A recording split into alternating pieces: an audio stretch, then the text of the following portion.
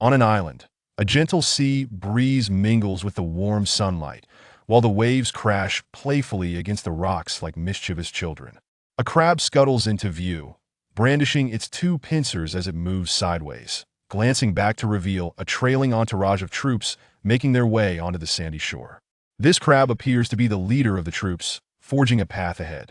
It navigates towards a mountain range that narrows from wide to slender, but upon reaching the end, it discovers a dead end where the mountains converge.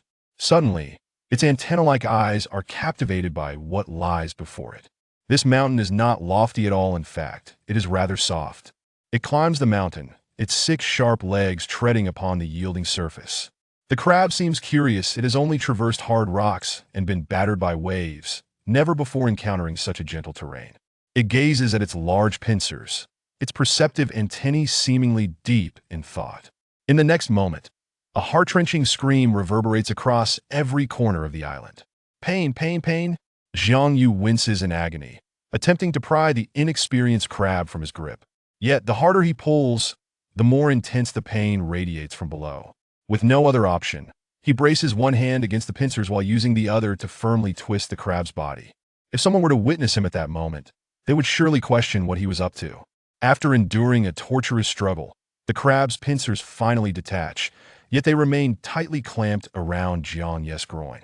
With all his might, he exerts a tremendous effort to pry apart the stubborn pincers. A look of euphoric relief spreads across Jiang Yu's face as he raises his gaze to the heavens and exclaims, "What bliss!" Afterward, he picks up the instrument of his torment and declares with a fierce tone, "I hereby confiscate your weapon. You nearly led to my demise." He then gazes at the somewhat gargantuan crab, murmuring, "Honestly, this crab is truly massive."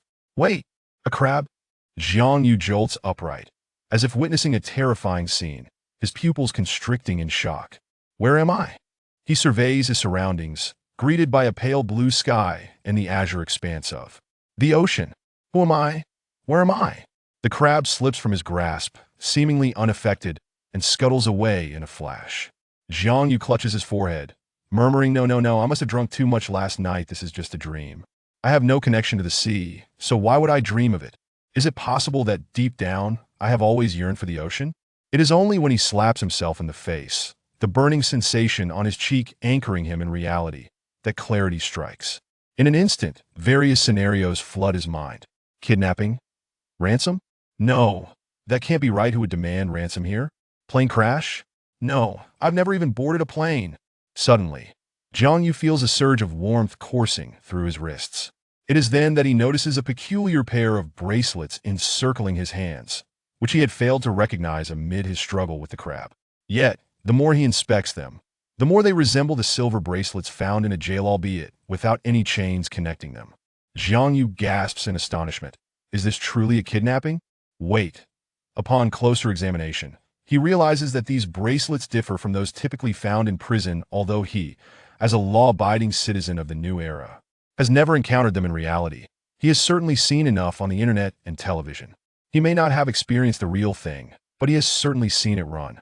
These unique bracelets lack the metallic weight and coldness of prison shackles. Instead, they are smooth and translucent, resembling a piece of jade. Wearing them brings no discomfort, akin to donning an ornamental jade bracelet. As Jiang Yu continues to observe, he notices the jade bracelet emit a brief glow, and once again, a wave of warmth envelopes his wrist. He rubs his eyes, convinced he must have imagined it. Yet, when he looks again, the jade bracelet shines once more. That's rather strange. I've never seen a bracelet that glows before. Could it be electrified? Jiang Yu tentatively reaches out to touch the jade bracelet, feeling its icy smoothness against his skin. Suddenly, a square object pops into view, startling him and causing him to stumble and brace himself on the ground. What the hell is that? Jiang Yu shakes his head vigorously, only to find that the square object remains before him. Wait. He realizes that this square object appears to be an interface, adorned with text. Survival rules 1. All individuals will be classified for survival. Distribution points may vary, and survival locations may be different or the same, but all individuals share the same survival dimension. Further exploration is required. 2. All individuals will adhere to the fairness rules. which apply only to the restoration of those who are sick or disabled before the survival process begins. Note: scars and other irrelevancies to survival do not count. Any subsequent offspring born with congenital illnesses or disabilities do not qualify. 3. All individuals start equally. 4. All individuals will be assigned to different zones. 5. All individuals possess a SIN certificate, which allows communication with all individuals in the same zone. Functionality must be explored independently. 6. All individuals are granted a 3-day novice protection period. 7. This is not the world you are familiar with. Strive to survive using all means at your disposal. 8. These rules are absolute. Upon reading through the 8 rules, Jiangyu feels a slight ache in his head. He suddenly exhales in relief. This feels just like a game. It's all quite clear now. I thought I was kidnapped. But just as suddenly, he erupts with rage. What the hell does clear even mean? Where exactly am I? Why did I wake up to find myself embroiled in this so-called survival? A chilling thought crosses his mind. Are we talking about everyone? 8 billion people participating in this ridiculous survival game? With that thought, he begins to calm down and reflect. He recalls vividly that just yesterday, nearing graduation, he and his roommate had gone out for dinner and drinks, perhaps indulging a bit too much. Upon returning home, he collapsed in a bed and awoke in this bizarre place. Damn it, there's no connection at all? Finding no desired leads, he meticulously reviews each of the 7 rules. The first rule leaves him puzzled by the phrase classified for survival, but the latter part simply indicates that everyone is participating in survival. The second rule is easy to grasp, yet it leaves Jiangyu incredulous. Illness and disability can range from mild ailments to severe incapacitation. Yet this rule suggests restoration. What kind of extraordinary power enables such a phenomenon? The phrase subsequent offspring within the last sentence intrigues Jiangyu in China. There exists a vulnerable group referred to as the old, young, sick, disabled, and pregnant. Yet in the rules, only sickness and disability receive care. What about the elderly, young, and pregnant? As he contemplates, a realization dawns upon him.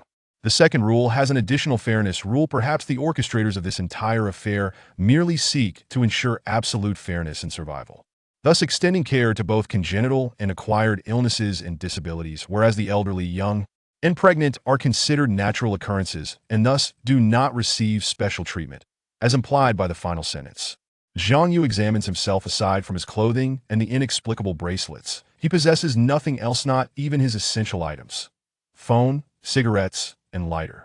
The third rule about starting equally likely refers to everyone being stripped down to just clothing and a pair of bracelets. The fourth rule about zones. If all 8 billion people are participating in survival, I wonder how many zones there will be and how many people will be in each zone. 10,000? 100,000? Jiangyu shakes his head and moves on to the next rule. He turns his gaze to the jade bracelet. The SIN certificate must refer to this, as it's the only thing I have aside from my clothing. But why call it a SIN certificate? Who has committed a crime? What does the sixth rule about a novice protection period mean? Why is there a protection period? Will there be something terrifying on the road to survival? He then looks to the last rule. According to the seventh rule, the place I find myself in may not even be Blue Star. When Jiangyu sees the first rule about differing distributions, he recalls an intriguing question he once posed when he learned that the global population had surpassed 8 billion. The AI had answered that if 8 billion people were evenly distributed across Blue Star, the distance between individuals would be only 80 meters, not accounting for deserts and oceans, meaning that, based on the planet's surface area, one would encounter another person every 80 meters. However, the seventh rule also states that this may not be Blue Star. The area here could be larger or smaller than Blue Star. Yet, there is still a chance of encountering others, as the first rule indicates that everyone is in the same dimension. Chapter 2. The turmoil of the wooden box. As for the eighth rule, it seems rather absurd. Having experienced such matters myself, how could I not believe it? The current dilemma lies in the meaning of the first classification. What does it signify? How is it categorized? What happens once the novice protection period expires?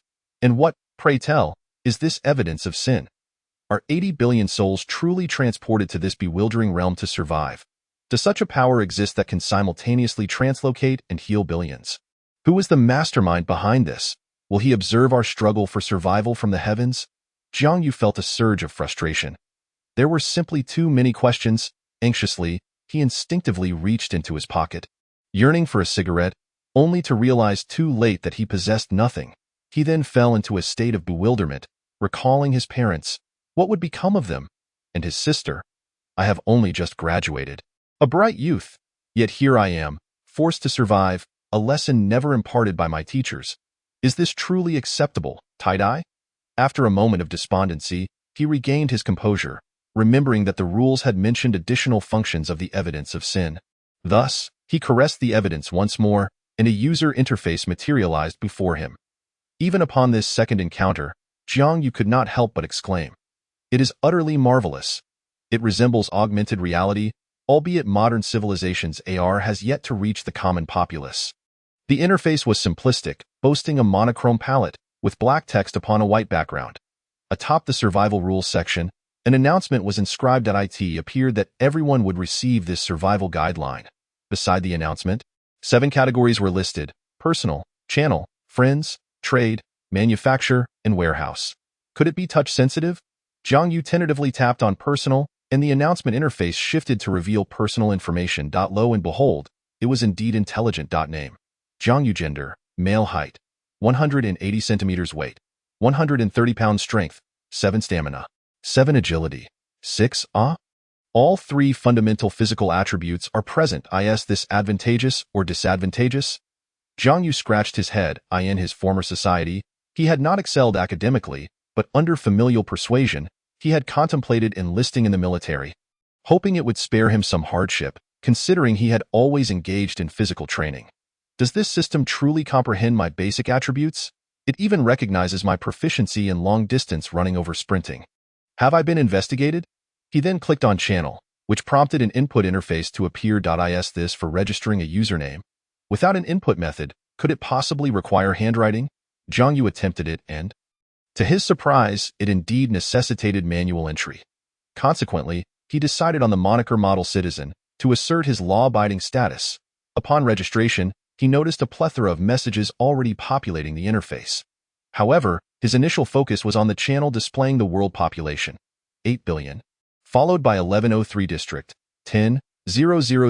Indeed, with 10,000 individuals per district, it follows then that 80 billion souls would necessitate a staggering 80,000 districts. He began to peruse the messages within the channel. The best Kuin in the world.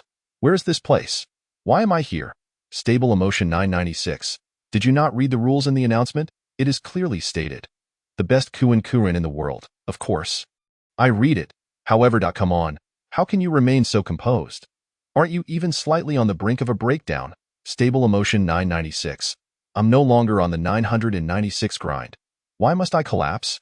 Should I wail to the heavens and then regurgitate some well-known answer to the group? The best Kuin in the world. I just find it hard to accept. The man desperate for autumn recruitment. Mom? I finally became an alien. Stable Emotion 996. Not only have you become one, but your mother has as well. The man desperate for autumn recruitment. Seeing this, Jiang Yu chuckled awkwardly, as he too had experienced a fleeting moment of despair. Little fairy, do we truly have to engage in survival? I do not wish to survive. I want to return home. Can someone take me back? My father is wealthy. Stable Emotion 996. Cannot you see? This is no longer Blue Star. Even if your father's wealth could be transported, it would only drown you. Little fairy. Woo-wood, yet another soul driven to madness. Jiang Yu dubbed him stable brother, for his demeanor was indeed composed. Yet rather confrontational, he pondered that one must avoid crossing paths with him. Words aside, he truly had the potential to unhinge others. Jiang Yu scrolled through the messages, discovering that most were from individuals struggling to cope, while others sought their families. Feeling a surge of hope, he too sent a message into the void, seeking Jianghua, Li Lishui, Zhang Lingling. If you see this, please contact me after sending. Jiang Yu realized a limit of 10 messages per day. Yet he was not overly concerned. He observed his message vanish into the abyss, and with a sigh, remarked, I hope to find at least one among these 999, as he scrolled through the chat. He finally stumbled upon a few intriguing messages, desperate for life. Can anyone spare a sip of water? I spawned in the desert. The temperature is nearly 50 degrees. I am on the verge of dehydration. The best Kuin in the world. Not to be rude, but did you commit a crime in your past life? How unfortunate to randomly land in the desert. I feel your name is quite the irony. Passerby A, morning.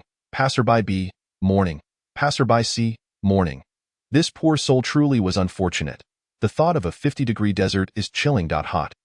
Ultimately, how is this categorization determined? Is this truly fair? Jiang Yu pondered how someone assigned to such a resource-scarce environment could possibly survive. Yet, he noticed the population in the upper region had decreased to 999. That individual has perished. This realization prompted Jiang Yu to regard the situation with newfound seriousness. It had barely been a moment, and already lives were being lost. This was a game where death was indeed a possibility. Stable Emotion 996. This is a real-time broadcast. The human spirit is remarkably resilient. Even amid despair, one seeks to obtain something for nothing without considering whether cacti, which store water, are nearby. Such a cruel twist. If the desert dweller were to see this, he would surely be incensed. The youngest general in the world. Goodness, I have learned something. Stable brother, do you have any additional tips? Jiang Yu marveled at Stable brother's composure. Although he too was aware that cacti were water-storing plants due to environmental factors, he acknowledged that in such dire circumstances, he might not have thought of it. I must reflect on survival techniques from those survival videos I watched before. Cold individual. By the way, where are you all? I spawned near a snow-capped mountain, and I'm freezing to death. Passerby A, I'm in a marsh. Passerby B, I'm on a mountain. Passerby C, I'm on an island. Jiang Yu was surprised to discover someone else shared his island spawn point. He reached out to feel the gentle breeze. His island was neither cold nor hot, and the zephyr was quite pleasant. Unlike the extreme weather of the desert, he felt fortunate not to be as unfortunate as the first casualty of District 1103. However, this only heightened his curiosity regarding the criteria for categorizing survival locations. Was it truly random? If so, that hardly seems equitable. Gazing intently at the interface, he fell into contemplation, and as the group provided little valuable information, he clicked on Friends. The Friends section was empty. He then clicked on Trade and discovered that trading had already commenced, though the offerings were rather unsavory. Fresh fairy lace panties for water and food. Stockings for water and food at IT seemed others were merely following suit. Jiang Yu, seeing the lack of nutritious exchanges, scoffed. Trading underwear for underwear? What a laugh! This was merely the beginning, and no one possessed such precious resources as water and food, let alone to barter for trivial items. Water and food are universally treasured. He then clicked on Manufacture. Within the Manufacture section, there were only 2 items available for creation: Drafty Hut, Grass-type plants 010, Sticks 010, Wood 04, Crushed Stones 010, Simple Stone Axe, Crushed Stones 01, Sticks 01. Long-type plants 01. Jiang Yu's eyes lit up. It is indeed reminiscent of a game. No need for personal crafting? Yet, he quickly realized that most would still rely on their own efforts. Given that only 2 items could be manufactured, he began to comprehend the mastermind's intent. Jiang Yu was convinced that the majority would struggle to produce even these basic items.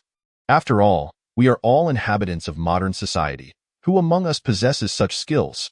Survival is a game for the wealthy, who, having indulged in life's pleasures, return to primitive existence, all while leading a large entourage. As if it were mere play, go ask them to craft a stone axe is truly a tall order, particularly for the drafty hut. Without a modicum of knowledge, one could hardly construct it. Even managing to erect it would surpass many. Of course, those with the capability could build without the evidence of sin. The next section was the warehouse, which was, naturally, empty. After perusing, Jiang Yu concluded, I must first construct the drafty hut. I am uncertain how the island's weather will fare at night. Wood must be harvested, and tools are required for that. The only tool available for manufacture is the simple stone axe. Additionally, I must find food and water. I ought to explore the island for a water source. Jiang Yu gazed out at the vast ocean and sighed. There is indeed water, yet it is undrinkable. Why can't I be provided with a filter? Like in novels, allow me to stand ahead of others and amass wealth, achieving prosperity, ascend to the pinnacle of life. Ha ha ha. Before closing, he glanced at the channel, hoping for a response from his family. Alas, there was no news from them. Yet one useful message had indeed surfaced. I maintain a stable disposition amidst the 996 work culture. I was born in a forest, where I stumbled upon a wooden crate containing supplies. Presumably randomized, I suspect there must be similar crates in your vicinity, so please refrain from despairing in the group. I'm running low on chances to retort. Passerby, brothers, it's true. I found a bottle of water and a piece of bread. Today, I consider myself fortunate. Take advantage of the beginner's protection period and check nearby for crates. We have no idea what might happen once the protection period expires. The best in the world? Kunkin, emotion brother. You are my brother. I will no longer secretly insult you behind your back. Passerby B. Emotion brother is amazing. Passerby C. Emotion brother is incredible. Jiang Yu, overwhelmed with excitement, exclaimed, as the thrill of exploring the island reached its zenith. Even he couldn't help but declare, Emotion brother is amazing. The atmosphere in the group seemed to be invigorated by Emotion brother, and gradually, messages dwindled as everyone began searching for nearby crates. Chapter 3. Arrival on the island. Jiang Yu glanced at the sun above and remarked, this sun resembles that of Blue Star. Could it be that the mastermind fashioned this place after Blue Star? How impressive that would be! He estimated that about an hour had passed since he was roused by that wretched crab. Jiang Yu could scarcely contain his eagerness to explore the island. Although he felt a momentary sense of despondency, it did not crush his spirit. As an ancient saying from Huagua goes, now that I'm here, I might as well make the most of it. Upon entering the island, he gazed around like a curious child, noticing that the trees were not overly dense, allowing sunlight to filter through. Perhaps he was still at the periphery. He was uncertain about the island's size. Beneath a large tree, several sticks were haphazardly strewn about. Jiang Yu picked one up and murmured, does this count as evidence for the crime? But how do I store it in the warehouse? Sesame, sesame, come forth, he called. Though feeling somewhat embarrassed when there was no response, he prodded the stick against the evidence of the crime, and to his surprise, it vanished in the blink of an eye. Opening the warehouse, he indeed found a stick inside. Stick X1. He then accessed the crafting menu. Simple stone axe, crushed stone 01, stick 11, long plant 01. Indeed, it counts. However, how is the unit of this item calculated? He continued on his journey, recalling Bear's survival videos in hopes of remembering useful survival skills. For a time, Jiang Yu had been enamored with such videos, especially those by Bear. He picked up 2 more sticks and wondered, why are there so many fallen sticks? At that moment, he arrived in a small grove cluttered with scattered sticks. He gazed at a large tree whose branches had been broken, likely by a strong wind. Touching the broken ends of the sticks, he found them still fresh. Could it be that a strong wind struck the island just days before my arrival? This is not a good sign. Although the island's scenery is magnificent today, with weather that is quite pleasant, the sea often harbors many uncertainties, particularly the likelihood of storms. Judging by the fallen sticks, it seems the island experienced a strong wind recently. Should luck be unkind? Even being on the periphery of the next storm could deal a significant blow to Jiang Yu. The situation is not looking very promising. I hope no strong winds arise before I can construct a shelter. Aware of this, he endeavored to gather materials. He collected a total of 25 scattered sticks, adding to the previous one for a total of 26. While the sticks were plentiful, where would he find vines and crushed stones? Jiang Yu decided to check the beach next for small stones that might count as crushed stone. For now, he would venture deeper into the island in hopes of finding vines. Vines should fall under the category of long plants. After walking a distance, he discovered that the grass was almost as tall as he was. Jiang Yu pulled one up for inspection. It was not only long but also remarkably soft, precisely the type of grass needed for a small hut. However, there was too much grass here to collect it all realistically, so he gathered 30 strands of long grass. After wandering a bit more, he indeed found vines entwined around a massive tree. These vines were as thick as a finger and undoubtedly quite resilient. Jiang Yu was delighted, but soon realized he had underestimated their toughness. He was unable to pull them down with sheer strength. Determined, Jiang Yu spat into his hands, rubbed them together, and braced his feet against the tree's roots, pulling with all his might. Finally, he succeeded in uprooting the vines, but not without taking a tumble. After several attempts, he managed to gather all the vines from the tree, totaling 10. This left him feeling somewhat fatigued. Seeing that he had collected sufficient materials, he decided to return home and explore again another time. Back at the beach, among the rocks, he found many stones of varying sizes. He selected a stone roughly the size of his palm, opened the evidence of the crime, and confirmed it counted as crushed stone. He collected 20 pieces of crushed stone in one go. As of now, Jiang Yu had gathered Sticks x26, grass x30, vines x10, crushed stone x20. He was ready to craft a simple stone axe. But where was his wooden crate? In the midst of his musings, he seemed to trip over something, and upon rising in annoyance, he discovered a wooden square head protruding from the sand. Jiang Yu swallowed hard. Could it be buried in the sand? He hastily began to dig, and since the sand was quite soft, it wasn't long before he unearthed it. It was indeed a wooden crate, surprisingly buried in the sand. The crate was quite rudimentary and unlatched. Upon opening it, he found a 500 milliliter bottle of water and a piece of bread the size of his palm resting inside. Jiang Yu was overjoyed. Having awakened feeling parched and now under the sun, he felt even thirstier. Without concern for cleanliness, he took a bite of the bread and followed it with a sip of fresh water. Unsure about his next meal, he decided to save some for later. Considering future food supplies, he dared not consume it all, placing the water and bread into the warehouse. To his surprise, a piece of paper was pressed beneath them. One-time stone house crafting blueprint. Wood 015, stone 0250. Oh my! What a treasure I have unearthed. I never anticipated such good fortune. Jiang Yu quickly opened the crafting menu, revealing the addition of the stone house option. However, the stone requirement was rather excessive. It was quite the burden. As of now, he had none. While he had wood, he could gather more with the simple stone axe. Jiang Yu casually picked up a few larger stones to test them, only to find they were not suitable materials for the stone house. I lacked the tools for quarrying. How long must I wait? Nevertheless, he felt a sense of fulfillment.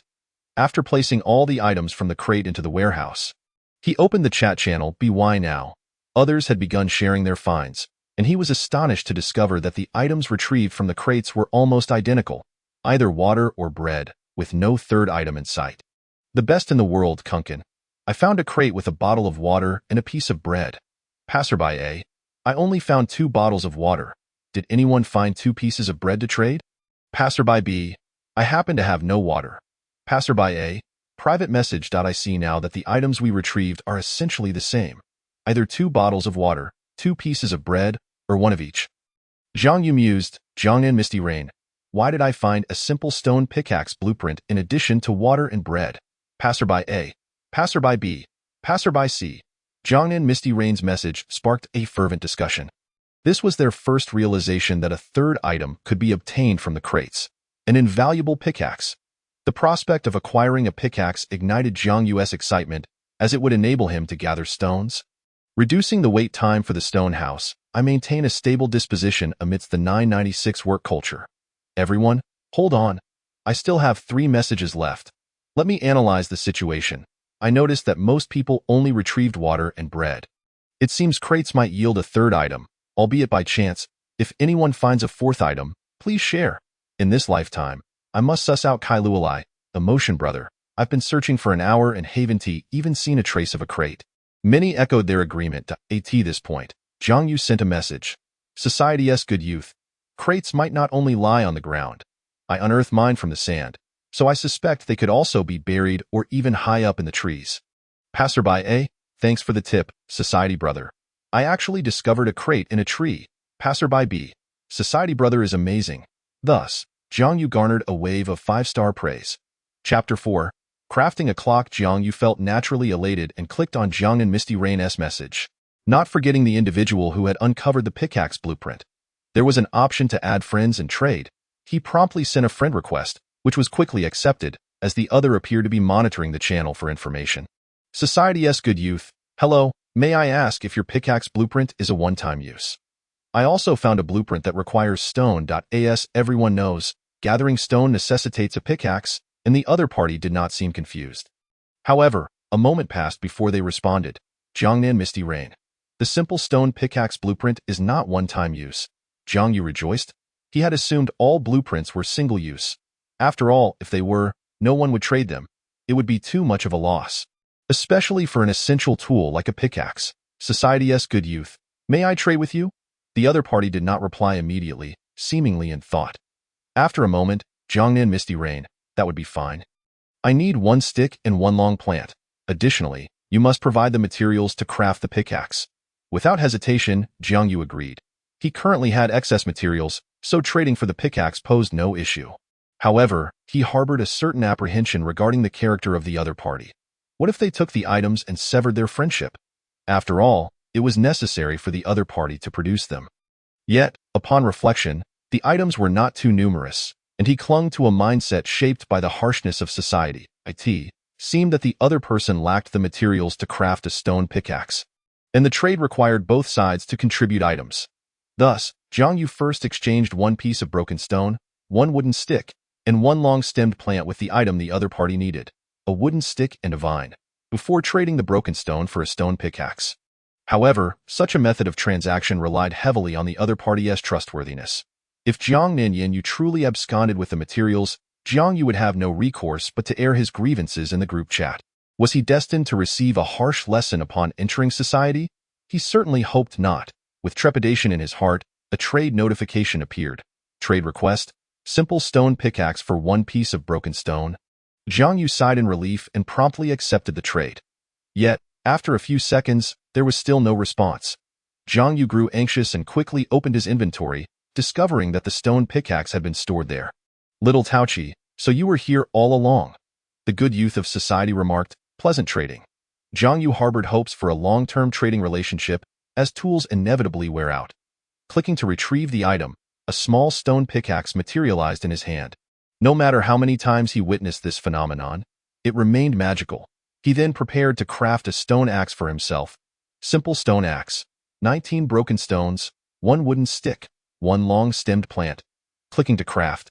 A simple stone axe appeared in the inventory. Jiang Yu checked his supplies. 23 wooden sticks, 18 broken stones, 7 vines, 1 water, 1 bread, 1 stone house blueprint, 1 wooden box. As he gazed at the sun. Now nearing dusk, he dared not work in the dark. After all, humans possess an inherent fear of darkness, especially in unfamiliar places. Sitting down, he pondered for a moment and conceived an idea. This survival technique he had learned from videos involved judging the time. He would draw a circle on the ground, mark the hours within, and insert a wooden stick in the center. This way, he could gauge the time based on the shadow cast by the sunlight on the stick. Unfortunately, this method could only provide a rough estimate, lacking precision. Jiang Yu set to work, searching for a flat stretch of sand, but found himself grappling with the challenge of drawing a reasonably round circle. Although he knew there were many who could draw circles by hand with remarkable accuracy, Jiang Yu considered himself lacking in this skill. His handiwork was, to put it mildly, quite atrocious. However, this would not deter the ingenious Jiang Yu. He took 2 relatively straight wooden sticks and bound them together at one end with a vine, thus creating a rudimentary compass.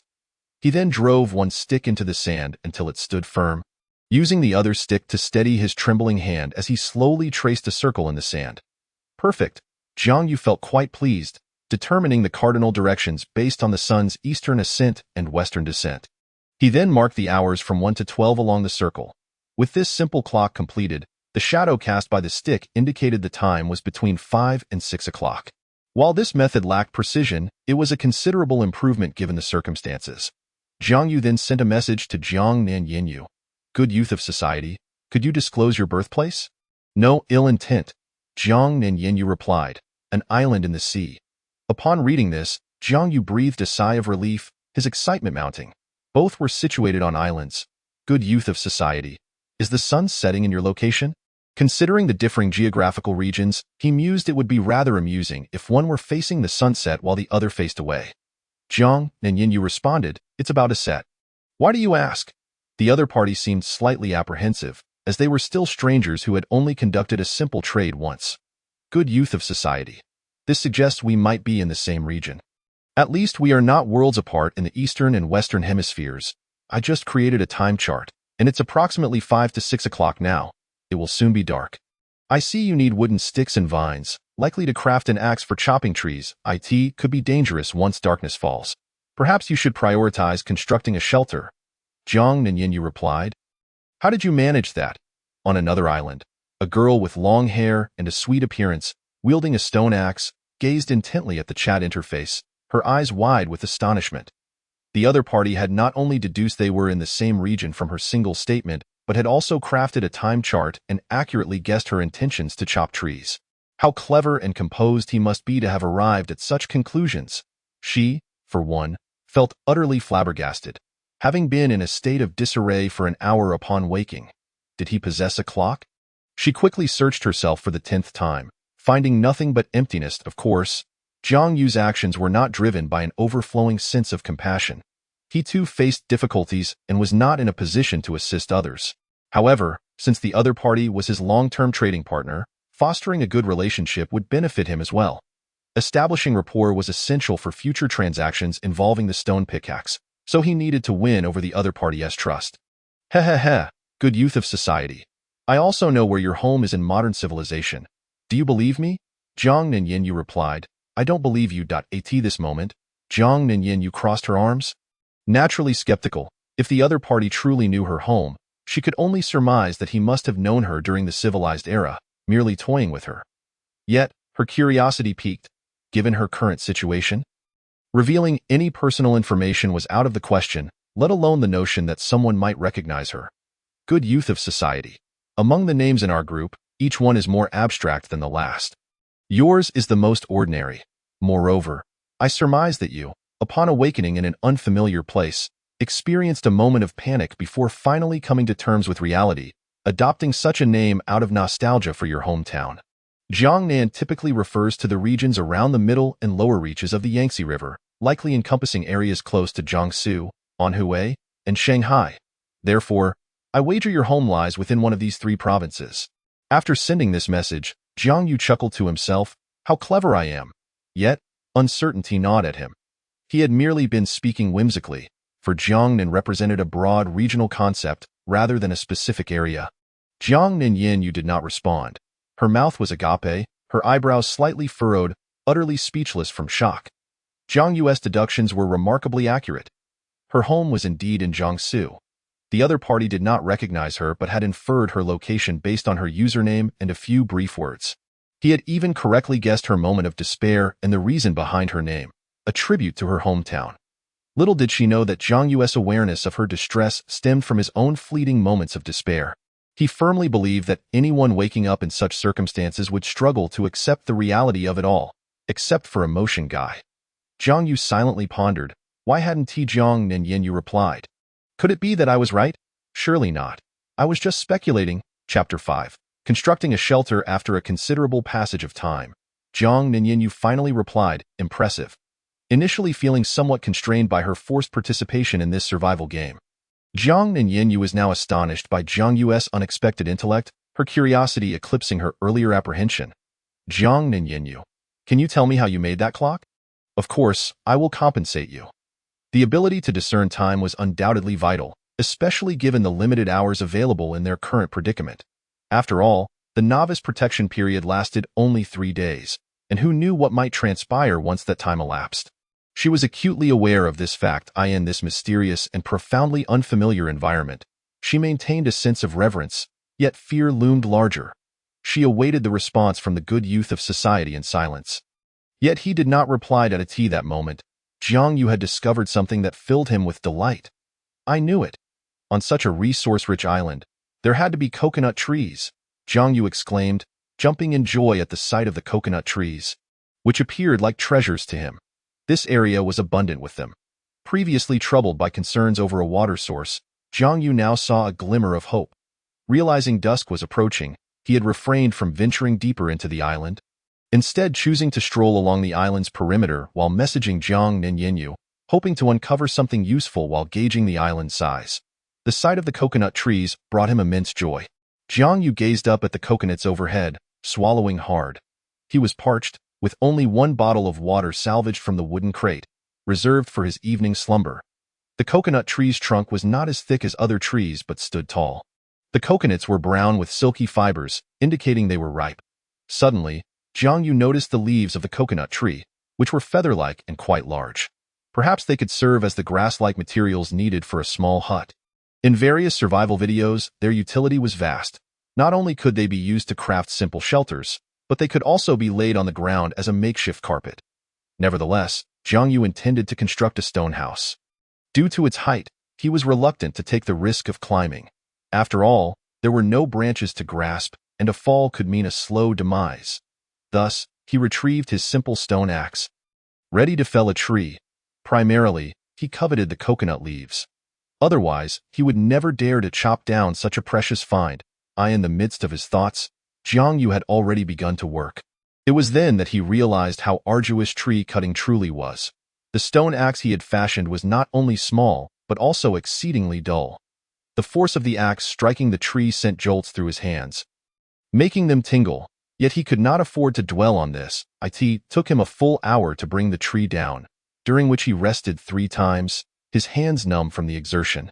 And he nearly lost grip of the axe on several occasions. Breathing heavily, he remarked, "If my strength and stamina are a challenge for a robust man, what must others be experiencing?" It is worth noting that this coconut tree was considerably thinner than an average tree. Yet it had proven so taxing to fell. The tools are utterly inadequate. Not only are they blunt, but they also won't last long. Jiang Yu clutched an axe, which already bore some cracks. However, what to do with the felled coconut tree?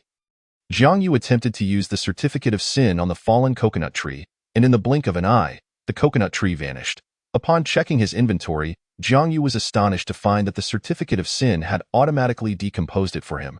This was quite convenient. At that moment, his resources totaled 22 wooden sticks, 6 vines, 18 fragments of stone, 2 pieces of wood, 4 coconut leaves, 3 coconuts, 1 unit of water, 1 loaf of bread, 1 blueprint for a stone house, and 1 wooden box.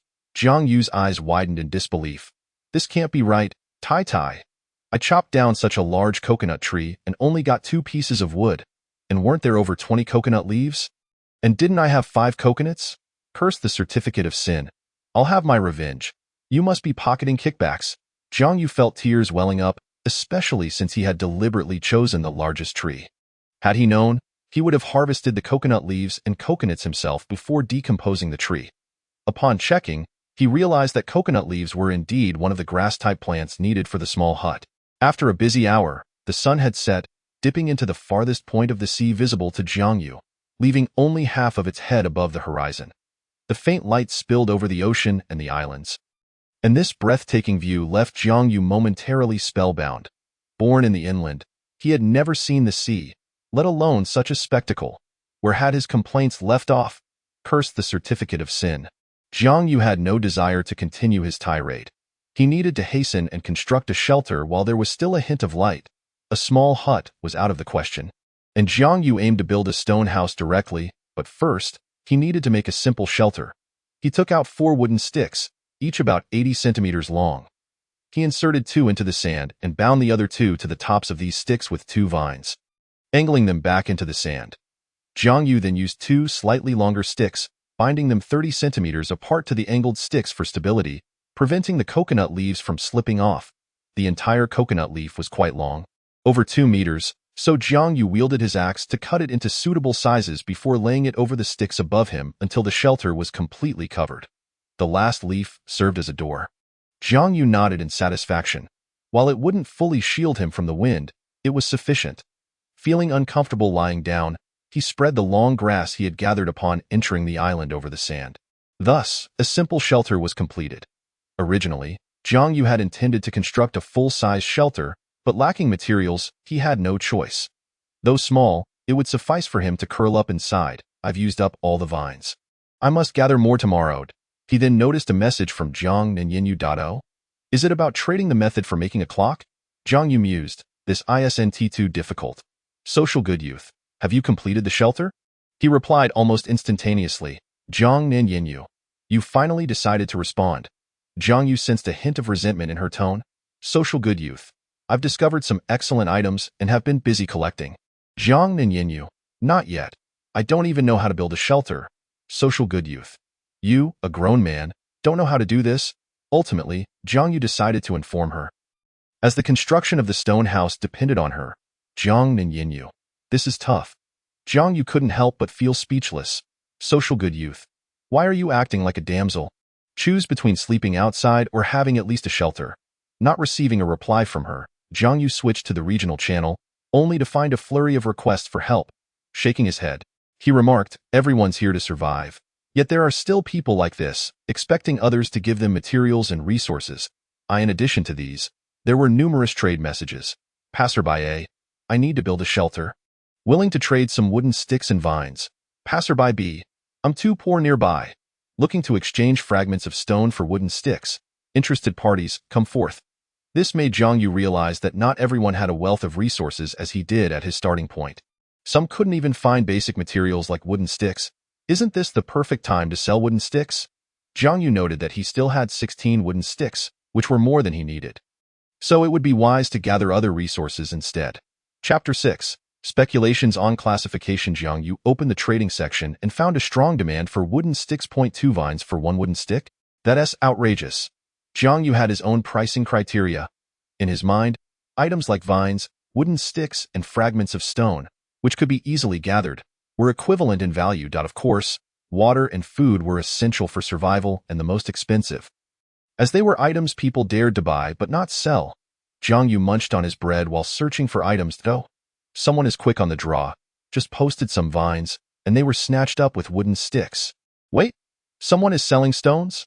I can't believe someone has already gathered stones on the first day. 2 pieces of stone for 10 wooden sticks. Were they trying to build a small hut? Jiang Yu thought that trading 10 wooden sticks for 2 pieces of stone wasn't a bad deal since stones required gathering. He quickly accepted the trade. Upon receiving the stones and inspecting them, he found they were roughly the same size, about 30 centimeters in length, width, and height.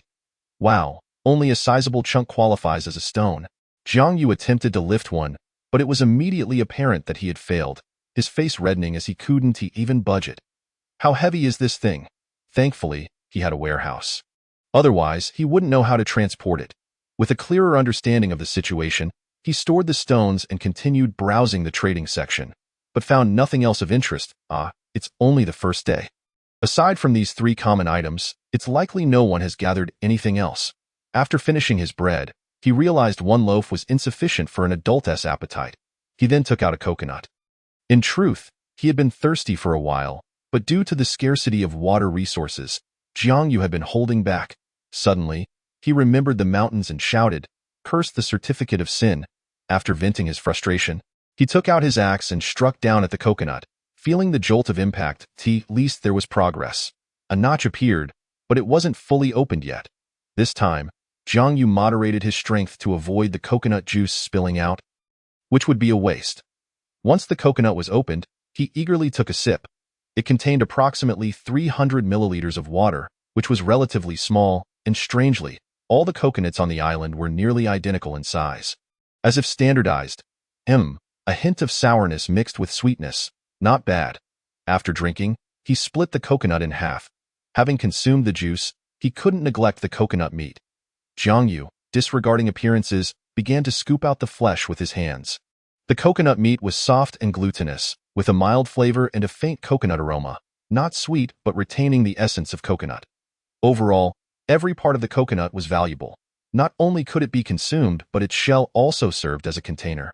Such a versatile item, Jiang Yu could not find a second like it. After finishing the entire coconut meat, he felt slightly fuller. At that moment, Jiang and Yin sent another message. Jiang and Yin, I've completed the shelter. Social good youth. I recall you didn't have any vines. How did you finish so quickly? Jiang and Yin, there are many fallen wooden sticks on the island. I collected a lot and spent a while snatching vines. Social good youth. So you were the quick one earlier. As soon as they were posted, they were gone. You can see everyone in the group complaining. You must have done a lot of handiwork. Jiang Yu found it quite nice to have someone to chat with. Now that night had fully descended, he was unsure of what to do, so he opted for conversation. The moon in this place wasn't as bright as on Blue Star. Hiding in his shelter, Jiang Yu looked up at the moon. Although it was present, it appeared very dim. Even without clouds obscuring it, he could only make out the vague outline of his fingers. I must find a way to start a fire tomorrow. Jiang and Yin, your thoughts are quite twisted. I haven't even asked where your starting point is. Social good youth. It's exactly the same as yours. So you understand why I've shared so much with you. It's like meeting a fellow countryman abroad. Jiang and Yin, what a coincidence. Are we on the same island? Just haven't crossed paths yet? Social good youth. Impossible. The rules state we cannot meet. However, it's possible our islands are not far apart. You mentioned many scattered wooden sticks on your island. Are the tree trunks missing pieces and quite fresh? Jiang and Yin, yes. How did you know? Social good youth. That confirms it. My island is the same. It couldn't have been caused by animals or humans. So there's only one possibility. A storm occurred at sea recently, affecting both our islands. Of course, this is merely speculation. Perhaps our islands are still quite distant, and there was a storm at sea simultaneously. Jiang Ninyanyu. Heavens, your mind is sharp. You must have been a detective in the civilized age. Jiang Yu awkwardly rubbed his nose, murmuring, I'm just embarrassed. I was merely a simple graduate in the civilized age. Jiang Ninyanyu. By the way, could you share the method for making a clock? That would be quite useful for me, and of course, I'll trade items with you. I trust you 1T refuse. Social good youth. Well, the next moment, a trade request popped up. Trade request, simple fishing net blueprint 1. Wooden stick 1, trading wooden stick 1. Jiang Yu's eyes widened in astonishment. What incredible luck, 2 wooden boxes in one day? And both contain blueprints. Jiang Yu, quick as lightning, clicked to accept. Any delay would be disrespectful to this blueprint. After inspecting it, he discovered that as long as it wasn't a single-use blueprint, it would automatically unlock in the crafting section without occupying warehouse space. Social good youth. Brother, to be honest, I could have told you this for free. Anyone could figure it out. At this moment, Jiang Ninyanyu felt that Jiang Yu was humiliating her, and she indignantly replied, Then why did you agree so quickly? Seconds mail, Shiji Haoyan. Is it your family? Observing Shiji Haoyan's embarrassment, Jiang Ninyanyu felt elated. See how you looked down on me. See how you called me brother. See how you said I was a craftsman. Jiang Yu, as a naive recent graduate, felt quite hurt but still cheerfully accepted the blueprint he had obtained for free. Blueprint for simple fishing net. Vines 710, crushed stones 18.5. In an instant. Jiang Yu refined it and utilized it. The relationship between the two progressed in the direction Jiang Yu had envisioned. Everyone inevitably faced challenges, and moreover, the other party was the first person he had contacted since arriving in this world. Not to mention they had similarities, such as both being on the island. Rather than exhausting themselves, Jiang Yu preferred to organize a small group. After a day of communication, Jiang Ninyanyu had also lowered her guard around him, even using the blueprint for trade, blaming Jiang Yu for being a good person. Alas, how could Shiji Haoyan dare to set a trap? After Jiang Yu explained the method to make a clock, Jiang Ninyanyu exclaimed in astonishment, My goodness, how did I not think of such a simple method? That evening, they conversed extensively, as it was the only comfort for both of them in this unfamiliar land. Shiji Haoyan. By the way, you should be cautious of those born in resource-scarce areas, especially during trading. Jiang Ninyanyu. Why? Shiji Haoyan. Have you ever considered how the classification of survival in the first rule is determined? Jiang Ninyanyu. I did see others discussing it in the group. Are you implying that people born in resource-scarce regions are not good? Shiji Haoyan. At least not good during the civilized era. Do you remember the first person to die in our district? Jiang Ninyanyu certainly remembered. It was someone born in the desert, and she had mourned his unfortunate fate at the time. Shiji Haoyan.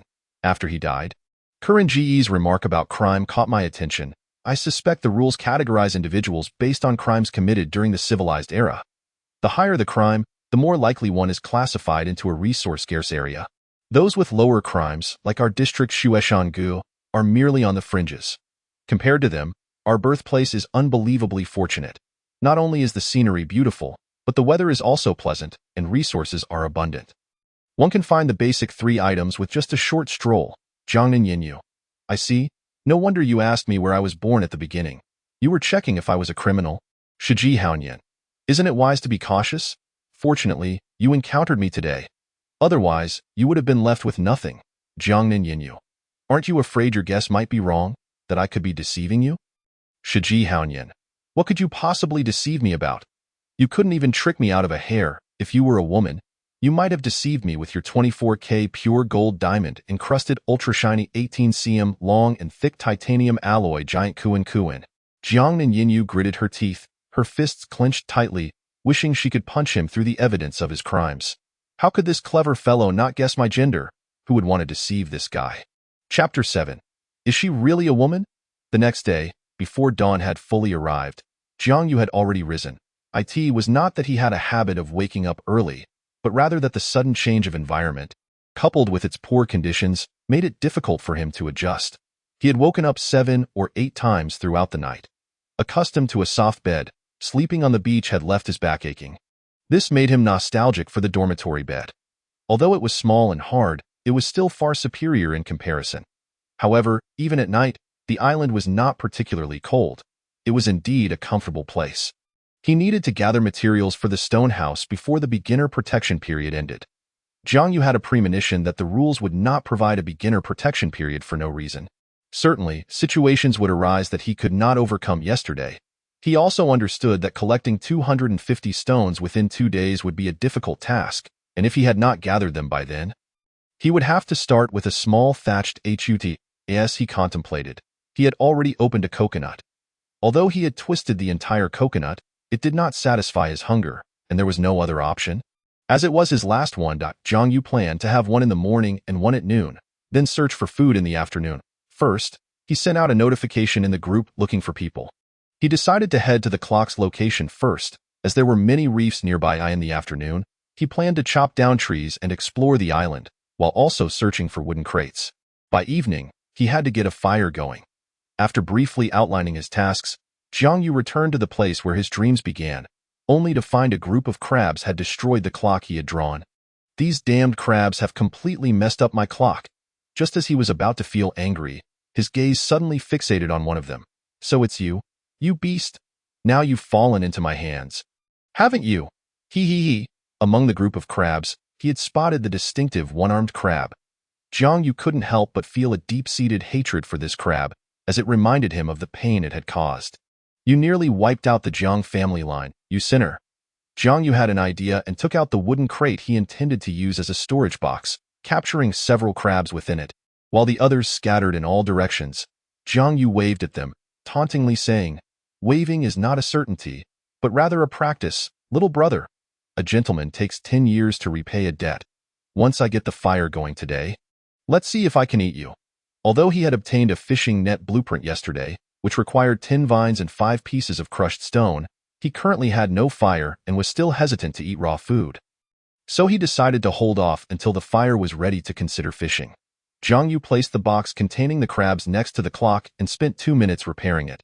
At that moment, the sun rose above the horizon, casting light upon the wooden stick. It was only around 7 o'clock. After opening the communication channel and finding only idle chatter with no useful information, he began to dig for stones. Selecting a larger reef, he forcefully struck down with his makeshift pickaxe, only to realize that mining was far more tiring than chopping trees. The shock nearly made Jiang Yu's hands go numb. Regaining his composure, he steeled himself once more. The sounds of clinking echoed from the island. 80, 80, 80. After an unknown number of strikes, the large reef finally shattered. Stone 5, crushed stone 10. Did mining stones also yield crushed stones? However, after only 5 stones, he was already exhausted. It took him about 30 minutes to gather approximately 30 stones. How long would it take to reach that 250 stone target? Sigh, perhaps it would be best to focus on creating the small thatched hut first. As Jiang Yu grumbled, he took out his water and drank deeply, only to realize a moment later that he reluctantly placed half a bottle back down.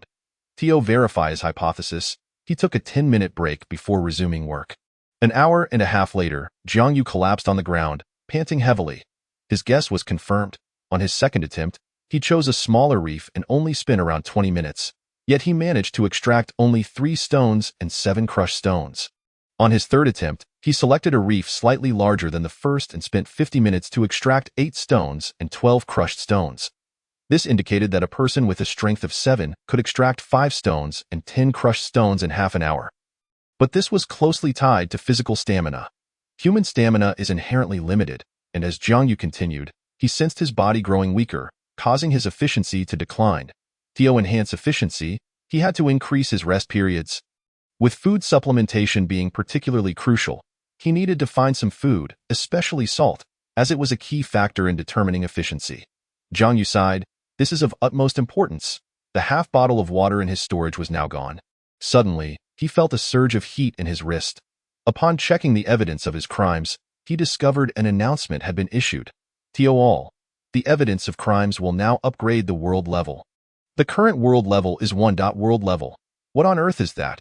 At this point, the group chat erupted with activity as those who had awakened began to discuss the news. The chat interface was flooded with messages, all debating what the world level entailed. At that moment, Jiang and Yinyu also sent a message.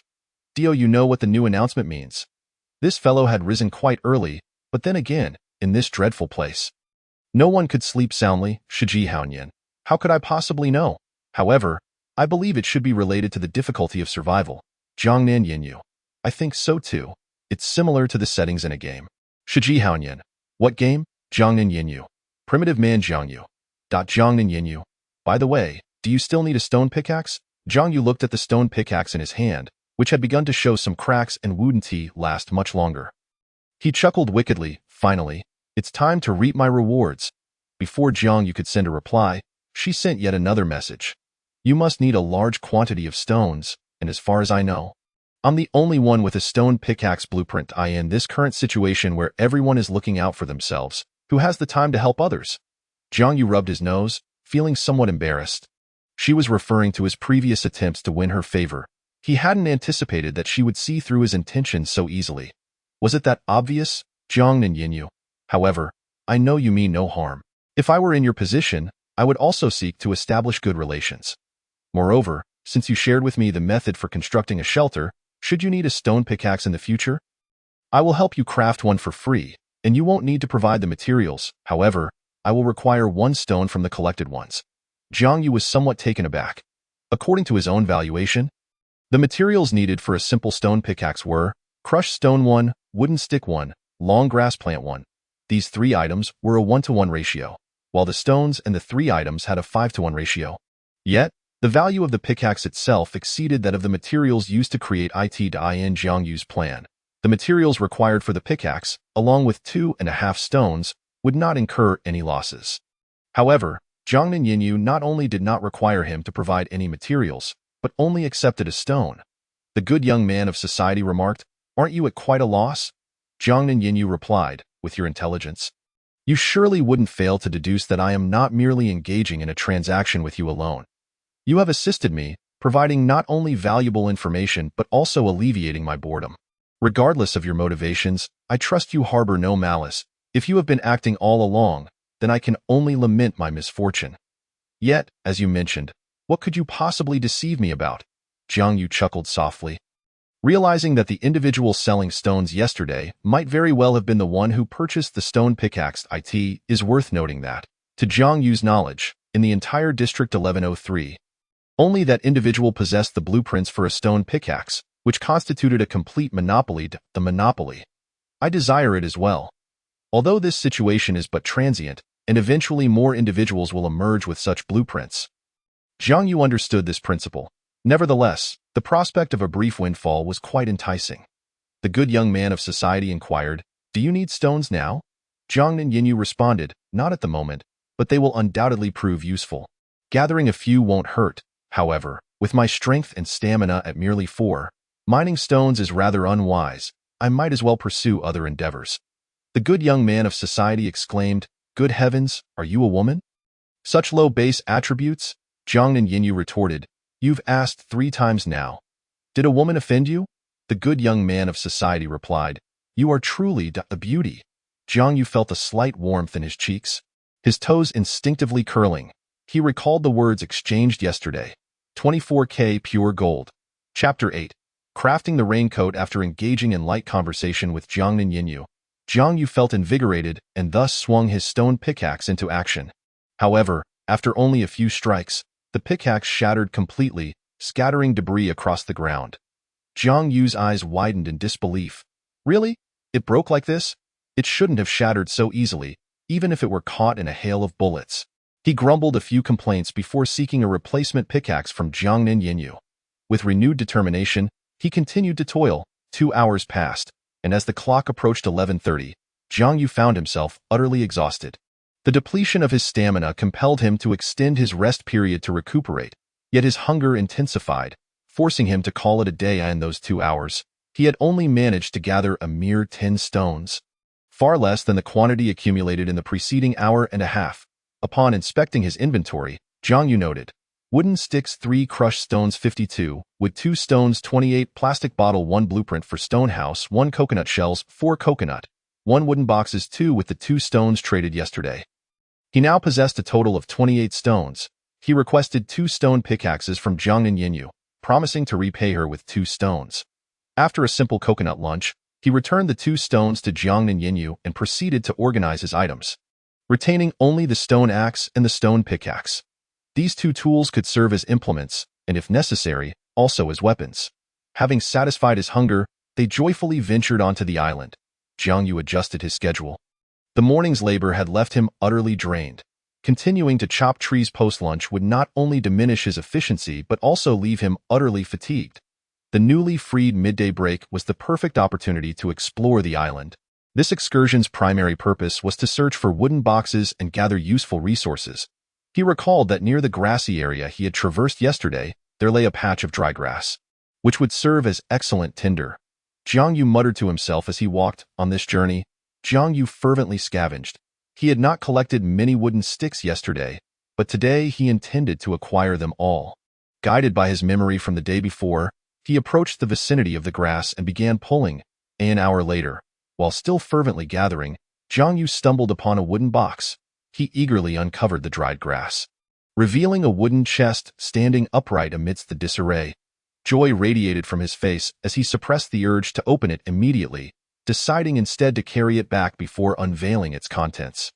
Jiang Yu rubbed his waist, acknowledging the satisfaction of his labor, though feeling a twinge of soreness. After another hour of material collection, he recounted his inventory. Wooden sticks 50, vines 25, crushed stones 64, dried grass 50 stones 26, wooden boxes 2, blueprint for stone house 1, coconut shells 6, wood 2, plastic bottle 1. A sense of security enveloped him. Jiang Yu retrieved the wooden box he had discovered in the dry grass, rubbing his hands together in excitement. The significance of the wooden box was undeniable. It was currently the only known means to acquire blueprints. And once opened, it could also be used for storage. His heart raced with anticipation, hands trembling as he thought, I would gladly trade a decade of my singlehood for a blueprint. Wow! Gold. Bread 2 stones 1 wood 1. He picked up a piece of bread and began to eat. For the coconut meat proved insufficient to quell his hunger. Alas, the trade had failed. Could it be that I must rely on luck and love after nearly 10 years? Wait, today, I managed to procure wood and stones? Could it be that an increase in world level enhances the rewards from the wooden boxes? Just yesterday, no one had managed to unearth such resources, yet today, the wooden boxes seemed to have refreshed themselves. Jiang Yu suddenly recalled the announcement from the morning. The world level had risen from 0 to 1. Based on the information shared by others who had opened boxes yesterday, the rewards were either bread or water. Thus, Jiang Yu accessed the panel and began to communicate with Jiang and Yinyu, only to discover that she had already informed him, but he had not found the time to respond. Jiang and Yinyu, did you find the wooden box? It seems that the world level might enhance the rewards from the boxes. The good young man of society. I just found one. Jiang and Yinyu. You just found one? The channel is already buzzing with discussions. Jiang Yu shrugged. He had indeed not been paying attention, as luck had not favored him. The good young man of society. Did you happen to find a wooden box? Jiang and Yinyu. I found it ages ago and even uncovered a blueprint. Luck was clearly on her side. The good young man of society. It's infuriating how some have all the luck. The good young man of society. What treasures did you unearth? Was it a one-time use? Jiang and Yinyu. Why do you ask such personal questions right off the bat? The good young man of society. Come on, we're partners now, aren't we? Of course, Jiang Yu asked with a hint of bravado. Blueprints were precious, and one would not readily divulge such information. Although Jiang and Yinyu and Jiang Yu had assisted each other a few times, establishing a cooperative relationship, it was not one of profound intimacy. Perhaps she did not mind overly much. If Jiang Yu were in her position, he would think, really? I'm here just to survive. Do you think I'm holding you in contempt? Jiang and Yinyu. I was just teasing you. I uncovered a blueprint for crafting raincoats, and it's not a one-time use. Jiang Yu's eyes lit up, accompanied by a sense of gratitude. He had not anticipated her trust in him, validating his belief that his subtle strategies to win people over were indeed effective. This was a valuable item. On rainy days, one need not fear getting drenched, allowing for freedom of movement. The good young man of society. What materials do you need? Jiang and Yinyu. The required materials are not fixed but divided into 5 categories. Palm leaf sheath, 0-2 palm leaves, 0-20 reed grass, 0-10 straw, 0-20 bamboo leaves, 0-10 hemp, 0-20. I have researched raincoats. Those made from palms are the most durable and waterproof, with a degree of warmth as well. However, there are many types of palm plants, and the most common on the island is the coconut tree. Although I have yet to locate one, primarily due to the island's vastness. The good young man of society. Coconut trees, you say? I have indeed found some. How about this? I will help you gather the materials. And when the time comes, you can craft one for me, all right? Jiangnan Yinyu. Of course. Coconut trees are solitary plants. There shouldn't be many in your vicinity, right? When I find them, I'll share a portion with you. Since Jiang Yu had already located coconut trees on his island, Jiangnan Yinyu was confident that she would find them on hers as well. Were it not for the purpose of crafting raincoats, Jiang Yu would certainly not have ventured near the coconut trees. Jiangnan Yinyu. By the way, the leaf sheath is located at the base of the fronds connecting to the trunk, while the leaves are the upper parts of the fronds. Don't forget to collect them while you're at it. Seemingly concerned that Jiang Yu might confuse the two, she elaborated. Jiang Yu replied with an okay before closing the interface, taking a few essential items with him as he set off. Having consumed a piece of bread, he was no longer ravenous. Upon reaching the coconut tree area, he found 5 coconut trees standing tall in the sandy soil. Jiang Yu selected a tree laden with coconuts and fronds, and took out his stone axe to begin chopping. He noticed that he was becoming increasingly adept at it. Halfway through, the stone axe broke, prompting him to craft a new one and continue his work. 15 minutes later, the coconut tree crashed to the ground. This time, rather than immediately dismantling it, Jiang Yu collected the coconuts, fronds, and materials needed for the raincoat before proceeding to disassemble it. Although he would incur a loss, it was indeed convenient. Otherwise, he would have struggled to manage the entire tree. To his astonishment, Jiang Yu discovered that the amount of wood he obtained from this disassembly exceeded his last endeavor. He had observed that the 2 coconut trees were comparable in size, and during his first attempt, he had only extracted 2 pieces of wood. Yet this time he acquired 4. Could it be that the quantity of materials gained from disassembly is random? Was his previous misfortune merely a stroke of bad luck? Jiang Yu refrained from overthinking it, proceeding to trade the 2 sets of materials. Before long, Jiangnan Yinyu sent him the raincoat. Upon receiving the raincoat, Jiang Yu noted its brownish hue. It resembled a garment, albeit one that was not particularly well fitted, as he discovered his midriff exposed when he donned it. Chapter 9. Kindling a fire yet, despite this? He now possessed one. Jiang Yu prepared to gather wood, but he certainly would not be acquiring it from the coconut trees. He ventured into a grove, ready to fell some trees, when suddenly, rustling sounds emanated from the nearby underbrush. Immediately on high alert, Jiang Yu gripped his stone axe, directing it towards the source of the noise. The brown rabbit leaped forth from the thicket, and upon recognizing it as merely a rabbit, Jiang Yu breathed a sigh of relief. Wait, a rabbit. As Jiang Yu came to his senses, he immediately lunged towards the wild rabbit, yet the creature had been intently observing the colossal figure before it. Upon noticing Jiang Yu's approach, it deftly leapt aside.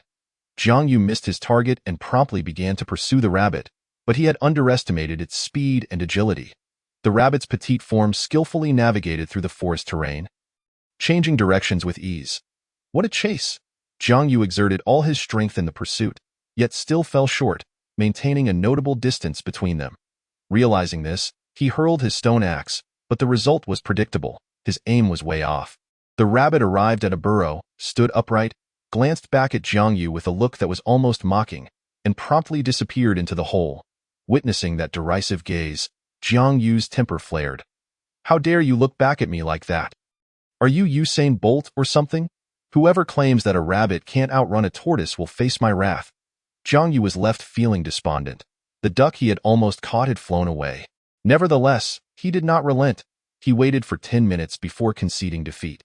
The rabbit had no intention of emerging. Jiang Yu resorted to erecting several sticks at the entrance as markers. Suddenly, his gaze fell upon a patch of grass nearby. Revealing a corner of a wooden object, he hurriedly cleared the weeds, revealing a wooden chest. A flicker of joy lit up Jiang Yu's previously downcast face.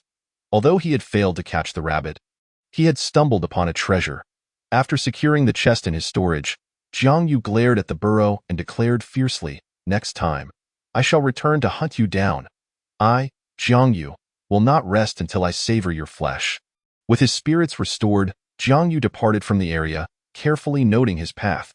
However, he pondered why he had not noticed any animals on the island the previous day, aside from that infernal crab. Could it be related to the upgrade in world level? Jiang Yu picked up his stone axe and resumed chopping trees. Finding 2 wooden chests in a single day had significantly lifted his mood. 80, 80, 40.40.80. It was not until the sun was a mere 2.5 fist lengths from the horizon that Jiang Yu finally halted. Estimating the time, he realized he had spent around 3 hours chopping 3 trees, resulting in 6 broken stone axes and a total of 7 axes including the coconut tree. He observed that the yield from the dismantling was indeed random. This left Jiang Yu in a quandary. If he dismantled the trees himself, he could acquire the full wood from each tree, but it would consume even more time. Dismantling is still the quicker option. Upon returning to his shelter, Jiang Yu glanced at the time, 4:30. The moment for opening the chest had arrived once again. He eagerly anticipated what treasures might be revealed. 2 stones, 1 wood, 2 loaves of bread. Upon witnessing the contents, Jiang Yu let out a deep sigh. The more he thought about it, the angrier he became. Why does that woman always get blueprints? No way. I must implore her to assist me in opening the wooden chests. Now, it was time to attempt to start a fire. The visibility during the night in this place was exceedingly poor, and with the desire to catch that accursed crab, fire was indispensable. Jiang Yu took a piece of wood and split it into smaller chunks, then placed dry grass beneath to easily ignite it. He then sought a straighter stick, but suddenly realized that such a rough stick would likely wear his hands raw before it could even catch fire. Thus, he sifted through his supplies and selected a coconut frond, bending it with considerable effort, declaring, "This has the right flexibility." He stripped the leaves from the frond, leaving only the bare stem, and chopped off the thickest segment with his stone axe. He then bound a vine to one end of the stem, using all his might to bend it into a bow shape, only for it to snap back and strike his leg. Damn it, my hands slipped, that hurt. After much effort, he finally succeeded in binding it, but upon releasing, the vine broke again. After several attempts, Jiang Yu found that the stem was too thick, so he cut a thinner one. This time, the vine was successfully secured at both ends, forming a bow shape. Jiang Yu tested it, pulling gently, and to his delight, it held firm and supple without breaking. I am truly a genius. Such a simple tool. And yet I exerted no effort. Though he had wasted 3 vines and his leg was slightly sore, he felt triumphant. He placed the bow drill onto the wooden stick, wrapping it around and laying it on a board. With one hand pressing down on the stick and the other grasping the bow drill, he realized it still lacked a bit of stability. His hands would still be worn raw, so he grabbed a small wooden board that he could grip with his palm to stabilize the stick. Now I can drill from both sides. I am indeed brilliant. Thus, after 23 years, Jiang Yu commenced his first attempt at friction fire. After watching countless videos on the subject, he was finally putting it to use. 10 minutes later, he paused. No more drilling. I need a break. My hands are killing me. He tossed aside the bow drill and took a 2-minute respite before picking it up again. 10 minutes later. He thought, come on, create a spark. Suddenly, a wisp of smoke began to rise. Seeing this, Jiang Yu pulled with renewed vigor. However, the board only produced smoke without any sparks, leading to increasing agitation.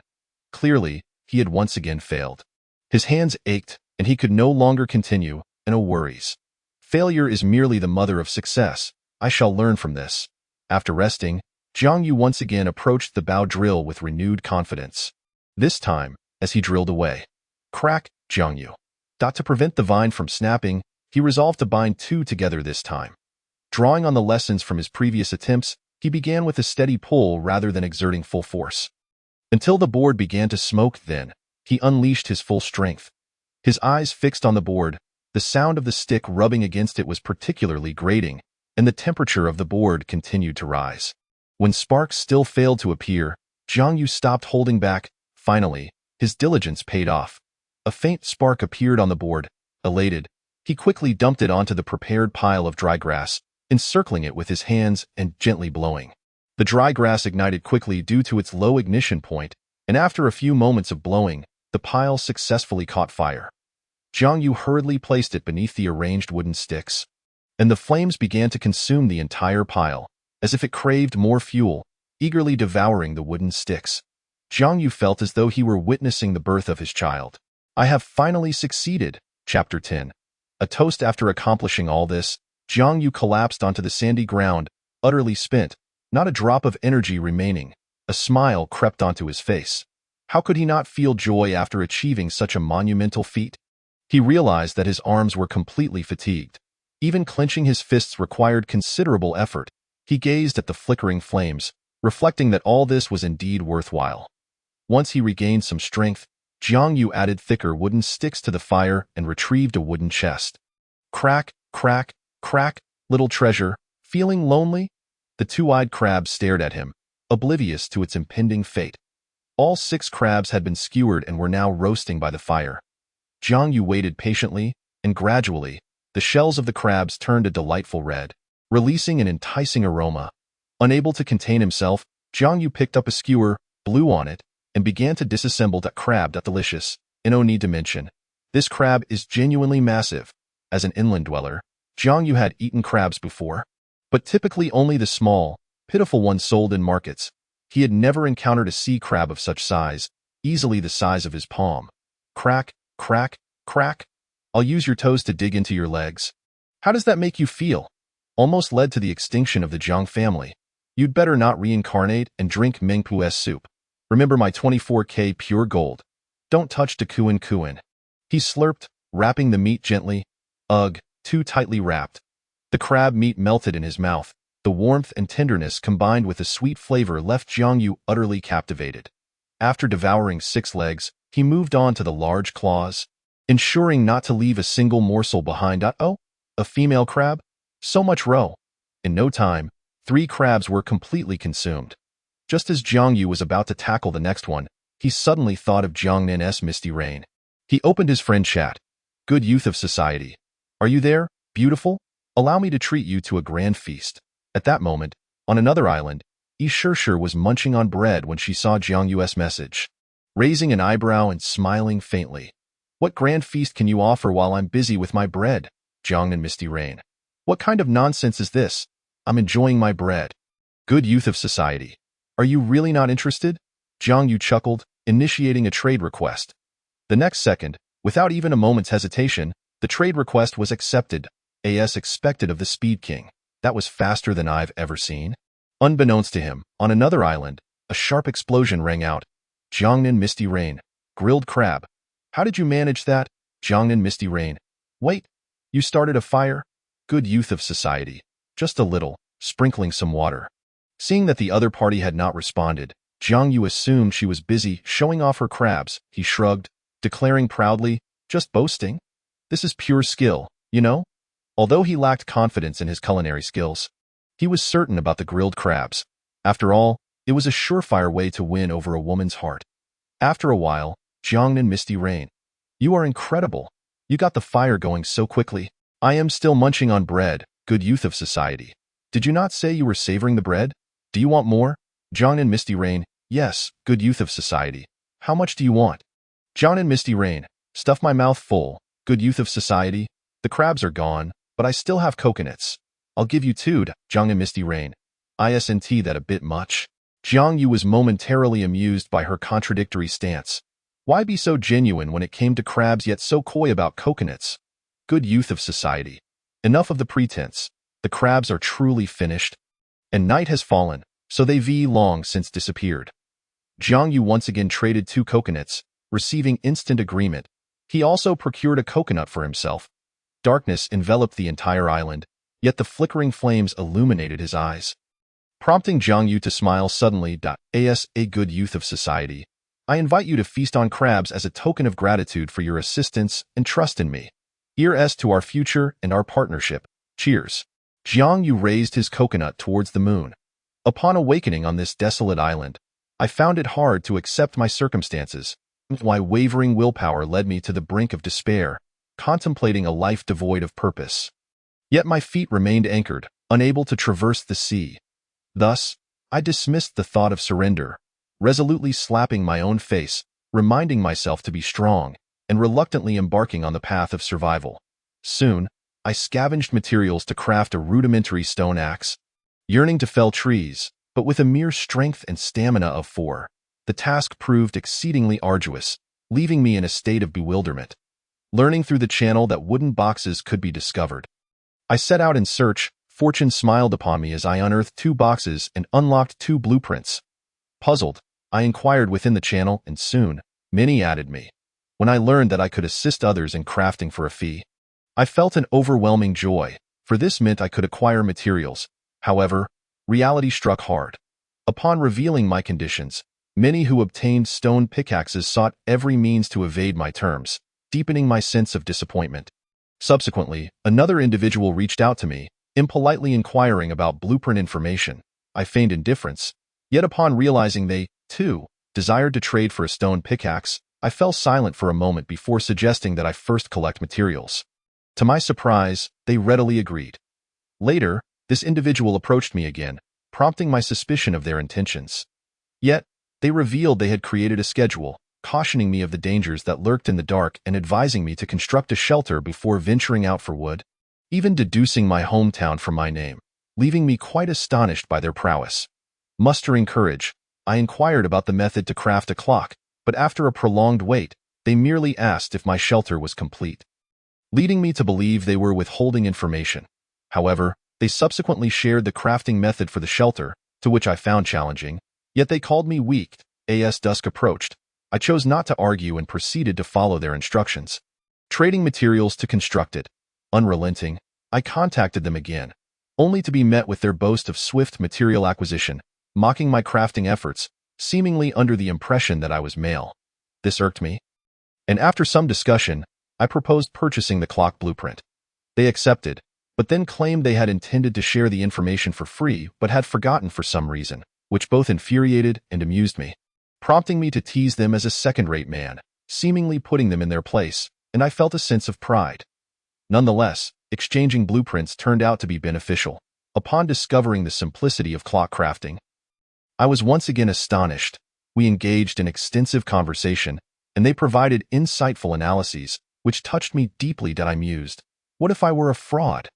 To which they confidently replied that I could not deceive them, especially not if I were a woman. 4K. As our dialogue progressed, I unexpectedly found comfort in our exchanges, feeling secure in their authenticity, even in the solitude of this forsaken island beneath the night sky. I no longer felt so timid. Gradually, our transactions increased, and I, inspired by their confidence, began to trade stone pickaxes actively, learning to read social cues, and my demeanor improved. I even established a collaboration with them for stone pickaxes. However, when I shared my base attributes, they mocked me for being weak once more, but upon discovering my true gender, they ceased their jests. Later, I unearthed another blueprint, and upon boasting to them, they inquired about its nature. Without hesitation, I disclosed the information, surprising even myself. Perhaps I had subconsciously placed my trust in them. After our collaboration yielded the crafting of a raincoat, I realized they likely had few coconut trees in their vicinity. Suddenly, they expressed a desire to treat me to a grand meal, and I, still reveling in my recent bread acquisition, thought they were jesting. Yet, they promptly sent me 3 roasted crabs, bringing forth a wave of happiness. My jaw dropped as I gazed at the crabs, salivating. I vowed I had never tasted such delectable crabs. They sent me coconuts, uttering sweet nothings, and I thought they could have simply stated their intention to toast with me. I truly admired their prowess. Nevertheless, I wanted to remark that despite their exceptional abilities, they were not entirely accurate. After all, that day, I had not intended to chop wood. Hee. Ishurshur stepped out of the shelter, holding a coconut and murmuring to the moon, "We are each other's solace." Their silhouettes seemed to overlap. Jiangnan Yinyu, I feel fortunate to have encountered you. You are right, for the future. Cheers. At that moment, the souls of 2 lonely wanderers, separated by miles, converged, silently clinking their coconut juices. Slurp, smack, smack, smack. The coconut juice tasted like an 82 La fight. Jiang Yu chuckled awkwardly. Jiang Yu was just that kind of person. When others treated him well, he reciprocated with kindness, a mutual bond in this unfamiliar land. Amidst the uncertainties of the future, to have someone trust him was a rare treasure. A mere meal was worth it. Jiangnan Yinyu, thank you so much. This meal has been the best I've ever had. Good youth of society. It was my pleasure. Just remember me when you become prosperous, beauty. Jiangnan Yinyu, rest assured.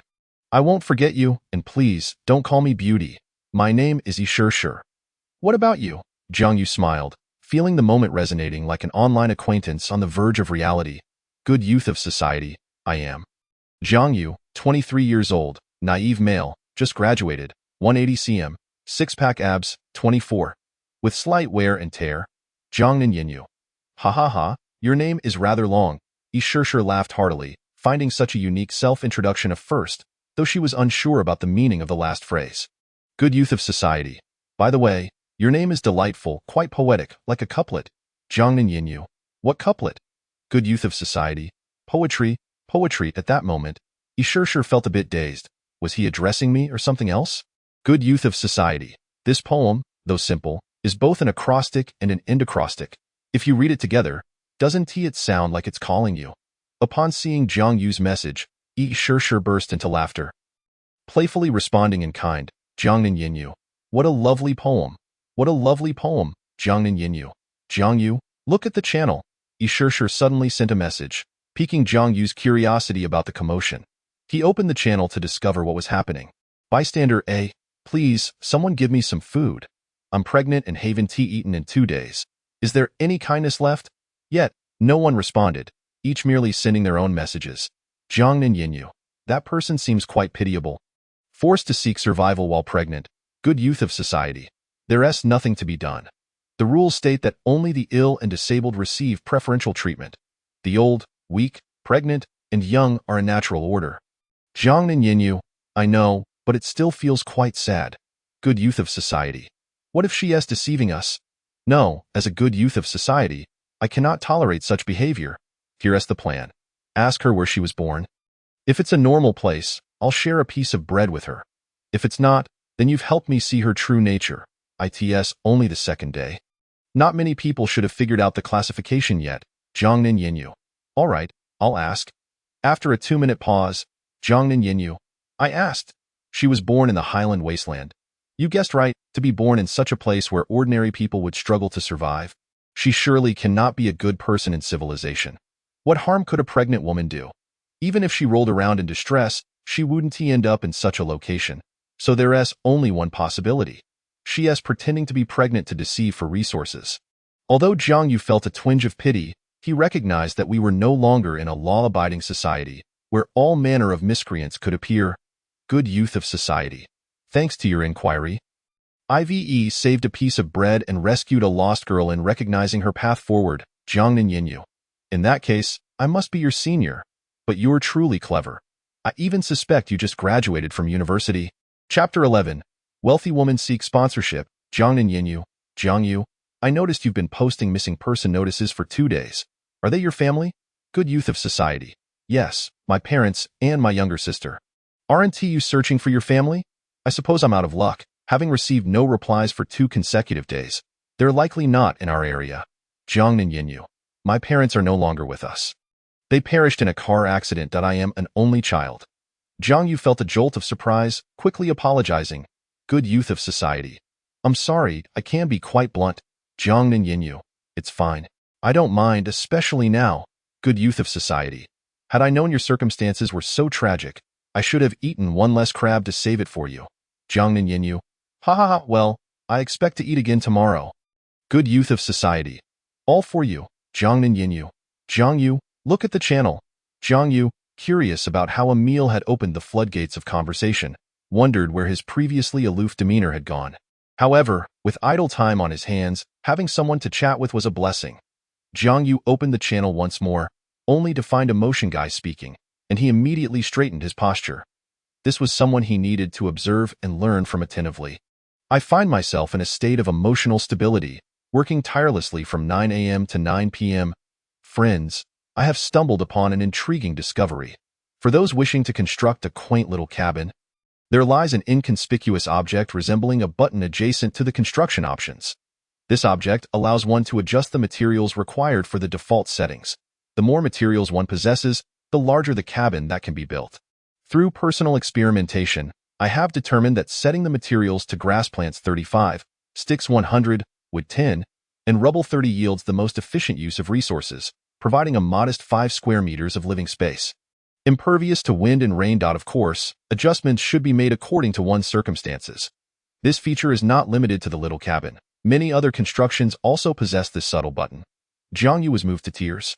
The exemplary youth of society remarked, "Is a motion brother an angel sent to rescue us? Truly, I am overwhelmed with emotion. The world's greatest Kuan Kuan exclaimed, "Emotion, brother. You are a paragon of virtue."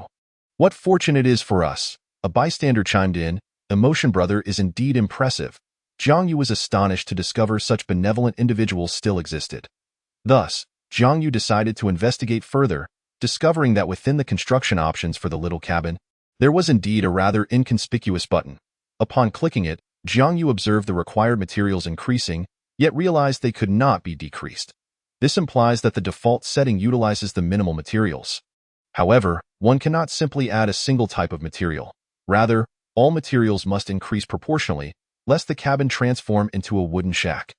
Jiang Yu then examined the simple stone axe, only to find it lacking in this feature. Upon inspecting the stone house and fishing net, he found they too possessed this option. Jiang Yu was astonished to see that the maximum requirement for the stone house was 2,000 stones.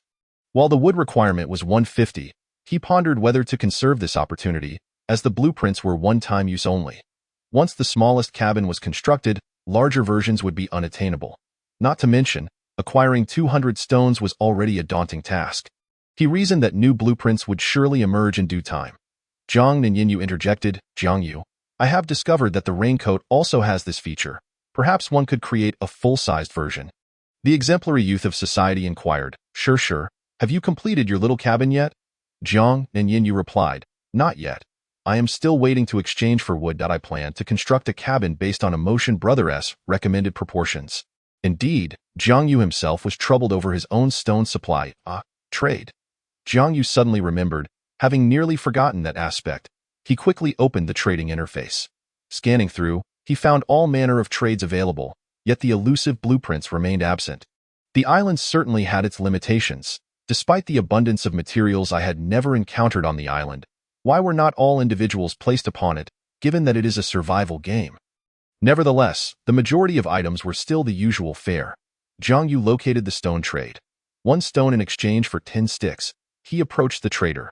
The exemplary youth of society proposed, "Good brother, 10 sticks seem rather steep. Would 5 suffice?" The forest king countered, "Good brother, these stones were painstakingly gathered. They are worth every bit of those 10 sticks." The exemplary youth of society replied, "Primarily, these stones serve no immediate purpose. Had it not been for the blueprint requiring 2 stones, I wouldn't even consider trading. Everyone is currently in dire need of sticks to construct their little cabins. Demanding 10 sticks for a single stone is quite exorbitant." It appeared the other party was also in urgent need of sticks for their cabin and refrained from haggling further. The forest king conceded, "Very well. I happen to uncover 2 stones from a wooden crate. Would you accept 10 sticks in exchange?" Jiang Yu's lips twitched. Mere moments ago, the stones were described as hard-earned, yet now they had apparently come from a crate. After completing the trade, Jiang Yu sighed. Acknowledging the truth in the forest king's words, aside from those like Jiang Yu, who were fortunate enough to have a blueprint requiring stones, many had no use for them. Only Jiang Yu understood the laborious nature of stone gathering. Obtaining 5 sticks could hardly compare to the effort required for stone collection. However, the prevailing trend had diminished the value of stones, as everyone was fervently scrambling for sticks, rubble, grass, and other essential materials for their cabins. Such inefficiency was untenable. Contacting individuals one by one was far too cumbersome. Thankfully, Jiang Yu posted in the channel. The exemplary youth of society announced, "I am in need of stones. I have various materials available for trade. Interested parties, please reach out." In under a minute, numerous individuals contacted Jiang Yu. After some negotiation and expenditure of materials, he successfully acquired 30 stones. At this moment, Jiang Yu's total resources stood at sticks 10, rubble 20, dry grass 40, grass 50, stone 61, wood 10, wooden crates 3, stone house blueprint 1, coconut shells 8, bread 4, leaf sheaths 15, coconut fronds 15, coconuts 3, raincoat 1, plastic bottle 1, bow drill 1, simple stone axe 1, simple stone pickaxe 1. Jiang Yu primarily traded sticks, vines, rubble, and even exchanged some wood. Due to the necessity of adding materials to the campfire, he retained 10 sturdy sticks. After waiting for some time without any further contact, Jiang Yu surmised that his message had been buried beneath others. He was about to send another message when a notification from Yi Shishir appeared. Jiang Nanyanyu queried, "Jiang Yu, are you in dire need of stones?" The exemplary youth of society responded, indeed. Alas, I obtained a one-time stone house blueprint requiring 250 stones. I have barely managed to gather a fraction of that. When will I ever collect enough? Jiang Nanyanyu replied. Why didn't you mention this sooner? I have 100 stones. The exemplary youth of society exclaimed. Where did you acquire so many? My goodness. If you were to give me those stones, constructing the stone house would be effortless. However, joy aside, he felt it inappropriate to ask outright. The exemplary youth of society inquired, Did you acquire them all with your stone pickaxe? Jiang Nanyanyu replied, Half of them, and the other half I gathered by selling raincoats to those complaining about the rain in my area. I charged them for materials, plus 2 stones, but as stones became plentiful, I switched to other materials. Jiang Yu felt a twinge of envy, murmuring, Is this the true worth of monopolization? Jiang Nanyanyu continued. However, others have also started offering stone pickaxe blueprints. Otherwise, I could have gathered even more at present.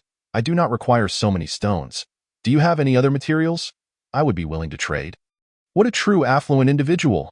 The exemplary youth of society replied. That sounds splendid. Here is my inventory. Take a look at what you need. I must retain some sticks for firewood, but everything else is negotiable. Jiang Yu proceeded to share his inventory information. Jiang Nanyanyu responded, I will take all the wood, rubble, leaf sheaths, and grass. I'll also take 5 coconut fronds, and I'll sell them to you at a price above market value, ensuring you won't incur a loss. The exemplary youth of society exclaimed, Affluent lady, I seek your patronage. Jiang Nanyanyu retorted, Humph. Flatterer. Sure, being a person of action, promptly sent a trade request, and Jiang Yu was overwhelmed with gratitude. Upon seeing Shure's substantial request for grass, he initially thought it was a gesture of care for him, but after inquiring, he learned she simply wished to craft a grass mat, which required such a quantity. Was this the sensation of being supported by a wealthy benefactor? It is worth noting that the market price for a single piece of wood was 2 stones, while rubble and grass traded at 5 for 1 stone. Only the pricing for coconut fronds and leaf sheaths proved elusive, as both required the harvesting of coconut trees. Presently, leaf sheaths were solely used for crafting raincoats. In contrast, coconut fronds were highly versatile. They could serve as cabin materials and could be stripped for raincoat production. However, coconut fronds were quite rare, making their use for cabin construction impractical. Clearly, Shure intended to utilize them for crafting raincoats to sell, and Jiang Yu had only established a 1-to-1 pricing system. Yet, Shure offered prices exceeding 1.5 times the market value, with some even reaching double. Originally, this pile of goods could only trade for 64 stones. Yet he exchanged it for 98 stones with Shure. Witnessing the mountain of stones before him, Jiang Yu could no longer contain his joy and leaped in exhilaration. The exemplary youth of society exclaimed. Thank you, Jiang Nanyanyu replied. We are partners in trade. If you gather more materials tomorrow, remember to come to me first, especially for roasted crabs. I will pay top dollar for them. Behold, this is the essence of a benevolent benefactor. Chapter 12. Fishing with the substantial stones provided by Shure. I finally managed to gather over half of what I needed. Jiang Yu reviewed his supplies. Sticks 10, dry grass 40, stones 159, wood 10, wooden crates 3, stone house blueprint 1, coconut shells 8, bread 4, coconut fronds 10, coconuts 3, raincoat 1, bow drill 1, simple stone axe 1, simple stone pickaxe 1. Aside from 5 coconut fronds, he had sold all his grass, rubble, wood, and leaf sheaths to Shure. Jiang Yu expressed his admiration. How wonderful, daily. I receive a steady influx of materials. Suddenly, inspiration struck him as he glanced at the campfire. Aha! I just had a brilliant idea. I could start a barbecue business. I could also sell fishing nets. Due to a busy day, these thoughts had slipped his mind. But now that he had a moment to breathe, the ideas flowed forth. While the fishing net was not the sole tool for fishing, there would always be those in need of it. Jiang Yu felt confident. Even if the fishing net business did not thrive, he could rely on selling roasted crabs and fish, as surely only a handful would manage to craft a fire the following day. That evening, he resolved to announce his offerings in the group chat. The exemplary youth of society declared, fishing tool, fishing net, requires 10 vines and 5 pieces of rubble. Materials must be self-supplied, plus 1 stone. The world's greatest Kuan remarked, this is indeed a fine item. There happens to be a river nearby. Do you only require stones? The exemplary youth of society replied, stones are preferred, but other materials can also be considered. Once the message was sent, individuals began approaching Jiang Yu to craft fishing nets. And he soon found himself busy. Oh, Emotion Brother has come to purchase as well. I must give this benevolent comrade a discount. Thus, he added Emotion Brother as a friend. Emotion Brother remarked, thank you. Jiang Yu chuckled. Emotion Brother is quite the enigmatic figure, and so, Jiang Yu busied himself with various tasks. By the next day, as the sun began to rise, he was already awake. Jiang Yu stretched his body, which had been curled up all night. Ah, my muscles are in agony. Jiang Yu gently pinched his arm, aware that after a full day's labor yesterday, his muscles were bound to feel sore. Following a successful sale of fishing nets last night, he had managed to sell a total of 30 units. The resources he had gathered included 20 stones, 10 vines, 20 gravel, and 20 wooden sticks in total. His supplies amounted to 30 wooden sticks, 20 gravel, 10 vines, 40 hay, 179 stones, 3 wooden boxes, 1 blueprint for a stone house, 8 coconut shells, 4 loaves of bread, 10 coconut leaves, 3 coconuts, 1 raincoat, 1 plastic bottle, 1 bow drill, 1 simple stone axe, and 1 simple stone pickaxe. After completing his daily routine of searching for relatives, Jiang Yu commenced a new day. Jiang Yu decided to kindle a fire first. He gently scraped away the ashes, pleasantly surprised to discover embers still smoldering within. His efforts last night in adding kindling had indeed preserved the fire. This saved him considerable effort. He placed some wooden sticks atop the embers and added a few strands of hay. Then bent down to gently blow on the fire. In no time, flames sprang to life. Jiang Yu nodded in satisfaction. No matter how many times he witnessed this, it always filled him with a sense of accomplishment. Once the fire was blazing, Jiang Yu swiftly ventured into the woods to gather 20 vines and 20 wooden sticks.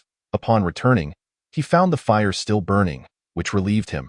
After adding a bit of fuel, he proceeded to craft a simple fishing net, though he realized he needed 20 vines and 10 pieces of gravel for the materials. The net, woven from 20 vines, had gaps the size of a fingernail and expanded into a 2-meter-long, 2-meter-wide circular mesh, with a perimeter tied with a ring of gravel and a single vine connecting to the net. After completing this, he took out the bread and coconuts, munching thoughtfully. Yet, he felt something was amiss. Ah, how could a beach outing be complete without his exclusive gear, Yuan Hua's specialized equipment? Jiang Yu resolved to craft himself a wooden spear. While he had suitable wooden sticks, he lacked a knife to sharpen one. Suddenly, an idea struck him. He would check the trading post. To his delight, he discovered both a stone knife and a wooden spear, requiring 1 piece of gravel and 1 wooden stick respectively. He spent an additional 10 pieces of gravel to acquire both items. Initially, he had planned to craft the spear himself, but this unexpected find was fortuitous. However, he lamented the luck of others, who seemed to discover various blueprints effortlessly. Jiang Yu recalled his own dismal box-opening records and shook his head in dismay. He placed the leftover crab shells into the wooden box, as these were the most enticing bait for fish. With preparations complete, Jiang Yu set off with the wooden spear and fishing net, the stone knife hanging at his waist. Upon reaching the seaside, Jiang Yu set down his belongings and retrieved the crab shells. Surely, the fish could not consume such large pieces. He then took out his stone axe and struck the shells with its back. After 2.5 minutes, the shells were reduced to small fragments. Jiang Yu climbed onto a rock and hurled the remnants towards the coral area. The proximity to the shore allowed sunlight to illuminate the water, revealing the fishing net successfully twisted into a bundle, sinking to the ocean floor.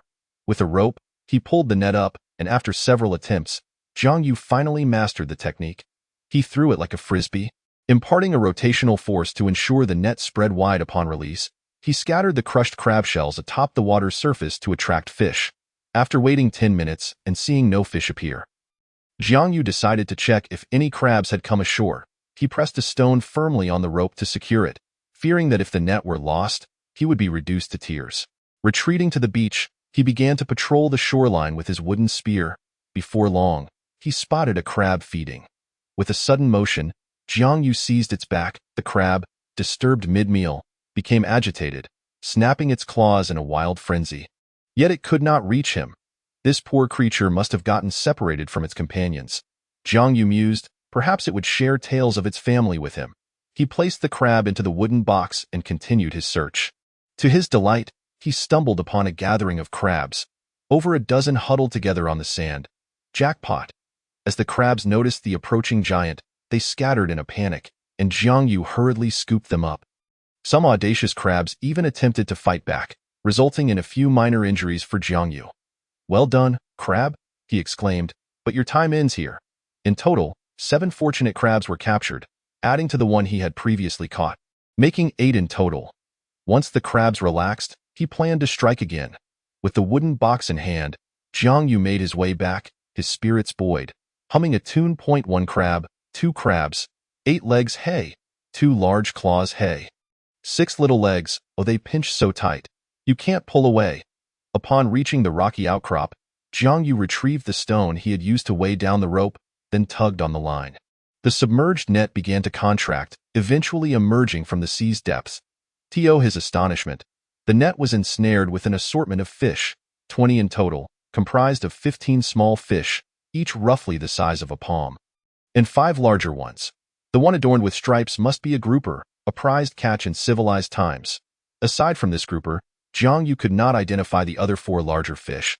He placed the catch into another wooden box. Adding some seawater, unwilling to let them perish prematurely, he had learned from experience that living creatures could not be stored in the warehouse. Chapter 13. Gathering stones. Upon returning to the shelter, Jiang Yu discovered the fire had extinguished, leaving only a few glowing embers. He rekindled the flames, his thoughts now turning to the elusive rabbit. He pondered a strategy to catch it. The only method he could conceive was to use smoke from a fire to drive the wild hare from its burrow. He placed the wooden box containing the crabs and sea fish within the shelter and used 2 wooden sticks to extract a glowing ember from the fire, placing it in a coconut shell and sprinkling ash over it to prevent it from extinguishing.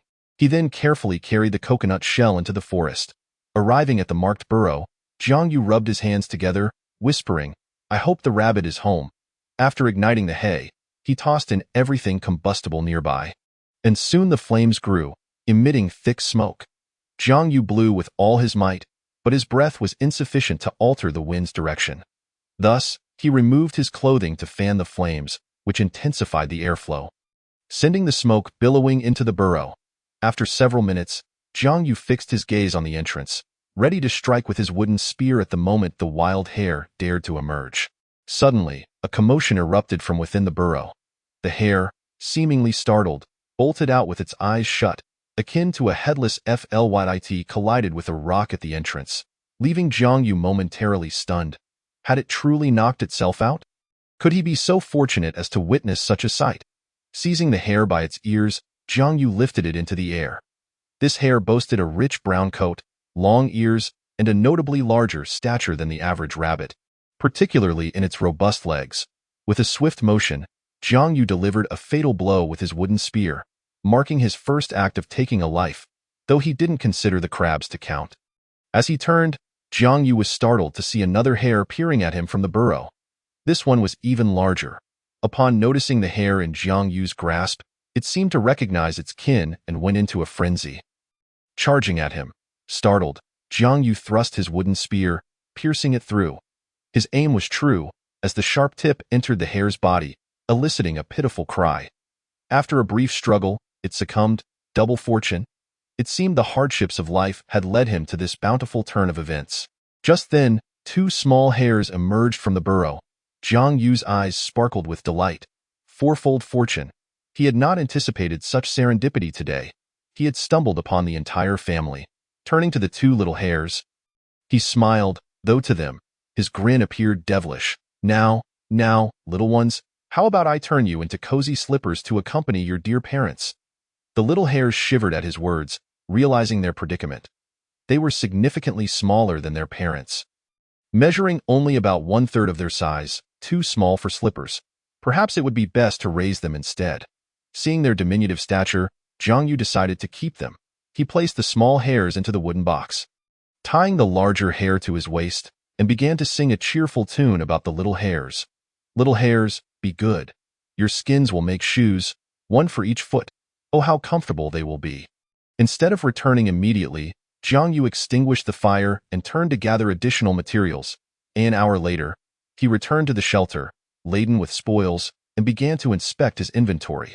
100 wooden sticks, 30 gravel, 40 vines, 120 hay, 100 grass, 179 stones, 3 wooden boxes, 1 blueprint for a stone house, 10 coconut shells, 3 loaves of bread, 10 coconut leaves, 3 coconuts, 1 raincoat, 1 fishing net, 1 bow drill, 1 simple stone axe, 1 simple stone pickaxe, and 1 wooden spear, along with a stone knife.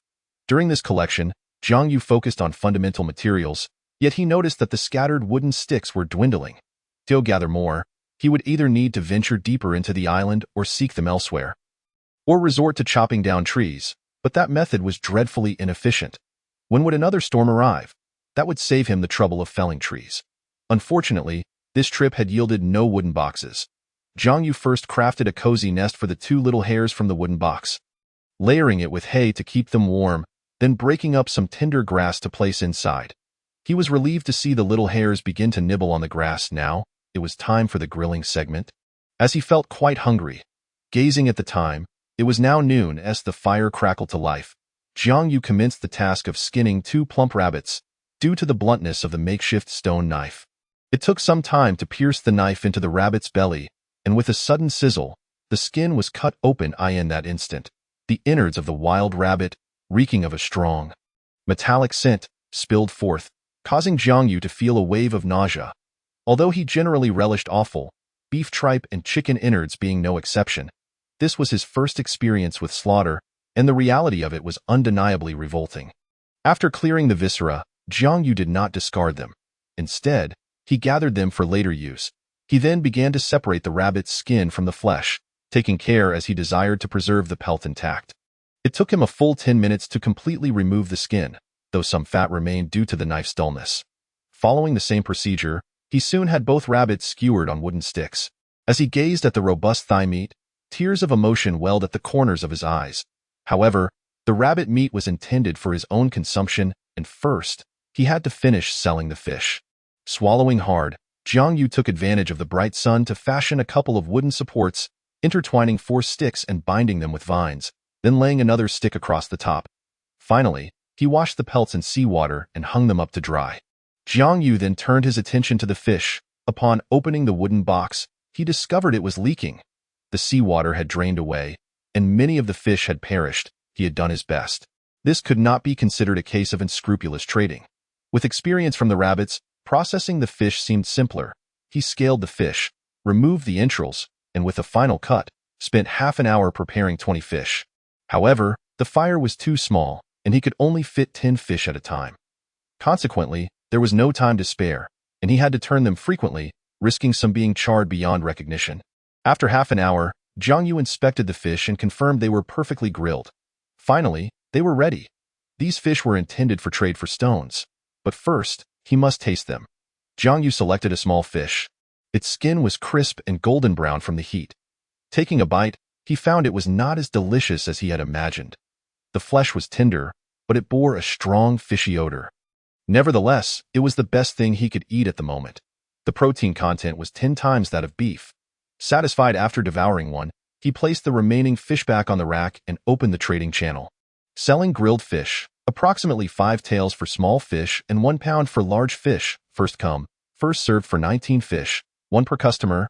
Stones take priority. The channel erupted with activity. Lonely Wolf. What? Someone has started a fire? And caught fish? No cilantro. Postgraduate edition. It's been 3 days. Surely someone has managed to start a fire. It's not that difficult. Lonely Wolf. Did you manage it? No cilantro. Postgraduate edition. No Lonely Wolf. Then what about your mother? Bystander A. Social guy. I have stones. Sell me a fish. An overwhelming number of people contacted Jiang Yu, and he could only choose the first 19 who reached out. Jiang Yu set the price at 5 stones for a small fish and 10 stones for a large fish. Factoring in labor costs. Comparing the difficulty of gathering the two, collecting stones was more laborious and tiring, while fishing relied on skill, water proficiency, and equipment. Yet, food would always be more expensive than stones before long. All 10 grilled fish were sold out. Jiang Yu then busied himself grilling the remaining fish, taking another half hour until all 19 were gone, netting him a total of 120 stones, plus an additional 30 from selling the fishing nets. Bringing his total to 150 stones, He had not anticipated that selling grilled fish would be so profitable. At that time, he had managed to scrape together only a few stones thanks to various discounts from Yishishir. Jiang Yu felt a surge of excitement as he now had enough materials to construct the stone house. Chapter 14. Discovery of Freshwater. Just as Jiang Yu was reveling in his success, he suddenly received a message from Yishishir. Upon seeing it, he immediately understood her intention. Smiling to himself, he thought, little glutton, drawn in by the aroma. Jiang Ninyanyu. Jiang Yu. What about mine? Jiang Yu could visibly detect the grievance in her message. Remembering his promise from the previous day, he hurriedly replied, Social guy, I saved some for you. It's even better than grilled fish. Jiang Ninyanyu. Really? What is it? Social guy. Of course it's true. I caught 2 rabbits, but they will need some time to roast. Jiang Ninyanyu. Rabbits? How did you manage that? Social guy. I found a rabbit warren and caught the whole family of 4. The 2 little ones don't yield much meat, so I'm keeping them for now. Jiang Ninyanyu. Jiang Yu, you're incredible. Jiang Yu rubbed his nose, unable to suppress a smile. Social guy. Stay low-key. No need to show off. Social guy. How many do you want? I can roast them now. Jiang Ninyanyu. I want a whole roasted rabbit. Jiang Yu's eyes widened. Not because he didn't want to give it to her. Social guy. Are you sure? One weighs around 5 or 6 pounds. Can you finish it? Cooked meat spoils within 2 days at most. Jiang Yu had originally planned to cut as much as needed to preserve it longer. If it came to it, he would have to sell it. At this moment, Yishishir also realized the issue of storage had become problematic. She was not about to let desire cloud her judgment. Jiang Ninyanyu. Then I'll take 2 legs. Do you need anything? You should have plenty of stones by now. Social guy. I still need wood. Do you have any to spare? Jiang Ninyanyu. I have some. I just sold a lot. The wicked landowner. Jiang Yu priced the 2 rabbit legs at 30 pieces of wood, knowing that 1 rabbit leg contained more meat than a large fish. And rabbit legs were inherently rarer than fish. 30 pieces of wood was actually a low price. However, Jiang Yu ultimately only charged Yishishir 20 pieces of wood, as they had helped each other numerous times. And a friendly discount was in order. At that moment, Jiang Yu's inventory consisted of 90 wooden sticks, 30 small stones, 20 pieces of wood, 40 vines, 120 dry grass, 100 grass, 329 stones, 3 wooden boxes, 1 stone house blueprint, 10 coconut shells, 3 loaves of bread, 10 coconut leaves, 3 coconuts, 1 raincoat, 1 plastic bottle, 1 fishing net, 1 bow drill, 1 simple stone axe, 1 simple stone pickaxe, 1 wooden spear, 1 small stone knife.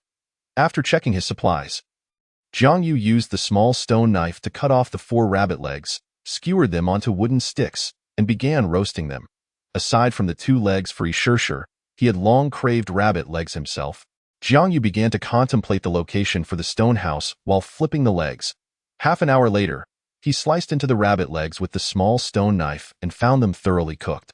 After trading the 2 legs to Yishishir, he finally enjoyed this sumptuous lunch. The fat content in rabbits is relatively low, leading to a somewhat dry texture, and without the means to marinate. The meat retained a hint of gaminess. Still, Jiang Yu savored every bite after 3 days without oil or flavor. His stomach was eagerly churning. If only there were salt to enhance the taste. Meanwhile, on another island in the sea, Yishishir had constructed a small thatched hut. The space was limited, but thanks to the additional materials, it no longer leaked wind or rain. She gazed at the steaming roasted rabbit legs before her, the aroma wafting through the air, and drool pooled on the ground. Meeting Jiang Yu was truly a stroke of fortune. At this moment, she couldn't care less about elegance, quickly devouring 1 rabbit leg until only 1 remained, leaving her feeling somewhat regretful. Unfortunately, it was impossible to save it for later. Otherwise, she could have had it for dinner. Suddenly, an idea struck her, and she placed the roasted rabbit leg into the storage. Successfully storing it, Yishishir appeared quite pleased. She knew that living creatures could not be stored, but she had no experience with animal experiments. Now, however, she had results. The storage for evidence was marvelous, defying scientific explanation. Resembling an extraordinary space created by a force that violated nature, Yishishir's imagination soared as she considered attempting to preserve more items using the storage. Half an hour passed in anticipation. When Yishishir retrieved the roasted rabbit leg, she was delighted to find it still steaming. She understood that half an hour was not enough time for the meat to cool completely, but this was sufficient evidence that the space was static, IT was simply incredible. Who in this world possessed such miraculous powers to create something so extraordinary? Yet, these questions were beyond her capacity to answer. So she turned to message Jiang Yu.at that moment. Jiang Yu had finished packing his belongings and was preparing to search for the stone house's location when he saw Yi Shishi's message. This girl truly had a vivid imagination, even trying out such an idea. However, this was excellent news, as Jiang Yu no longer worried about food spoilage. He stored the 2 rabbits missing their legs in the storage and set off in search of a suitable location. Jiang Yu had considered placing the stone house on the beach, but this would pose various problems, such as needing to venture inland for material collection. Additionally, in the event of heavy rain or storms, an unprotected beach would be exceedingly dangerous and damp, potentially leading to water accumulation, which would hinder all sorts of activities. Holding his wooden spear, Jiang Yu navigated through the forest for 5 minutes. This was his first venture so deep into the island. Previously, he had refrained from entering recklessly due to the need for material collection and uncertainty about the island's conditions. Now, armed with a wooden spear, he felt a measure of safety. Suddenly, a clearing appeared about 100 meters ahead. As he approached, he heard the sound of rushing water. Jiang Yu thought he might be mistaken, but as he drew closer, the sound grew louder, confirming his suspicions. Containing his excitement, Jiang Yu moved towards the source of the sound. Before long, a small stream revealed itself, accompanied by a wooden box. One cannot ascertain whether Jiang Yu has genuinely turned the tide of fortune or if some clandestine transaction has borne fruit. In a single day, he has caught fish, for wild rabbits, fresh water, and a wooden crate. Remarkably, there is indeed fresh water. Moreover, it comes with a wooden crate. Jiang Yu feels that his luck has finally changed. Unable to contain his excitement, he leaps 3 feet high. Regaining his composure, Jiang Yu begins to observe the brook. The streambed is quite narrow, measuring only about half a meter, and the water flows with a feeble trickle, as if it is nearly depleted. His knowledge of geography is limited. He understands only that the brook's water emerges from underground aquifers through fissures in the rock, and that this groundwater accumulates naturally from rainfall. It appears the groundwater is running low. I must collect some water to take back. Jiang Yu remembers there are empty plastic bottles in the storeroom, and he retrieves them along with coconut shells to begin collecting water. 2 minutes later, he fills all the available containers. After a brief calculation, he determines that a plastic bottle holds 500 milliliters, while a coconut shell contains 300 milliliters. With 10 coconut shells in total, he has gathered approximately 3.5 liters of water. Upon tasting it, he detects a muddy flavor. Although it is technically drinkable, excessive consumption could lead to trouble, so for safety, he resolves to boil it first. He needs to find a suitable container for boiling water. Chapter 15. Confirming speculations, the brook is conveniently close to an open area, just a 5-minute walk from the beach and merely 2 steps from the woods, making it ideal for collecting water materials or fishing. Additionally, the elevated terrain makes this spot perfect for Jiang Yu to establish his stone house. After 3 days, he finally uses the blueprint for the stone house. Considering he has a surplus of stones and wood, he decides to add a bit more material. He spends 300 stones and 20 pieces of wood to construct the stone house. Suddenly, a holographic interface appears before him, accompanied by a confirmation button. Jiang Yu is momentarily taken aback, then slowly remarks, "Impressive." Finding a suitable spot, he clicks confirm, and a stone house materializes before him. Looking around, he notices that the stone house is quite small. A slight twitch appears at the corner of his mouth. After gathering stones for 3 days, it seems no larger than a gigantic urn. The door is made of wood. Upon pushing it open, he finds the interior space also rather diminutive, around 6 to 7 square meters with a height of 3 meters. The floor is paved with smooth stones, as if polished. Wooden supports are placed in each corner, and the 4 walls are constructed from wood that connects to 4 wooden pillars anchoring the stone structure. One wall features a wooden window. Though small, it finally provides him with a place to rest. After 15 minutes, he retrieves the wooden crate for storing the rabbits and the fire source from the beach. The makeshift shelter he had occupied for 2 days is dismantled for materials. He must rekindle the fire. Otherwise, he will have to expend energy rubbing wood together again. Once the fire is ablaze, Jiang Yu checks his supplies. Wooden sticks 80, crushed stones 30, rattan 45, dry grass 70, grass 90, stones 29, Wooden crates, 3 coconut shells filled with water, 10 bread, 3 coconut leaves, 10 coconuts, 3 rain gear, 1 plastic bottles filled with water, 1 fishing net, 1 rabbit pelts, 2 rabbit meat, 6 bones, 10 bow drill, 1 simple stone axe, 1 simple stone pickaxe, 1 wooden spear, 1 small stone knife, 1 due to being stored in the warehouse. The rabbits were automatically decomposed into 6 pounds of rabbit meat and 10 bones. Approximately 1 pound of meat was deducted, which deeply pained Jiang Yu. However, to preserve the remaining meat, it was a necessary sacrifice. Jiang Yu constructs another wooden stick to serve as a drying rack, continuing to air dry the rabbit pelts. He then heads to the brook to wash the grass needed for bedding. Now that conditions have improved, he must also pay attention to cleanliness, washing 50 blades of grass before bringing them back to hang on the drying rack. He moves the rabbit's nest into the stone house, adding some tender grass inside, smiling gently as he says, "Little rabbits, grow up quickly." After tending to the rabbits, Jiang Yu sketches a clock beside the stone house, estimating it to be around 4 to 5 o'clock. Suddenly, he recalls an unopened wooden crate and retrieves it. Rubbing his hands together, he hopes that today's stroke of luck will yield something valuable. Would 4 blueprint for a disposable simple wooden boat 1A wooden boat? Jiang Yu examines the required materials. The blueprint for a simple wooden boat requires 200 pieces of wood. This item doesn't seem particularly useful. Its sole advantage lies in enabling him to fish at sea, albeit with a considerable wood requirement. The excessive demand for wood extinguishes Jiang Yu's ambition to construct a boat. He feels a surge of joy upon uncovering a blueprint, even if its utility is somewhat limited. Jiang Yu sends a message to Yi Shishir via the Certificate of Sin. Social good youth. Shishir, I found fresh water. If you need any, come find me for a trade. However, Yi Shishir does not respond, likely occupied with other matters. Jiang Yu then opens the channel and discovers that many others have begun to emulate his resource exchange methods using food, presumably those lacking other resources. Had it not been for the severe shortage of stones at the time, he would have hesitated to trade food unless it were for something valuable, believing in the possibility. Big shots, how did you all manage to find blueprints?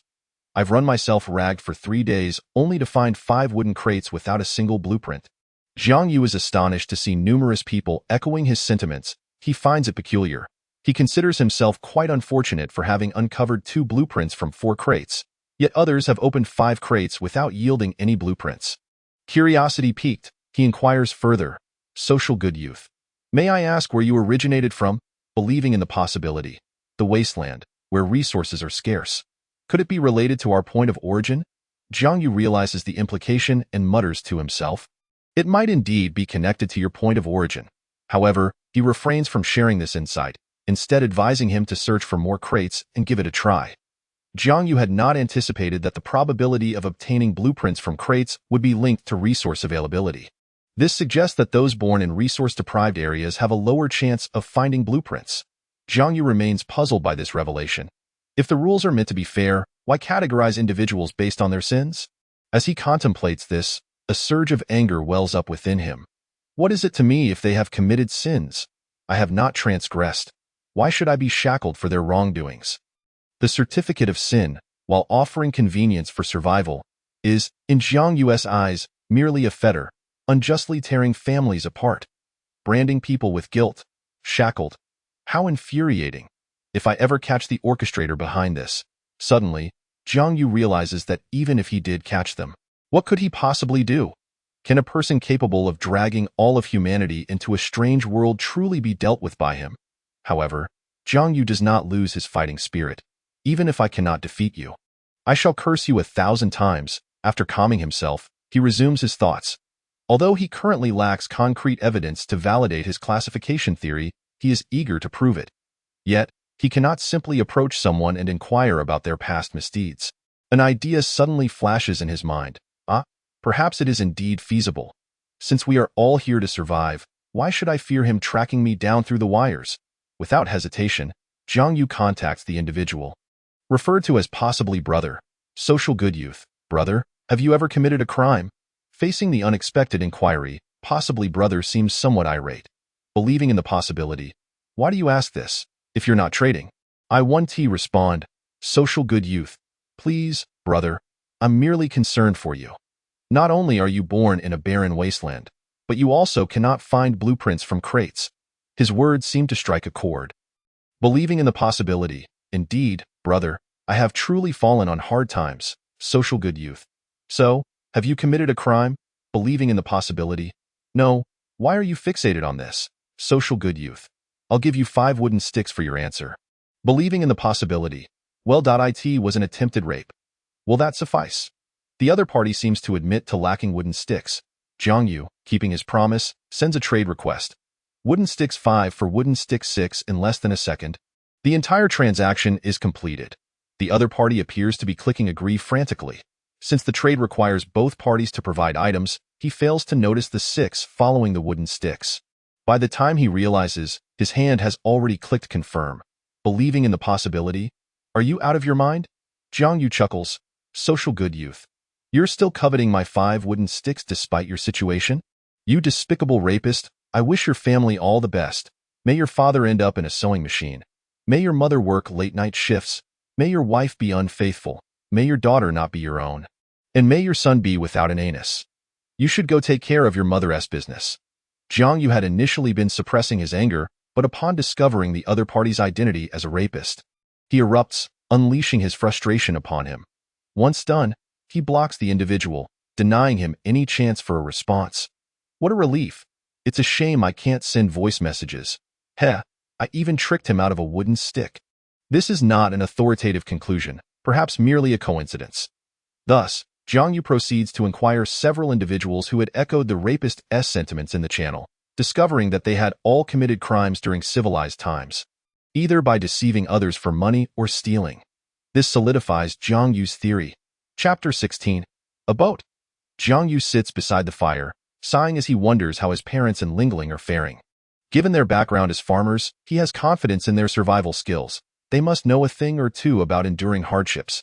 Jiang Lingling, however, is quite different. She is 5 years younger than Jiang Yu and had already moved to the city at the time of her birth. If it weren't for this incident, she would just be starting her freshman year in college. What could she possibly understand about survival? My foolish sister might still be nibbling on bread. After 3 days of searching, I found no trace of the 3 individuals in the channel, not even anyone with the same name. Jiang Yu glanced at the time. Dusk was approaching. There was still a bit of time left. Perhaps he could stroll around the island. He continued deeper into the island, using sticks to mark his path in the ground. For getting lost here would be quite troublesome. Of course, he did not overlook any resources along the way. After walking for 20 minutes, Jiang Yu couldn't help but murmur, how large can this island possibly be? Throughout his journey, he had scarcely encountered any living creatures, and he was particularly anxious about the possibility of a snake springing forth from the woods. Suddenly, the path ahead was no longer so even. Looking up, he discovered a small hill in front of him. Since he had come this far, he might as well climb it to take a look. Climbing such a small hill was relatively easy for him. He reached the summit in no time at all. Jiang Yu estimated that this hill stood about 40 to 50 meters above ground level. At the top, the trees were sparse, and the gentle breeze had turned into a stronger wind, causing Jiang Yu's hair to become disheveled. At that moment, he resembled a wild man, standing atop a large rock with a fork in hand. As he arrived at the peak, the entire visage of the island came into view. Then he realized that after half an hour of walking, he had merely traversed a third of the island. Currently positioned at the edge of its center, the island had an irregular shape with a varied terrain. There weren't many mountains, just a single one standing at its core. Observing the sun as it rose in the east and set in the west, he gazed southward, where he had come from. The stone house was located in the inner perimeter, yet he had not yet reached the center. Jiang Yu looked eastward and noticed that the coastline there was a steep cliff. While to the north, obscured by trees, his current position was hidden from view. As for the west, when he turned to look, his pupils constricted sharply, as if he had witnessed something astonishing. There, at a corner of the western beach, amidst the rocks, he saw the outline of something. Was that a capsized ship? A ship? How could that be? His eyesight had always been sharp, and with the sun still high in the sky, Jiang Yu was convinced he wasn't mistaken. How could there be a ship? Before he could finish his thought, he suddenly stumbled, as a figure appeared in the very spot he had been fixated on. It was as if it had manifested out of thin air. Who was that? Why were there other people on the island? The figure came to a halt, seemingly turning around. It had seen him. It was locking eyes with him. He couldn't discern the person's features. But his instincts told him that the person's gaze was fixed upon him. In that instant, an overwhelming fear from the unknown surged within him, causing his heart to race.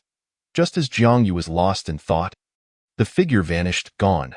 Jiang Yu snapped back to reality, his face pale, goosebumps rising on his arms. The wooden spear he had been holding had fallen to the ground, and his back was drenched in sweat. As though he had just completed a strenuous task. Why was he feeling this way? Jiang Yu pressed a hand to his chest. The sensation was quite uncomfortable. Fear and anxiety coursed through him. He couldn't fathom why, after merely stealing a glance from afar, that figure could detect him. Nor could he understand why locking eyes with it elicited such terror. The events that had transpired filled Jiang Yu with panic, and he hurried back. Only the stone house could provide him with a sense of security. This time, he ran. Before long, he returned to the stone house, guided by the markers along the path. Why then? The sun had completely set, and darkness enveloped the island, rendering visibility non-existent. Jiang Yu quickly lit a fire, the flames illuminating the stone house and granting him a semblance of safety. There were others on this island. No, wait. The rules clearly stated that two people could not appear in the same area. This was an island, not a continent. If it were a continent, Jiang Yu might have reluctantly believed that someone could encounter another person after 3 days of travel. But on an island, that was impossible. It was simply too small. He couldn't believe that someone would cross the sea to reach his island. Yet the reality before him rendered him speechless. He no longer knew what to believe regarding the rules. Jiang Yu could only speculate that the other individual was either someone striving for survival like him or an indigenous inhabitant of this world. However, everything felt exceedingly bizarre. A stranded ship and a person who had suddenly appeared and disappeared at the same time on the island. The connections between people, ships, and the survival rules seemed not only unrelated but also mutually disruptive, which left Jiang Yu feeling exceedingly troubled. If it were indeed an indigenous inhabitant, he should have discovered some traces by now. If it were a survivor, then that would contradict the survival rules. What about the ship? Damn it. This was too frustrating. Jiang Yu irritably scratched his scalp, only to find his hand coated in grease. If the other party were indeed an indigenous inhabitant, there would be some evidence of their presence on the island. But after living here for 3 days, he was certain this was an uninhabited island. Jiang Yu despised such uncertainties, so he resolved to attempt contact at dawn. Regardless of whether the individual was a survivor or an indigenous person, if they bore goodwill, it would surely lead to mutual satisfaction. If not, Jiang Yu would have no choice but to brandish his spear to assert his position. Damn it. He had to check that place out tomorrow. After all, if it came to conflict, his spear might not be without its advantages. Following this ordeal, Jiang Yu felt somewhat unsettled. His mind replaying the figure and the ship. It wasn't until the scent of the roasted rabbit meat began to waft in a burnt aroma that he snapped back to reality. Damn it! It burned. Having hastily finished his meal, Jiang Yu brought the dried grass and rabbit skin into the stone house, saying, I need to find someone to sell me a fireplace. That way, I won't have to light a fire outside. As for why Jiang Yu didn't simply start a fire inside the stone house, it was because the smoke from the fire would suffocate him, and he had no desire to die that way. He spread the dried grass on the ground and tested it. Although it still felt somewhat uncomfortable, it was significantly improved. He then laid the rabbit skin on top. It was small and irregularly shaped due to Jiang Yu's dissection skills. Once laid on the grass, it barely allowed him to lie down comfortably. Only then did Jiang Yu open the trading interface, discovering that all 10 fishing nets he had listed had been sold. Consequently, he received 5 additional pieces of wood and 5 pieces of stone as a crafting fee, aside from the cost of making the nets. Thus, Jiang Yu crafted another 10 fishing nets and listed them. Subsequently, he browsed the trading section and noticed that quite a few individuals had begun selling blueprints. However, they were mostly disposable blueprints for uncommon items exchanged for food. A stone pot blueprint for 2 pounds of meat. Jiang Yu exclaimed in delight. Someone is actually selling a stone pot blueprint. Without a moment's hesitation, he proceeded with the transaction. Exchanging 2 pounds of rabbit meat for a sustainable crafting item blueprint was certainly worthwhile. Perhaps it was newly listed, or because no one else could afford the 2 pounds of meat, which allowed Jiang Yu to secure it. However, upon receiving the blueprint, he was not only elated but also surprised to discover that the seller of the stone pot blueprint was none other than Emotion Guy. While feeling delighted, he couldn't help but wonder why Emotion Guy was selling the stone pot blueprint. Given the other party's intelligence, it was impossible for them to be unaware of the value of this blueprint. The last time they interacted, they had added each other as friends but had not communicated since.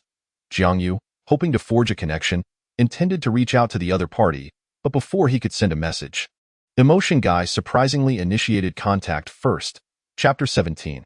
Hidden for 20 years with resentment, raising the knife in an instant. 996. Hello, Society Guy.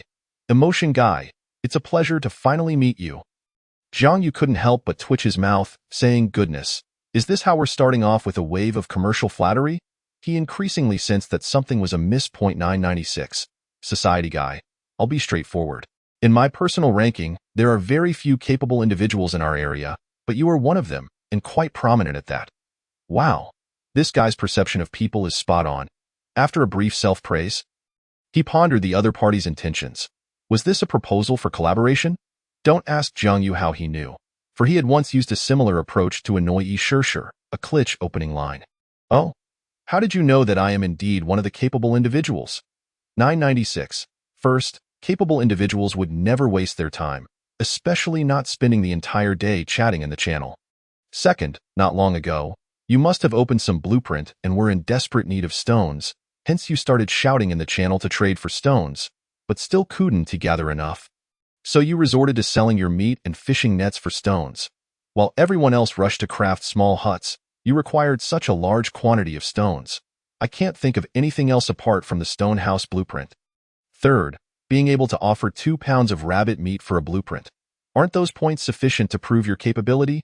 Jiang Yu, who had been lounging, suddenly leapt up. Holy crap! This guy has guessed everything about me. 996. But rest assured, I'm not looking to acquire your stone house blueprint. I can't even do that. A stone house blueprint that can be opened in the early stages must be a one-time item. I merely wish to collaborate with you. Jiang Yu's eyes widened in disbelief. He had only uttered one sentence. I haven't even said anything yet. What kind of collaboration are you looking for? 996. My spawn point is in dire need of food, especially meat. If it's food you need, I'm afraid I can't help. My food supply is also quite limited. But didn't you seek me out to trade for fishing nets previously? 996. I apologize. I was being presumptuous. Initially, I intended to fish in the river, but it turned out to be a failure. I haven't discovered any rivers nearby. Moreover, I am in desperate need of food. Not just at the spawn point. Not only that, but I am also severely lacking in water resources and some materials. Where is your spawn point? Upon hearing his words, Jiang Yu became curious about his birthplace. If his origin was plentiful in food, why was it claimed he lacked sustenance? The individual, emotionally stable despite the pressures of a 996 work schedule, stated, my birthplace is a vast grassland, an endless expanse of yellow grass. Although it is a prairie, resources are scarce and perilous, particularly due to the absence of trees and water sources. As for food, would you believe that on the very first day, I encountered a hyena? Jiang Yu suddenly understood. No wonder the other party spoke of food scarcity. Emotion Guy regarded the hyena as potential sustenance, yet the hyena would undoubtedly view him as prey as well. This realization heightened his caution. Now aware of the classification standards, he deduced that Emotion Guy's origins indicated he had committed crimes in the era of civilization. Although they were currently navigating a desolate survival path, he felt compelled to remain vigilant against a person with a criminal record, lest he fall victim to deception. However, Emotion Guy seemed to be aware of Jiang Yu's thoughts. I understand your concerns, he replied. On my first day, I pondered the implications of classification. Why does the word crime contain the character for guilt? I also consulted with someone in the channel named Believing in Human Potential. My transgressions during the civilized era stemmed from specific circumstances, but you can trust me completely. I was once a soldier. At that moment, a multitude of question marks filled Jiang Yu's mind. Emotion Guy's words left him feeling conflicted. How could someone be both a criminal and a soldier? Whom should he believe? Before Jiang Yu could inquire further, Emotion Guy divulged his story. I was unfortunate to be born into a poor family. My parents were honest farmers, and my misfortune deepened when, at the age of 9, I witnessed my mother being murdered by the village chief's men. Thus, my once happy family was shattered. That beast, intoxicated, quarreled with my mother and, fueled by liquor, killed her. I loathed my age, my impotence. The murderer fled, but not from justice. He was taken to the county court, however, due to connections. The village chief suppressed the case, and the court's verdict was a mere 7-year sentence. Why was a life taken punished so lightly? My resentment festered as I watched my mother's body consigned to the crematorium. As I received her ashes, the village chief's family feigned sympathy, offering me 2,000 as compensation. Disgusting. My mother's hair was not yet gray, but I felt as if I had turned to ash. I believed in the law, but I would never rely on it again. I yearned for vengeance, yet I was too weak. Thus, upon reaching adulthood, I enlisted in the military, fulfilling a childhood dream. I served for 8 years, participating in wars and earning accolades, realizing my aspiration to protect my country. During this time, I never revealed my story, nor did I forget my hatred. Now, I must defend my home. After my discharge, I quietly sought employment while gathering information on my enemies. Yet, I did not anticipate the exhausting nature of a 996 job. By my 3rd year, I finally located my adversaries. They had received a substantial compensation package from the village's redevelopment and moved to the city. The beast appeared to have changed, but my hatred persisted. I continued to bide my time, waiting for the new year when they would gather to celebrate.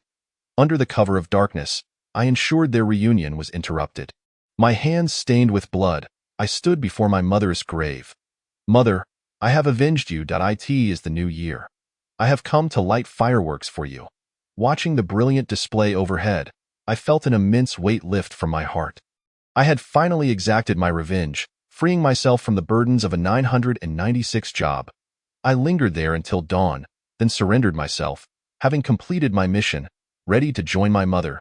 Thus, after 2 decades of hiding, my quest for vengeance concluded, leading to an anticipated death sentence, deferred for a year. Yet, when I believed I would soon reunite with my mother, I was sent to this place. I contemplated suicide in tranquility, but hesitated. I suddenly wished to live, to see what life might offer. My story has ended.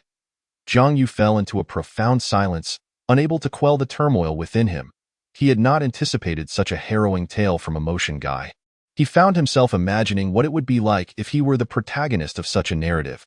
Surely, he would be even more ruthless than Emotion Guy. Jiang Yu chose to believe in his story. Yet if it were merely a fabrication to deceive him, he would accept it. After all, he had always believed in the power of stories. Emotion Guy, let us speak no more of the past. How do you wish to collaborate? Emotion Guy replied, collaboration is merely a formality. What I truly seek is friendship, to form a small group. After all, 2 individuals are better equipped to fight than one alone. My plan is simple. We shall share information. Should I acquire any valuable insights, I will inform you, and vice versa. Additionally, I am in need of basic materials, yet I have an abundance of animals. If you possess blueprints for weaponry, I would greatly appreciate your support. I have participated in field hunting operations and can procure food, thus ensuring a mutually beneficial arrangement. Furthermore, I can trade food for various resources. Of course, this is not limited to those 2 points. We can explore various avenues for cooperation. Jiang Yu's eyes sparkled with excitement. This arrangement could indeed work. He had faith in Emotion Guy's skills. An experienced soldier would be adept at hunting various animals. Moreover, Emotion Guy continued, I will gift you a blueprint I no longer require. You will find it useful. He offered a blueprint for a disposable fireplace and exchanged it for a wooden stick. Chapter 18. The sudden downpour. Emotion Guy, your enthusiasm leaves me no choice but to agree. However, since you have decided to hunt, why would you give me a fireplace? I discovered a swamp where the soil is quite favorable, possessing significant stickiness. Thus, I crafted one for myself, albeit it has an unpleasant odor. Jiang Yu gave a thumbs up, exclaiming, no wonder you were a soldier. Your knowledge is impressive. He certainly could not compare. The fireplace existed only in theory for him, having only encountered something akin to a stove in rural areas during his youth. Emotion Guy, if you find yourself in need of water, do not hesitate to seek me out. Have you located a water source? Emotion Guy inquired. It stands to reason. Your origin must be resource-rich. I am on an island in the sea, where resources are plentiful, albeit rather homogeneous. An island? You could thrive on the abundant marine resources. I will teach you techniques. I am truly grateful. Emotion Guy. Jiang Yu felt genuinely touched. Not only had he received a blueprint, but Emotion Guy was also willing to impart his knowledge. A con artist would not dare invest such effort. Additionally, I have some news for you. You are surely aware that leveling up enhances the rewards from wooden crates. I suspect not only will the rewards increase, but the dangers will too. As I mentioned previously, I encountered a hyena on my first date. A solitary hyena is not particularly intimidating, so I crafted weapons to prepare for hunting. However, after the world level increased, that hyena suddenly had company. I encountered other animals as well. I cannot be mistaken. I tracked that hyena. Perhaps due to regional factors, I have encountered dangerous creatures, so be cautious. Jiang Yu felt a slight jolt. Perhaps he had been in a comfort zone, only aware that rewards would increase. He took Emotion Guy's warning to heart, remembering that he had never shared useless information since their first interaction. I understand, Emotion Guy. Let me share some news with you. The storage facilities possess unique qualities. Food stored within not only remains fresh, but also retains warmth. Thank you. That is incredibly useful information. The two conversed deeply that night, and Jiang Yu realized Emotion Guy was indeed his kindred spirit. Their thoughts mirrored one another. As their discussion progressed, Jiang Yu recounted the peculiar individuals and the boat he had encountered. However, Emotion Guy offered no response, seemingly lost in thought.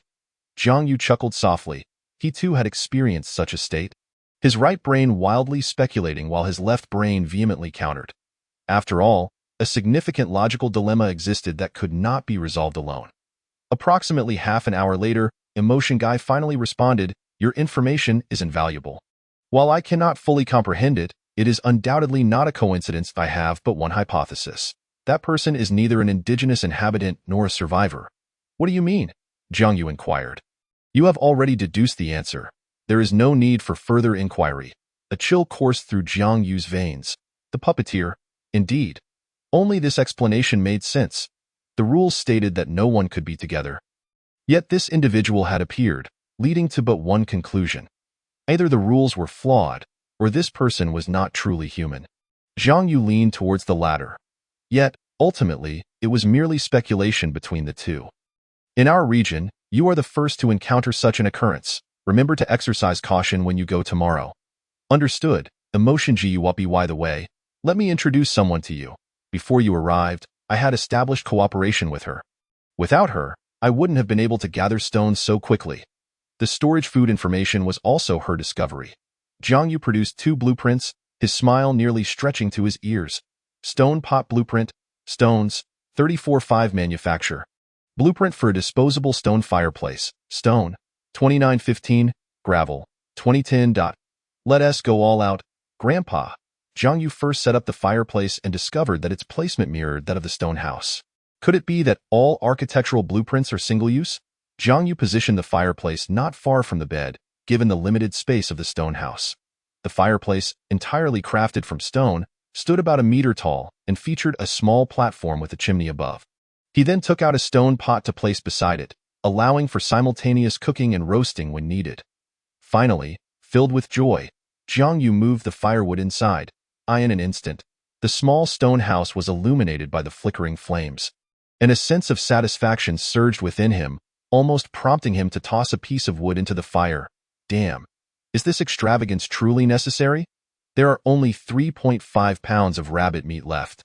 I hope Brother Emotion can successfully hunt. Food remains scarce. Despite Jiang Yu having a decent amount of meat, he dared not indulge too much. He pondered. Perhaps he would try coconut rabbit tonight. He could boil some water to drink. At that moment, a message from Yi Shishir arrived. Jiang Yu, my basic attributes have improved. Good social youth. Jiang Yu learned that Yi Shishir had attempted tree cutting today. Initially struggling, she suddenly felt much lighter, prompting her to check her stats and discover an increase in her strength attribute. Jiang Yu stroked his chin, contemplating. So, one can enhance their basic attributes through training? I had thought everyone was fixed. Jiang Yu lay on the rabbit skin bed, one hand propping up his head while the other stroked the small rabbit in the wooden box. The little rabbit seemed to enjoy it, even licking his fingers, melting Jiang Yu's heart. So adorable. If only I could sit on its fluffy rear, it would surely cry for a long time, right? Boom. A sudden loud bang startled Jiang Yu, nearly causing his soul to leave his body. Damn! Who on earth is setting off firecrackers at this hour? Moments later, another thunderous roar echoed, and Jiang Yu noticed that the dark sky outside had suddenly brightened as if it were day. Realizing the gravity of the situation, Jiang Yu grew serious. Peering out the window, he was met with an unexpected torrential downpour, with tons of rain cascading down. What on earth? Why has such an anomaly appeared? Could it be a storm at sea? Suddenly, Jiang Yu felt warmth on his wrist. It was a notification for a world announcement. Hastily, he checked it. To all. The beginner protection period has ended. The world has initiated weather rotation. The SIN certificate has opened a self-directed channel. Please explore on your own and strive to survive. The world level has risen from level 1 to level 2. Current world level, level 2.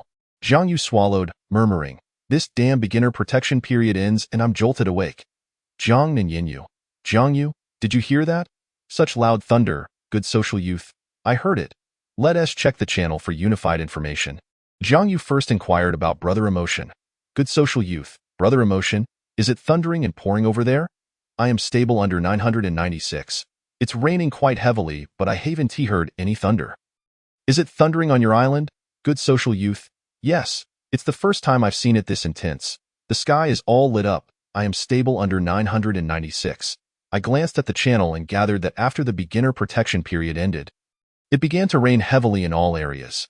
Given the environmental factors, it's very likely that my area won't rain for a long time. Yet here we are, and that's quite unusual. It is probably due to the world level increase, creating this weather. However, after checking, it seems only you and Shirshir are experiencing thunder. It must be a localized anomaly at SEA.AN, anomaly unique to you too. Chapter 19. Innocent. This aligns perfectly with Jiang Yu's initial speculation on the first day. He had anticipated that anomalies might arise, such as storms. Never did he expect that the moment the beginner protection period ended, it would manifest immediately. After sharing the news with Shirshir, she trembled in her little thatched cottage, the booming thunder continuing outside. Meanwhile, the sea was already displaying tumultuous phenomena, but Jiang Yu had no means to investigate. Jiang Ninyanyu, we really are unlucky. This thunder is genuinely frightening. Good social youth. Who could argue with that? However, it signifies we are not far apart. Jiang Yu suddenly recalled the wooden boat blueprint he had opened today. Good social youth. If given the chance to visit my island, would you be willing? Jiang Ninyanyu. Absolutely, but before I go, I must thoroughly pillage the entire island. Jiang Yu sighed, covering his forehead. Good social youth. Could you be a bit more astute? What if I'm deceiving you?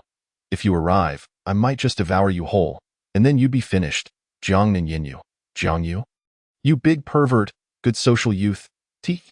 You're as foolish as the silly rabbit I raise. Even if you came, I wouldn't care to eat you. I won't make any judgments before seeing you in person. Jiang Ninyanyu. I'm obviously very beautiful. Okay, good social youth. TCH. I don't believe it. Shirshir grew somewhat frantic, wishing the SIN certificate had a selfie function. Otherwise, she would send a picture of herself. Amidst their banter, Jiang Yu received a notification. I am stable under 996, invites you to join a private channel. Jiang Yu recalled the announcement about opening self-directed channels and was surprised by Brother Emotion's promptness. After clicking confirm, a private channel appeared in the channel list. Only 3 individuals occupied the channel: Jiang Yu, Brother Emotion, and Shirshir. Zhang Lin. I tried it out, and indeed, channels can be created, and you can also note names within a private channel. Shirshir. Oh yeah, we now have our own team. Thanks to Jiang Yu's introduction, they learned Brother Emotion's real name was Zhang Lin.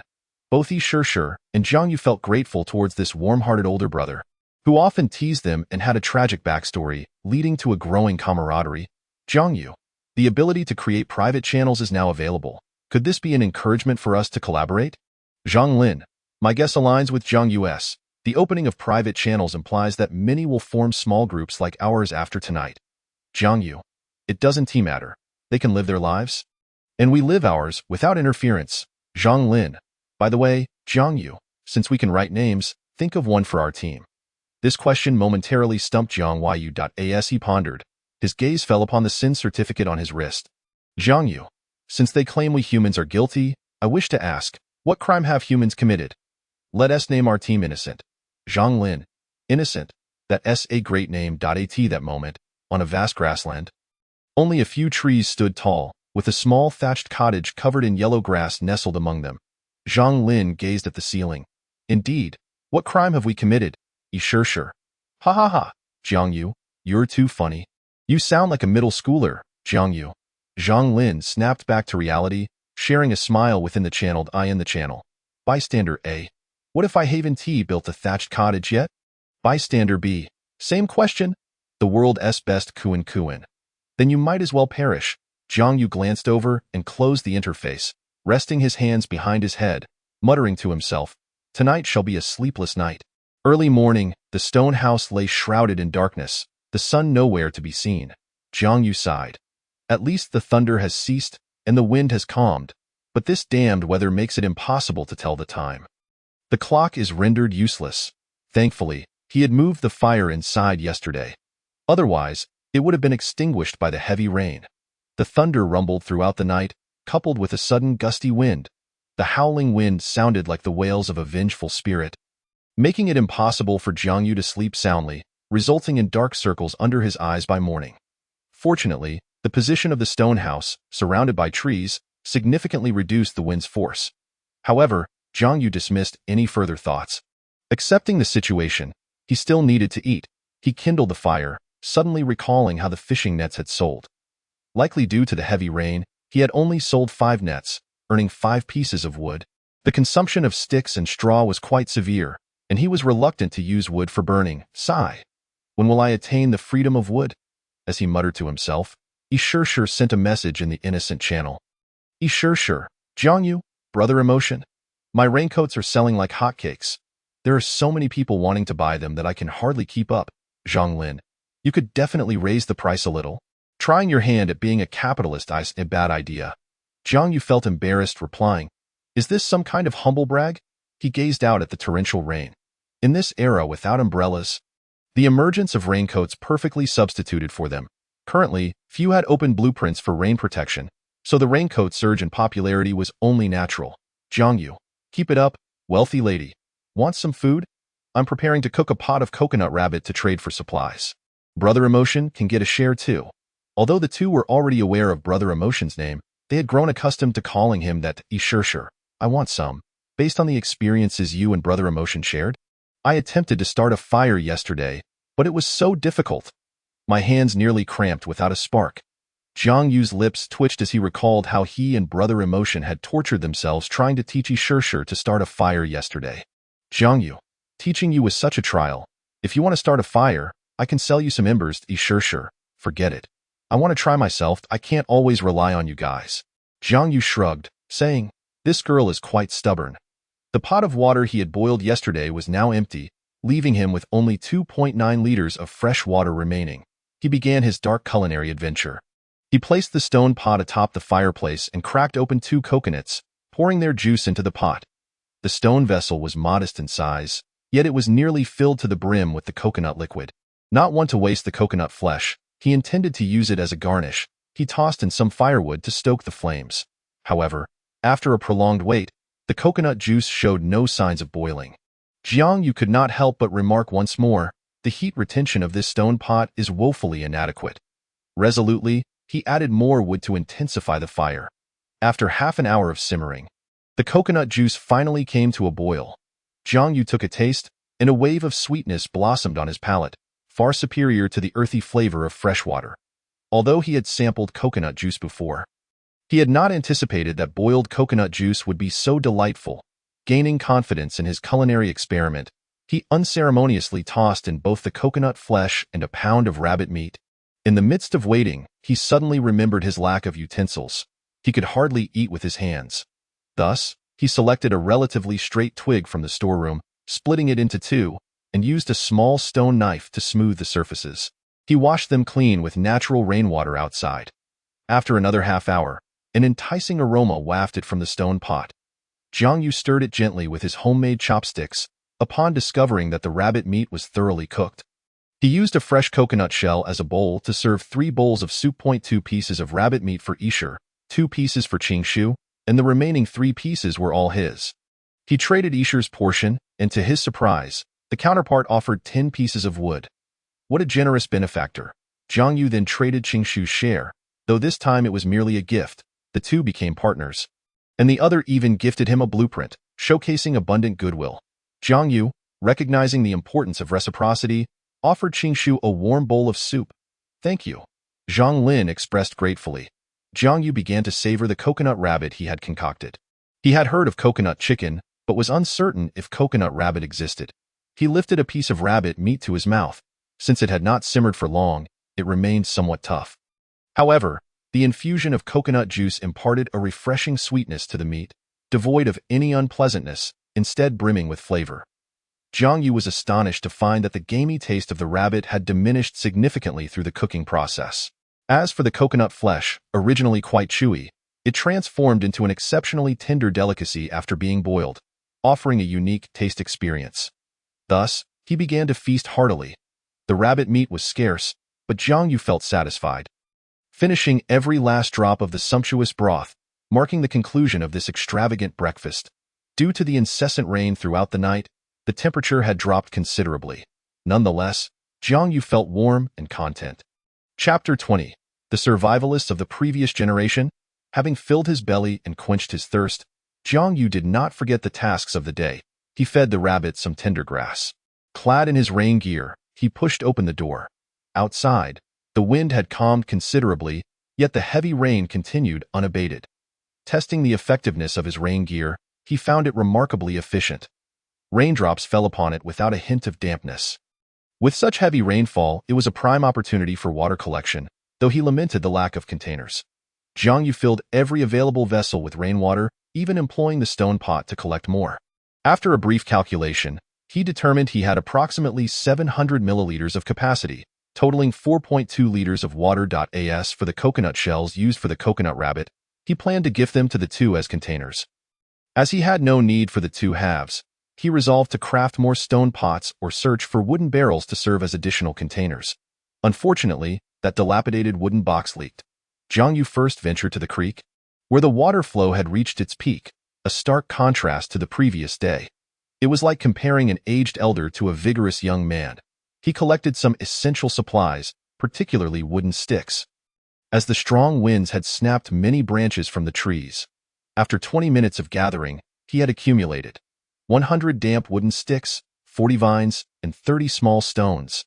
Satisfied with his haul, he headed to the hayfield, quickly using the small stone knife to harvest, collecting for 10 minutes. 100 damp hay and 100 wet grass. Upon returning to the stone house with the gathered materials, he placed the rain-soaked wooden sticks, hay, and long grass beside the fireplace to dry, adding more fuel to the fire before setting out once more. Jiang Yu followed the path he had taken the previous day to the hill, confirming the ship's location. Along the way, he ascended every hill he encountered to survey the surroundings. After an hour of exploration, he finally reached the opposite end of the island. Exiting the woods, he beheld the ship, and with a heart full of trepidation, he approached it, only to be taken aback by the sight. He could not help but exclaim, "How is this possible? This is a modern fishing vessel," from his vantage point atop the hill the day before. He had only discerned that it was a ship, never imagining it to be a fishing boat constructed entirely of iron. The vessel appeared to have collided with some rocks, leaving a significant hole in its hull. The boat bore the marks of time, its surface rusted and worn. Jiang Yu caressed the hull, lost in thought, murmuring, "Where on earth is this place? Why is there a fishing boat here? Could it be that people once inhabited this island? Is that mysterious individual truly the mastermind behind it all?" Circling the fishing vessel, he noticed a staircase leading to the upper deck. Without hesitation, Jiang Yu climbed up, though he underestimated the extent of the vessel's corrosion. The staircase could not support his weight, and the rung he stepped on broke beneath him. Fortunately, Jiang Yu reacted swiftly, grasping the railing and pulling himself up with all his might. That was close. The fishing boat was not large. It housed only a cockpit in the center. Finding nothing of interest outside, Jiang Yu entered the cockpit. The interior was in a state of disrepair, littered with debris of unknown origin. The ship's wheel was long gone. Suddenly, Jiang Yu's gaze landed on a table. Though covered in dust, a pristine sheet of paper stood out in stark contrast. He picked it up, and his expression froze. "Hello, Jiang Yu." He was indeed the mastermind. Not only did he know Jiang Yu's name, but he had also anticipated his arrival and left this note in advance. "Hello, Jiang Yu. I apologize for intruding on your path of survival. It was a grave error on my part. However, rest assured, I harbor no ill intentions. To express my regret, there is a gift for you beneath the table." The note concluded abruptly. Jiang Yu bent down to take a look. only to discover a wooden box hidden beneath the table. No ill intentions? Then why had he been torn from his family and brought to this place? Jiang Yu let out a bitter laugh, a self-deprecating expression crossing his face. He felt too exhausted to be angry at that moment. He felt akin to a lab rat trapped in a cage, at the mercy of its captor, who claimed to have no malice. Indeed, if one could commit such acts and still assert a lack of ill will, belief in such statements was entirely beyond his control. Jiang Yu organized his thoughts slowly, stating, "Although I am unclear of the mysterious individual's intentions, it is evident that this island once supported human life. The enigmatic individual, with his elusive whereabouts, could not possibly be someone in need of a fishing vessel, thus he cannot be the one responsible for its presence. Moreover, it is crucial to note that this fishing boat is not a wooden one, but rather a vessel made of solid iron, indicating that there may be ore on this island. But how is it extracted? Enough of that for now. Aside from this fishing boat, he had not uncovered any other signs of human habitation on the island, as if all traces had been erased. The mysterious mastermind, the erased traces, the iron fishing boat. Could it be that all the erased traces were the doing of the mysterious individual? Perhaps he had intended to erase the fishing boat, but was fortuitously discovered by Jiang Yu before he could act. This hypothesis posed a question. If the mysterious individual possessed such immense power, should it not be a simple task to erase traces? Why, then, had Jiang Yu happened upon this scene? He considered that his luck was not so extraordinary, and the mastermind behind it all could not be so foolish. It was deliberate. The intention was for him to discover it. Hence, the note and the fishing boat were left behind. But why? Jiang Yu contemplated a possibility. Yet he could not grasp the underlying motive, leaving behind clues for him to find. And then what? Suddenly, his gaze fell upon a seemingly inconspicuous corner beneath the table where a yellowed booklet lay. Curiosity piqued, he picked it up. The booklet was tattered and bore the scars of time, indicating that it had not survived unscathed. He noticed that the booklet was incomplete, perhaps torn by someone or damaged by the passage of time. Jiang Yu opened the first page and was astonished to find it contained a diary written in Chinese. Day 364 of survival. We have finally constructed the fishing boat according to the blueprint. After a year, we have witnessed a product of civilization, filling everyone with immense joy. Now we need not worry about our meat supply. Day 365 of survival. The Vanguard has returned with the fishing boat, bringing a bountiful harvest of fish. The logistics team has also delivered good news. The sweet potatoes we planted in the back mountain have finally yielded a harvest. Today is a day of plenty. We prepared a lavish feast to celebrate. Day 366 of survival. This time, the Vanguard did not return safely. That cursed world was suddenly beset by a storm, and the Vanguard was caught in its fury. Out of 11, only one person returned. The fishing boat was also stranded after crashing into the rocks due to the waves. The diary recorded only 3 days' worth of events, yet it left Jiang Yu utterly astounded. A blueprint, a gathering of survivors. They had indeed lived on this island. His conjecture had proven correct. However, a new question arose. Jiang Yu observed that this group of survivors had resided on the island for a year and were modern individuals. Where did they come from? What had become of them? Chapter 21. The blueprint for the exquisite stone axe. According to the rules of survival, the spawning points for individuals differ. How had they managed to gather together? Jiang Yusin is filled with numerous confusions. Through the diaries left behind, it has become evident that this group of individuals are modern humans. However, Jiang Yu herself is also a modern person, yet it is clear that they did not seek survival in the same era. Why then do two kinds of modern humans exist? Jiang Yu has no answers, and thus she puts away the diary and retrieves a wooden box from beneath the table. Since it was a gift to me, I shall accept it without hesitation. Jiang Yu rubbed her hands together and opened the wooden box. Inside are exquisite blueprints for a stone axe. Stone, 14.3, vines, 52, sticks, 72. A simple bow blueprint. Sticks, 75, vines, 52. A simple arrow blueprint. Sticks, 71, crushed stone, 35.1, vines, 141. This revelation presented 3 blueprints at once, leaving Jiang Yu momentarily stunned. Exquisite? How could exquisite blueprints suddenly appear now? And blueprints for bows and arrows too. It is uncertain whether they were sent by a mysterious benefactor or if the world's level has increased. But this time, a single exquisite blueprint and 2 simple blueprints have emerged. It is worth noting that the previous tools and weapon blueprints were all simple, not only small in size, but also inefficient and highly wasteful. Could it be that the mysterious benefactor harbors no ill intentions? No, I must attempt to make contact with them.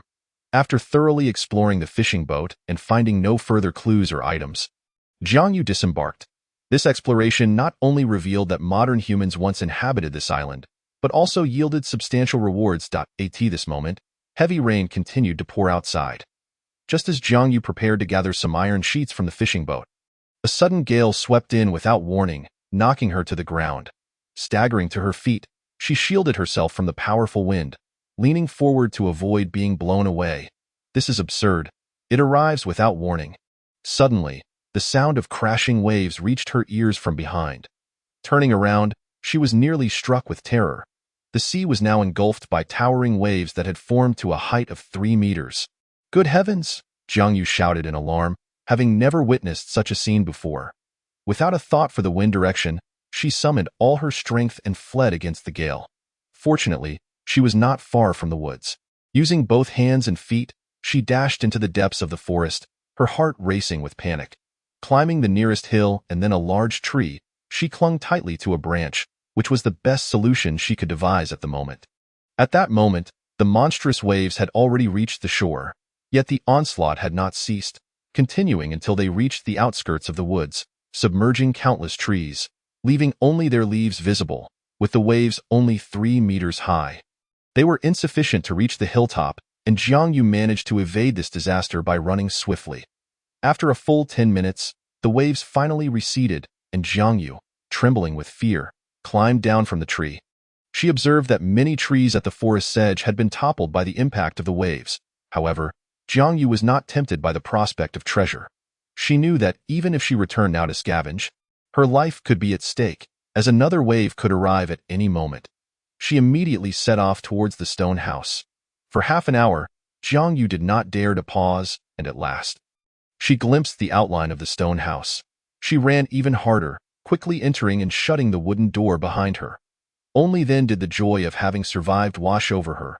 Breathing heavily, Jiang Yu promptly opened a private channel. "Jiang Yu, sure, please don't go to the beach today. It's best if you stay indoors. Guess what I encountered today? A 3-meter-high wave. Luckily, I ran fast. Otherwise, I would have met my end." After relaying this, Jiang Yu noticed that his pants and shoes were already soaked from his frantic run. He took them off and placed them beside the fireplace to dry. Ever since the fireplace was installed, the interior had become considerably warmer.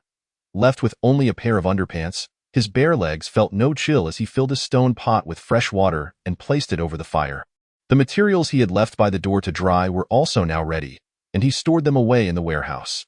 After checking the trade status of the fishing nets, he successfully sold the remaining 5 nets, earning 5 pieces of wood.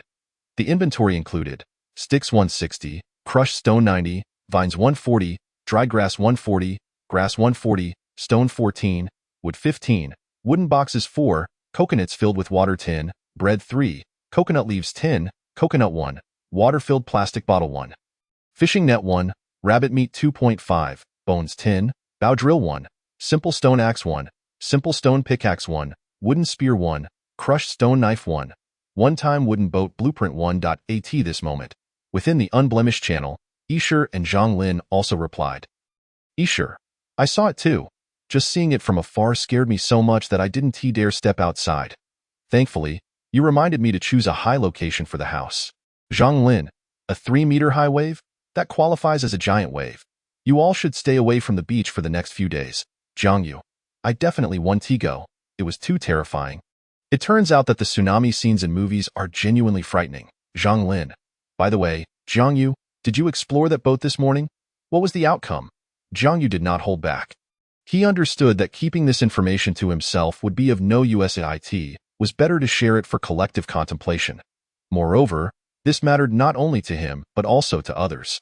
Since there had been survivors in this world before, it was unlikely that Jiang Yu was the only one on this island. After a long pause, Isher, this is truly shocking. Why were modern humans already present before us? They even had distinct roles such as pioneers and logistics. Zhang Lin, indeed, I have never encountered such an unfathomable situation. Jiang Yu, The notion that 8 billion people could suddenly appear in an unfamiliar world to survive is already extraordinary enough. Zhang Lin, the collected information is too sparse. I just gathered some information from the channel, and you are the first case of encountering remnants of previous survivors. The diary only records days 364 to 366. Correct? Zhang Yu. Yes, only those 3 days, and the other pages of the diary are missing. Zhang Lin. That is sufficient to represent the fate of the previous survivors. The words from the emotional brother caused Zhang Yu to momentarily lose his train of thought. Upon seeing the diary, he had already speculated about the fate of the previous individual, connecting it to his own fate, though he dared not delve further. Was complete annihilation their ending? Anger surged within Zhang Yu as he shouted defiantly. What a farce survival is. What do our current efforts amount to? Forcing us to survive in the cracks, and then what? Is the outcome still the same? Zhang Yu raised his fist in fury, yet as it neared the ground, he lost strength, letting it fall weakly. His emotions were a mix of bitterness, and he managed a wry smile. This is how humans are. When one foresees their own demise, they feel anger, self-destructiveness, believing that their efforts will ultimately be in vain. Yet after the anger subsides, one must still confront the nearly hopeless reality, being compelled to continue onward, albeit devoid of their previous vigor. At this moment, the atmosphere grew unbearably oppressive, and no one in the unblemished channel spoke for a long time. As if they were all mourning. Chapter 22. Initial trial of the bow and arrow. After a lengthy silence, Escher sent a message. Escher, is this fate? But I don't mind. After all, I was alone during the civilized era. And here I have met you all. Although we are now troubled by survival, was it not the same during the civilized period? At least now, life is much easier. Though we have learned of the fates of the previous survivors. That was their destiny. If it were me, I wouldn't want to simply die without understanding the truth. Zhang Yu smiled. This silly girl truly is optimistic. Zhang Lin, Escher is right. Rather than merely surviving, I wish to explore the truth of this world. I will keep an eye on the regional channel for information. I have a feeling that if we can understand why modern humans appeared before us, the truth of this world will become clear. Zhang Yu certainly recognized this. Zhang Yu, from now on, our team shall pursue the truth as our goal in survival. Suddenly, Zhang Yu noticed that Escher had sent him a private message. Zhang Ninyanyu, the following words might be a bit shy to say in front of emotional brother, so I'll tell you privately. Zhang Yu, in this chaotic world, I am very happy and fortunate to have met you. If it weren't for you, I wouldn't be so joyful living on this island. Both emotional brother and I are unburdened, but you are different. You still have family. I know you long to find them. So I don't want you to give up on yourself. Don't you often mention Ling Ling? You even said you would introduce her to me. When you have strived and journeyed far to find your family, will you look back and ask your former self if you were tired? I believe you would say you are not tired, so keep going for your family. Young man, Zhang Yu suddenly laughed. This silly girl thinks I'm self-destructive and is trying to comfort me. Moreover, this girl actually has a shy side, quite adorable. Just as Zhang Yu was about to reply, her next sentence left him utterly flustered. Zhang Ninyanyu, could it also be for me? What does this mean? What is she trying to imply? Somehow, he felt his heart racing. Meanwhile, Escher, having just sent the message, felt a pang of regret. Her fair face flushed visibly, but the evidence of her crime could not be retracted. Her beautiful eyes held a glimmer of anticipation as she murmured, "How will he respond to me? Socially good youth. Of course." Escher instantly turned crimson, yet her smile grew sweeter. Zhang Ninyanyu, it's a promise. Socially good youth. If I deceive you, I'll be a little dog. Zhang Yu slapped his own cheek, feeling somewhat bashful, and said, this girl really knows how to flirt. However, Escher's comforting words warmed Zhang Yu's heart. Socially good youth. All right, do you think I am someone who would succumb to despair? You needn't worry about me. By the way, sure. Were you a teacher before? Such a master of persuasion. You make my youthful heart flutter uncontrollably. Zhang Ninyanyu. Oh, so you've never been in love? Ha ha ha. Society's good youth. It's unfortunate. I lack romantic prospects, and outings with my friends are always like a monk's retreat. Where could I possibly find love? Zhang Ninyanyu. How unfortunate for you. But you guessed correctly. I am indeed a teacher, though I just completed my teaching certification and was sent here before I could enter a school. Society's good youth. Oh? What subject do you teach? Zhang Ninyanyu. I teach chemistry. Society's good youth. Wow. Teacher E. Teacher Shirshir, may I ask, Teacher Shirshir, what should I do if I can't help but inhale O2 every morning? Jiangnan Yinyu. Then just breathe deeply, breathe yourself to death. Society's good youth. Ha ha ha. He suddenly found teasing Shirshir to be incredibly entertaining. With nothing to do, he boiled all the fresh water he had collected in stone pots and stored it away. Now readily available for drinking. After completing this task, Jiang Yu found himself at a loss for what to do next. Goodness, I'm far too idle. I must find something to occupy myself. Jiang Yu recalled the blueprints he had opened that morning. Busy amusing Shirshir, he had completely forgotten about his important tasks. Indeed, women can drastically affect the speed at which I work. He had all the materials needed for the 3 exquisite blueprints, so he set about crafting them. Jiang Yu marveled at the exquisite stone axe he had created, exclaiming, "The distinction between the exquisite and the simple is truly extraordinary. Compared to the simple stone axe, the exquisite one is significantly larger. Yet it fits perfectly in Jiang Yu's hands. The handle had been finely polished, making it comfortable to wield, and most importantly, the exquisite stone axe was sharpened. Unlike the dull simple stone axe, he also retrieved his bow and arrows. A smile of delight illuminating his face.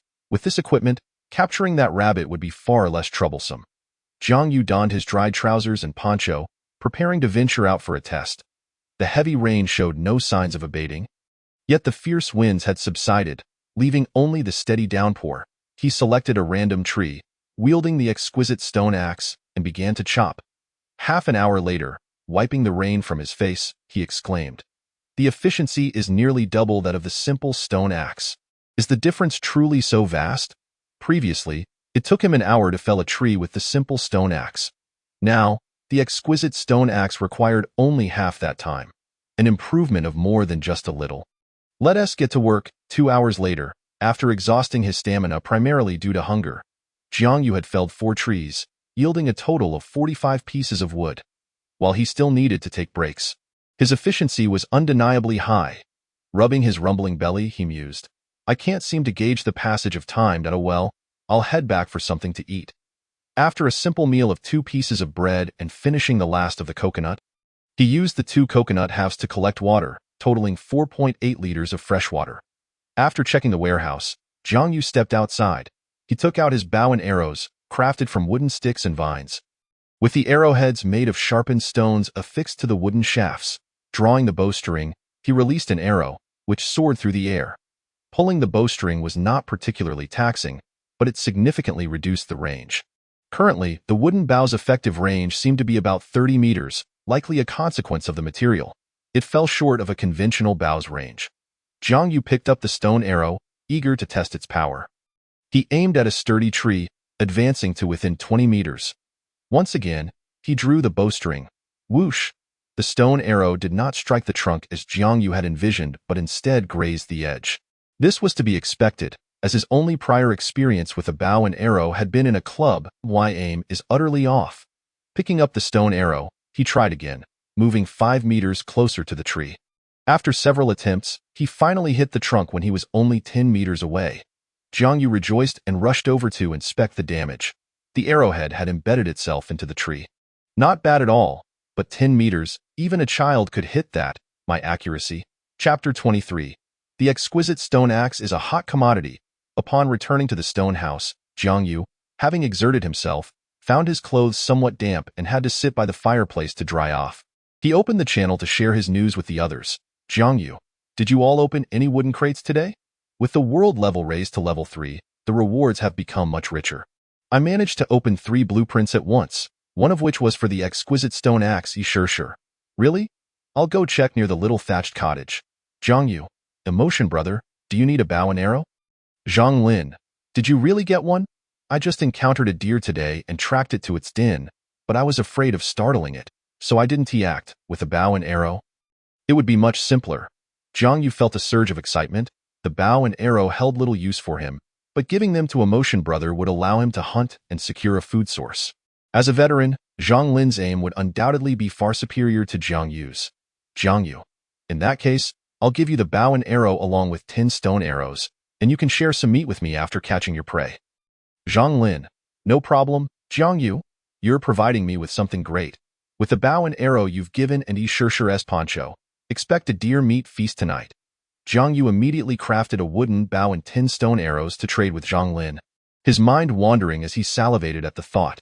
The island had few animals, and he had relied on fishing, but now, during this perilous time, he dared not approach the beach, leaving him with dwindling food supplies. Ah, that's right. Didn't the diary mention that they had planted sweet potatoes? Sweet potatoes are natural plants. The mysterious person could not possibly have eradicated them. However, searching for sweet potatoes on this vast island is akin to finding a needle in a haystack. He thus took out the diary to review it once more. The back mountain. They planted sweet potatoes there, but where exactly is this back mountain? The island has few hills, and they wouldn't plant sweet potatoes far away. So it's likely near the mountain by the fishing boat. If I search in the direction of the fishing boat, I'll surely find them. However, the quest for sweet potatoes will have to wait until after this rain. Always feeling that the stone house was too monotonous, devoid of embellishments, he decided to hang the 2 blueprints he had brought back on the wall as a constant reminder. But what to use as adhesive? Jiang Yu pondered while absent-mindedly picking his nose, habitually flicking the residue away, only to find it stuck to another finger. Suddenly, an idea struck him. This will do. It's still fresh and has just the right stickiness. All right, now I can craft the exquisite stone axe to sell. With this sudden downpour, many may have forgotten to search for wooden crates. This means that, for the moment, only Jiang Yu possesses the blueprint for the exquisite stone axe. The more he thought about it, the more exhilarated he became, quickly opening the channel. Suddenly, he noticed the number of people in the area channel had dropped to 9983. This indicated that, aside from the desert brother who died on the first day, another 16 individuals had perished. When did this happen? It's only the 4th day, and already people are dying. Just this morning, he had seen the area population at 9999. The channel was buzzing with discussions. Yet there seemed to be little lamentation for the deceased. Instead, many were seeking to form groups now that private channels were open, hoping to band together for support. Jiang Yu shook his head. Never mind. Let us sell the stone axe first. Night Rain. Night Rain is recruiting, seeking those with strength attributes of 5 or higher. Blasting Sky Gang Yiliangchen. Blasting Sky Gang is hiring, friendly team. Mutual assistance, resource sharing, society's good youth. Selling exquisite stone axes. Verified efficiency is double that of the simple stone axe. Durability is significantly higher than that of the simple stone axe, regardless of basic attributes. It's worth having, fair prices. All materials accepted. Food takes priority. The best Kuan in the world. Society brother, are you braving the rain to find wooden crates? And you opened an exquisite stone axe? That must be the first in the entire region, bystander A. Society brother, I want one. As soon as the message was sent, countless individuals reached out to Jiang Yu. After all, an axe is essential for tree felling. And with a superior stone axe available, boasting double the efficiency of the simple stone axe, it was irresistible to anyone. Jiang Yu set his price at the cost of materials plus a craftsmanship fee of 3 pieces of stone or wood, with the remaining resources to be negotiated based on the ratio of stone to wood. Initially, Jiang Yu had considered exploiting the monopoly to sell at a higher price, but upon reflection, he deemed the price a bit steep, which could easily incite public outrage. By then, it would be too late to remedy it, as Jiang Yu put it. There aren't many people as conscientious as I am. Suddenly, Jiang Yu discovered someone was genuinely willing to trade food for his axe. Right-handed youth. Will you exchange 20 wild fruits for one? Although he was unsure what fruits these were, he had tasted them before and found them delicious without any adverse effects. Society's good youth, of course. Good brother. I'll give it to you right now. Besides him, there were many other peculiar requests. Strong woman. Big shot. Could you perhaps give me an exquisite stone axe for free? I'm a girl. Jiang Yu was both amused and exasperated. Society's good youth. Not even for a beast. Strong woman. Why are you like this? Aren't you going to take care of me just because I'm a girl? Society's good youth. If you bring your mother here, I might consider it. He promptly blocked her. Handsome man. Brother, are you lonely? I have a barely used lace underwear of a woman to trade for your exquisite stone axe. It just got a little toothpaste on it while brushing my teeth. Society's good youth. Is it the kind that, when I hold it to my ear, I can still hear it calling me uncle? Handsome man. Seems like you're not interested in used items. How about a bikini? I guarantee it has a scent. I was reluctant to use it. Jiang Yu sighed, pressing his forehead. Thank you. Ah, what kind of people are these? He lamented the heat. I can't stand this warmth. Beyond that, there was a flaw in this method of private transactions, which were not delineated in the trading bar. While the trading bar had clear guidelines, private dealings required one to assess the character of the seller. Many in the channel accused certain sellers of swindling resources, and numerous individuals doubted Jiang Yu's ability to procure blueprints. Nevertheless, Jiang Yu had garnered favorable feedback from his previous transactions. Furthermore, he had crafted exquisite stone axes for Emotion Brother and Yi Shishir, enlisting their help to act as intermediaries in the channel, which significantly boosted his sales. His gains were substantial. After repeatedly calling out in the channel, Jiang Yu acquired Wild Fruit 20, Stones 100, Wood 70, Sticks 120, Vine 70, Cotton 0.4. This method of compounding profits was far more efficient than collecting resources himself, albeit it was somewhat exhausting, mentally taxing. With an ample collection of materials, Jiang Yu resolved not to craft them one by one, but instead produced 36 exquisite stone axes to place in the trading bar, as this was all the stone he possessed. He had begun to feel apprehensive about some individuals in the channel. Jiang Yu took out a wild fruit, which was round, dark red, and slightly larger than a blueberry. He tossed it into his mouth to test its flavor and was pleasantly surprised by its taste. A delightful balance of sweet and sour. It was packed with 10 times the vitamins of beef. He consumed 5 in quick succession, realizing that these fruits were quite enjoyable, even though he had never seen them before. Today's unexpected bounty consisted of wild fruits and cotton. If only he had the blueprint for a quilt. The rain had poured all day, and the temperature had dropped significantly. Glancing out the window, Jiang Yu noticed it had grown exceedingly dim, as if night were about to descend at any moment. Have I been selling for this long? Or is it this damned weather playing tricks on me? Chapter 24. Shadows in the rain. Jiang Yu reclined on his bed, indulging in his usual pastime of petting the rabbits. The 2 little bunnies seemed to have drifted into slumber, remaining unperturbed no matter how much he stroked them. This left Jiang Yu feeling somewhat bored. His gaze fixated on the ceiling, the atmosphere of solitude weighed heavily upon him. Suddenly, he recalled the heated debate he once had with Li Lishui regarding marriage. Li Lishui believed that marrying and having children was Jiang Yu's duty. Otherwise, he would end up lonely in his old age. Jiang Yu, however, held a different view, regarding marriage and parenthood as his rights. In this materialistic world, marrying and having children too early would only serve as a burden. He thought he dismissed his mother's warnings, but in moments of solitude, he longed for companionship. Lost in nostalgia, Jiang Yu was abruptly interrupted by a strange sound. Thud, thud, thud. Instantly, he became alert. This peculiar sound was muffled by the patter of rain. Yet, it originated very close to him, as if something were knocking on the stone wall. An animal? Jiang Yu's mind immediately leapt to the creatures of the island. Although he had rarely encountered animals on the island, the increased world level made their appearance less surprising. The wooden door was securely bolted from the inside, so there was no concern about it being flung open unexpectedly.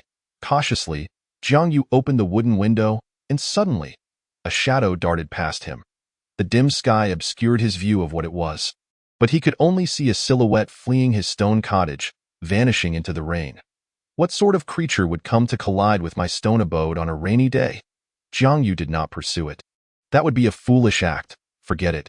I must be cautious when venturing outside in the future. Encountering a dangerous animal could be disastrous. The heavy rain showed no signs of stopping. Jiang Yu closed the wooden window and lay quietly on his bed. He opened the chat channel. Gue hi. This rain has been pouring for a day and a night. There's flooding near my little cottage. What should I do? Urgent. The best Kuan in the world. Why did you build your home in such a low-lying area? Gue Yu. I wish I could have, but the area around me is all flat. It's unnerving, Dondi. You could manually dig a trench near your cottage to drain the water. Think a little. Don't rely entirely on the certificate of sin. It won't solve your problems. Gue Yu. Right? How did I not think of that? Thank you for the advice. 28 year old, divorced with 2 kids. Everyone? Do not get caught in the rain. I went out to chop wood today in the rain and came back with a fever, feeling absolutely miserable. Does anyone have medicine? I would pay a premium for it. The best Kuan in the world. You didn't buy a raincoat before going to chop wood. Given the current situation, who would have medicine? You'll just have to rely on your immune system. In this world devoid of medicine, falling ill could be fatal. If one had some remaining supplies, it was manageable. But without that, one could only depend on luck. Jiang Yu shook his head, not dwelling on it. He could only strive to avoid illness. Even if he had medicine, he would reserve it for himself. Jiang Yu, emotion brother, you're in a flat area, right? Is there flooding? Zhang Lin seemed to have returned from a hunt. Replying shortly thereafter, Zhang Lin. I anticipated this yesterday and dug a few trenches nearby early this morning. But forget that. I successfully captured a deer with over 30 pounds of meat. It was worth the hour I spent waiting. Jiang Yu marveled. Emotion Brother's skills are remarkable, capturing a deer just like that. I'm curious about his attributes. Before long, Zhang Lin unexpectedly gifted Jiang Yu 5 pounds of deer meat. Jiang Yu, Emotion Brother. Did you give me too much? Jiang Yu calculated that his bow and arrow were worth at most 3 pounds of meat. Zhang Lin, just accept it. Your bow and arrow were crucial to this hunt. Not to mention Yi Shishir provided the raincoat. The extra meat is my treat to you all. Besides, I still have over 20 pounds left. Enough to eat. Jiang Yu, Emotion Brother is so generous. Yi Shishir, Emotion Brother is indeed generous. Although their team primarily focused on trading, a sense of camaraderie had developed, deeply moving Jiang Yu. He quickly got up, took out 250 grams of deer meat, skewered it on a stick, and set it to roast over the fireplace. Before long, the meat began to sizzle delightfully, igniting his appetite. After a while, the deer meat turned a crispy golden brown, and Jiang Yu took a bite. Even without seasoning, it was quite delectable. Yet he understood that being picky in this place would only lead to hardship. If he were unlucky, he might not even have bread to eat, let alone meat. After finishing the deer meat, he consumed a few wild fruits to diversify his meal. Life was rather pleasant. After his meal, Jiang Yu began to contemplate. Based on Emotion Brother's feedback, his bow and arrow had significant utility. He had initially considered selling bows, and now he was even more determined to accumulate wealth for the benefit of the people. He examined the materials in his storage and crafted 10 wooden bows and 50 stone arrows to place in the trading bar. Subsequently sending a message in the channel, a good young man in society. I have placed 10 wooden bows and 50 stone arrows in the trading bar for exchange. His message sparked lively discussions among many. Yet numerous individuals expressed skepticism regarding the practicality of the bows and arrows, as primitive bows had significant drawbacks compared to modern compound bows. Observing this, Jiang Yu added another line, a good young man in society. Everyone. Please note that while bows and arrows are ranged weapons, not everyone can wield them effectively. Mastering them requires practice. He also mentioned that he had a stone pot available for trade. Establishing a good reputation was part of Jiang Yu's plan. This way, people would trust his character, leading to more repeat customers. The best Kuan in the world. I trust your character, society brother. Whatever you produce is guaranteed to be of high quality. Jiang Yu smiled, finding this individual quite amusing. One might think he was a hired supporter at that moment.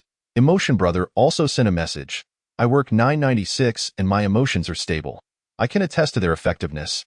Today, I successfully captured an animal using the bow and arrow. Who was Emotion Brother? A well-known figure, he had been selflessly sharing information since day one, a living bodhisattva. His endorsement convinced many of the bow's practicality. Jiang Yu felt a surge of excitement, his complexion slightly flushed. He wiped the sweat from his forehead, puzzled. Why do I feel so invigorated? That night passed in the crafting of bows, exquisite stone axes, and stone pots. The following day, Jiang Yu groggily awoke, shivering. Is this damned rain still falling? How many degrees has the temperature dropped overnight? It's freezing, cursing. He stoked the fireplace. The fire had not died out from the night before. And with the rabbit pelts draped over him, he hadn't felt the chill. From selling exquisite stone axes, simple bows, and stone pots, he had amassed sticks 100, rubble 30, vines 30, stones 100, wood 100. This was a significant windfall, primarily due to the lack of others producing these blueprints. He had also acquired bread. First, he would eat that. Jiang Yu divided the bread in half and added the remaining wild fruits inside. Old Zhang's secret mini burgers were both economical and filling. Simple bread slices with wild fruits made for a satisfying meal. Chapter 25. Wooden bed. After finishing his secret mini burger, he opened the channel, only to be struck with shock. 100 million people died overnight. The world's population had plummeted from 8.1 billion yesterday to 8 billion today, and nearly 500 individuals had perished in his channel alone. leaving 9,523 remaining. The discussions within the channel were fervent. The playful primitive. On the first day, I encountered a fellow with whom I had engaged in several transactions and exchanged a few words. He previously endured the hardships of being disabled and lamented to me how he never imagined he would one day rise to his feet. However, upon reaching out to him today, I discovered that his name had turned gray. The mountain cave dweller. I, too, have had a similar experience with a compatriot I met through trading. Just yesterday, before his untimely demise, he warned me about encountering a wild boar, advising me to exercise caution, for he met his end by being gored to death. Jiang Yu has also come to realize that many still live in the complacency of the beginner protection period, but once that period expires, they often lose their lives, either failing to construct a small hut, leading to exposure and succumbing to the cold overnight, or encountering perilous creatures that bring about their demise. This stark reality has awakened Jiang Yu to the cruelty of survival in this world, where tomorrow and unforeseen calamities are ever uncertain, and no one is there to collect your remains. He recalled the mysterious creature he had encountered while wandering near his stone abode yesterday, sending a shiver down his spine. Jiang Yu. This rain feels unusual. Sure. Emotions, brother. Please be cautious, especially you. Sure. As you are a girl and may be more susceptible to illness, don't catch a chill. And be wary of the animals that have been roaming about recently. Sure. Understood. Thankfully, I wore a jacket when I arrived. I shall attempt to start a fire again today. If I fail, I'll have no choice but to rely on you all. Emotions, brother, remained silent, seemingly preoccupied with other matters. After notifying everyone, Jiang Yu placed some tinder grass in the rabbit den, considering they might be cold, and added a thicker layer of dry hay. He opened the wooden door, and a gust of chilly wind carrying rainwater swept in, prompting him to hastily shut the door once more. The temperature hovered around a chilly 10 degrees, the wind still biting. Prior to arriving in this world, he had been basking in the summer warmth, dressed rather lightly in a short-sleeved shirt. He regretted not donning more clothing before his departure. Not venturing outside, Jiang Yu crafted 10 wooden bows, 10 exquisite stone axes, and 30 arrows to place in the trading section. Bored, he began to pester Sure, as this was his only source of amusement on this lonely island. Society's good youth. Teacher Sure, are you there? Jiang and Misty Rain. Jiang Yu, I wish to create something with you. He lingered until the weather began to improve slightly, the temperature rising a bit. Had it reached noon, he roasted some rabbit meat for lunch. After eating, he donned his raincoat and pushed open the wooden door, swaying left and right to scan for any dangers before stepping outside. This time, he rolled up his pant legs to avoid the hassle of removing his clothes to dry upon returning. He had no intention of chopping wood, as it would expose him to the rain, and today the temperature had dropped significantly. Jiang Yu commenced gathering materials around his stone dwelling, hoping for a stroke of luck in finding a wooden crate. After wandering outside for an hour, he sighed in disappointment, lamenting, "What a pity I couldn't find a crate. It seems they are becoming increasingly elusive." In that hour, he not only collected materials but also observed the island's terrain, keeping his distance within 500 meters of the stone house. Just as he began to feel despondent, he looked up and was pleasantly surprised to spot a wooden crate. But in the next instant, a chill ran down his spine.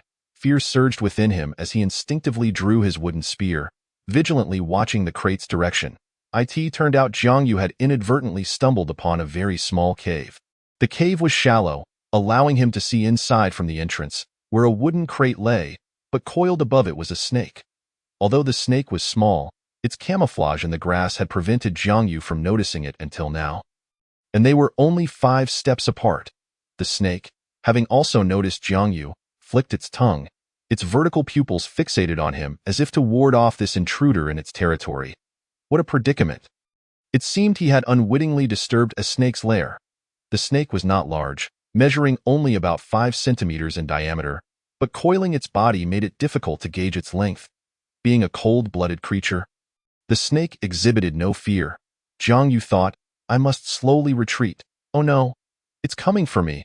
At that moment, the snake descended from the crate, slowly slithering outward. Jiang Yu cautiously backed away while keeping his distance, drawing his bow and arrow with practiced ease, aiming carefully. The arrow flew, but due to the snake's small size, it merely grazed nearby. The sudden attack seemed to infuriate the creature, as it opened its mouth wide, revealing a row of sharp teeth. So close. Jiang Yu released another arrow, yet missed again. Suddenly, he noticed the snake's body contracting inward, and in the next heartbeat, it lunged at him like a spring. Jiang Yu swiftly rolled to the right, narrowly avoiding its fangs. Fueled by adrenaline, he seized the opportunity to grasp the snake's head, momentarily subduing it as it hissed in protest. The snake's body quickly coiled around his arm, straining to escape his grip. Jiang Yu underestimated the smoothness of its skin. It was about to break free. In a panic, he snatched an arrow and stabbed it fiercely at the snake's head. Die, die, die. He struck repeatedly, more than 10 times, until the snake's head was unrecognizable, its body hanging limply from his arm.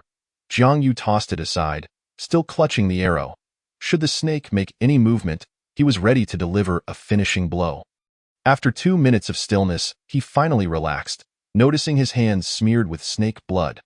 The entire ordeal felt surreal. Did I just kill a snake? I have hardly ever seen a snake in my life. Yet I found the courage to grab it? Am I truly mad?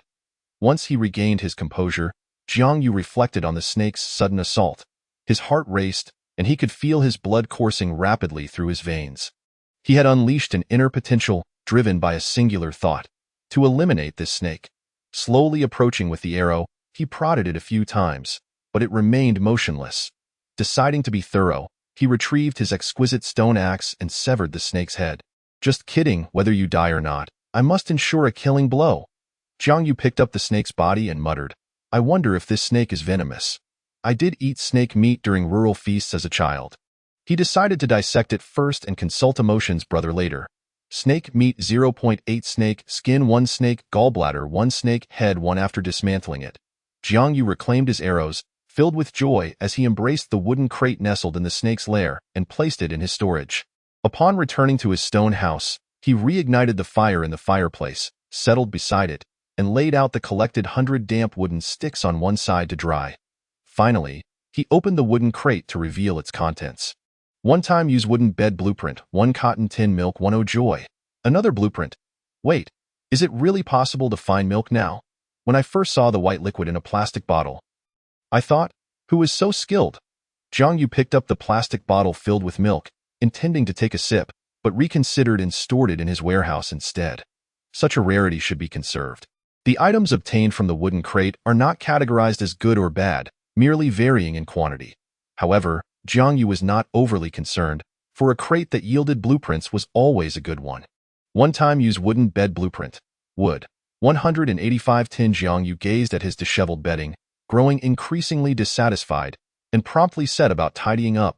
He began crafting the wooden bed, its outline forming before his eyes. This default wooden bed appeared too small. It needed to be larger.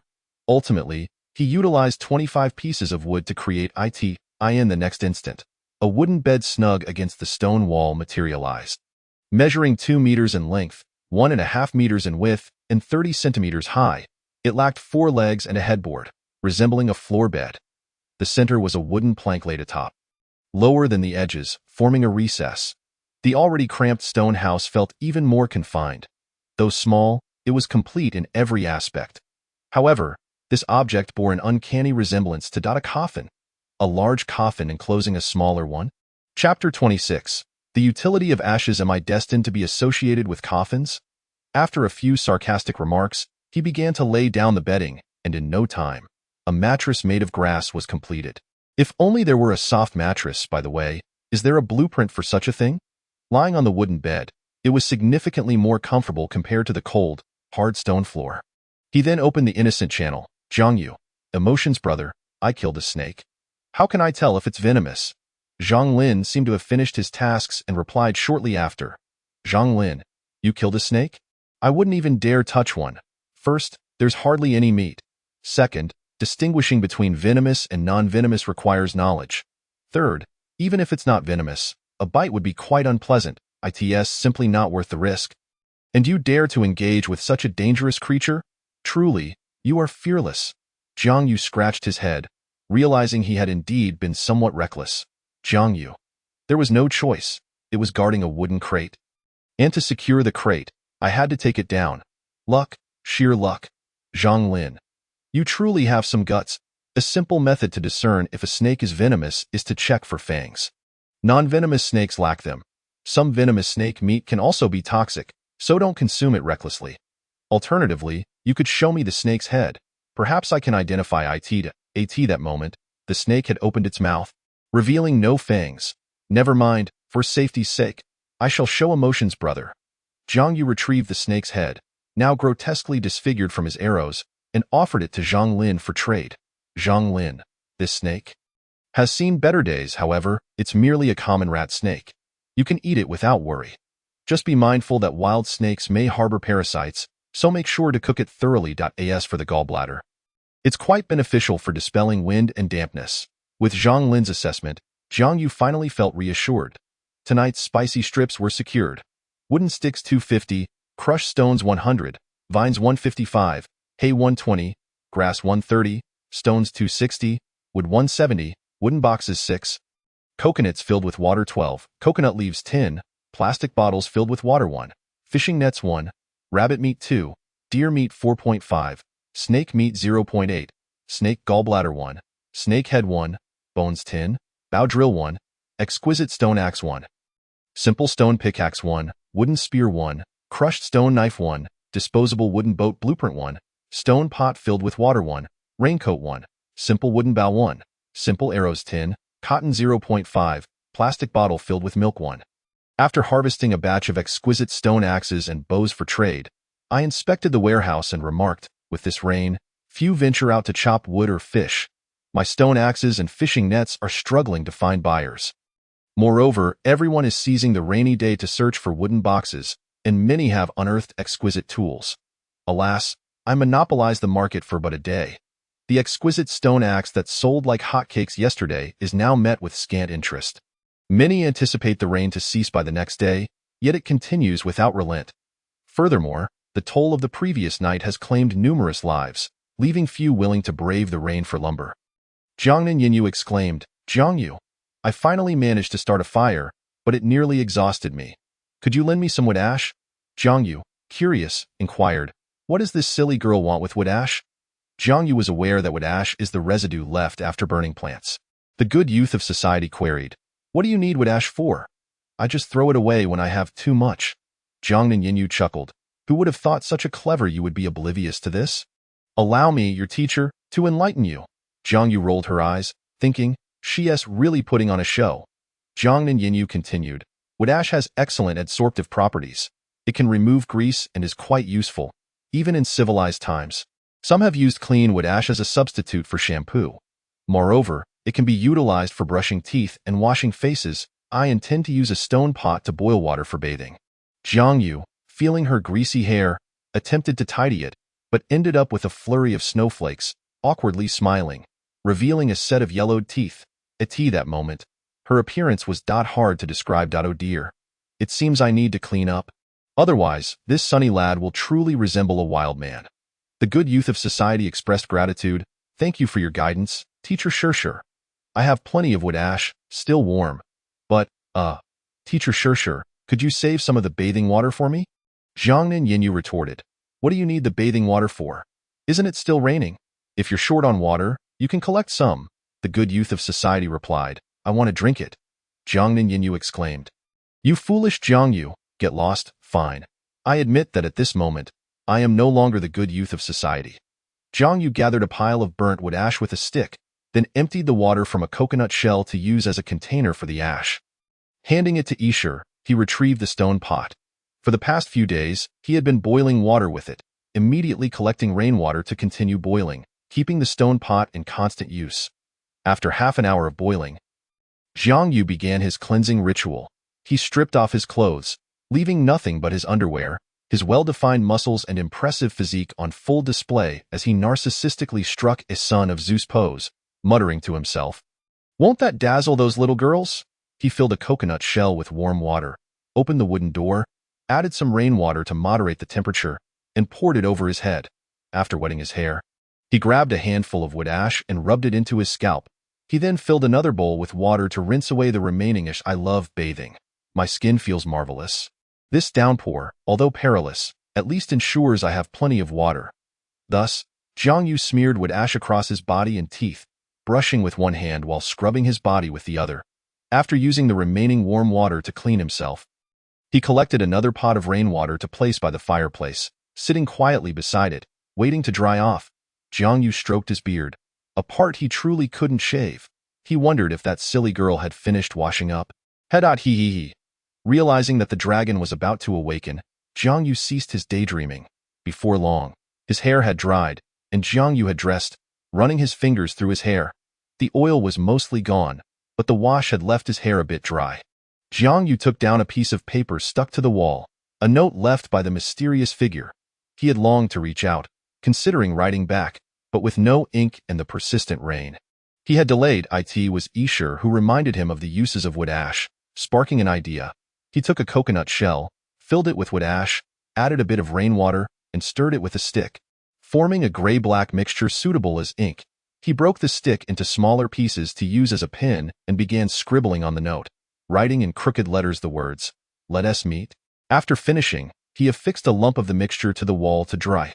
He had perhaps added too much water. At this moment, the sky outside darkened, signaling the impending arrival of night.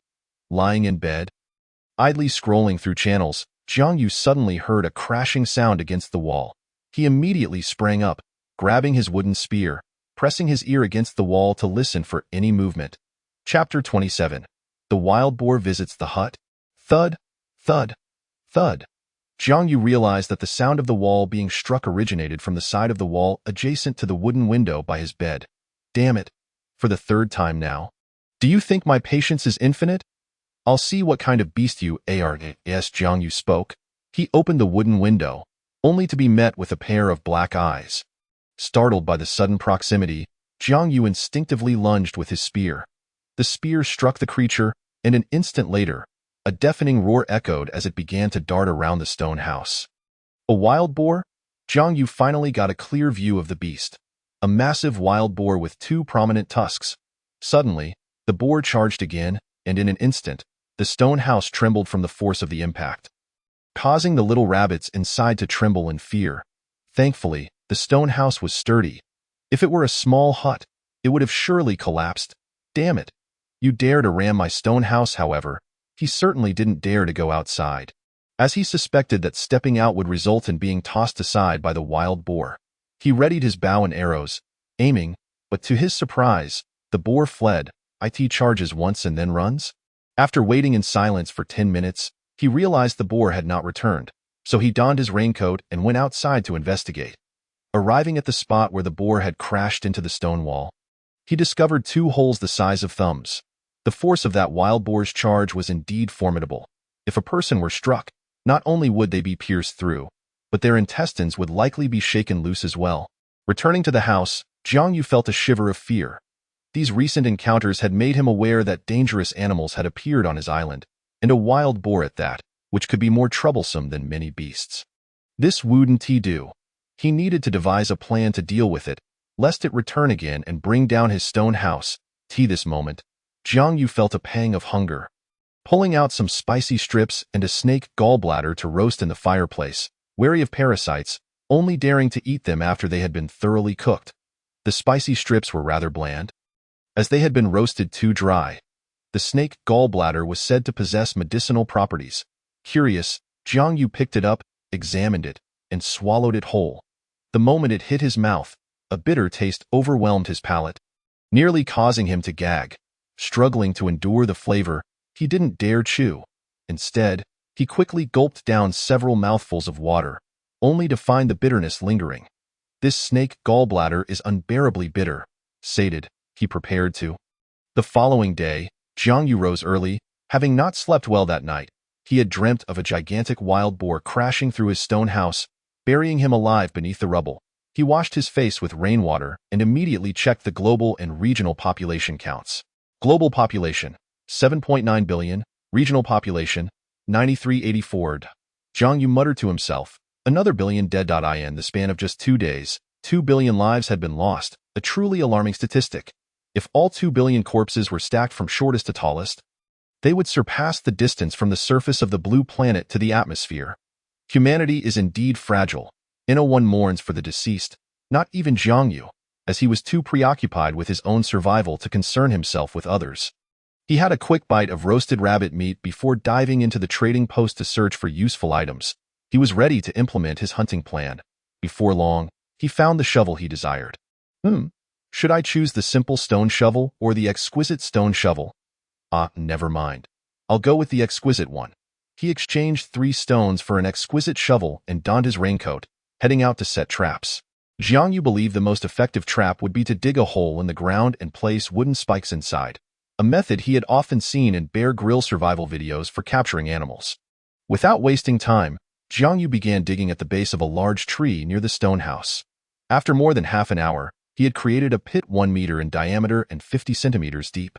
Wiping the sweat and rain from his forehead, he took out 5 wooden spears he had previously purchased, snapped them into 20-centimeter sections, and placed them in the pit.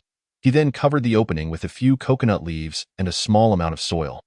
To test the trap's functionality, he tossed a piece of wood inside. The moment the weight of the wood pressed down, the trap collapsed, dropping it into the pit. Satisfied that the trap functioned perfectly, he set it up properly and, for good measure, dug 2 more pits. Jiang Yu confidently declared, "Everything is ready. Now we just need the right opportunity." Upon learning of the wild boar's presence near the stone house, he ventured out to gather supplies, careful not to stray too far. After meandering in the vicinity, he discovered a wooden box perched upon a tree and promptly returned to the stone dwelling. He retrieved the box and opened it, revealing 5 stones, 2 pieces of wood, and 5 cabbage seeds. How peculiar, he mused, to find cabbage seeds this time. Jiang Yu picked up the 5 round spheres, each resembling beans. And after a moment of contemplation, an idea for planting struck him in his childhood. Before his grandmother passed away, she was a farmer, and he often found solace playing in her fields. Cultivating crops is not feasible in just any soil. Yet Jiang Yu had a notion. Since previous survivors had planted sweet potatoes on the back mountain, it suggested that the soil there was suitable for farming. However, the weather posed a challenge, with the incessant rain showing no signs of abating. These matters would have to wait until the rain ceased. After noticing that the rabbit's den was devoid of grass, he added some before fetching water to boil in a stone pot. After checking on trade, he listed several exquisite stone axes, fishing nets, and stone pots for sale. Having completed these daily tasks, Jiang Yu sought to disturb Ishishir once more. As noon approached, though Jiang Yu was oblivious to the time, he could only gauge it by the pangs of hunger in his belly. Lunch consisted once again of roasted rabbit meat. Following his meal, Jiang Yu opened the wooden window, intently observing the outside world. After a while, feeling somewhat weary, he lay on his bed, flipping through channels. "Patriotic General, can anyone spare me some food? I haven't eaten in 2 days. The best Kuan in the world. Why are you begging when you have arms and legs? Patriotic General, do you think I want to? Who in their right mind would venture out in this dreadful weather? Hydrogen, helium, lithium, beryllium, boron. Can't you go out for food just because it's raining? I brave the rain to find food. Can a living person really die from holding in their urine? How foolish. Clear Soup Lord. Zhu Shaji, everyone beware. This person is a heartless merchant. Don't buy anything from him. A single piece of bread costs me 50 stones. Those stones wouldn't even be enough to build a small hut. Zhu Shaji, I warn you not to slander. Is 50 stones for a piece of bread overpriced? Are you not putting in any effort?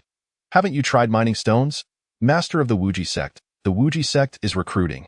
Generous benefits. Join us and receive bread. Night without words. Don't be fooled. This is a scam organization. I'm a victim. Not only is there no bread, but they also demand a joining fee.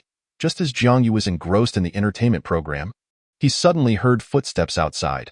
Not the sound of human feet, but the unmistakable sound of hooves striking the ground. They had arrived. Jiang Yu cautiously opened the wooden window and indeed spotted a wild boar wandering around his stone house. Its neck fur was stained a dark red with blood. Although the rain had washed away most of the stains, remnants were still visible. It was indeed the very creature he had wounded the previous day. Jiang Yu had initially expected the boar to come only as night fell, yet here it was in the afternoon.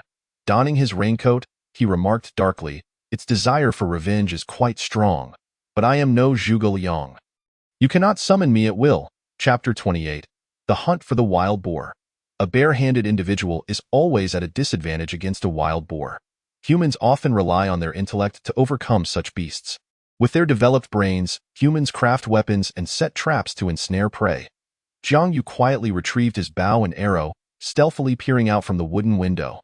The wild boar, seemingly curious about the stone coffin, circled the stone house repeatedly. Seizing the opportunity as the boar passed in front of the window, Jiang Yu drew back the bowstring. Whoosh! The boar was large, and one could only imagine how much higher the accuracy was compared to shooting at a snake. The arrow easily struck the boar's flank. Caught off guard by the sudden assault, the wild boar let out a tremendous roar. Its powerful hooves pounding the ground in a frenzy, it charged headlong into the stone wall, causing the stone house to tremble from the sheer force of the impact. Taking advantage of the momentary distraction, Jiang Yu swiftly pushed the door open and dashed toward the trap he had set. The boar, realizing it had been ambushed, fixed its bloodshot eyes on Jiang Yu and charged in his direction. How is it still so spirited despite its injuries? Unlike other animals, wild boars are notoriously tough. With thick hides and dense flesh, Jiang Yu reached the trap and quickly scaled a tree, having previously set up several traps around it. This was his plan. It was common knowledge that pigs cannot climb trees, as their limbs do not support such an endeavor. He intended to draw the boar's wrath towards the traps while he perched safely above. As he anticipated, the boar would surely attempt to ram the tree. Triggering the traps, Jiang Yu timed his actions perfectly, successfully drawing the boar near the traps, thus accomplishing a significant portion of his plan. Suddenly, the boar halted just behind the trap, its hooves a mere step away from the pitfall. Its bloodshot eyes fixated on him, causing Jiang Yu's heart to race with a sudden, absurd thought. Could the boar have deciphered his plan? Yet, this assumption was erroneous. The boar was not that clever. And the scenario unfolded as Jiang Yu had envisioned. The boar retreated a few paces and prepared to charge, pawing the ground in an instant. It lunged toward the tree where Jiang Yu was perched. But as its hooves grazed the concealed pit, it suddenly collapsed, 5 sharp stakes piercing its body, eliciting a chilling wail that echoed through the woods. The meter-long wild boar thrashed desperately within the pit. Success! Jiang Yu wasted no time, drawing back the bowstring. A hunter who fails to deliver the finishing blow is no true hunter. Whoosh, whoosh, whoosh. Jiang Yu released 3 arrows in rapid succession, all striking their mark. Hitting such a large, stationary target was a near certainty.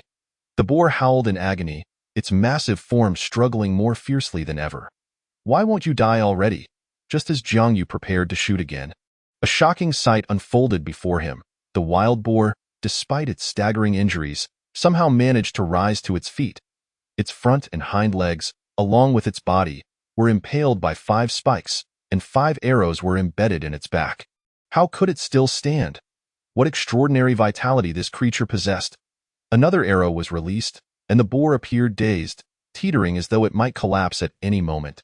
Yet it steadied itself, casting a defiant glance at Jiang Yu before bolting in the opposite direction. It was only when the distance between them reached 50 meters that Jiang Yu dared to descend from the tree.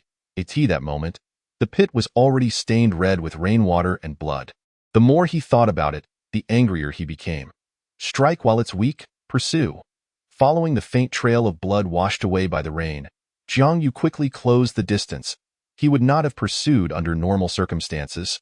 But the boar was gravely injured. Its speed significantly diminished. Jiang Yu spotted the boar resting beside a tree, separated from him by 30 meters. The boar, noticing him, sprang to its feet and fled deeper into the woods. Thus began a relentless chase. He pursued while it fled, thinking to himself how foolish it was to run despite its grave injuries. After half an hour, Jiang Yu maintained a safe distance during each encounter, knowing that the boar was merely fighting to survive. It could bleed out without him needing to lift a finger. However, his patience waned as the half-hour dragged on. Damn it, will you die already? Fortunately, the boar seemed to be nearing its limit, its pace noticeably slowing. Jiang Yu saw a glimmer of hope and hastened his pursuit. Another half-hour passed, and the boar finally collapsed into a puddle. Though it was not yet entirely lifeless, Jiang Yu smirked, feigning death. Are we? Waiting for me to approach so you can strike. You won't fool me, beast.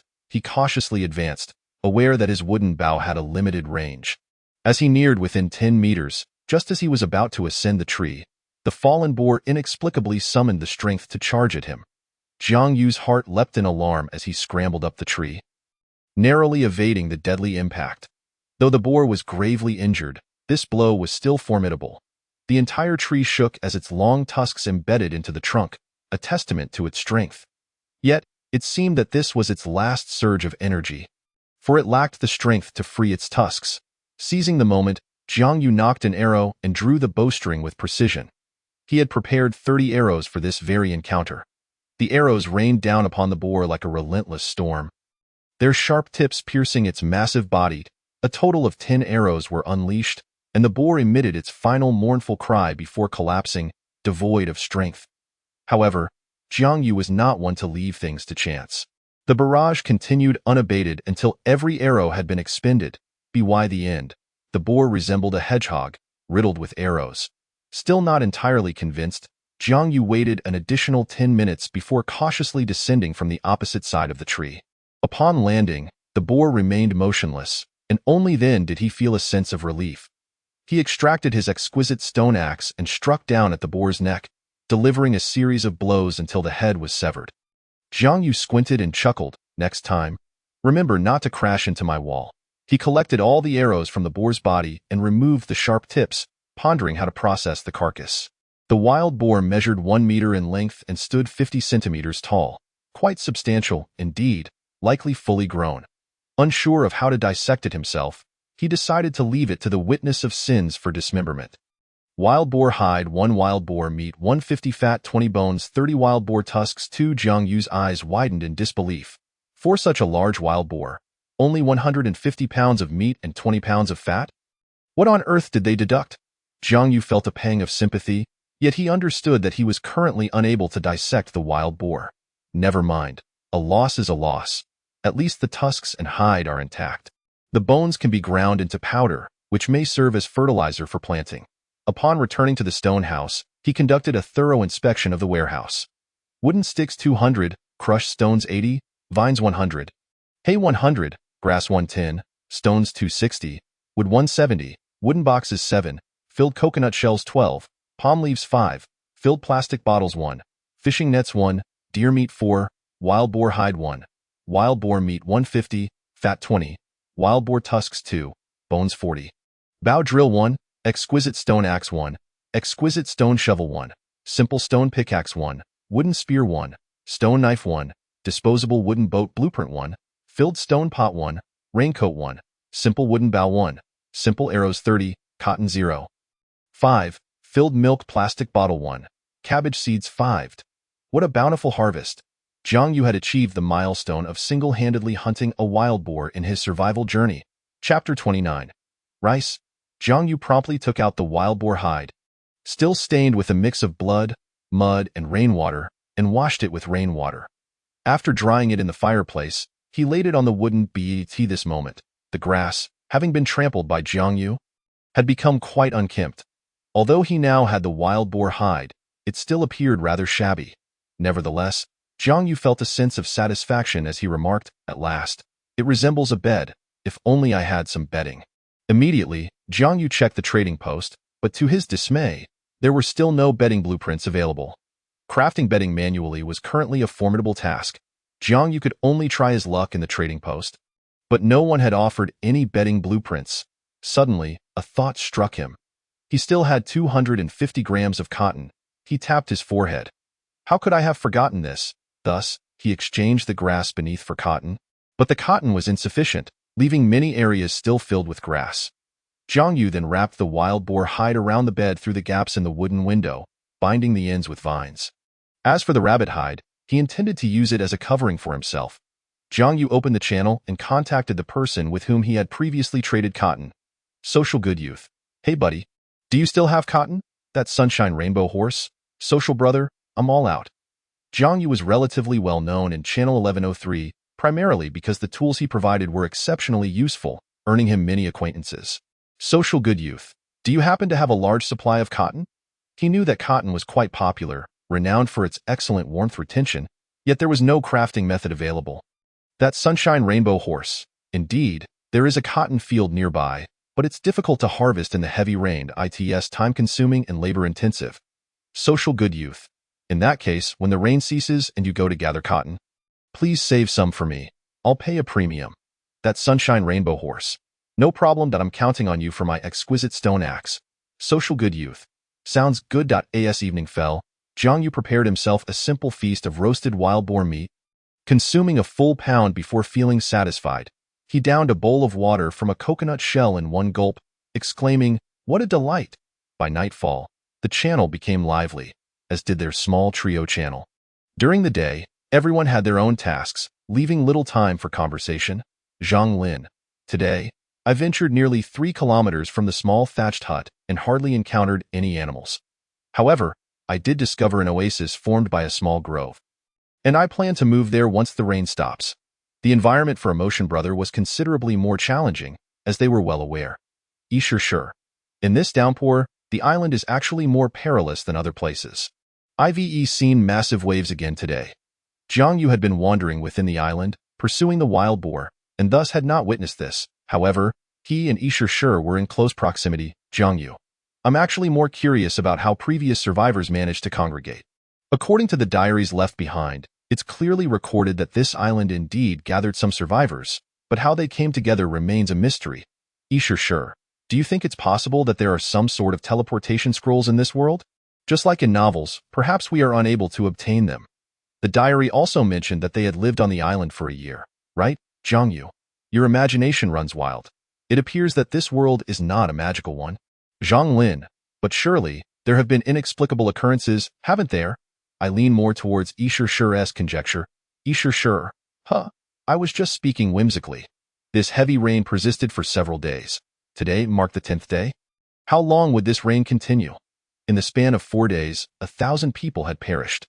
Most deaths during this period were due to food shortages caused by the inclement weather, yet Jiang Yu was fortunate to have hunted a wild boar. Ensuring his food supply remained ample, Jiang Yu removed his raincoat, cradling a wooden box in his arms, evidently having just returned from finding it. He gazed out at the continuing rain and sighed. He had grown somewhat numb. Over these 4 days, Jiang Yu's life had been exceedingly mundane. No other animals had appeared near the stone house, and each day consisted of merely collecting materials, searching for wooden boxes, and returning to sell exquisite stone axes and other items. At night, he would hunt rabbits and tease Sure. Unfortunately, in 4 days, despite opening 5 wooden boxes, he had not uncovered a single blueprint, nor any other valuable items. Jiang Yu glanced at the warehouse. He had mapped out numerous plans for himself, yet due to the relentless rain, he had been unable to execute them. He hoped today's wooden box would yield something good. Bananas 5, Simple Fence Blueprint 1. Jiang Yu's eyes lit up. Bananas, a fence. Excellent items. After several days, he had finally encountered a blueprint. Simple fence. Wooden sticks. 405.5 wooden sticks are required to create one fence. Although its defensive capabilities are somewhat lacking, it is certainly better than having none. Thus, Jiang Yu utilized 200 wooden sticks to craft 40 fences, surrounding the stone house. At that moment, Sure also sent a message. Jiang Yu, guess what I just uncovered? Social good youth.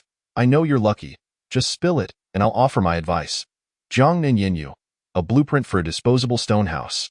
Finally, I won't have to live in a thatched hut anymore. I'm always terrified the wind will blow my roof away. Good heavens, you've unveiled the very blueprint I found on my first day. Jiang Yu felt a twinge of envy. He now somewhat regretted having crafted the stone house so early, as expanding it was no longer feasible. Social good youth. Just remember to be cautious when using it. If you have enough stones, then forget I said anything. The default stone house only measures 5 square meters. Jiang Yu, rest assured, I won't abandon the thatched hut just yet. Although I've collected quite a bit of stone over these days, I intend to build something larger, so I still need to gather more stones. Jiang Yu picked up a banana and began to eat, savoring the long-lost sweet flavor that flooded his taste buds. After feasting on meat for so many days, how could a single banana taste so delightful? Jiang Yu opened the channel and scrolled through the messages above. Chaotic world. Does anyone have a blueprint for a boat? I'll pay a high price. Many were seeking to purchase blueprints, yet those who managed to survive were no fools and would not sell easily. Jiang Yu stroked his chin, realizing he possessed a blueprint for a disposable wooden boat. He weighed its worth. He currently had no use for a wooden boat, and even if he needed to fish, he wouldn't opt for a wooden boat due to the excessive amount of wood required. Moreover, being at sea rather than on a river, Investing so much wood in a small boat for fishing seemed unjustifiable. Let us first see what price the other party offers.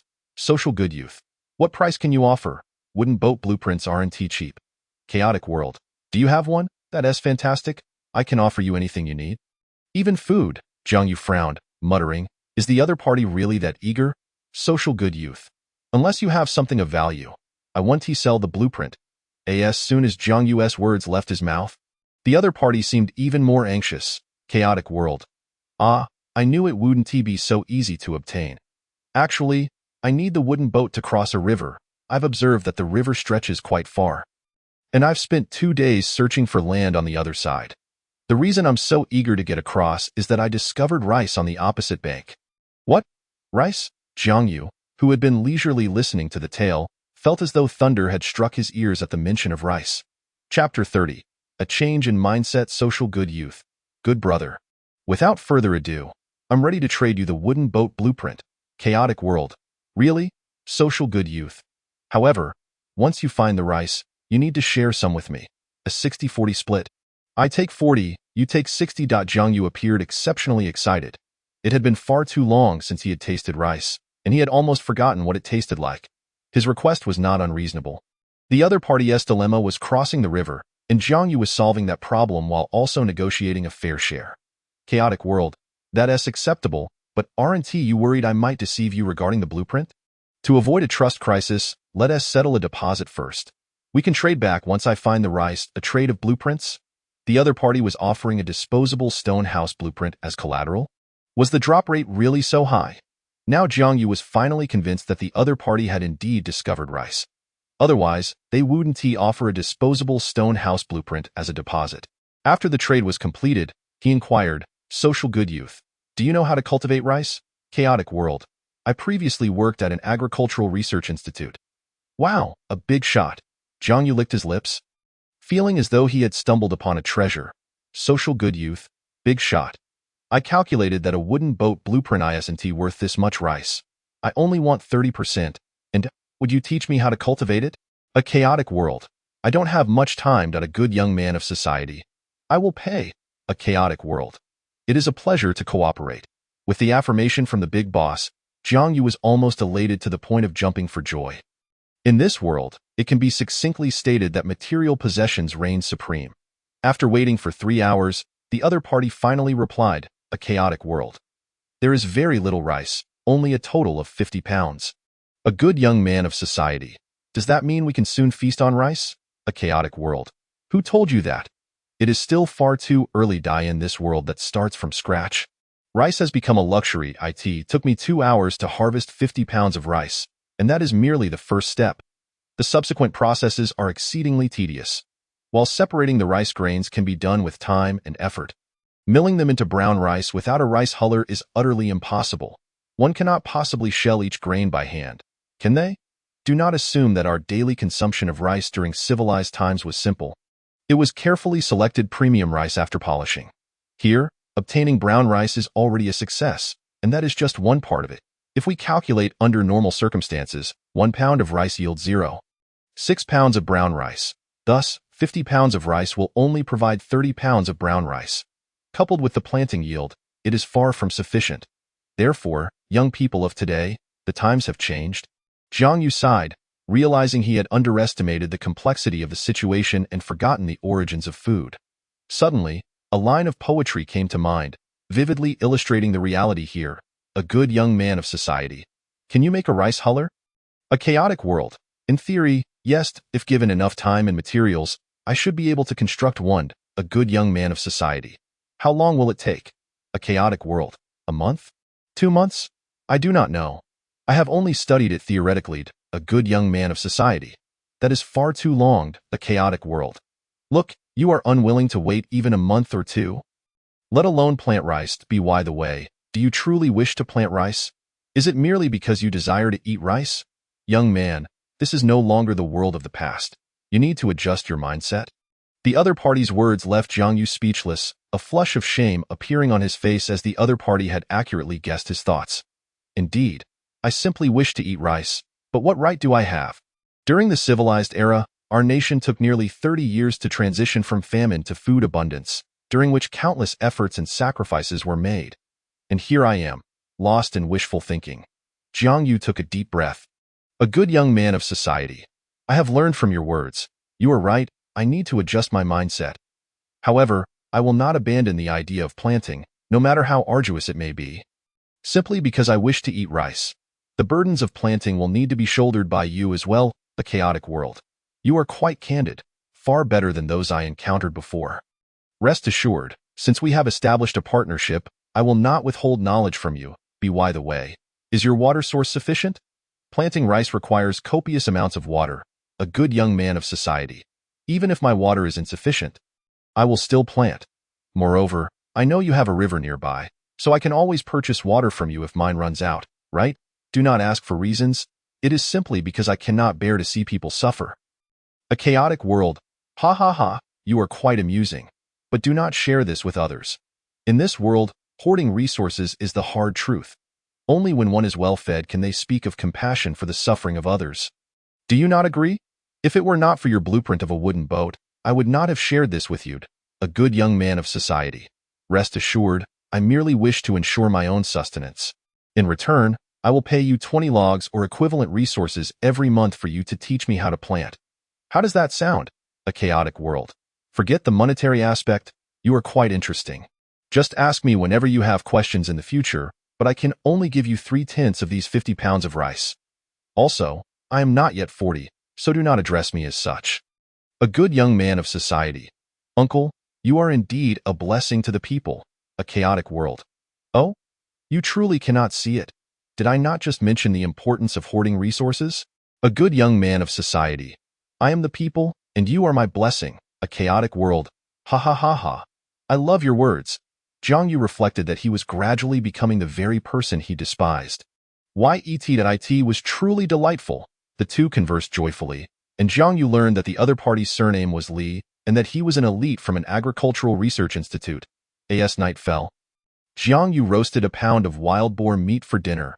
He delicately caressed the rice, akin to treating a child, the grains glistening with rainwater, appearing crystalline. Your bashful demeanor is truly enchanting.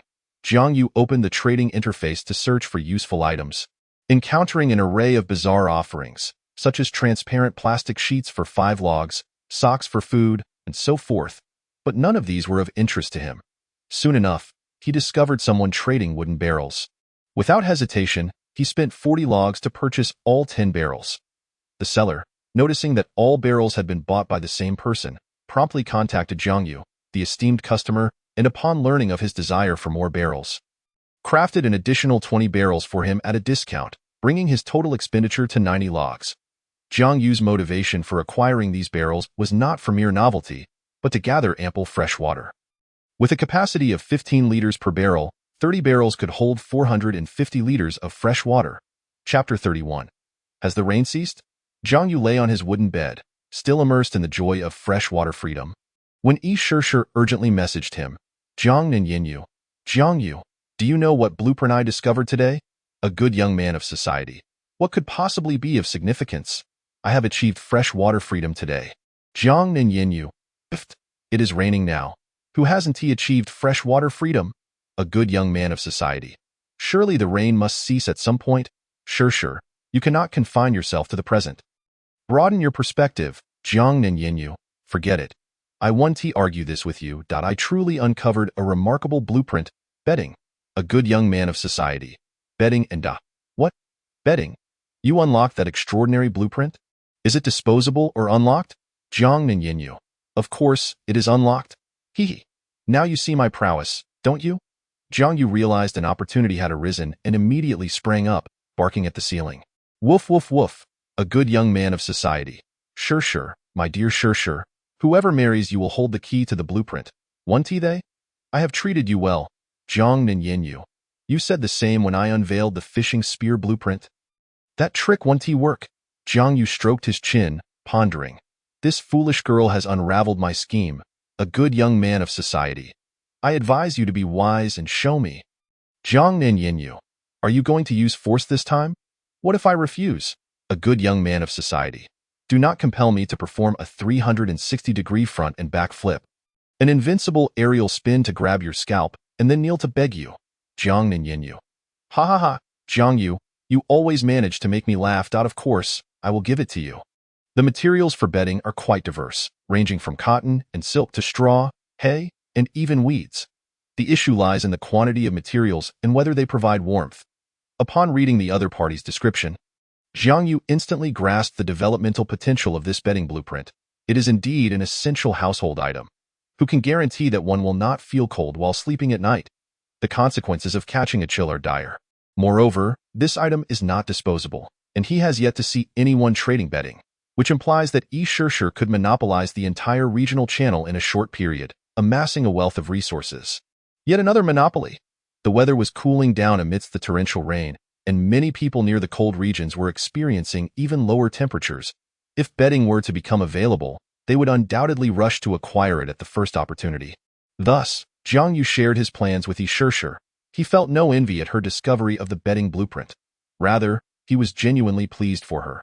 After all, Yi Shishir was the first person he encountered upon arriving in this world, and their conversations had delved deeply, providing mutual solace. However, at that moment, a good young man of society. Therefore, the developmental potential of the bedding blueprint is immense.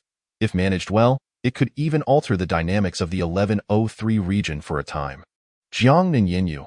Jiang Yu, hold on. Look outside. Interrupted, Jiang Yu gazed out with a puzzled expression. The stone house was eerily silent. Why does it feel like the world has suddenly gone quiet? What could have caused this? Is it merely my illusion? Suddenly, he realized something, abruptly pushing open the wooden door, only to be greeted by the absence of wind and rain. Jiang Yu extended his hand, murmuring, "Has the rain ceased?" At that moment, a long-lost warmth surged through him as he opened the notification. To all survivors, congratulations on surviving the storm. The world level has risen to level 3. A single sentence tugged at Jiang Yu's heart. For the past few days, the incessant rain had become a part of his life. Even the sound of raindrops had melded into his existence. But now the rain had stopped. He could not help but dash outside, tilting his head back to laugh. The rain has stopped. Finally, no more suffering from the pain of being glued to the ground while relieving myself. Ah ha ha ha ha. At that moment, the channel was abuzz with excitement. The best Kuan in the world. That damned rainy day has finally ceased. I, the 996 emotionally stable individual. Why are you so happy? The rain stopping simply means there is no stable source of fresh water.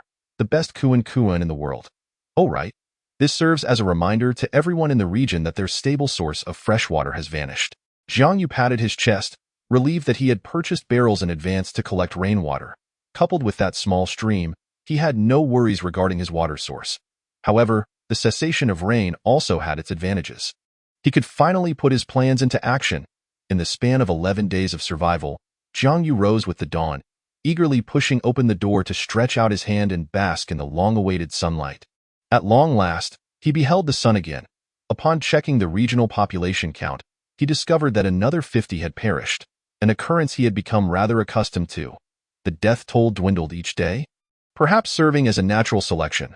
Those who survived were undoubtedly the fortunate and the capable. The first order of business for Jiang Yu today was to reach out to someone named Nej Yangwang Kai Hongma. Good youth of society, brother, are you there? Nej Yangwang Kai Hongma. What's up? Society brother? Good youth of society. I wish to discuss a collaboration with you, one that guarantees you will not incur losses, but rather profit significantly. Nej Yangwang Kai Hongma. Please, go on.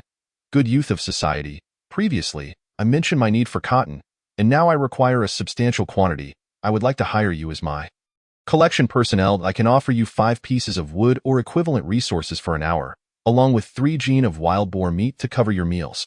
Are you willing? Of course, it's only for a day. The limitation of 1 day was a ruse intended to create a sense of comfort. Jiang Yu doubted that 3 gene of wild boar meat wouldn't entice him for a single day. Nej Yangwang Kai Hongma. 3 gene of wild boar meat, and 5 pieces of wood for an hour? This certainly indicates your prowess. In merely 10 days, you managed to capture a wild boar. Who wouldn't want to cling to someone like that? Good youth of society. Exactly. If you are willing, I shall hire you under these terms. Nej Yangwang Kai Hongma. Absolutely. However, may I ask what you require so much cotton for? Jiang Yu pondered for a moment.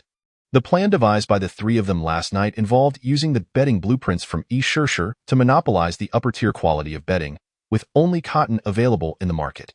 Jiang Yu surmised they were likely already reaching out to those who possessed cotton. After a brief reflection, he muttered to himself, "Perhaps I could use a bait to motivate him further. Good youth of society, I can trust you, but you must not disclose this to anyone else. Otherwise, I won't hesitate to show no mercy. Nej Yangwang Kai Hongma. I promise not to say a word. You must have uncovered some rare blueprints to need this much cotton. Good youth of society. Indeed, but it's not from me.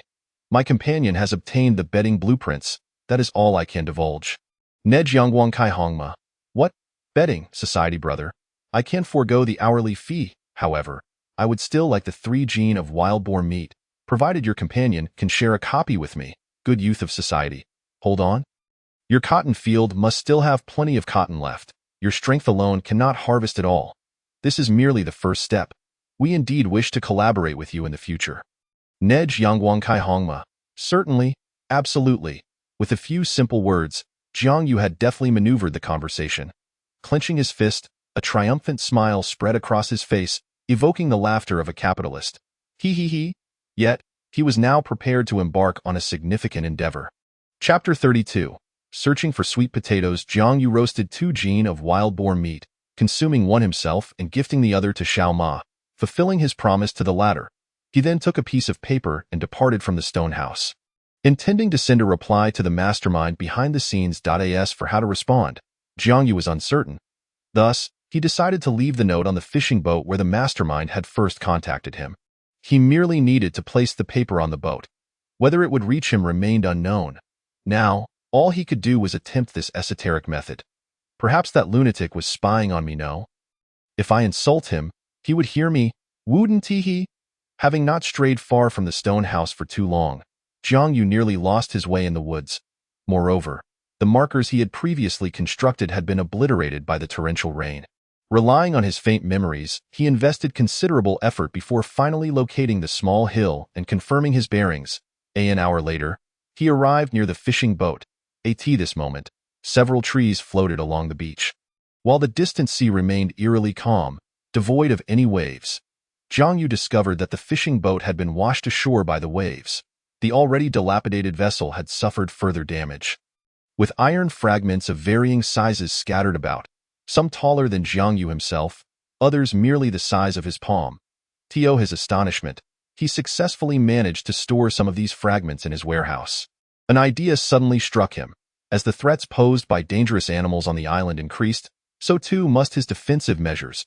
He could disassemble the fishing boat to obtain iron pieces to fortify the stone house. After devising this task for himself, he refrained from executing it immediately, as he lacked the time to dismantle the fishing vessel. He did, however, attempt to disassemble it using the crime evidence, but this endeavor evidently culminated in failure. Jiang Yu climbed aboard the fishing boat, which still retained seawater, and proceeded to remove his shoes, rolling up his pant legs before entering the cabin. He wiped the water off the table and placed the note there. Without lingering on the boat, he ventured into the nearby woods, searching for trees that had been toppled by the waves, a thought that had occupied his mind daily. Soon enough, he stumbled upon a fallen tree and proceeded to dismantle it. Circling the woods, he did not overlook the trees floating on the beach either.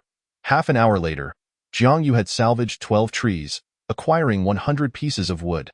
The wood obtained through the crime evidence varied in quantity, lacking consistency, yet this half-hour haul proved swifter than any prior plundering he had done. He considered himself fortunate to have benefited from this calamity. After this unexpected windfall, Jiang Yu set out to search for sweet potatoes, as discovering any remnants of them would constitute a significant gain for the day. Navigating through the woods, Jiang Yu lost track of time. He raised his gaze to observe the sun's position, realizing it was directly overhead, indicating noon.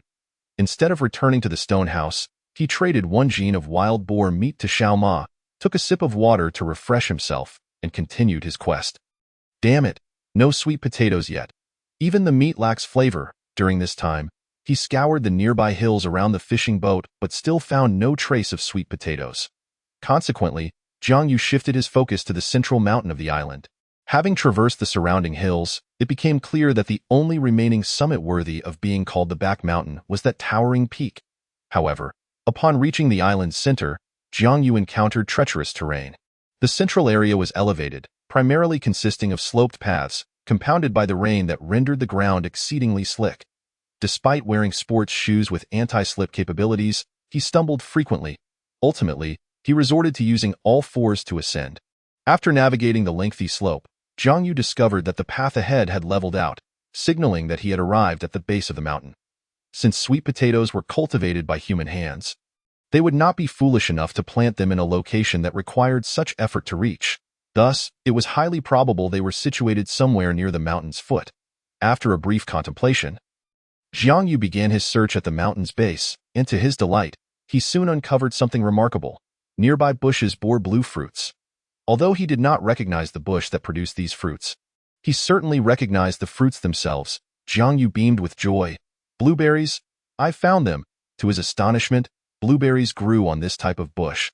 He collected all of them, totaling 50 berries, 10 of which ended up in his mouth. The long-awaited taste of something different intensified Jiang Yu's resolve to locate sweet potatoes. Unsure how long he had been searching, his stomach began to protest. He patted his belly, grumbling, "Where on earth are the sweet potatoes?" Complaints notwithstanding, his pursuit did not cease as he traversed another section of woods. His field of vision expanded, revealing a landscape where trees became sparse, though the ground grew even more treacherous. Crouching down, he scooped a handful of loose, yellowish mud, curiously noting, "Why is this soil so yellow? It's far yellower than any dirt I've seen before. Wait, this is loess." Suddenly, a thought struck him. He had previously inquired of Uncle Lee regarding the most suitable soil for planting. Uncle Lee had responded, "The best soil is undoubtedly black soil, but that is rare. The most common are loess and red soil, found in many places." This indicated that sweet potatoes must be cultivated nearby. No wonder the previous survivors had chosen to plant sweet potatoes here. It turned out this area concealed a patch of loess. Jiang Yu felt a rush of excitement, envisioning sweet potatoes beckoning to him. However, due to the heavy rain, the loess had become exceedingly loose. He had no choice but to remove his shoes and roll up his pant legs above his knees before stepping onto this loess. Each step created a deep pit, with the depth reaching above his knees, making movement exceedingly arduous. Jiang Yu chuckled wryly. It's nearly impossible to progress. After 10 minutes, he had covered a mere 100 meters. Yet he noticed the loess beneath him had firmed up considerably. The depth of his steps now only reached his ankles. The color of the soil became increasingly yellow. I suspected that with the hardness of loess. Even when wet, it shouldn't be this soft. It turns out it was merely mixed with other soil now. This is truly pure loess. Jiang Yu pinched a small clump of loess, kneading it thoughtfully. Perhaps due to the enhanced growing conditions, weeds had begun to proliferate, growing denser the further he ventured. Jiang Yu bent down, feeling the weeds as he walked. Suddenly, his hand encountered a soft, smooth texture, distinct from the rough weeds surrounding it. He cleared away the tangled underbrush, revealing a vibrant, verdant cluster of leaves, which differed in color and shape from the other weeds.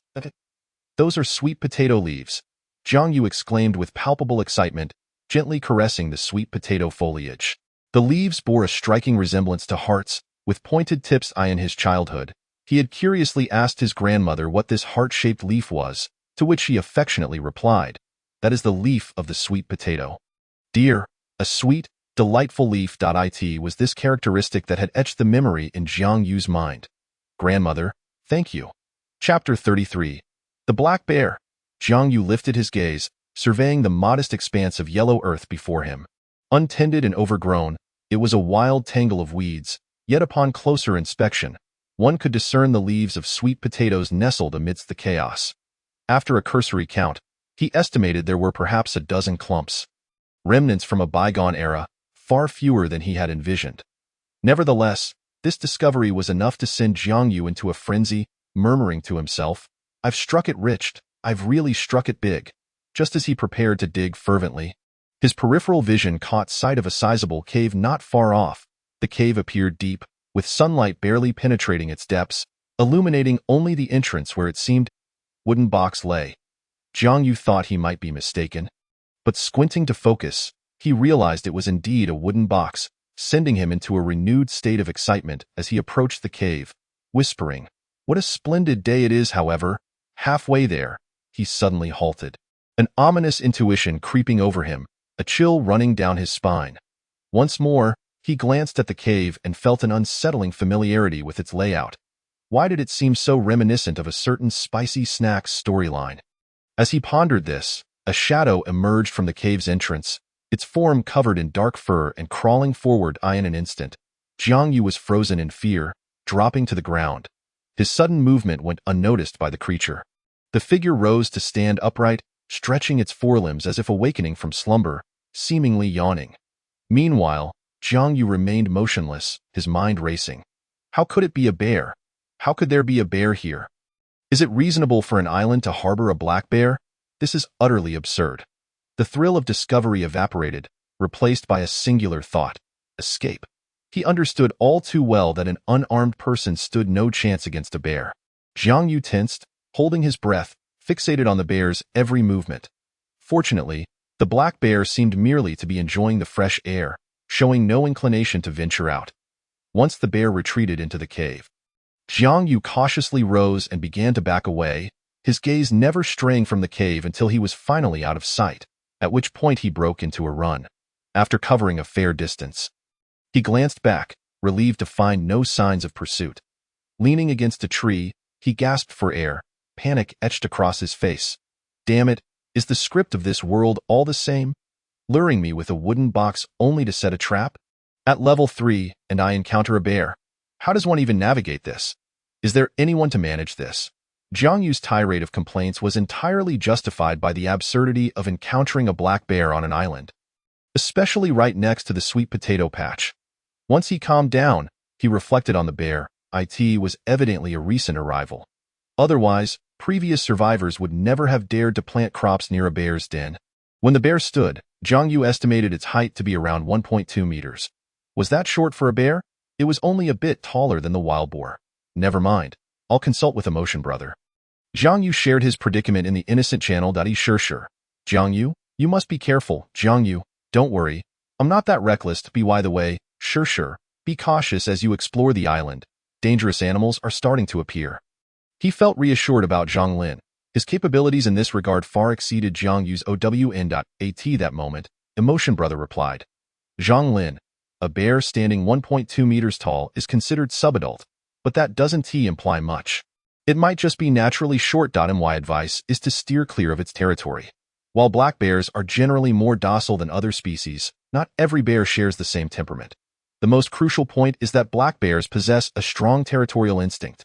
If they detect your presence within their domain, consider yourself fortunate if they merely chase you away. Moreover, bears can climb trees. Your tactics for hunting wild boars will be ineffective against them. An unarmed person stands no chance against a bear. Jiang Yu, I don't want to approach it either, but there's a patch of sweet potatoes near the bear's den, which I've worked hard to find. I don't want to give up. Zhang Lin, you really found the sweet potato patch from the diary? Well, in such a situation, I wouldn't want to give up either. Let us discuss a new strategy. You could draw from your tactics against wild boars. Sure. If we're brainstorming, I have an idea. Jiang Yu, didn't you mention that one area leading to the sweet potato patch has very deep mud? My thought is to set up spike traps in the mud based on your previous tactics for hunting wild boars. Then lure the black bear over. Once it's trapped in the mud, its limbs would surely be injured by the spikes, and then you can climb a tree. With its limbs injured, it won't be able to follow you up. And you can wear it down with arrows. Upon reading Shursher's suggestion, Jiang Yu was taken aback. He hadn't expected her, a girl, to devise such a comprehensive plan. However, there was a critical flaw in her strategy. Jiang Yu, there's one issue. The muddy area is a necessary path. If I set the traps to lure the bear, wouldn't I also risk injuring myself? Zhang Lin, Shursher's plan is feasible, but it needs some adjustments. Based on your description of the terrain, I've sketched a simple diagram. You can mark a safe path through the muddy area for yourself while setting the spike traps. The bear's size will be significantly larger than yours, so the risk of misfire is minimized. After that, you can follow Shursher's plan. However, this will test your willpower and courage if anything goes awry. It won't just be a simple injury, and facing a black bear is far more daunting than a wild boar. My primary advice remains: retreat and devise another plan. Sure. Emotion Brother is right. Jiang Yu, prioritize your safety. I don't want you to get hurt. If something were to happen because of my plan, I wouldn't want that. Jiang Yu felt warmth in his heart. Having trustworthy companions was indeed better than facing it alone.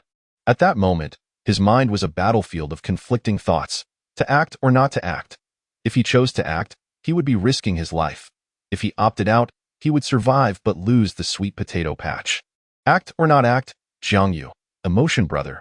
If I were to execute this plan, could there be any pitfalls? The two seemed to be awaiting Jiang Yu's response, remaining in the channel. Zhang Lin, I've calculated it. Overall, there are no pitfalls, but many unforeseen factors could arise. Your mindset is crucial. If it were me, the success rate could increase by another 20%. Jiang Yu suddenly chuckled, surprised to find that, according to Emotion Brothers' calculations, he was only 20% less capable than him. I'm actually quite impressive. That's so. To act or not to act, the path lies before me. How shall I choose? Jiang Yu continually repeated this question in his mind. Ever since he was forced onto this irreversible path, he had lost the power of choice. Now, he finally had an opportunity to make a decision. Yes, my goal is to find my family, but what if I die here? With this thought, the desire to retreat crept in. Should I consider the present or the future? Damn, this is such a hard choice. Thus, Jiang Yu remained silent for 10 minutes, engaged in a fierce internal struggle. After 10 minutes, he stood up. Damn it. I'll do it. This treacherous path of survival has never yielded a living legend. A dramatic shout bolstered his courage. Thus began the battle for dominion over the sweet potato patch. Chapter 34. The Battle for the Sweet Potato Patch. How did primitive people, without external aid or modern knowledge, manage to establish themselves in a perilous world? This was the question Jiang Yu pondered most since arriving in this realm. Yet he had found no answers. Only now was he beginning to put his thoughts into practice. Zhang Lin. Black bears have poor eyesight but excellent hearing, earning them the nickname Black Blind. Our current goal is to minimize your margin for error, such as slips or issues with trap setups.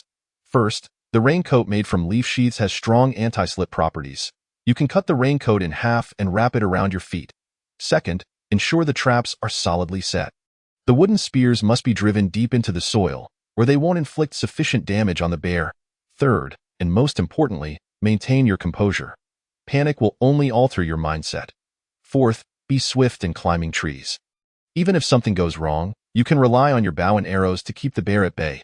Fifth, traverse the muddy area slowly. Don't rush and risk falling. Sure. I may not understand as much as you do, but Jiang Yu, you must prioritize your safety. I don't want you to get hurt. Jiang Yu, how many times must I tell you, silly girl? Do you really wish for me to get hurt? Rest assured, I'm a man who has hunted wild boars. By the way, sure, your mind is quite sharp. I couldn't come up with a plan, yet you did. How do you manage that? Sure. I want to tell you, before taking action, Jiang Yu had Emotion Brother roast some wild boar meat for him, then ate some bananas and blueberries.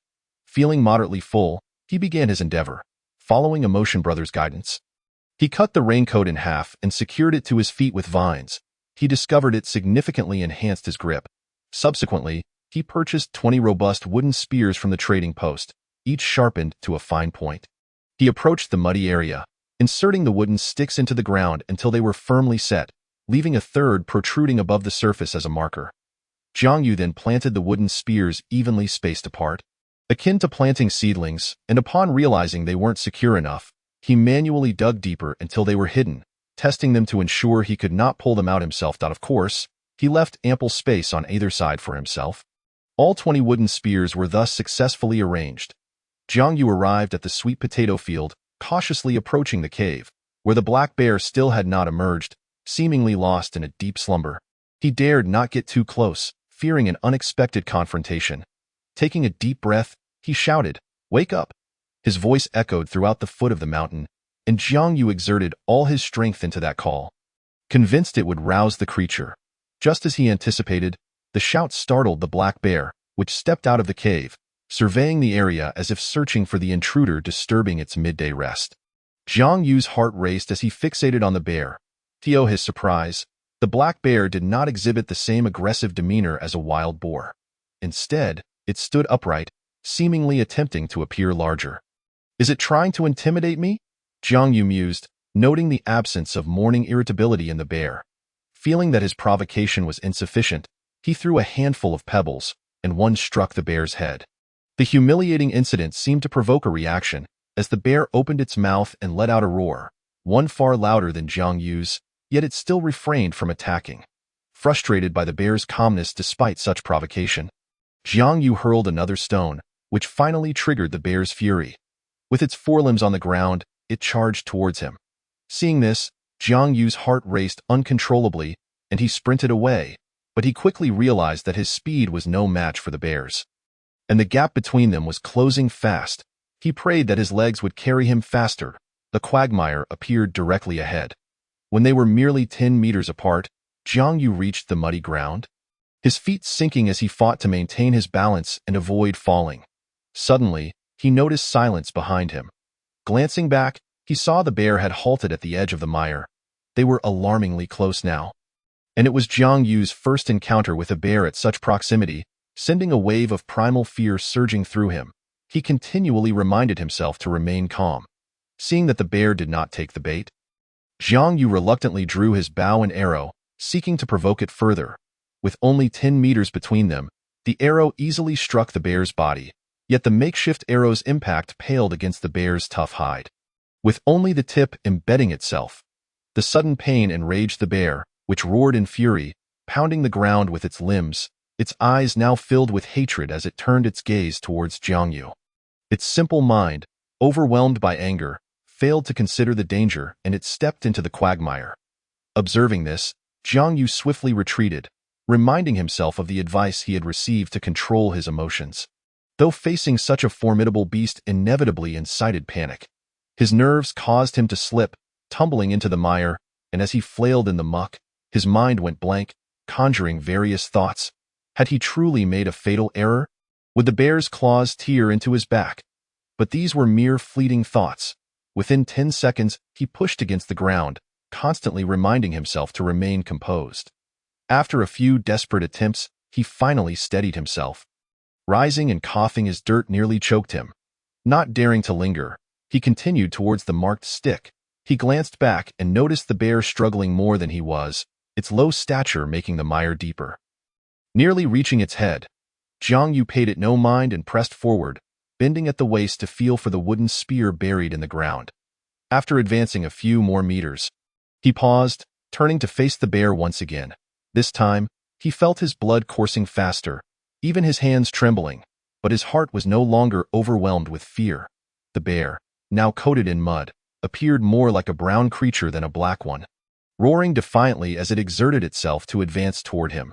Calculating the distance between the bear and the trap, Jiang Yu silently counted. 3 meters, 0.2 meters, 0.1 meter. In a bold move, he drew closer to the bear. And as expected, the bear took the bait. Sensing the proximity, the bear lunged at him, nearly synchronously. Jiang Yu quickly turned and dove forward. Having learned from his previous experience, he quickly stabilized his body upon hitting the ground.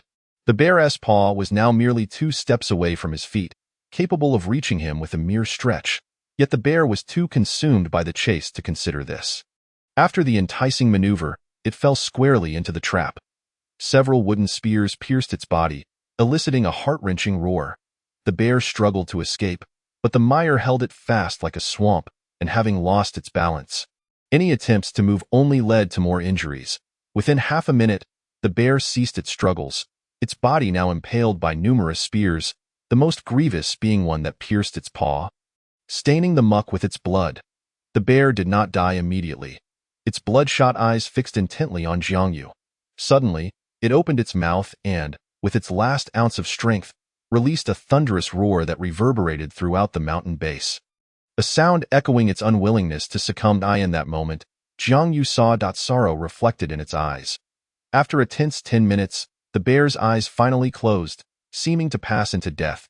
Jiang Yu, however, remained skeptical. He prodded it with his spear multiple times, confirming its stillness before finally speaking, "Don't hold it against me. I need food too." No wonder the swamp was deemed a forbidden zone. A mere mire and a trap had rendered a wild beast immobile. Through the evidence of its demise, Jiang Yu harvested the following: bear meat 200, fat 30, bear paws 2, bear skin 1, bones 50. He had grown accustomed to the deductions made by the sin evidence system. Rationalizing, would they deign to help without taking something in return? He retrieved the bear's skin, which was impressively large, resembling a rectangular shape that could easily envelop Jiangyu. Thick and substantial, it could serve as either a blanket or a coat. Chapter 35. The innocent newcomer wiping the dirt from his face, Jiangyu found himself entirely covered in mud, transformed into a true mudman. After clearing the grime from his features, he glanced at the sun, noting that it had descended closer to the horizon. Without delay, he proceeded to the sweet potato field, using a finely crafted stone shovel to unearth the tubers, cradling 3 sweet potatoes in his hands. Excitement surged within him, prompting him to work even harder. It took him an hour to collect all the sweet potatoes from the field, and fearing he might have missed some, he checked twice. In total, he harvested 50 sweet potatoes. Suddenly reminded of the planting issue, he realized he would not continue cultivating here, primarily due to the distance from the stone house and the arduous uphill trek. Thus, he contemplated taking some yellow earth back with him. The warehouse couldn't store yellow earth directly, so he decided to purchase some wooden barrels. He promptly contacted the barrel seller, and after a brief wait, the seller excitedly informed Jiangyu that he had 5 barrels available in exchange for 15 pieces of wood. After spending another half hour filling the barrels with yellow earth, Jiangyu rubbed his sore back, exclaiming, "Now I truly understand the plight of farmers. Working bent over for long periods is excruciating." Each barrel could hold 30 pounds of yellow earth, totaling 150 pounds. With an abundance of yellow earth in the area, he was unconcerned about running out. If necessary, he could always return for more. Having completed these tasks, it was now dusk. Jiangyu made his way to the bear's den, retrieving the wooden box, when he suddenly noticed more items in the cave, some dry grass and remnants of sweet potatoes, which he collected as well. He even took the dry grass that the bear had used as bedding, leaving the cave empty upon his departure. Anxiously navigating through the woods, Jiangyu nearly lost his way. But fortunately, he had left markers on his journey. He first returned to the western area where the fishing boat was, then made his way back to the southern region where the stone house stood. Although it took him extra time, he managed to reach the stone house before nightfall. Due to the urgency of his tasks, he had no time to wash off the dirt, so the first thing he did upon returning was to fetch water for a bath. The dirt had dried, forming a crust that clung to him like a rocky armor. After some effort, he finally cleansed himself of the grime, though he still detected a lingering earthy smell, still stinking. He longed for the days when he had soap. Achoo! He sneezed, feeling chilled in his bare skin now damp from washing. Thus, he settled by the fireplace to warm himself. Opening the Sin Evidence system, he discovered a flurry of supportive messages from Yi Shishir and Zhang Lin, particularly from Yi Shishir, whose messages felt like a bombardment. Reading them brought warmth to Jiangyu's heart. "I have successfully captured the black bear, and the sweet potatoes have been harvested. Let's celebrate tonight. It's on me." Jiangyu sent them 5 pounds of bear meat and 3 sweet potatoes in exchange. He also prepared a pound of bear meat and 1 sweet potato for himself. After tossing the sweet potato into the fire, he waited impatiently for half an hour, longing for something to quell his hunger. Finally, he retrieved the sweet potato with a stick, its exterior charred black from the flames. As soon as he grasped it, the intense heat caused him to pass it from one hand to the other, eliciting yelps of surprise, resembling a slick monkey playing with a ball, blowing on it. He peeled away the burnt skin to reveal the golden flesh within, the steam carrying a delightful aroma to his nostrils. Unable to contain himself, he took a bite, the soft, sweet flesh melting in his mouth, and he felt tears of joy welling up. After so many days of tasteless food, this roasted sweet potato was more delicious than meat. With a mouthful of sweet potato and a mouthful of meat, it hardly resembled a celestial feast. The sweet potato was somewhat difficult to swallow, prompting a sip of water. After satisfying his hunger and thirst, Jiangyu tenderly caressed his belly, a look of contentment gracing his features. And he suddenly felt that life was but this, if only there were a fair maiden by his side. Jiangyu opened the chat interface and sent a sweet potato to Uncle Li. "Good youth of society. Uncle Li, consider this sweet potato a token of my filial piety. Heh. Chaotic world. Wait, did you actually find a sweet potato?" As an elite of the Agricultural Science Institute, Uncle Li certainly understood the significance of sweet potatoes. This crop was even more remarkable than rice, boasting a short growth cycle and an ability to thrive in various environments. It proliferated effortlessly, yielding abundant harvests with minimal cultivation difficulty, and could be consumed immediately after harvest. Infinitely simpler than rice cultivation. Good youth of society. Just a stroke of luck. The other party seemed quite excited, yet somewhat helpless. Chaotic world. Alas, it seems I must board this pirate ship. Speak. What do you desire? Good youth of society. What are you talking about, Uncle Lee? I merely wish to show my respect for you. Chaotic world. You little rascal. Do you think your Uncle Lee has survived 39 years merely by idleness? There is no such thing as a free lunch, and don't try to play coy with me. Jiang Yu rubbed his nose, feeling somewhat embarrassed. Indeed, the old fox had seen through his scheme immediately. Good youth of society. The thing is, Uncle Lee, I figured you're an expert in this field. I can provide sweet potatoes for free, whether for consumption or cultivation. It's entirely up to you. I don't want anything in return, just your guidance on farming experience. Wouldn't it be mutually beneficial? Jiang Yu's implication was clear. He intended to bind the two of them together, and he would not let such an agricultural expert slip away. He trusted that sweet potatoes would be enough to entice him. Chaotic world. So it's merely this matter. Didn't I say I would teach you for free? Good youth of society. Uncle Lee, you mentioned that no work should go unrewarded. Asking you to teach me for free would be a bit too much. Wouldn't it? I must show my sincerity. After all, I genuinely wish to collaborate with you. Chaotic world. You surprise me, kid. Fine, if we're to be tied together, so be it. I'm not an antiquated relic. I understand the law of survival of the fittest. One cannot thrive alone, and you Haven Tea led me astray. Give me 10 sweet potatoes, and I assure you one tea be disappointed. Good youth of society. Splendid. Uncle Lee, I'll pull you into a private channel shortly. I have 2 other companions. Chaotic world. No problem. Jiang Yu gleefully completed the transaction for 10 sweet potatoes. He felt no anxiety. However, if the other party truly absconded with the sweet potatoes, there would be little he could do. In this world, trust could only be tested by time. He was confident in his choice. Subsequently, Jiang Yu contacted Xiao Ma, who had already sent him numerous messages. That sunny rainbow horse. Good society, brother. After a full day of collecting cotton, I have gathered a total of 30 pounds. Good youth of society. Well done, Xiao Ma. As per our previous agreement, let us say you worked 8 hours today. That amounts to 40 pieces of wood or equivalent supplies, along with 1 pound of wild boar meat. If there are no issues, let us trade. That sunny rainbow horse, society brother. I can forego the 40 pieces of wood. Suddenly, Jiang Yu recalled that the other party had mentioned wanting to exchange a blanket for the 40 pieces of wood. Good youth of society. Understood. You one team miss out on your blanket. You can keep the 40 pieces of wood for now, and we'll trade for the blanket later. This arrangement would further bolster the other party's trust in Jiang Yu's words. Chapter 36. The night of the blanket. At this moment, in the Innocent Channel, Yi Shishir and Zhang Lin were already discussing the blanket plan. Zhang Lin.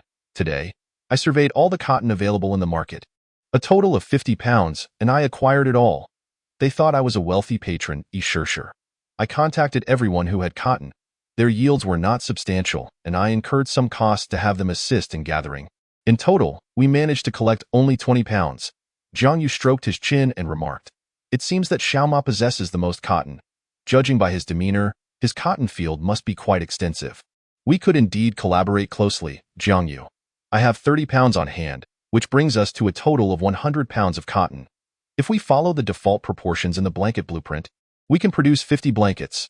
Let us commence sales tonight, Jiang Yu. By the way, I've brought an agricultural expert on board. Our rice and sweet potatoes will rely on him. Uncle Lee, do chime in." Li Hua. Hello, everyone. Jiang Yu, are you trying to make me awkward? Yi Shishir. Ha, Jiang Yu. Heh, Uncle Lee, allow me to introduce you. Zhang Lin is the emotion brother from the regional channel. You must know him. Li Hua. Of course, he is quite capable. Zhang Lin. You flatter me, Uncle Lee.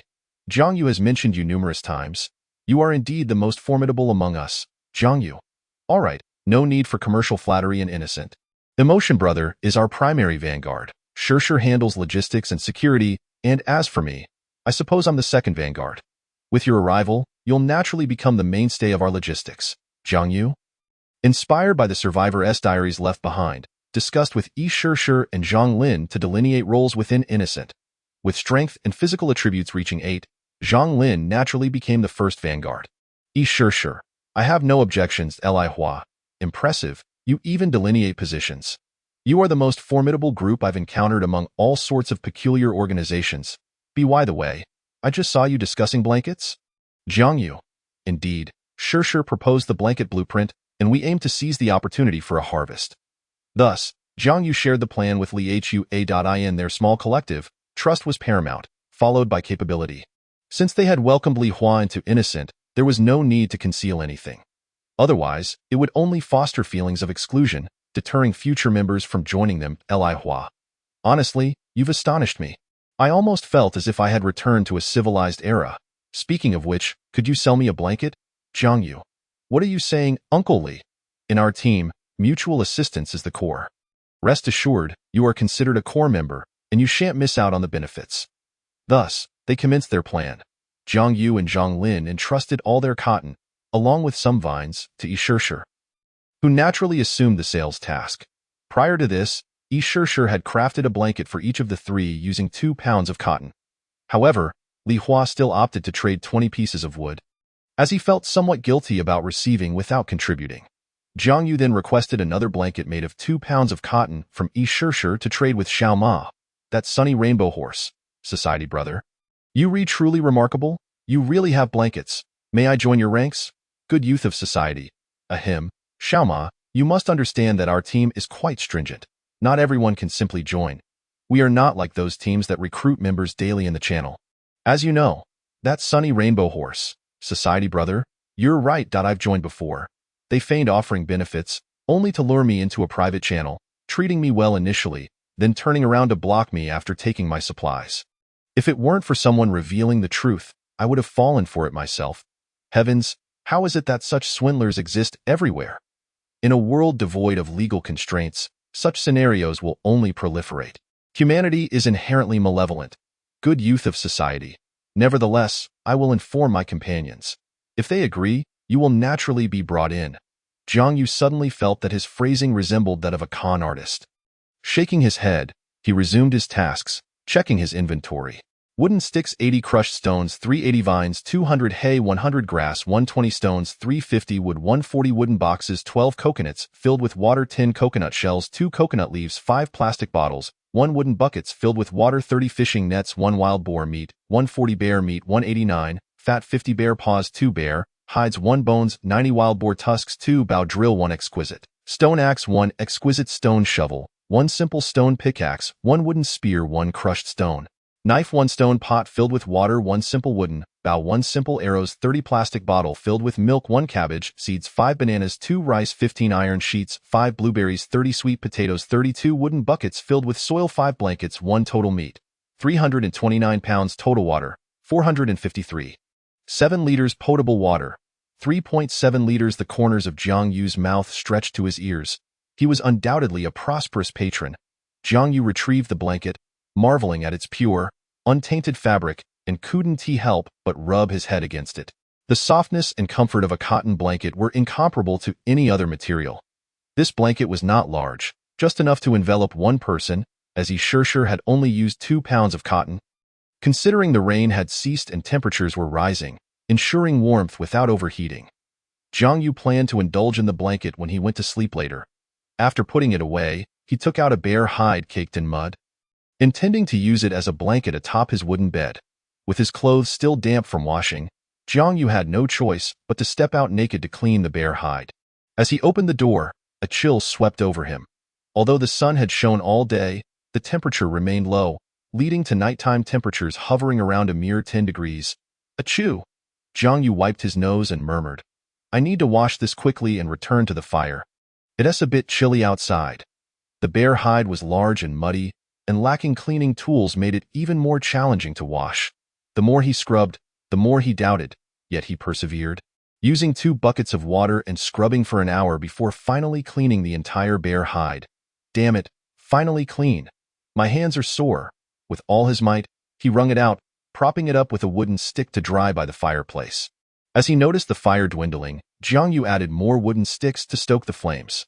The consumption of wooden sticks has become alarmingly severe, with a daily minimum requirement of at least 50 to serve as fuel. I hope that Shishir's bedding sells well. Achoo! Jiang Yu activated the regional channel, revealing a global population of 7.8 billion and a regional count of 9,258. At this moment, the channel had descended into chaos. with everyone clamoring to purchase Shirshir's bedding, the finest quality bedding from the world's most esteemed Kuan Kuan. Jiangnan Tycoon, please, grant me a quilt, I beg you. Bystander A. Why is the cotton bedding so exorbitantly priced? This is utterly unscrupulous. Our supplies did not simply fall from the sky. Gui Hai. If you can't afford it, don't obstruct the way. Your entire net worth is merely worth 20 pieces of wood? Are you unaware of the equivalent value of materials? Or do you believe that 20 pieces of wood should cost you your life? You wish to purchase cotton bedding without funds, yet it has been clearly stated that other materials may be used. Can you not see that? People who are incapable yet desire the finest. How foolish! They had previously convened to discuss and ultimately set the price for the cotton bedding at 20 pieces of wood or equivalent materials for a 2-pound quilt. If calculated at 10 pieces of wood per pound, a larger and thicker quilt would necessitate an additional price. Nevertheless, many rushed to purchase, and while some criticized Shirshir for her lack of conscience, it mattered not. The value of cotton bedding was universally acknowledged. It was truly a rare find, even more precious than some common foods. As the weather turned colder, this item could indeed be a matter of life and death. Causing the prices of cotton and other materials to soar, of course, they primarily profited from high-end materials, with other materials yet to be factored in. In summary, they had struck it rich tonight. Moreover, the present tree-cutting tools had undergone significant reform and upgrading, making it so that for those with high-strength attributes, 20 pieces of wood could be gathered in just an hour, as wood was no longer as rare as before. Those capable of trading 30 pieces of wood for bedding felt they had gained an advantage. As for those lacking resources, they were ill-suited to purchase cotton bedding. Unaware of the time, Jiang Yu felt a wave of drowsiness wash over him. His clothes had long since dried, with only the bare skin yet to be completely roasted. After a brief period of waiting, the bare skin was finally dried. Unable to contain his impatience, Jiang Yu spread the bare skin on the bed and covered himself with the bedding, falling into a deep slumber before he could await Shirshir's good news. Chapter 37. Sick? The Man in Black. Jiang Yu was suddenly jolted awake from the wooden bed, his eyes blankly staring at the ceiling. How long have I been asleep? Just as he attempted to rise, a wave of dizziness overcame him, causing him to collapse instantly. His eyes seemed vacant as he murmured, "Why is my head spinning so?" When he reached to touch his forehead, he realized his temperature was alarmingly high. His body drenched in sweat, his clothes soaked through. Am I running a fever? Panic surged within Jiang Yu. He had witnessed the dire consequences of illness before. No. How could I possibly be sick? My physical constitution has always been robust. How could I fall ill? His thoughts were abruptly cut off, and the stone house was enveloped in an eerie silence. After a moment, realization dawned. Yes, I confronted the black bear yesterday. My entire body was covered in mud and not cleaned properly, and I returned to take a cold shower. How could I not fall ill? Jiang Yu's hands fell weakly, resigned as he self-deprecatingly remarked. I have overestimated myself. Mustering some strength, Jiang Yu attempted to rise again. Merely getting out of bed seemed to drain all his energy. Enduring the dizziness, he stood, leaning against the wall to open the wooden door, only to find the sun shining exceptionally bright, though he could not tell the time. He could infer it from the sun's position. At this moment, the sun was high in the sky, indicating it was already noon. The fireplace, which had not been continuously fueled, had extinguished, leaving not even a spark behind. Damn it, I've truly made a fool of myself. Jiang Yu took out his bow drill in an attempt to rekindle the fire, but after barely 1 minute, sweat poured down like a waterfall, and his weakened body could hardly manage any task. I can't do it. In my current state, I cannot start a fire. Thankfully, I have some instant food left. After consuming a few blueberries, he lost his appetite. Forcing himself to eat a banana, he felt a wave of nausea and quickly took a sip of water. How bland. How could this happen? I've never been this ill before. Cough, cough. My body is too fatigued. I must lie down. Stealthily returning to the bedside, he placed some tender grass in the rabbit's nest, bitterly smiling. I won't be around much longer to care for you, but I hope you can live a little longer. After doing this, Jiang Yu lay back on the wooden bed, suddenly recalling the scene before the black bear's demise, self-mockingly thinking, perhaps this is my retribution. I did not perish beneath its claws. Yet I am on the verge of dying by my own hand. Jiang Yu felt his eyelids growing heavier, ultimately lacking the strength to hold them up. His eyes closed, though he did not truly fall asleep. Instead, he felt the world spinning around him, as if this planet were dancing wildly in a 360-degree frenzy. How uncomfortable. Am I about to die? Jiang Yu was engulfed in darkness, patting his head as if that would alleviate his discomfort. After an indeterminate time, Jiang Yu groggily opened his eyes, and within the darkness before him appeared the silhouettes of two figures. They did not turn back, yet Jiang Yu recognized them through their familiar shapes. Mom and Dad. Mom and Dad. They did not respond, seemingly oblivious to his presence. The scene began to shift, their figures no longer static, as if set to rapid playback, with flashes of memories passing before his eyes. He saw so much. His grandparents, the infant version of himself, his family rejoicing at his birth. From birth to learning to grow, to school, he briefly glimpsed his entire life, the final image being that of his family.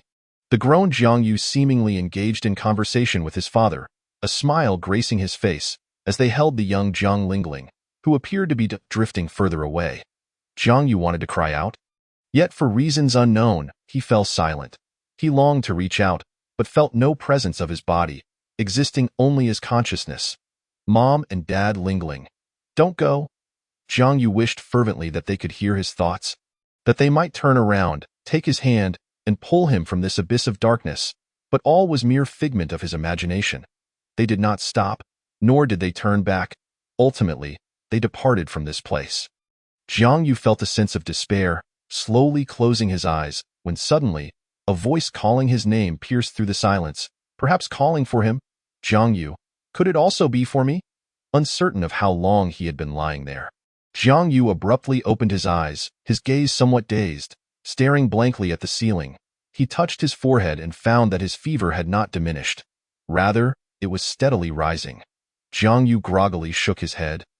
But the effort felt as if he were trying to shake his brain loose, an unbearable discomfort. Resigned, Jiang Yu's expression remained blank as he continued to stare at the ceiling. After 5 minutes, a strange voice suddenly reached his ears. Jiang Yu, you are awake. Jiang Yu turned his head towards the source of the voice and discovered, to his astonishment, that a figure had appeared in the stone house out of nowhere. As he scrutinized the individual, he saw they were clad in a pure black coat, a hood obscuring their face, perfectly blending into the shadows of the stone house. Despite this being their first encounter, Jiang Yu felt no stir of emotion within. He licked his cracked lips, his voice raspy. Who are you? Jiang Yu, you know who I am. I have received your reply. Oh, it is you. I didn't expect you to be so childish. Have you been watching me all along? The man in black did not respond to his inquiry but continued speaking. It seems your condition is rather poor. Cough, cough. May I ask you a few questions before I die? No. The curt reply sent a chill through Jiang Yu's ears, as cold as if it came from a machine. I apologize, but I cannot answer any of your questions. You must seek the answers yourself. Then what is your purpose in coming here? Do you merely wish to watch me die? The man in black fell silent for a moment before slowly replying. You misunderstand. I harbor no ill intentions. Jiang Yu turned away, no longer gazing at him. He had already guessed the answer before the man in black had spoken. How could he possibly divulge answers to someone on the brink of death? Jiang Yu, do you wish to die? Jiang Yu did not answer, for he felt himself incapable of caring for himself. Death seemed inevitable, and he could not expect kindness from the other. You are not merely suffering from a common fever. At your current state, you will not survive beyond 3 days. It matters not. Unless you provide me with the answers I seek, I shall be content merely to understand my fate. The man in black did not respond immediately. Jiang Yu could not discern his expression, as if he were contemplating his words. The air seemed to freeze at that moment. After a long pause, I'm sorry, but I still cannot answer you. Jiang Yu remained undeterred, enduring the discomfort brought on by his heavy head as he inquired. Then you must at least clarify your stance. Yet this question appeared to cause some turmoil for the man in black. I mean no harm. Hearing his ambiguous reply, Jiang Yu could not help but let out a bitter laugh. It matters not. I simply cannot find Mom, Dad, or Lingling, nor Shirshir. The man in black paid no heed to Jiang Yu's ramblings. His tone still icy. Take a rest. The words of the man in black seemed to possess a certain power, as Jiang Yu felt an overwhelming wave of drowsiness wash over him. his eyelids slowly succumbing to the weight in his daze. He seemed to see the man in black extending a hand towards him. When Jiang Yu next awoke, his head throbbed as if it were about to split open. Even the slightest struggle drained him of all his energy. He glanced around, but the man in black had vanished without a trace, as if he had never existed, leaving Jiang Yu to ponder whether it had all been a figment of his imagination. Am I merely ensnared in a dream? How much time has elapsed? Am I truly on the brink of death? A relentless barrage of questions left him in a haze, his mind muddled as if submerged in thick sludge, rendering coherent thought nearly impossible. Suddenly, an overwhelming heaviness enveloped him once more, akin to being crushed beneath the weight of a colossal elephant, suffocating his breath. This sensation compelled him to succumb to slumber. In the midst of his unconsciousness, Jiang Yu suddenly recalled something, a flicker of defiance igniting within him. He hastily activated the evidence of sin, relinquishing all possessions from his repository to Yishirshir. Having completed this act, Jiang Yu ceased his struggle against the seemingly inescapable weight, a faint smile gracing his lips. This foolish girl relies on me quite a bit. I wonder how she will fare after I am gone. I hope these supplies will afford her a better life. Time passed unmeasured. Jiang Yu's eyes remained only partially closed, his gaze devoid of clarity, pupils somewhat unfocused, leaving one to ponder whether he was awake or asleep, a question he himself could not answer. Suddenly, warmth radiated from the jade bracelet on his wrist, causing the interface of the evidence of sin to materialize before him, followed by a pop-up message. Yet, his gaze remained lost, pupils refusing to sharpen. This peculiar state endured for an extended period. Curiously, the message box did not vanish, seemingly awaiting something. In that moment, he sensed a flicker of awareness. His parched lips began to move, producing a faint murmur. What? Do I agree or disagree? Chapter 38. The Savior appears. In a daze, he thought he heard someone calling his name, yet he lacked the strength to open his eyes. Who is calling me? Is the underworld here to collect my soul? The calls grew increasingly insistent, and Jiang Yu discerned the voice, unable to resist a jest. Hey, the voices of the messengers of death are surprisingly melodious. I had expected them to be ominously haunting. However, the more he listened, the more he felt something was amiss. Even if the messengers of death had come to claim his life, surely they would not call out in such a fashion, as if they were weeping. If it is not the messengers of death, then who is weeping? Am I dreaming? In that moment, Jiang Yu could not distinguish reality from illusion, his consciousness seemingly trapped in this dark realm. Suddenly, the voice pierced through the silence like thunder in his ears. Jiang Yu, wake up quickly. It's me, Yishirshir. Shirshir. Jiang Yu silently chanted in his heart, attempting to recall Shirshir. Yishirshir appeared in the stone chamber. Immediately spotting Jiang Yu lying on the bed, the bedding and rabbit fur strewn about the floor. The bare skin wrinkled as if it had weathered a fierce battle. Rushing forward, she noted the flush on Jiang Yu's face. Reaching out to touch his forehead, only to find it astonishingly so hot. Something is definitely wrong. Jiang Yu, you scoundrel, do you intend to simply give up on life? In a flurry of panic, Yishirshir was at a loss. Tears shimmering in her beautiful eyes. Jiang Yu, wake up quickly. It's me, Yishirshir. Jiang Yu seemed to hear her call, his eyes cracking open just a sliver. He struggled to fully awaken and focus on the figure before him. Jiang Yu, you're awake. Is that you, Shirshir? You're so beautiful. With those words, he succumbed to unconsciousness once more, leaving Yishirshir blushing, for indeed, she was strikingly lovely, with elegant brows, sparkling eyes, and delicate features, her hair flowing smoothly. Skin fair and tender, embodying sweetness. This fellow, knowing his condition was dire, Yishirshir sprang into action. With a blush staining her cheeks, she said, Jiang Yu, I'm sorry. As she spoke, she began to remove his shirt. Though she couldn't help but feel a surge of excitement. Jiang Yu's shirt was thoroughly drenched in sweat. Upon removing it, his well-defined muscles were revealed, leaving Yishirshir momentarily stunned, unable to resist the urge to touch him. Before snapping back to reality and slapping her own face, Yishirshir, what are you doing? You need to care for the patient. She turned her gaze away, gathering the scattered cotton and rabbit fur. Washing the cotton in the cool water of the wooden bucket, wringing it out, and meticulously wiping the sweat from Jiang Yu's body, the damp cotton gliding over his skin, leaving a sheen that would effectively cool him down. You tease me all day. Now karma has caught up with you? A smile suddenly graced Yishir's face, as she remarked, Your face is as red as a monkey's bottom. After wiping his body, she attended to his forehead and cheeks, as for below Yishir withdrew her hand, muttering, Forget it, Yishir, you must maintain some decorum. Having finished cleaning him, she covered him with the bedding, then wrapped the damp cotton in rabbit fur and placed it on Jiang Yu's forehead. Completing these tasks, Yishir prepared to kindle a fire when suddenly, a force grasped her hand. Startled, she turned to find Jiang Yu holding onto her tightly. Tentatively, she asked, Jiang Yu, are you awake? Yet, Jiang Yu did not respond. Instead, he clung to her hand with increasing fervor. Suddenly, he began to writhe, his grip trembling. Shir, I'm so hot. Jiang Yu's words tugged at her heartstrings, and she immediately embraced him, her beautiful eyes radiating warmth, her voice soft and soothing. It's all right, Jiang Yu, I'm here.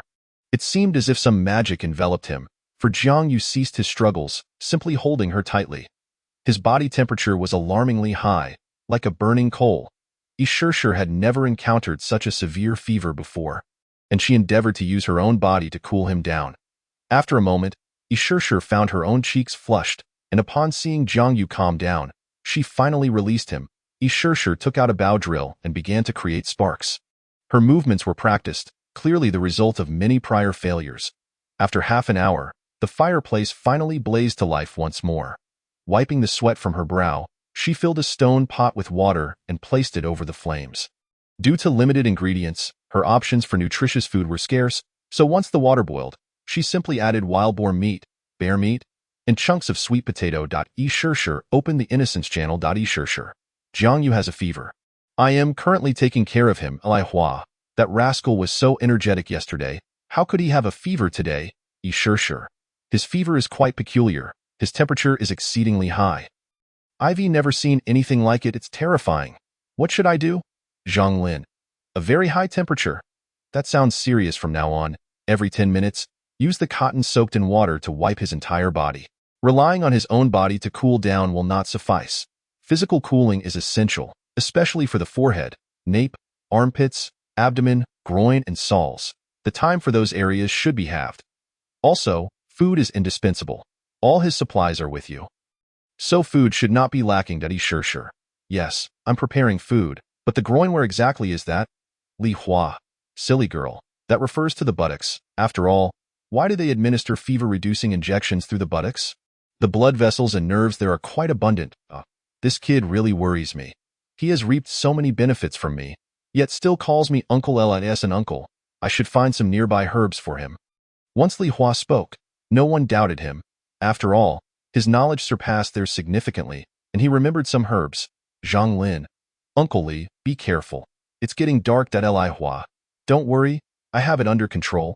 At that moment, Yishir felt her face flush. The thought of wiping Jiang Yu's buttocks made her slightly shy, and amidst her embarrassment, there was a hint of excitement.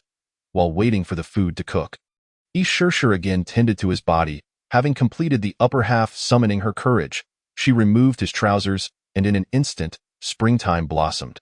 She immediately covered her gaping mouth, murmuring, My heavens! He wasn't lying. Allow me to clarify. Of course, this pales in comparison to the esteemed readers. With curious eyes, she watched for 2.5 minutes before pulling away, realizing her task and hastily continuing to wipe him down. Though her gaze occasionally wandered elsewhere, this fellow truly lacked hygiene. There was mud even here. Thus, Yishir shortened the time prescribed by Zhang Lin, wiping him down every 5 minutes, and sometimes even more frequently. Jiang Yu had no notion of how long he had been asleep, only feeling a slight comfort in his body. Upon opening his eyes, he was met with a lovely figure gazing back at him. Jiang Yu, you're awake. This exchange of glances was extraordinary. The discomfort he felt was instantly forgotten. As if seeing a ghost, he panicked and pointed at Yishir, stammering, Why, who are you? If a figure cloaked in black had suddenly materialized, that would have been expected, but a woman appearing before him was entirely out of the ordinary. Jiang Yu, you are not adorable at all. You once praised my beauty, held my hand to keep me from leaving, even hugged me, and now that you're awake, you don't recognize me. Yishir pouted, feeling aggrieved. Jiang Yu smacked his cheeks, muttering to himself, No, no, no, you are sure? Jiang Yu finally recalled having heard someone calling his name. And in his daze, upon opening his eyes, he beheld a stunning face before once again drifting into unconsciousness. Noticing Yishir's hurt expression, Jiang Yu felt a pang of guilt and waved his hands. No. No. I thought I was dreaming. Chapter 39. Summoning the blueprint? Yishir saw his panicked demeanor and couldn't he help but laugh. Her feigned grievance was indeed just that. All right, I understand now. I was merely playing with you. However, did you think of me this much? Did you dream of seeing me? Her face drew closer, allowing Jiang Yu to distinctly see the number of eyelashes framing her beautiful eyes. So lovely. What did you say? Jiang Yu hurriedly waved his hands, feeling guilty. No, nothing. With her hands firmly placed on her hips, Yishir exclaimed, Ah, Jiang Yu, I've heard you praise my beauty, yet you still refuse to acknowledge it. Jiang Yu's mind was in disarray as he pondered Yishir's words while trying to comprehend her unexpected presence. Suddenly, it felt as if the effects of the medication had worn off. A wave of dizziness washed over him once more, and he instinctively cradled his head, his expression betraying his discomfort. Yishir hurriedly approached him, grasping his feverish hands with urgency. I'm not teasing you anymore. Jiang Yu. Jiang Yu gently shook his head, replying, I'm fine, just feeling a bit unwell. He released his grip on his head and locked eyes with her. Sure, I have many questions. Yishir placed a finger over his lips, soothingly assuring him, I will tell you everything, but for now, you must rest, all right? The enchanting quality of her gaze calmed the tumult within Jiang Yu's mind. He nodded softly, ceasing his errant thoughts, his eyes fixated on her as if unable to look away. A smile graced Yishir's lips as she softly said, I've prepared a pot of meat soup for you. Let me serve you some. She then turned to ladle the soup. Jiang Yu touched the cooling rabbit fur on his forehead, feeling as though this entire situation was surreal. As he observed her silhouette, he noticed Yishir clad in a light blue jacket, with a white short-sleeved shirt beneath, and denim shorts that showcased her fair, delicate thighs, radiating an aura of innocence. For a moment, he forgot about his fever until Yishir turned back, prompting him to hastily avert his gaze. She presented him with a bowl of meat soup. Served in a coconut shell, he attempted to rise, but his weakened body protested. Just lie down. I will feed you, Yishir insisted. Using chopsticks fashioned from wood, she picked up a piece of meat, blew on it gently, and placed it at his lips. Jiang Yu complied, relishing this rare comfort. With each bite, he felt his appetite returning, even finishing the soup completely. Yishir watched him and inquired, Would you like more? Jiang Yu shook his head, hoarsely replying, No, sure, you should eat too. At that moment, Yishir also shook her head, though her expression seemed somewhat unnatural, her gaze drifting elsewhere. I tried eating before you woke up. Jiang Yu sensed something was amiss with her emotions. Inhaling deeply, he said, Sure, thank you if it weren't for you. His words were abruptly silenced by Yishir's hand covering his mouth. Confused, he looked at her, only to find her leaning closer, tears glistening in her eyes. Her cheeks strained to hold back the tears, her silver teeth biting her lip. Strands of hair fell gently onto his face, caressing his cheek, as she spoke in a voice that trembled. You know why? Don Tiyu? Why would you give up on yourself? You promised me. You promised you would do it for me. I don't want your sacrifices, you liar. The sight of her distress etched itself deeply in his mind, stirring a profound sense of guilt within him. Jiang Yu's heart was thoroughly moved, as if he had unintentionally harmed someone of great significance to him, leaving an emptiness in his chest. He grasped her hands tightly. I'm sorry, sure. When I realized I had a fever, I truly thought I was nearing death. My mind was chaotic. I didn't even know what I was doing. I never meant to deceive you. I just wanted you to live better after I was gone. Before he could finish, Yishir interrupted him. No more of that. For the first time that day, Jiang Yu smiled, saying there won't be a next time. You lied to me once. I won't believe you again. Suddenly, Jiang Yu's expression turned serious as he raised 3 fingers, declaring, I, Jiang Yu, swear to the heavens that I will never betray someone important to me again. Her name is Yishir. If such a thing were to happen, it could only mean one thing, and that is, ugh, never mind that. I know. Jiang Yu's declaration evidently amused Yishir, causing her to chuckle and wipe her tears away. All right, I know you'll say that. Now prepare to receive your treatment. But first, drink this. Ishirshir produced a bowl of viscous dark green liquid, resembling some kind of crushed herb mixed with water. Don't look at me like that. Caring for you is not solely my achievement. Emotion Brother provided the method, and Uncle Lee even ventured into the dark to find herbs. Everyone has put in tremendous effort for you, unlike someone who disregards their own well-being. Jiang Yu felt profoundly touched. Hastily lifting the bowl to drink, the liquid was warm upon entry, but an intense wave of nausea struck him, nearly causing him to vomit. Drink it, Ishirshir insisted. Uncle Lee said this herb is bitter, but it will help reduce your fever. I'll be watching you. Drink up, or else, she threatened, raising her small fist. Jiang Yu had no choice but to swallow it down, tears brimming in his eyes. That's more like it. As punishment, I want to let you rinse your mouth afterward. Hearing her command, Jiang Yu nodded. After all, he was the one who had caused this trouble. Yet, he knew Ishirshir had likely tasted this beforehand and was aware of its bitterness. Bitter to the taste, yet sweet to the heart. Suddenly, he noticed Ishirshir pulling out a piece of black cotton, sparking his curiosity. Ishirshir shot him a glare. What are you staring at? This is for wiping your body clean. It was then that Jiang Yu realized that despite being covered with a blanket, his clothes were nowhere to be found. Not even his underwear, he mused to himself. Though you say that, why am I left without even my undergarments? And why has the dragon awakened? I remember not having any peculiar dreams. Glancing at Ishirshir, he noticed her cheeks were slightly flushed, and she seemed reluctant to meet his gaze. Emotion Brother said, you can't cool down on your own. It must be done physically, and that includes your backside, so this isn't my fault. Great, my innocence is gone. Ugh, whose innocence is gone? Something so small isn't worth my attention. Ishirshir's words nearly cured Jiang Yu of his illness, prompting him to sit up quickly. You must have seen wrong. No, I need to inspect closely. Ishirshir, seeing his seriousness, blushed even more and hurriedly tried to stop him. I was mistaken. Jiang Yu, just lie down. After this commotion, though he felt somewhat revived, fatigue still weighed heavily upon him, and he reluctantly lay back down to allow Ishirshir to clean him up. Ishirshir first soaked the rabbit fur on his forehead in cold water before reapplying it. She lifted part of the blanket to expose his upper body. Witnessing her meticulous care, Jiang Yu felt deeply moved.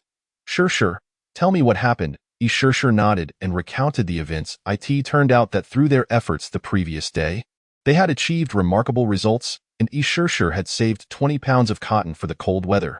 She had eagerly shared her joy, but Jiang Yu had not replied, leading them to believe he had fallen asleep. However, when the following afternoon arrived and Jiang Yu still hadn't responded, Ishirshir assumed he was merely busy. It was only when Jiang Yu presented her with all the supplies that she grasped the gravity of the situation. When I received everything, I immediately thought something had happened to you. I sent you countless messages without a reply. Do you have any idea how anxious I was? It was as if I was leaving behind a will by giving you all my supplies. Jiang Yu felt a pang of discomfort as he wiped a tear from the corner of her eye. Later, I sought help from Emotion Brother, who advised me to search through your supplies for anything unusual. After a thorough search, I discovered an unopened wooden box. When I opened it, I found a summoning blueprint. A summoning blueprint. Chapter 40. Ishirshir's narrative. Jiang Yu's eyes widened, as if he had heard something utterly unbelievable. Indeed, Uncle Lee mentioned your luck was extraordinary. I tried it out and discovered that the interface for the evidence of sin displayed a notification saying that writing someone's name on the blueprint would allow me to transport to their location. But it required their consent. Since you agreed, I was able to come here. I agreed? I don't recall that. Confusion filled his gaze. He had no idea when he had given his consent. Ishirshir shook her head, explaining, I don't know either, but using the summoning blueprint requires the other person's agreement. I only remember the usage time was 2 hours ago. I waited for half an hour without any response from you. And then suddenly, in an instant, I found myself here. Perhaps you woke up at that moment and consented without realizing it. His head spun with confusion, leaving him unable to delve deeper into the matter. It all felt unfathomable, he muttered. My luck is truly remarkable. I thought I was going to perish. Unlike the previous survivors who took a year to gather a small group, Jiang Yu had managed to do so in just 12 days, which was quite peculiar. The summoning blueprint shouldn't have appeared at this point in time. Yet, were the men in black real? Or was this merely a dream? His mind felt too heavy, Yi Shishir continued her narration. And as he listened to how she had cared for him, his heart ached intensely, and all he could think was to hold this girl tightly. Jiang Yu gently caressed her face, his voice hoarse. You've worked so hard, Shishir. Without you, I truly wouldn't know how to carry on. Yi Shishir crossed her arms defiantly. Humph. Who was it that said they wouldn't judge until they met the real person? I was nearly driven mad back then. And now? What's your evaluation? Jiang Yu could only manage a bitter smile, realizing the depth of her vengefulness. Even after all this time, she still remembered his words. Hello, Shishir. You are stunningly beautiful. And then, Shishir, you are the most beautiful woman in the world. And then, Shishir, your hand is reaching down too quickly. Shouldn't you, as a girl, be a bit more reserved? Isha realized she had become a bit too comfortable and awkwardly slapped him, saying, Don't change the subject, keep talking. Jiang Yu suddenly grasped her hand, his eyes radiating sincerity. Shishir, before I met you, I had lost all hope, thinking I was destined for despair. But now, hope stands before me. Jiang Yu, how cheesy. Though she said this, it was quite flattering to Isha, as Jiang Yu had long recognized that this was a necessary phrase to please her. All right, roll over quickly. You have no idea how difficult it is to turn you over when you're unconscious. You're as heavy as a pig. Jiang Yu obediently rolled over, but he couldn't shake the feeling that Isha was quite skilled at this. Even unembarrassed, he could only clench tightly. Jiang Yu, do you feel any better? Of course, it's much better with your care. Really? I want to hear the truth. Jiang Yu rubbed his heavy head and smiled bitterly. It's not that easy to recover from a fever. I can clearly feel that this fever is unlike any I've had in civilized times. It's truly deadly, however, after physical cooling, I do feel a lot more comfortable. From now on, I will take care of you, but you must listen to me. All right, finally, it's all done. Isha put away the cotton and playfully slapped his firm backside. Quite bouncy, it seems you've trained well. Jiang Yu buried his head in the furry blanket, his ears reddening.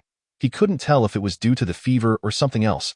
Jiang Yu thought, why does this person feel different from what I see online? Isha, Jiang Yu has awakened, and his condition has stabilized. Thank you all for your help. Li Hua, girl, don't say anything. I want to hear that boy say it himself. Zhang Lin. Exactly, he personally named it innocent. Yet he wanted to end it all. What does that even mean? Let's wait until he recovers and let him say it himself. Isha couldn't help but laugh. Jiang Yu curiously asked, Sure, what are you laughing about? Uncle Li and Brother Qing are uniting to take you down. You should tell them yourself when you recover. And no problem, when the time comes, I'll humbly apologize. Isha suddenly noticed the little rabbits in the wooden box, picked them up and exclaimed, These must be the little rabbits you raised. They're so adorable. Jiang Yu replied with a smile. They are my future food, so don't break them. Little rabbits, be good. Don T learned from someone else's selfishness. You must be a good rabbit who keeps promises. Jiang Yu's mouth twitched. Who are you mocking? Once the tasks were completed, Jiang Yu was no longer in trouble under Isha's care. By now, night had fallen, and both Isha and Jiang Yu realized a problem. Sure, there's only one bed. How about that we squeeze together? Isha was suddenly at a loss for words. She had been wholeheartedly taking care of Jiang Yu. But night always deepens, which meant they needed to share a bed. I suppose I can begrudgingly squeeze in with you. You smelly guy. Jiang Yu was visibly excited and quickly said, Don't worry. I won't do anything to you. After all, in my current state, I can't even bully you. That's good to hear. Jiang Yu made some space for himself and was quite relieved that he had made the wooden bed larger at the time. He patted the space he cleared and said, Come on, the bed has been warmed all day. It's nice and cozy. Isha took off her coat and placed it at the head of the bed before lying down. Since she was facing away, Jiang Yu couldn't see her face and had to lie obediently, not daring to move, as steadfast as if he were joining a party. The night deepened, and the island became very quiet. Various animals had also fallen asleep. Inside the stone house, only the sound of crackling flames and their breathing could be heard. The air felt frozen in that moment. Suddenly Isha spoke. Jiang Yu, if you feel uncomfortable in the middle of the night, be sure to tell me. Jiang Yu quickly replied and then fell silent. Both seemed very reserved. Accustomed to sleeping alone, having a person beside him, especially a great beauty, made Jiang Yu restless with excitement. Stealing a glance at her, he found she was also secretly looking at him. After their eyes met, both quickly averted their gazes. Jiang Yu tentatively asked, Sure. To his surprise, Isher leaned closer, their faces nearly touching. Jiang Yu noticed her cheeks were flushed, her sparkling eyes staring at him, and instinctively shrank back. Isher noticed his reaction and said, a bit sadly, Jiang Yu, do you really not want to face me? Jiang Yu quickly waved his hands, saying, no, it's just that I'm afraid of infecting you. If you got sick because of me, I would feel very guilty. Isher covered her mouth and laughed. I was just teasing you, Jiang Yu. You are so much cuter now than before. Jiang Yu curiously asked, was I not cute before? You still dare to say that? You tease me every day. It's almost driving me crazy. Jiang Yu awkwardly smiled.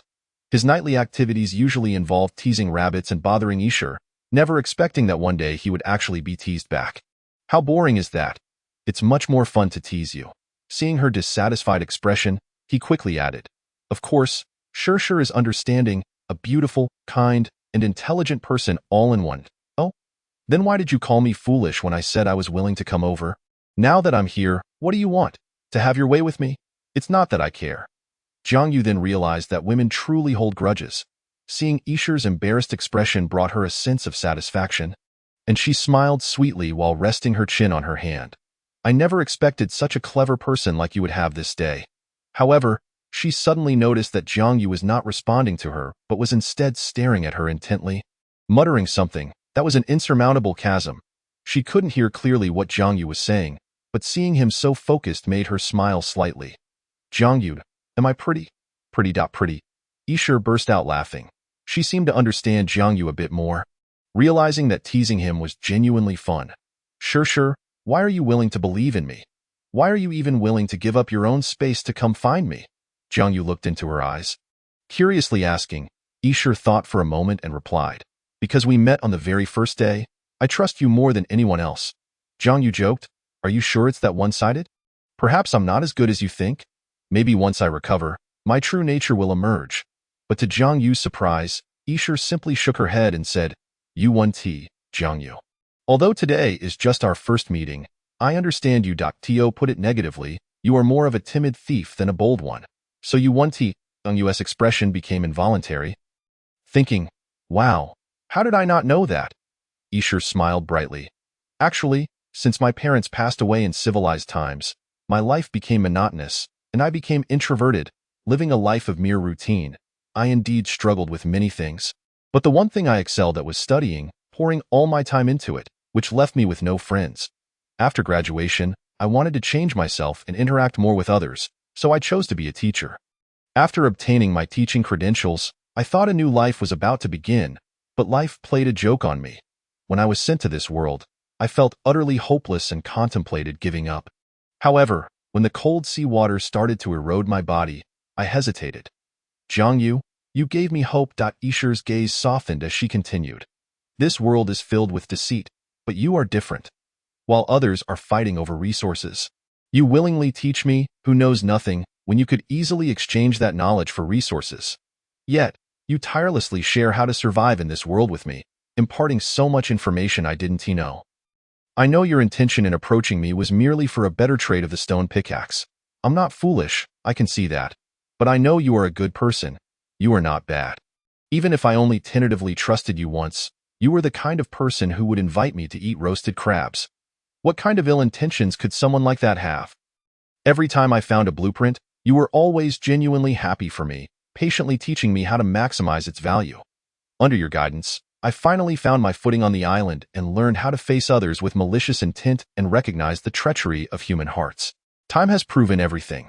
I did not misjudge you. You always know how to make me happy, and on that lonely island, I finally found some solace. I genuinely enjoy chatting with you. Although you often irritate me, I don't feel lonely. You planted the seeds of hope in my heart. Perhaps you think this is trivial, but to me, it is incredibly precious. I always thought you were exceptionally clever, different from others. Your intelligence shines through in communication and matters at hand. When you achieve milestone accomplishments, you share them with me right away, letting me know that you haven't drifted away from me despite all that. However, I realize the gap between us, which makes me want to improve myself, to help you, to stand on the same front with you rather than just enjoying the care you provide from behind. When we were hunting black bears, didn't you ask me how I came up with that idea? You even praised me for it, which made me happy for a long time. The reason for my astonishment was the moment I learned that you had single-handedly hunted a wild boar. Your prowess is truly remarkable. That night, I replayed the events in my mind for quite some time. The very thought I was able to conceive arose from your influence. You have transformed me, enabling me to forge a new life in this world that began from scratch. Jiang Yu, do you realize that you have always held an idol-like status in my heart? Isher's monologue was brief yet profoundly sincere, evident from the glint in her nearly tearful eyes. Jiang Yu turned his head away, unable to suppress the upward curve of his lips. Isher could not discern his expression but heard his murmured words. Is it possible that I, old Jiang, possess such charismatic charm? Isher shot him a glance, retorting, You're feeling proud over just a few compliments. Hey, you've praised me more than just a couple of times. All right, you're still running a fever. You should rest early. Jiang Yu obediently closed his eyes, though the corners of his mouth remained lifted.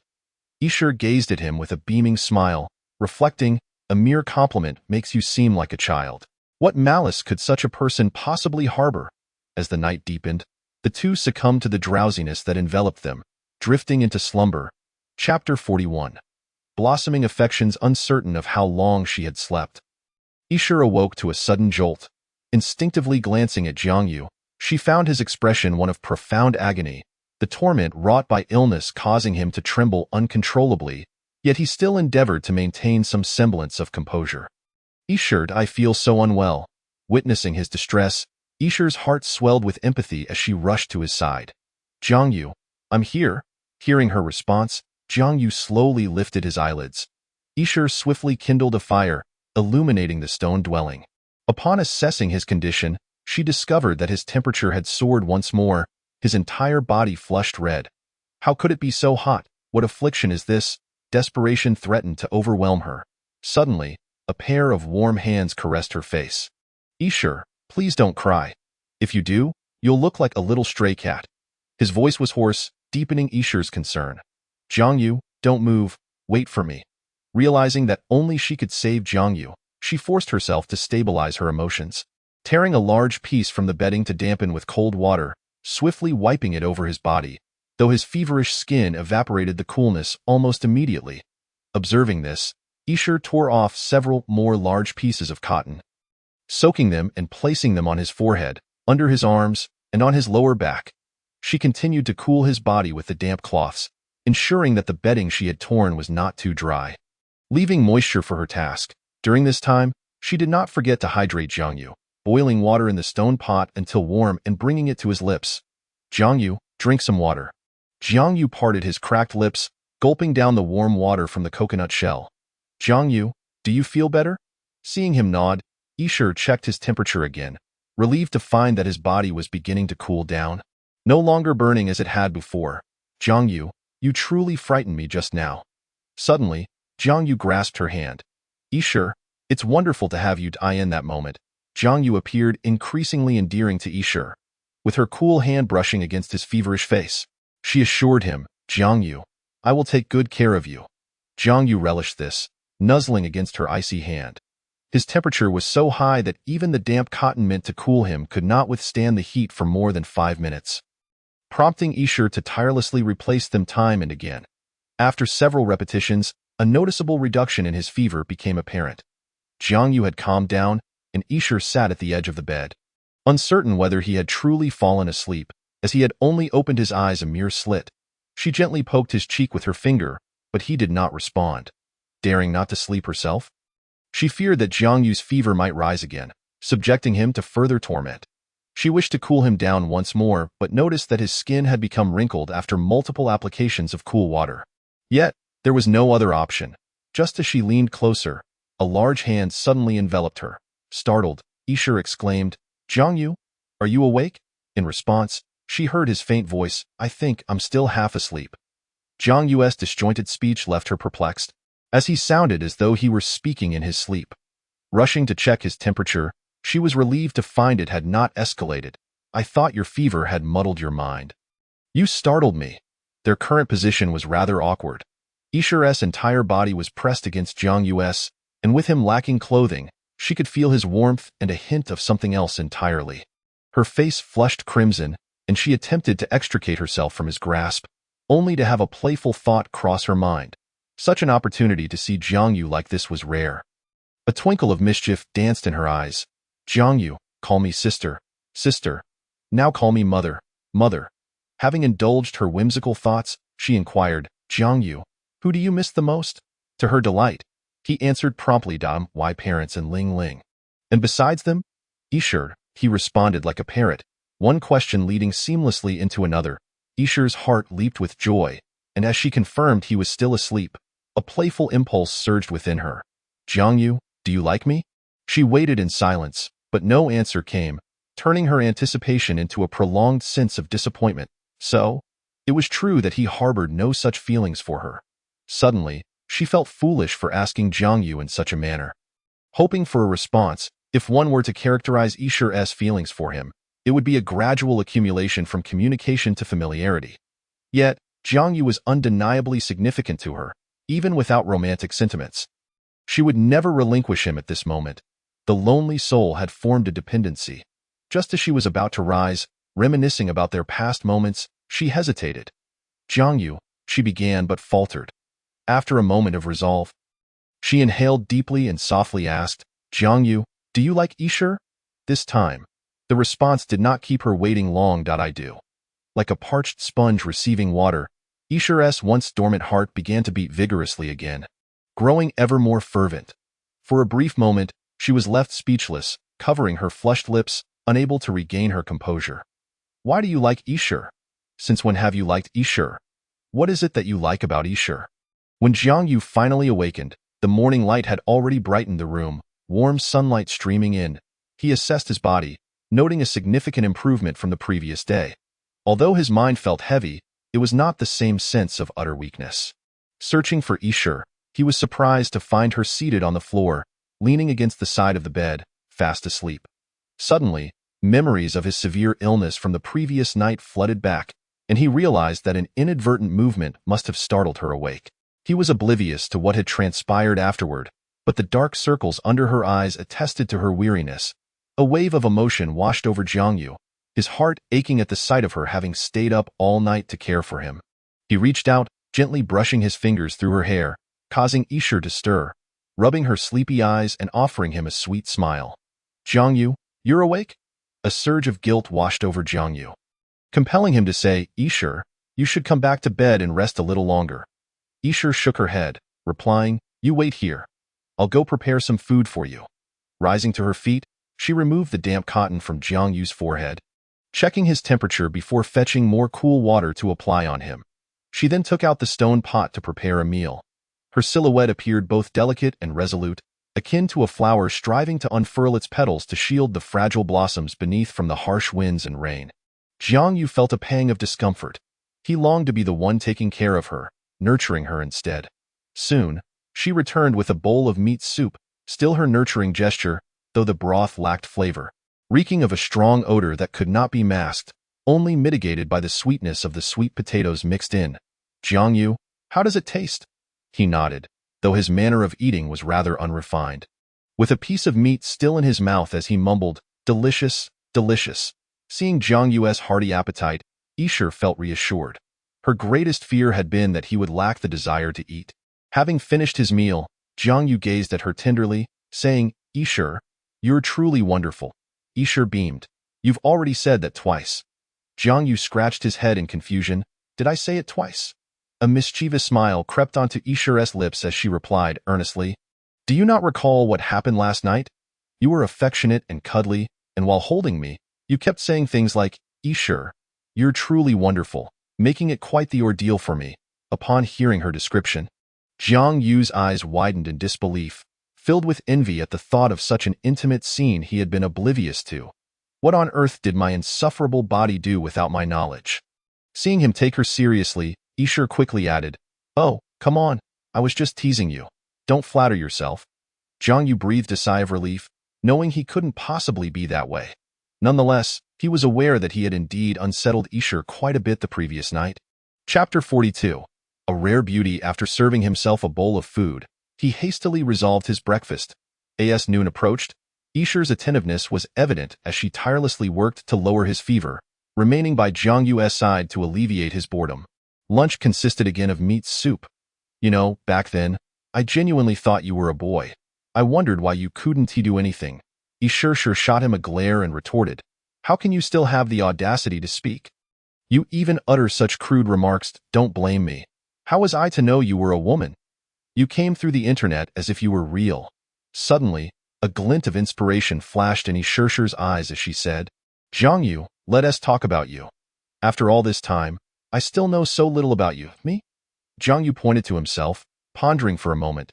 "I'm just an ordinary person, not particularly outstanding in my studies. Apart from being somewhat handsome. You really are quite narcissistic," Ishurshur murmured at him. "By the way, I'm actually a year younger than you." Jiangyu fell into reminiscence. "My life has been rather uneventful. My parents both come from farming backgrounds. When I was 3, the government requisitioned our village's land and houses, and we received a substantial relocation compensation. Consequently, we moved to the city, and when I was 6, my sister was born. Our family is healthy, and we are dutiful children. Many commend us for that. Although our lives are quite plain, they are filled with happiness. Thus, I began my school life in such an environment. I used to be quite mischievous and got into all sorts of trouble. There was one time our homeroom teacher was furious about our self-study discipline and mercilessly berated our parents for not teaching us properly. Can you really call young people young if they aren't a bit impetuous?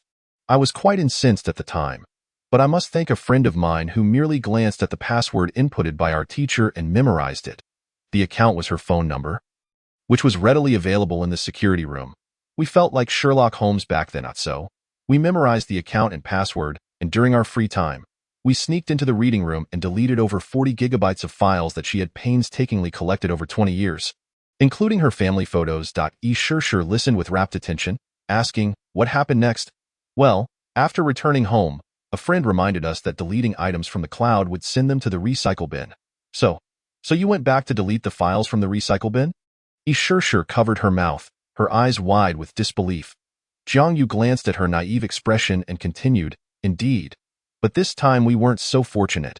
Just as we exited the reading room, we ran into our teacher, who had come to review some materials. She asked what I was doing there, and I said I was researching why grades were only average, and she believed me for the moment. Her gaze filled with surprise. Later, watching her anxiously battle wits with the artificial intelligence during evening self-study made me want to laugh. But ultimately, the truth was bound to come out, and the surveillance footage led back to me. "You were doomed, weren't you?" "Of course not." She dragged me into her office, perhaps fearing I wouldn't admit it, and lectured me earnestly. But I didn't want to hear her nonsense, so I bluntly confessed that it was I who did it, which left her utterly shocked. Eventually, it reached the educational director, who reprimanded me and instructed me to apologize. But there was no way I would do that. I verbally agreed but returned to my own business. From that day on, the homeroom teacher often made things difficult for me. But who was I? I am Jiangyu, utterly unafraid. She taught us lightly for a semester before leaving our class. Ishurshur laughed heartily throughout the story, even shedding tears from laughter. "Is there more? I find these amusing anecdotes quite intriguing," she eagerly inquired. Jiangyu proceeded to recount various amusing tales from his school days, making her laugh uncontrollably. "I can't take it anymore. I'm laughing so hard my stomach hurts." After a moment, she said, "Jiangyu, I never expected you to be so entertaining. By the way, your courage is astounding. I certainly wouldn't dare." Jiangyu playfully tapped her on the head. "You see, you need to learn to express your emotions. Don't bottle everything up, or you might end up in trouble. But now that I think about it, what we did back then was rather inhumane." Ishurshur nodded in understanding. Jiangyu continued, "Actually, after watching too many campus romance dramas, I yearned for a sweet relationship, but my luck with romance has been dismal. There hasn't even been a hint of it. Eventually, as I matured, I realized those earlier fantasies were mere child's play and I began planning for my future, but I truly lacked confidence in establishing myself in society. Thus, my parents advised me to join the military for training. My thoughts were simple: serve my time, return, build a career, and then marry and live a mundane life. However, that dream now feels quite distant. Just as I was discussing grand plans over a farewell dinner with my roommates before graduation, I found myself here. Hearing Jiangyu recount so much made Ishurshur feel a tinge of envy.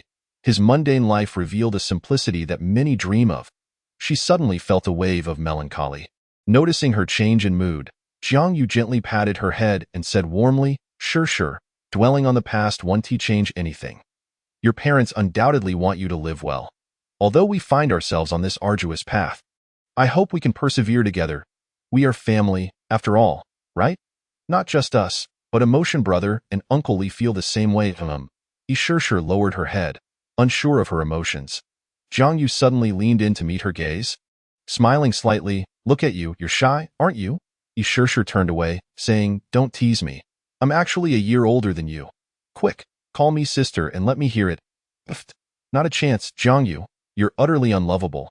I think I'm quite handsome. Not at all. Your hair is greasy, your teeth are yellow, your beard is scruffy. Overall, you're rather unattractive. Oh? Really? Time passed amidst their playful banter. Under Yi attentive care, Jiang Yu's temperature noticeably dropped, and the dizziness in his head eased significantly. Jiang Yu, from now on we'll live together. Do you have any plans for the future? Yi asked while feeding him blueberries. Jiang Yu pondered for a moment before replying, to be honest, I don't have any concrete plans for the future. I'm still quite lost, however. I've mapped out many things for myself. Yi heart leaped with joy as she quickly exclaimed, that's wonderful. I can help. Didn't they say that teamwork makes the dream work? Hearing her words, Jiang Yu felt a pang of tenderness. This silly girl feared he might abandon her. All your supplies are with me, I've organized them a bit. Wooden sticks 1200 crushed stones 880 vines 760 dried grass 290 grass 200 stones 1700 flint tin wood 930 wooden boxes 22 coconut shells filled with water 5 coconut shells 12 coconut leaves 25 plastic bottles 5 wooden buckets filled with water 28 wooden buckets 2 fishing nets 1 wild boar meat 135 bear meat 185 deer meat 30 fat 50 bear paws 2 bones 90 wild boar tusks 2 bow drill 2 exquisite stone axes 2 exquisite stone shovels 1 simple stone picks 2 wooden spears 1 crushed stone knives 1 stone pots filled with water 1 stone pots 1 simple wooden bows 1 simple arrows 30 plastic bottles filled with milk 1 cabbage seeds 5 bananas 2 rice 15 iron sheets 5 blueberries 20 sweet potatoes 30 wooden buckets filled with soil 5 raincoats 1 hemp fiber 200 disposable stone house blueprints 1 cotton 20 coconuts 5 resin 10 shells 20 together. They had unlocked blueprints for simple fishing nets, stone pots, exquisite stone axes, simple wooden bows, simple arrows, fences, raincoats, bedding, harpoons, and simple stone picks. How could there be so much? Not only are there over 1,000 wooden sticks, but the stone count has also surpassed 1,000, along with various materials. Jiang Yu exclaimed in disbelief. Yi beamed with pride. Shaking her head, part of it was collected by me, while the rest was obtained through trading bedding. In any case, I accepted everything that came my way. Whether it was cotton or weeds, I sold it all. Originally, we were supposed to split it 3 ways, but since you fell off the radar, your share is also with me. That makes sense. But sure, since we have flint, why are you still using a bow drill to start a fire? Isn't that tiring? Yi face flushed. I just forgot. And besides, I've never used it before. What if I'm not skilled? Sure, you truly are my good fortune. Hee, glad you know. With Yi presence, the small stone house became lively. After a satisfying meal, night fell. Yi remained by Jiang Yu's side. However, with a man and a woman alone in a room, the temperature inevitably rose. Sure, you've had a long day. Why not get some rest in bed? Jiang Yu suggested. Fearing she might refuse, he added, don't worry. I'm feeling much better now and shouldn't suddenly fall ill. Even if I do, I'll call for you. At that moment, Yi did feel somewhat fatigued. With Jiang Yu's illness, all the household chores fell to her. And coupled with her lack of sleep, her eyelids began to droop during moments of idleness. Yet, concerned for Jiang Yu, she forced herself to stay alert. This sight tugged at Jiang Yu's heartstrings. Yi nodded and changed his wet cotton, then lay down to rest. Hey, sure, you're starting to resemble a housewife more and more. Yi shot him a glare. And you? Of course, I'm your little darling, warming your bed. It must be said that Jiang Yu had a knack for teasing girls, which immediately made Yi burst into laughter. She hasn't felt this joyful in quite some time. Ever since she began taking care of Jiang Yu, her laughter has been unending, dispelling her feelings of loneliness. Is this what it feels like to have companionship? Chapter 43. The opportunistic Jiang Yu Yi lay in bed, feeling a mischievous hand moving beneath the covers, which gradually clasped her own. Sure, your hand is so cold. Let me warm it for you. Her heart raced, and she shyly replied, Before long, Sure could distinctly feel Jiang Yu's restless hand inching upward, sending her into a flurry of panic. Jiang Yu, you're already unwell and still trying to take advantage of me. What a lecher. Suddenly, Sure turned to face him, and Jiang Yu noticed a faint blush on her cheeks. Yet, she made no attempt to resist. Her teasing gaze fixed upon him. Jiang Yu felt a twinge of guilt under her scrutiny and awkwardly muttered, I'm just concerned about you. I couldn't help but glance at that alluring curve. What are you looking at? Sure exclaimed. Jiang Yu immediately averted his gaze, feigning innocence as he looked elsewhere. Jiang Yu, your gaze is quite lascivious. You must be thinking of something untoward. Sure winked at him. Her rosy lips appearing particularly enticing, her playful expression a delightful blend of mischief and charm. Jiang Yu was entranced, his innocent heart racing. He swallowed hard, managing to restrain himself, and mused, what can I do? I am but a virtuous gentleman. Sure chuckled softly, as if she had discovered the secret to dealing with Jiang Yu. I knew you were a wolf in sheep's clothing. What? Are you too timid to make a move in my presence? Faced with her provocative challenge, Jiang Yu sighed inwardly, feeling somewhat stifled. Now, weakened as he was, he lacked even the confidence to push her away. Though he thought to himself, dare to speak to me like that? I will make you regret it. The words that escaped his lips were, then I beg you, let me hold you. Such straightforward words left Sure momentarily stunned. She found herself unsure whether he was feigning ignorance or truly unaware. Her beautiful eyes softened as they met his distressed expression. Sure blushed. Seeing your earnest attitude, I suppose I can reluctantly allow you. Before she could finish, Jiang Yu had already opened his arms wide. I am the patient. You must accommodate me. In truth, Jiang Yu himself was baffled by the sudden boldness surging from within him. Perhaps it was born from the depths of loneliness. Sure found herself enfolded in his embrace. Both of them feeling a certain tension. Sure's body was chillingly cold, making her feel like a soft ice cube in his arms, while Jiang Yu felt enveloped by her warmth, like a massive hot water bottle. He shifted slightly, aware that although he was clad in undergarments, he wished to avoid any unnecessary complications and maintained a respectful distance. Burying his face, he could not see his own features, only murmured, It's not truly large. What did you say? Nothing. Seeing him so bashful amused Sure. She leaned closer, whispering in his ear, Good Jiang Yu, you will recover. Jiang Yu felt as if struck by lightning, his body convulsing momentarily, his previously cooled ears suddenly aflame. Jiang Yu's face burned. Could this be acceptable for a pure-hearted young man? This little enchantress knew how to tease, and no wonder some would willingly perish in the embrace of such softness. Jiang Yu, your hand. Forgive me. This damned hand seems to have developed a mind of its own. Moments later, Sure noticed that Jiang Yu had grown unusually tranquil. Even the arm that had been holding her had loosened. Upon closer inspection, she realized he had fallen asleep, a smile gracing his face as if he were lost in a delightful dream. Sure shifted slightly, gently pecking his cheek like a chick pecking at grain. Good night, Jiang Yu. Day 14 of Survival. In the early morning, Sure awoke from her fragrant dreams.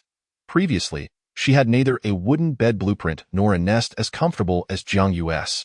She had only risen a few times in the night to cool him down. Perhaps due to his improving condition, he had not suffered an episode during the night, and she had slept rather soundly. Rubbing her sleepy eyes, she caught Jiang Yu's gaze. Jiang Yu, are you awake? Her simple greeting struck a chord in Jiang Yu's heart. Her voice, still thick with sleep, carried a hint of childish charm, rendering him momentarily entranced. Are you not feeling well? Noticing his silence, she assumed he was unwell and reached out to touch his forehead, finding his temperature had dropped significantly. No, sure. I feel splendid with your care. I have never felt better, he exclaimed, rising to demonstrate his revitalized spirit. Sure laughed heartily. All right, but you are not fully recovered. Lie down. I shall prepare breakfast. After donning her outer garment and freshening up, she headed straight for the fireplace. Watching her retreating figure, Jiang Yu felt a profound sense of happiness filling his heart. For breakfast, Sure prepared a light meal, boiling sweet potatoes until tender, peeling them, mashing them, and cooking them again to create a simple sweet potato porridge. Noticing the lack of nutritional variety, she decided to bring out a precious bottle of milk and warm it with hot water. This milk is delightful. Sure, your culinary skills are truly exceptional, far superior to my own. Whoever marries you must have saved the world in a past life. Jiang Yu generously lavished praise upon her as he handed her the milk in a plastic bottle. Unwilling to selfishly consume the solitary bottle himself, Yi Shishir accepted it, her cheeks tinged with a slight blush as she gazed at the bottle's opening, ultimately finishing it. The sweet aroma lingered on her palate, prompting her to quickly sip some sweet potato porridge to ease her embarrassment. Chatterbox, in this world, who has time to talk of such things? We are all preoccupied with survival. Yet Jiang Yu waved his hand dismissively, smiling. So what? You underestimate human adaptability. Even in a strange world, life continues. The planet keeps spinning. We may be troubled by survival now, but it was the same before, was it not? I've come to understand that this world is constantly filtering its inhabitants, proving the adage that the strong survive while the weak are eliminated. This is beyond our control. Thus, we should eat, drink, and ensure our spirits remain high. Yi Shishir pondered his words, then smiled.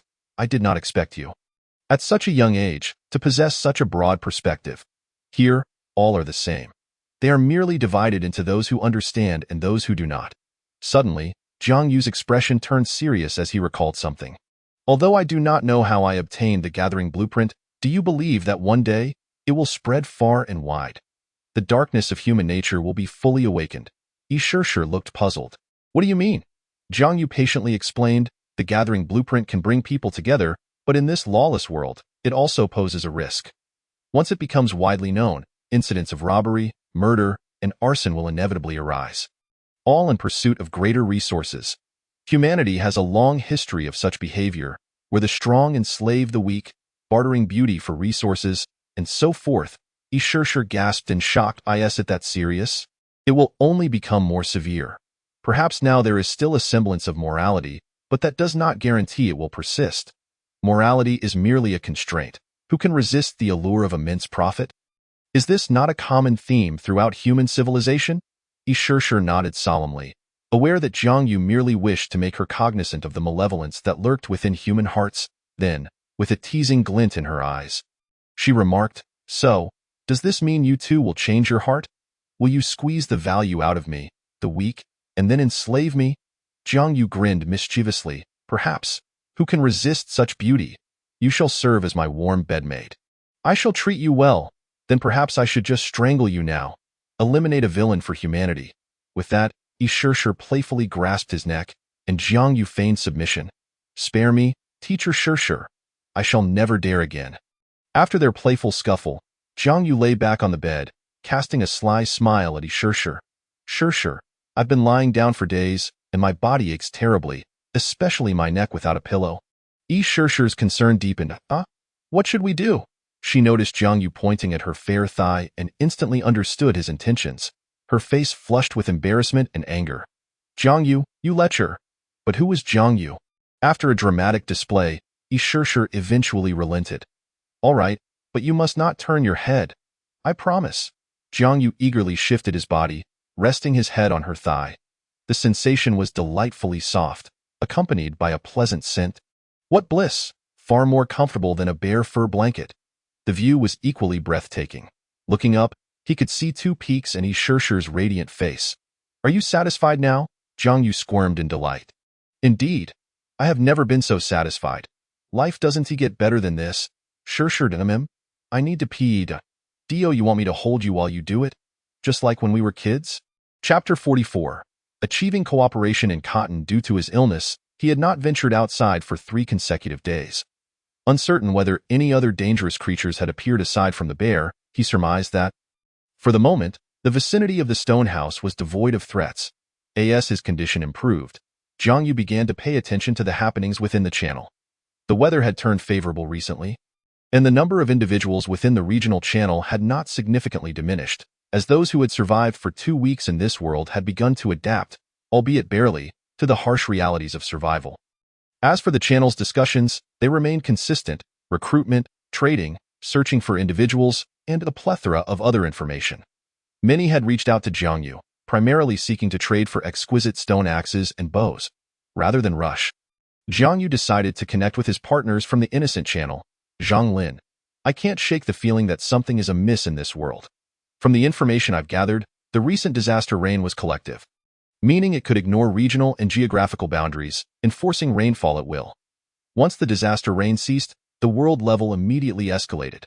Therefore, I hypothesize that this world possesses a disaster system, with the disaster rain being merely one aspect.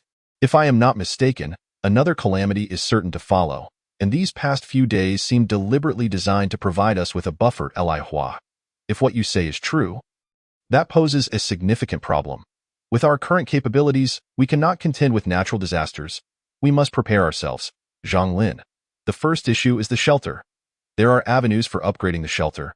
Yesterday, I unlocked the blueprint for a one-time wooden house and discovered that it can be upgraded directly from the small cabin. If there are any available in the market, be sure to take note. Secondly, we must address food and water. My area is rich in biological resources. I've been hunting these past few days and am not lacking in meat. If you're short on it, we can trade Li Hua. You're right. I'll keep that in mind. If memory serves, you're in dire need of water resources, aren't you? It just so happens I haven't had meat in 2 days. Let us make a trade. Zhang Lin. Many thanks, Uncle Li. The water scarcity on my end is unavoidable. Now that the rain has stopped, the water I have left is nearly depleted, so I must leverage my advantages to obtain water resources. Jiang Yu. What are you discussing? Upon Jiang Yu's sudden interjection, the Innocent Channel fell into silence. Zhang Lin. Who is this person? Uncle Li. Sure. Do you know him? Who brought him in? Li Hua. No idea. Sure. Unclear. Jiang Yu raised an eyebrow at sure, only to find her stifling a laugh. Quite the comrade they had become. Jiang Yu. I was planning to invite you all to dinner tonight. Li Hua. Oh, isn't this little Jiang. Must be getting old. Your memory is failing you. How is your health? Jiang Yu. Uncle Li, I believe you're not yet 40, are you? Li Hua. Perhaps it's my youth that's causing my memory to falter. Ha. Jiang Yu. Watching the lively banter between the two, sure clutched her stomach, tears of laughter streaming down her face. Jiang Yu shot her a fierce glance, but she retaliated with a playful grimace. Jiang Yu, in any case, I sincerely appreciate everyone's care these past few days. My condition has improved significantly, and I expect to be fully recovered in a day or two. Li Hua. Don't thank me. You should thank Sure. She was the most anxious about you. Speaking of which, you're quite the charmer, having someone come all the way to care for you. With just the two of you alone? Have you harbored any improper thoughts? Jiang Yu. Please, uncle, spare me the jesting. I wouldn't dare entertain such thoughts. In my current frail state, if I did, Sure would have throttled me long ago. Returning to the topic at hand, Jiang Yu had gleaned from their conversation that Zhang Lin had been busy hunting for food and gathering information, while Li Hua had planted sweet potatoes, and the rice had successfully germinated. Ready for planting tomorrow. Progress seemed promising, Li Hua. However, there is one thing you must be cautious about. The current refresh rate for wooden boxes appears to have diminished compared to before, and they often come with risks. Nevertheless, the probability of obtaining blueprints from these boxes has increased. Many have been discussing this in the regional channel. Jiang Yu stroked his chin, recalling previous encounters with such occurrences, one involving a snake den and the other a bear den. He found it curious how the scenarios mirrored each other. Reflecting on those two instances, the items obtained from the wooden boxes had been quite valuable, especially the one from the bear den, which had saved his life. Zhang Lin. As for the blueprint for summoning obtained by Sure from the bear den, I find it a bit unbelievable. Such items should not exist at this stage, and no one in the regional channel is aware of it. You are the first, and I even suspect you might be cheating, Jiang Yu. I am uncertain, but it is worth noting that I replied to the figure behind the scenes, and they contacted me on the first day of my illness. Zhang Lin. Did they respond to you? Jiang Yu. They did not answer any of my questions. If the summoning blueprint is indeed not something that should appear at this stage, then it must have come from them. Li Hua. Are you suggesting that the figure behind the scenes rescued you? How could they be so benevolent, Jiang Yu?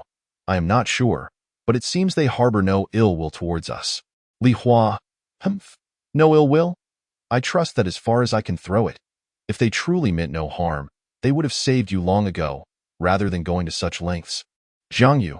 Precisely. It's a puzzle we need to solve ourselves. Jiang Yu stood up, stretching his somewhat stiff-bodied. Sure looked on with concern, saying, Jiangyu, are you truly all right? Seeing her worried expression stirred a sense of gratitude within Jiangyu. Rest assured, I'm merely stretching. Otherwise, my body will become useless. Then you should lie down obediently after you're done stretching. No problem. Just not yet. Perhaps when I'm in a better mood. Although his health had improved considerably, he still could not engage in vigorous activities. Under Ishirshir's watchful eye, he begrudgingly lay back down on the bed. Opening his friend list, he found that Xiaoma had sent him numerous messages, reminding him of the existence of this individual, the Sunshine Rainbow Horse. Hey bro, do you still need cotton? The demand for cotton is quite high lately. If you need it, I can set some aside for you.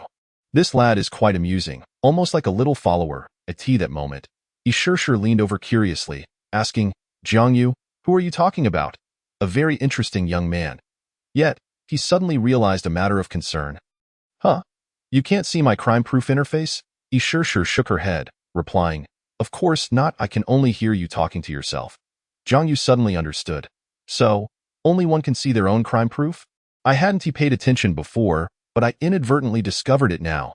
Ishirshir gazed thoughtfully at the jade bracelet adorning her wrist. The good youth of society. Yes, I definitely need it. Xiaoma, how much cotton can you collect in a day?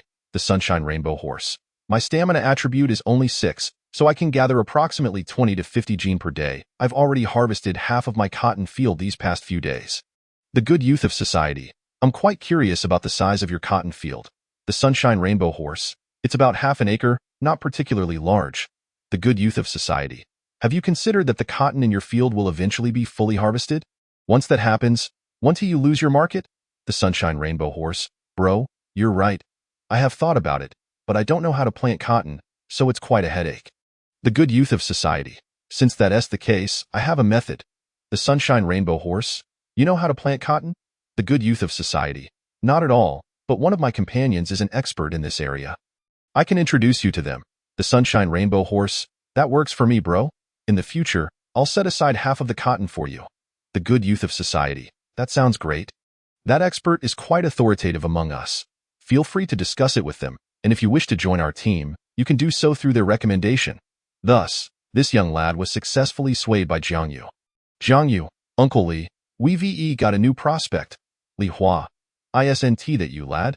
If you're just idling around, I have things to attend to, Jiangyu. This person is a cotton magnate. Seeking your advice on cultivation matters. Just think of the benefits, Li Hua. Don't you dare try to monopolize. Let me see which young man needs my guidance, Jiangyu. Uncle Li, remember to be welcoming. Try to act a bit more distinguished so they don't think our team is lowly, Li Hua. Rest assured, I won't let him slip away. I will definitely extend an invitation. Zhang Lin, why do I feel like we resemble a band of bandits? Chapter 45. Expanding the stone house, Jiangyu exchanged 100 pieces of wood for 20 gene of cotton from Xiaoma. Astonished by the skyrocketing price of cotton following the emergence of the bedding blueprint, Ishirshir remarked, Jiangyu, this situation is merely temporary. Once most people possess cotton bedding, the price of cotton is bound to plummet. Thus, we should seize this opportunity to gather more cotton and craft bedding for sale, allowing us to make a handsome profit. Jiangyu nodded in agreement, recognizing the underlying principle. The value of nearly all items is determined by the demand of the survivors. As evening approached, Ishirshir diligently continued to care for Jiangyu. Though he wished to alleviate her burdens and tend to himself, it seemed Ishirshir had developed a penchant for caregiving. Leaving him somewhat bewildered, Ishirshir merely raised an eyebrow, playfully stating, You don't understand. This gives me a sense of accomplishment. In the future, when you become successful, I can proudly say that I raised you from infancy. Jiangyu. Shirshir, come quickly to count the money. In just one afternoon, Jiangyu had restored the exquisite stone axe, bows, arrows, and other items to the shelves, with the various tool blueprints from Ishirshir. Not only did they recover the equivalent of 100 pieces of wood, but they also earned an additional 200 pieces worth of materials.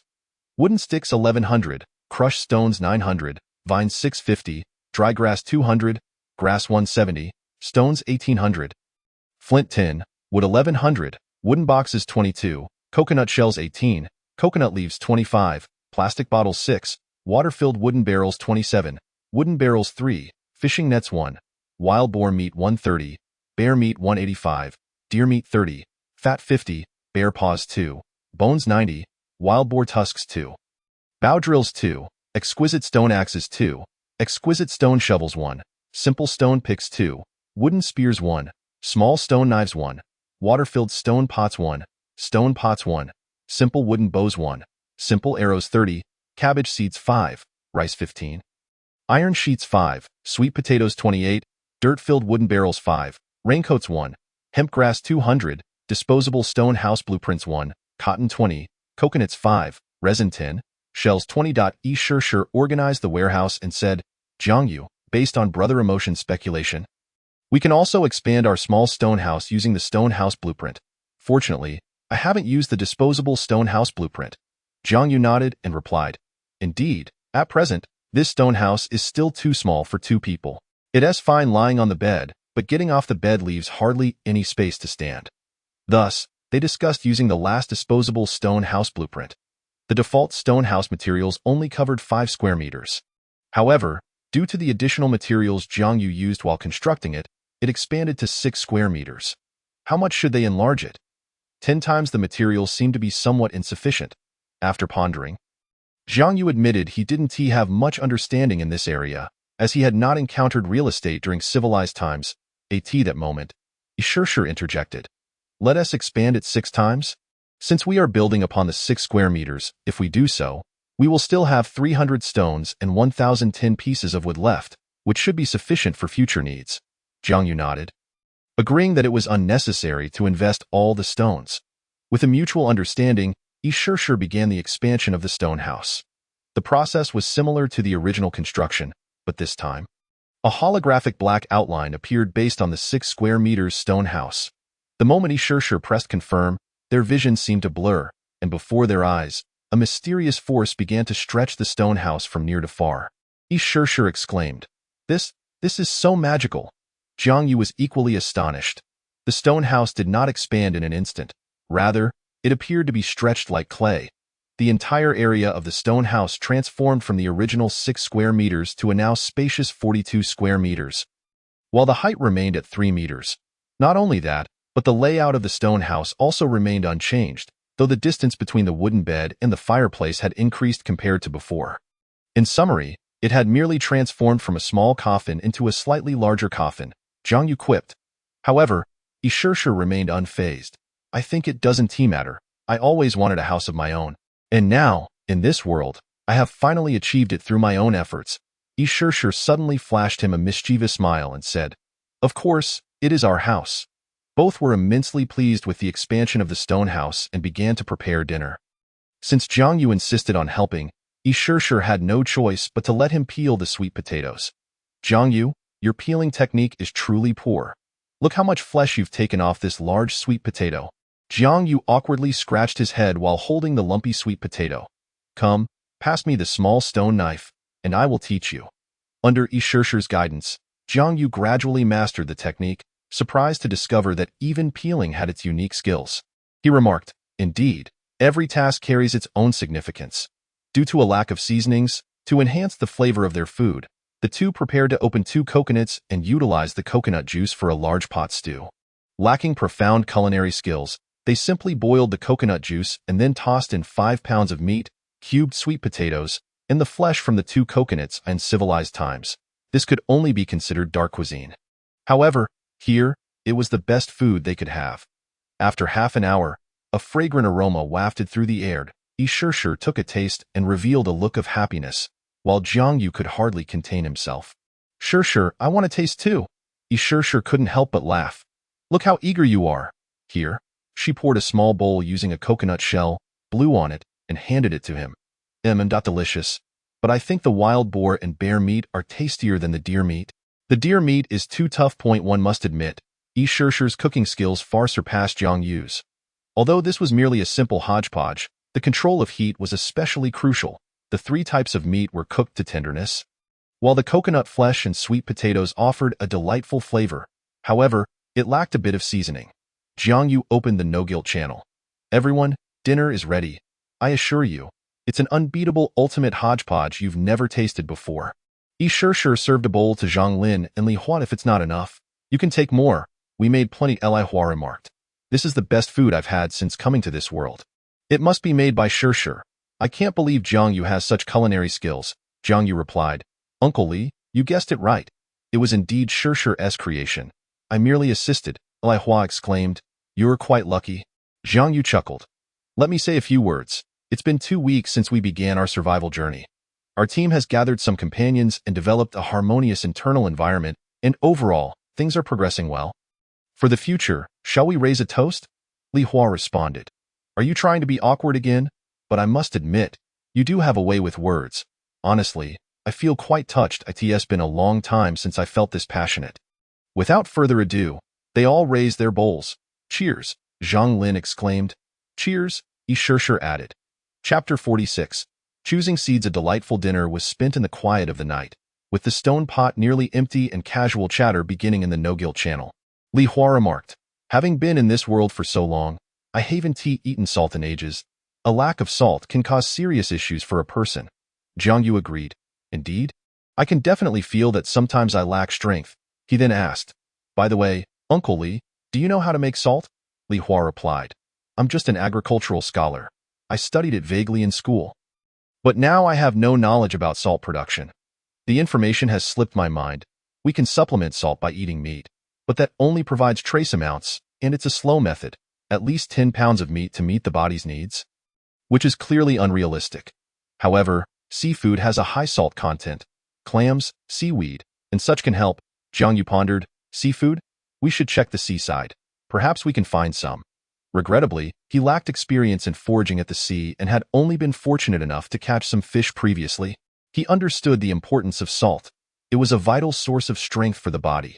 Without salt, one would be devoid of energy, making it impossible to survive in this world.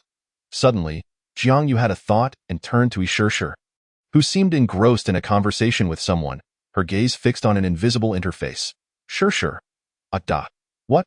Seeing her reaction, Jiang Yu curiously leaned in to ask, Shirshir, who are you talking to? Yi Shirshir's face flushed slightly as she hurriedly replied, It's nothing. Nothing at all, by the way. What did you just ask me to do? Jiang Yu shrugged, sensing something odd about her. Didn't I remember you were a chemistry teacher? Do you know how to make salt? Jiang Yu inquired, hoping for the best. Of course I do. Really? Jiang Yu was astonished. Seeing his shocked expression, Yi Shirshir proudly placed her hands on her hips and raised her eyebrows at him. It's something we covered in middle school chemistry.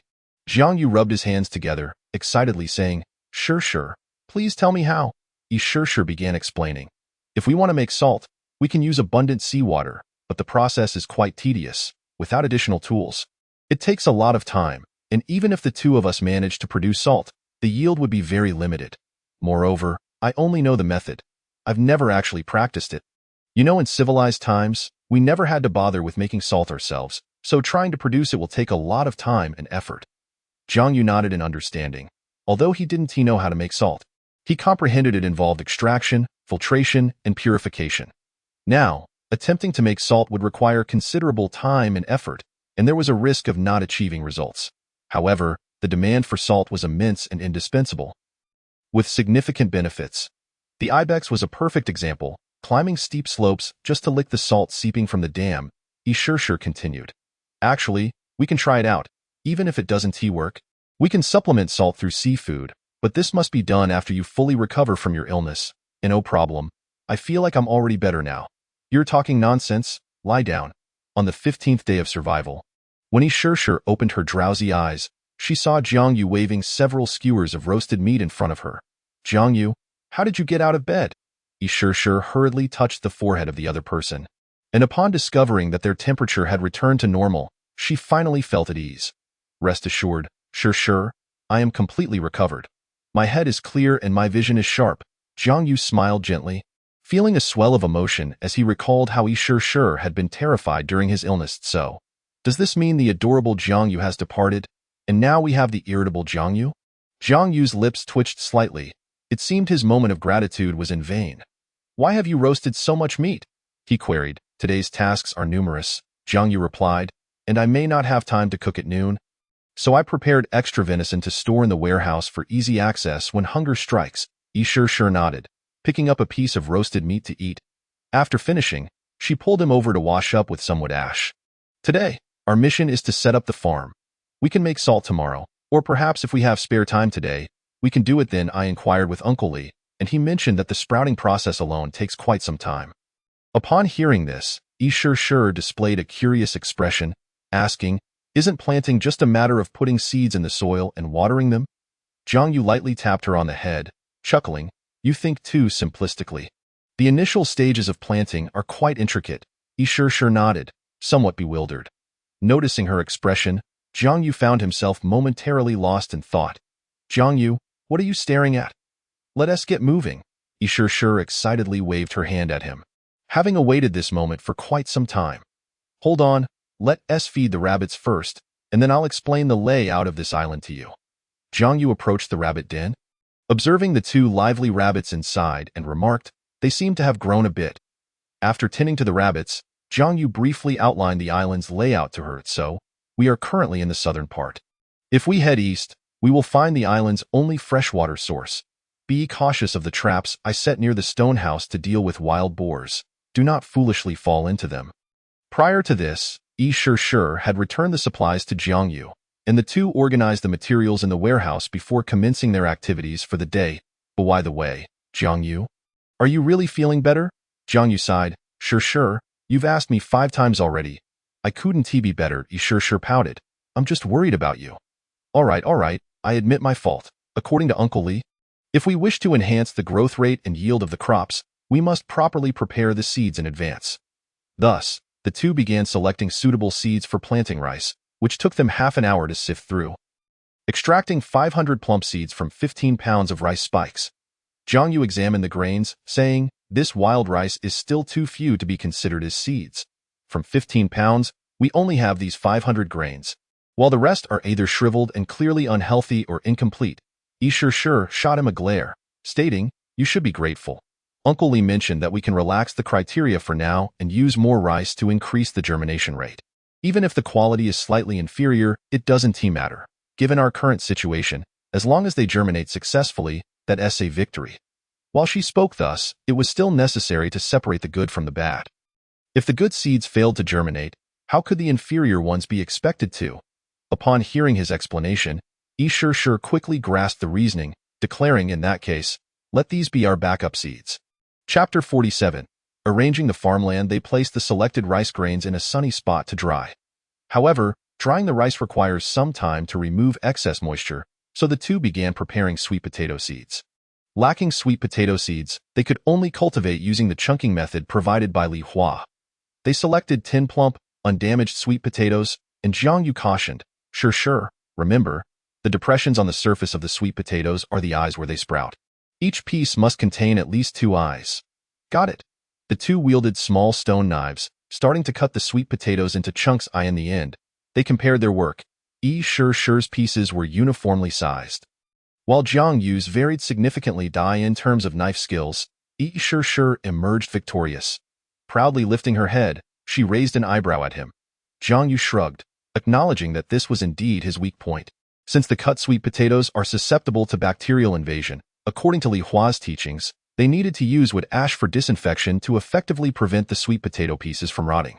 Furthermore, the components in wood ash can also serve fertilizing and pest-repelling purposes, offering myriad benefits. After daily burning, there was an abundant supply of wood ash, so they need not worry about scarcity.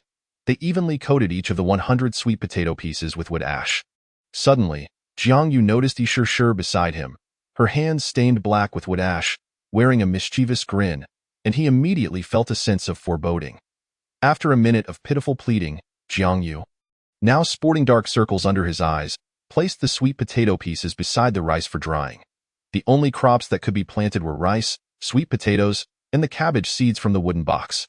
Fortunately, the cabbage seeds required little effort, as they were already individual seeds and could be directly used for germination without cumbersome processes. Jiang Yu contemplated for a moment and ultimately chose to utilize the bedding, which had been torn apart while Yi Shi was caring for him, as it was perfect for germinating the cabbage seeds. He tore off a suitably sized piece of cotton, dampened it with clean water, and wrapped up 5 cabbage seeds, placing them in the shade of the stone house. That should do it. The sweet potatoes and rice need to dry, so let us head to arrange the farm. Jiang Yu traded Yi Shi a delicate stone shovel, and the two set off with the shovels in hand. As for the location of the field, Jiang Yu planned to set it beside the stone house for daily management. Regarding the soil, Jiang Yu had already dug up 150 pounds of yellow earth and stored it in the warehouse. The first priority was to replace the soil in this plot of land. Over the course of the morning, they dug a pit measuring 2 by 5 meters with a depth of 10 centimeters. Sure rubbed her sore waist, and Jiang Yu felt a twinge of concern. Her physical stamina could not possibly compare to his. Sure, take a break. Don't overexert yourself. Sure nodded, acknowledging that she was indeed a bit fatigued after the morning's labor. Jiang Yu took out some roasted meat and water, and after replenishing their strength, they resumed their work. Sure asked, Jiang Yu, are we filling the pit with soil next? Jiang Yu shook his head, explaining, the rice paddies require abundant water, while the sweet potato and cabbage plots do not need as much. So they must be separated. To prevent water loss, we need to place stones around the edges to contain the water. After an hour's work, they used 50 stones to create a barrier around the 2 by 2, 5-meter pit. This 10-square-meter preparatory field was divided into 2 sections, one for planting rice and the other for sweet potatoes and cabbage. Jiang Yu wiped the sweat from his brow, saying, let us take a break. I am quite exhausted. Sure, now flushed from fatigue, nonetheless wore an expression of determination. Jiang Yu chuckled, Sure, you look just like a farmer now. Ha ha ha. Sure pouted, retorting, if you keep mocking me, I'll smear mud on your face. Just go ahead and laugh. If you have the guts, come at me with that. They began to playfully tussle, Sure attempting to smear mud on his face. But Jiang Yu was as agile as a loach, dodging left and right, easily evading her advances. Can't catch me, can you? Ha ha ha. Jiang Yu wore a provocatively smug expression. Frustrated, Sure ground her teeth. Jiang Yu, stop dodging. Jiang Yu shrugged, exasperated. Fine. I want to dodge. Sure's eyes lit up. Really? To deceive you would be unworthy of a dog. Sure focused all her attention on him, and at that moment, Jiang Yu was prepared to imitate a dog's bark. However, as she ran, it appeared she kicked something with her foot, losing her balance, just as she was about to fall. Jiang Yu swiftly caught her, and Sure found herself entirely in his embrace. You silly girl, so clumsy. Before he could finish, her hands, still covered in dirt, lunged at him, catching him off guard, but she only managed to lightly smear his face. Ha ha, gotcha. Sure beamed with triumph, and after Jiang Yu steadied her, he chuckled helplessly. All right, you win. You acted so convincingly that I almost believed you. However, Sure shook her head, stating, I wasn't acting. I genuinely tripped over something, and it was only when you caught me that I thought to take the opportunity to smear you. After a pause, she added, but I specifically checked while digging, and there was nothing there. Let us go investigate. If there are stones beneath, we'll need to remove them. Thus, they crouched down and soon, a corner of a wooden box peeked out from the soil. Sure exclaimed, is that a wooden box? When did it appear? Jiang Yu shook his head, replying, I'm not sure. I didn't notice while digging. They hadn't anticipated that amidst their playful banter, they would inexplicably uncover a wooden box, especially one buried so deep. And no wonder it had become increasingly difficult to find. It had previously been on the surface and was now buried in the ground. Sure, your luck is remarkable. You found it. Jiang Yu expressed his admiration. Although Sure was uncertain of the circumstances, she felt quite pleased with Jiang Yu's praise. After they unearthed the wooden box, they checked the pit once more to ensure there were no obstructions to planting. After confirming it was all soil, they could finally relax. Jiang Yu handed the wooden box to her, saying, Sure, why don't you open the box? Your luck is so good. I'm quite envious and would like you to help me open it. Sure received the wooden box and, while Jiang Yu carefully observed her method of opening it, he was surprised to find that she simply opened it without hesitation. Suddenly, joy illuminated Sure's face. Jiang Yu, there's a delicate stone hoe and 2 bottles of milk. Jiang Yu widened his eyes in disbelief, exclaiming, what the heck? It just came out so effortlessly. How is it that my prayers and offerings didn't yield anything before? Suddenly, he noticed that Sure had not mentioned the word blueprint. Approaching to inspect, he discovered it was merely a stone hoe, not a blueprint. Jiang Yu pondered, is this just a finished product? The value of a finished product pales in comparison to that of a blueprint. Yet it is still a commendable gain. He had been troubled by the lack of a hoe for tilling the land, And now the wooden box had provided one. Chapter 48. Darkness breeds fear, however. The stone hoe was not immediately useful. After their brief respite, both regained their energy. Ishur, please gather some plant ash using the stone pot. We should spread a layer before filling the soil.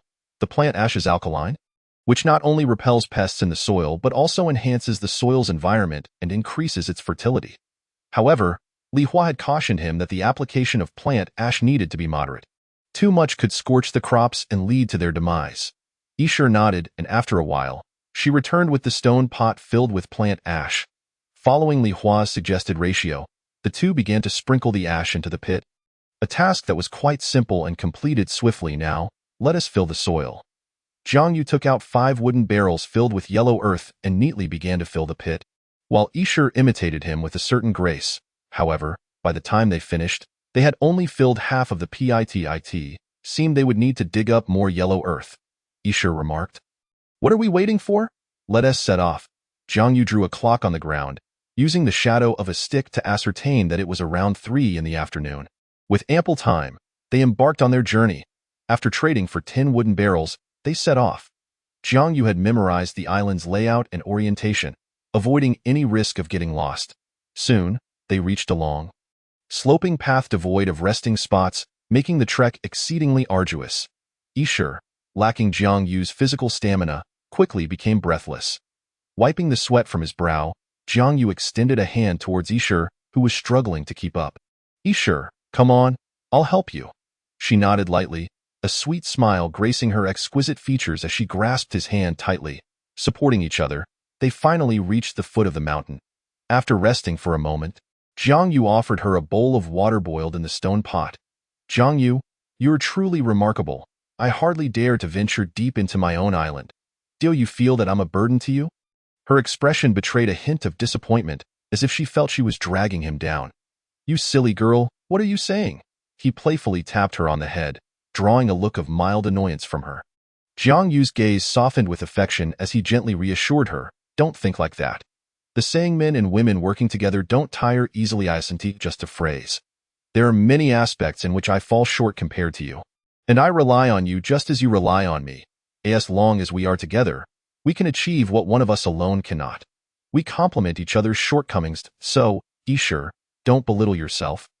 In my eyes, you are not only my savior but also an incredibly capable person.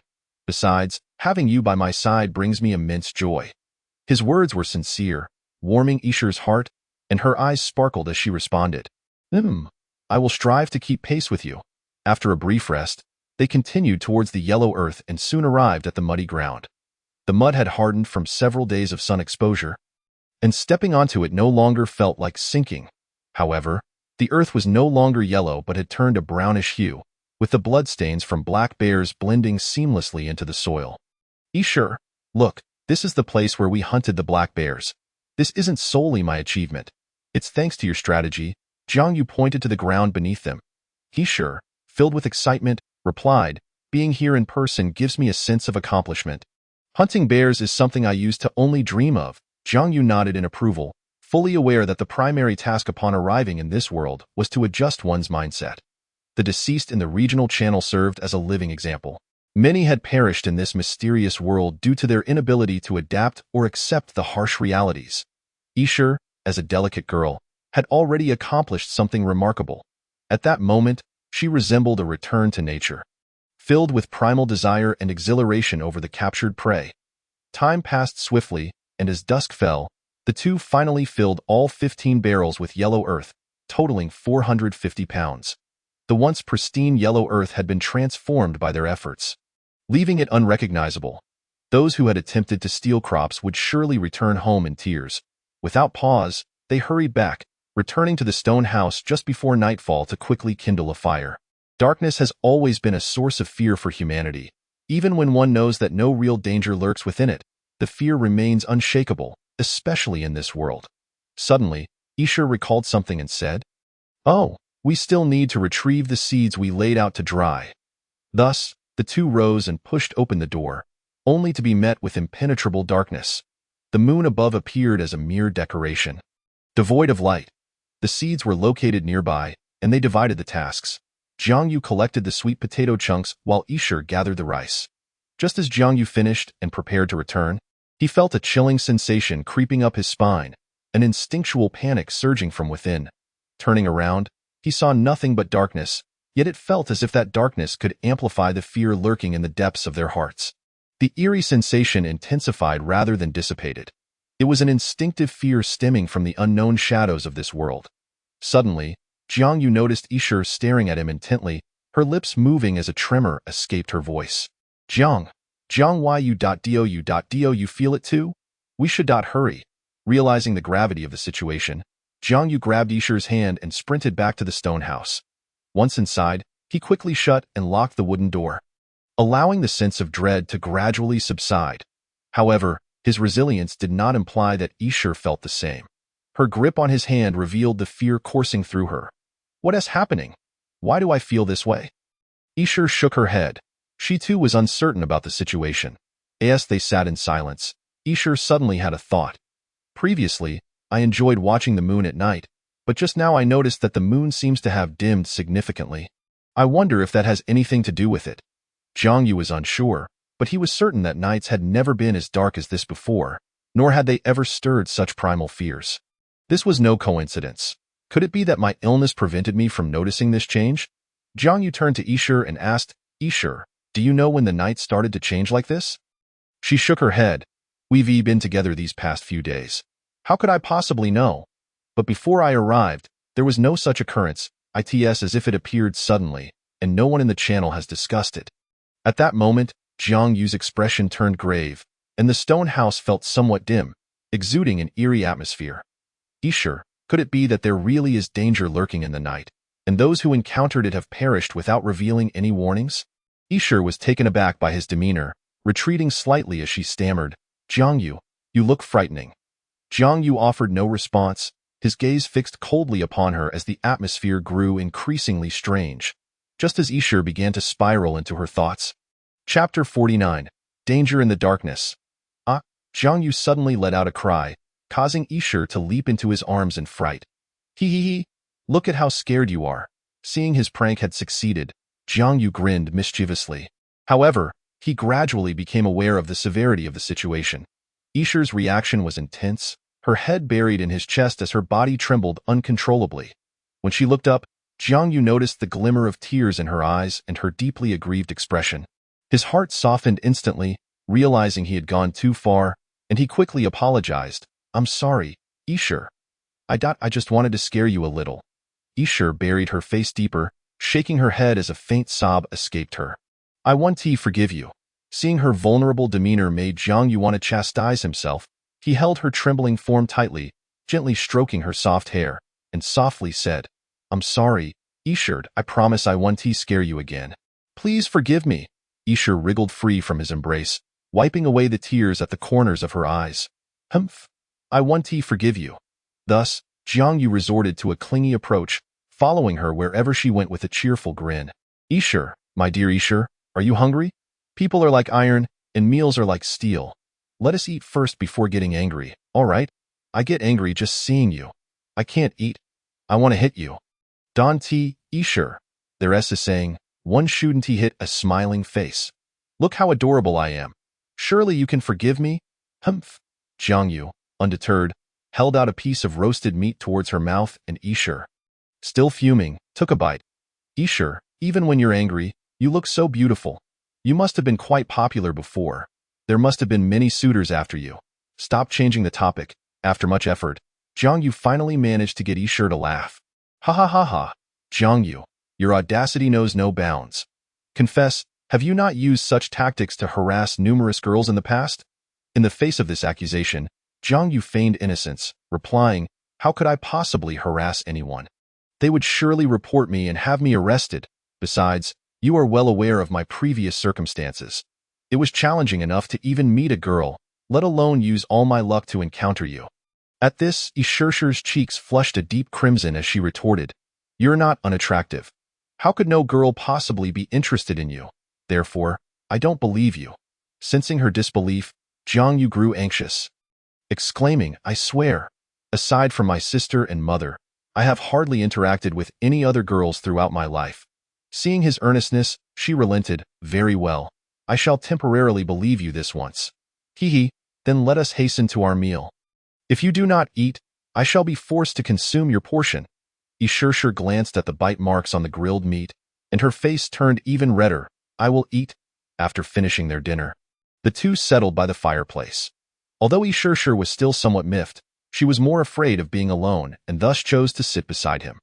Jiang Yu informed his friends in the innocent channel about the events of the evening. Zhang Lin remarked, "Danger in the darkness? I have never encountered such a thing. I have always lived by the sun's schedule, never venturing out once it is dark." Li Hua echoed. I too. Jiang Yu sighed. Are we the only ones who have experienced such incidents? Zhang Lin exclaimed. Everyone. Check the regional channel. He appeared quite shocked, and whatever had startled him was undoubtedly significant. The two hurriedly checked the regional channel, where a heated discussion had erupted over some alarming news. Jiang Yu scrolled through the records and finally discovered a message posted by an account ominously titled, "Once There Was a Mountain." He muttered, "The name has turned gray, indicating that this person is deceased. Once there was a mountain. Everyone, take heed. Do not venture out after dark. There are dangers lurking in the shadows. The best Kuan in the world. Damn it. That's quite a statement. Scaring people in the dead of night," Gue Hai retorted. "Did you not see that this person's name has turned gray? The best Kuan in the world. This person is dead?" Thus, the information from Once There Was a Mountain ignited a frenzy in the entire channel. The exploding Heaven Gang, anti-inflammation. I encountered something too. Tonight felt quite eerie. I merely wished to step outside to relieve myself and was overwhelmed by an inexplicable sense of dread. As if something were watching me, I was so frightened that I could barely finish. Jiang Yu looked seriously at Ishurshur, stating, "It seems we are not the only ones to face such situations. Some have even lost their lives. While we do not yet know the nature of the danger, it is prudent for us to refrain from going out after dark." Ishurshur nodded earnestly in agreement. This incident caused a widespread sense of unease, prompting everyone to lock their doors and avoid going out. However, Jiang Yu maintained a more relaxed demeanor, reasoning that since they had come this far, it would be unreasonable not to encounter some anomalies. Sure, do not be afraid. Carry on with your meals, drinks, and rest. As long as we stay indoors, we shall be fine. Jiang Yu began to gather seeds, with Ishurshur staying by his side, nodding in agreement. Sure, please heat some warm water. The seeds have dried sufficiently, and it is time to induce germination. Ishurshur nodded and began to heat the water. With her arrival, they had an additional stone pot, prompting Jiang Yu to create several more for the purpose of germinating sweet potato chunks and rice. First, he needed to wash the sweet potato chunks covered in ash. Upon cleaning, he discovered that out of 100 sweet potatoes, 20 were indeed spoiled. The remaining sweet potato chunks had mostly healed at their cut surfaces. Now, they awaited the warm water.as for the wastewater from the cleaning. He dared not venture out at night after this incident, so he disposed of it by splashing it out of the wooden window. Soon, the warm water was ready. Jiang Yu tested the temperature, finding it suitable, and evenly placed the sweet potato chunks into the stone pot. Though the pot had a small capacity and could hold them all, Jiang Yu aimed to arrange each sweet potato evenly. For uneven placement would hinder proper germination, Ishurshur followed suit, neatly arranging her sweet potato chunks in the stone pot as well. The rice required 2 stone pots, while the sweet potato chunks filled 3 pots evenly. After completing this, they poured in the warm water, ensuring not to overflow, just enough to submerge half of a sweet potato chunk. The rice could be fully soaked in the warm water. Jiang Yu clapped his hands and declared, "Mission accomplished, now we simply wait for them to sprout." Ishurshur gazed excitedly at the prepared seeds in the pot, feeling an immense sense of achievement since she had never engaged in agricultural work before. The night was the only time they could relax, as they were the only two in the entire channel gathered together, alleviating their loneliness. Suddenly, Jiang Yu grew curious about a matter and asked Ishurshur. "Sure, earlier I inquired if many people pursued you in the past. Judging by your appearance, it seems likely." Ishurshur appeared momentarily taken aback, not rushing to answer but instead staring at him quietly. Jiang Yu felt a wave of nervousness wash over him, suddenly unsure of what expression to wear in her presence. So he pretended to be busy as he fidgeted, scratching his head and occasionally glancing at her. She secretly chuckled while maintaining an outwardly calm demeanor. "Are you interested to know?" Jiang Yu nodded, but Ishurshur stuck out her tongue playfully and said, "I want to tell you." Jiang Yu lowered his head, muttering, "If you want to say, then so be it." Seeing his dejected expression, Yi Shishir quickly added, "All right, I was just teasing you. Since you're curious, I will certainly tell you." Only then did he lift his head, listening intently. This was during my university days. In truth, I was not as popular as you might imagine. I spent all my time in the library studying, with little opportunity for socializing. However, there were indeed boys who pursued me. And then what? Jiang Yu's eagerness showed as he momentarily forgot to manage his expression. Yi Shishir observed him closely, propping her chin on her hand with a slight smile. Of course, I did not agree. My parents had already passed away by then, and I had no time for romance, though that boy was quite handsome. What good is being handsome? He clearly seems like a scoundrel. Well, I still think he isn't as good-looking as you. Is that acceptable? Jiang Yu rubbed his nose, lifting his head with a hint of pride. Under Jiang Yu's urging, she continued her tale. Later, this boy discovered I was always in the library and began to harass me daily. I grew quite weary of it and decided to change libraries. Eventually, as you predicted, I learned from my roommate that this boy was indeed a scoundrel, having deceived many girls in school through persistent manipulation. He would seduce those he could into bed and discard those he could not, to escape him. I sought refuge in an off-campus library. As she concluded, a look of disdain crossed Yi Shishir's face, her frustration mounting as she fixed her gaze on Jiang Yu. Jiang Yu felt his heart race again under her intense scrutiny. Shishir, do not look at me like that. I have never deceived any women. I am a gentleman. You must believe me. Suddenly, Yi Shishir burst into laughter, exclaiming, Jiang Yu, I was just joking. Cut it out. Women change their expressions so quickly. What did you say? Nothing. Chapter 50. Blooming the darkness of fear was dissipated somewhat by their laughter. Jiang Yu added more wood to the fireplace. Wooden sticks burned quickly, and to maintain the brightness of the stone house, he had to use wood as fuel. Having completed this task, Jiang Yu had nothing else to do. So he lay down on the bed and patted the space beside him. Shishir, you've had a long day. Come and rest. Yi Shishir's face flushed as she retorted. Jiang Yu, don't say it so. Ambiguously, Jiang Yu, curious, asked, who would misunderstand? Are there any third parties here besides us? Jiang Yu, you truly have a thick skin. Only just realizing this? Yet, Yi Shishir was indeed weary, rubbing her sore back, which caused Jiang Yu to feel a twinge of sympathy. Shishir, your back must be quite sore. Would you like to try my family's traditional massage? It's quite effective. Yi Shishir pouted. I don't believe you. You're just trying to take advantage of me. That's unfair. I'm truly not deceiving you. Really? Absolutely. Just try it. It won't hurt. Very well then. Yi Shishir seemed visibly tempted, her shyness evident as she removed her outer garment, turned over, and lay on the bed. Jiang Yu chuckled, saying, just wait. You'll be in for a treat. As Jiang Yu sat on her back, he noticed Yi Shishir shudder slightly. Shishir, do not move, he urged. If you do, how can I massage you? No. Get off. If you don't, I won't massage you anymore. Ahem, I will get off. Don't get so worked up. Jiang Yu quickly dismounted, muttering, truly hard to please. But that feeling. However, the next moment, Jiang Yu impulsively tried to lift her short sleeve, only to be stopped by her. Yi Shishir's face turned scarlet as she exclaimed, Jiang Yu, what are you doing? This isn't appropriate, is it? You big pervert. Jiang Yu replied solemnly, it's quite difficult to achieve results through clothing. Then, just lift a small part. It's only my lower back that's sore. With her consent, Jiang Yu lifted a small section, revealing her smooth, delicate back, and placed his hand on it. Her skin felt incredibly soft and pleasant to the touch. The moment his hand made contact, Yi Shishir let out a moan. Jiang Yu, that tickles. Jiang Yu's heart raced at the sound of her continuous moans, igniting his primal desires, making it difficult for him to restrain himself. I'll try to be gentle. Jiang Yu meticulously massaged her, though his gaze occasionally darted towards the lower half of her body. It must be said that Yi Shishir possessed a remarkable figure. Her denim shorts perfectly accentuating the curvature of her hips, while her fair, supple thighs were on full display.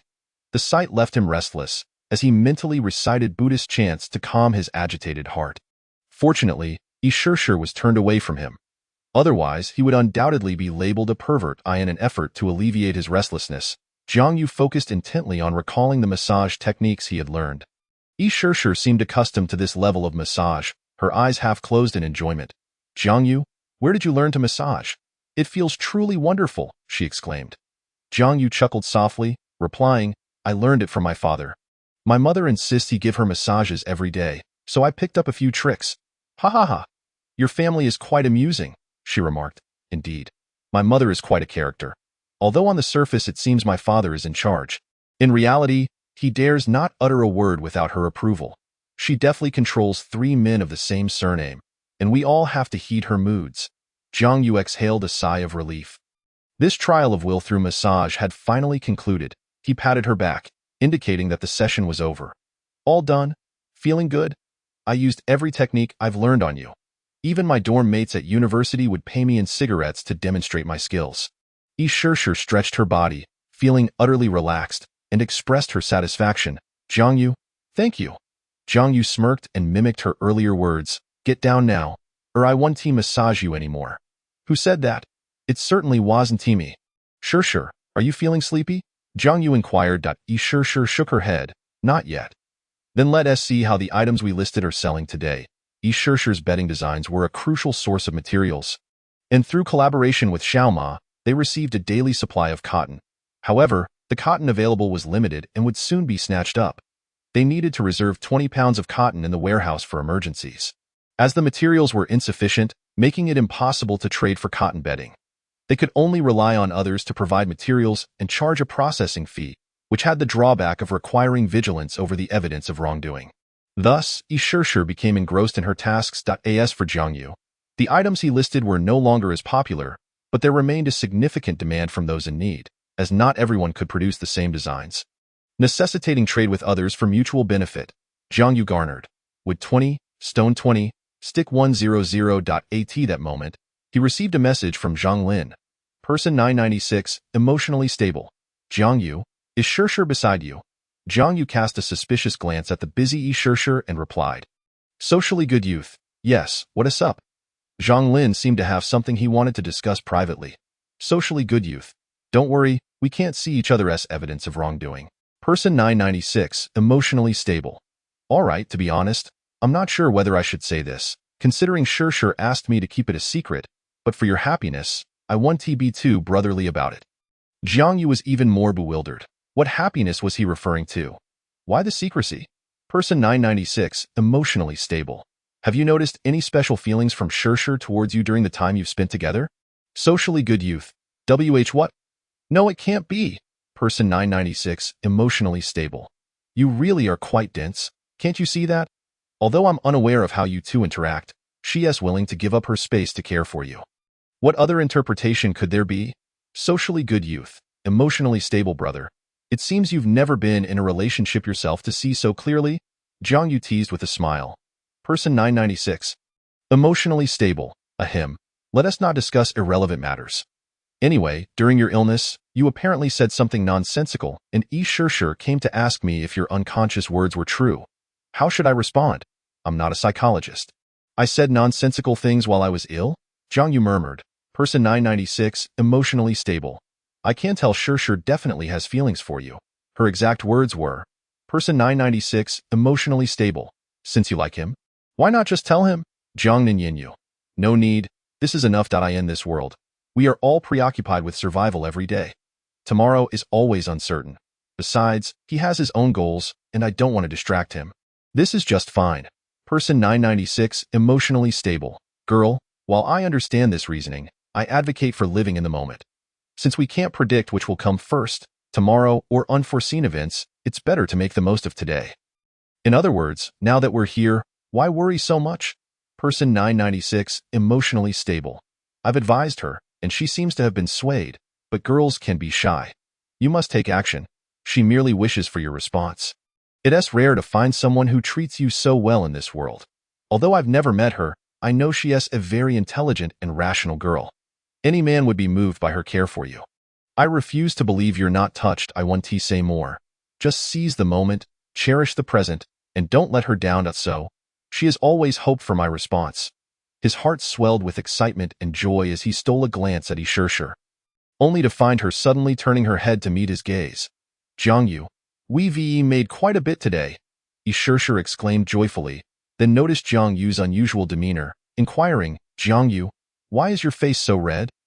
After touching his forehead and finding everything normal, she remained puzzled by the rapidity of his heartbeat. "You scared me. I thought your illness had relapsed.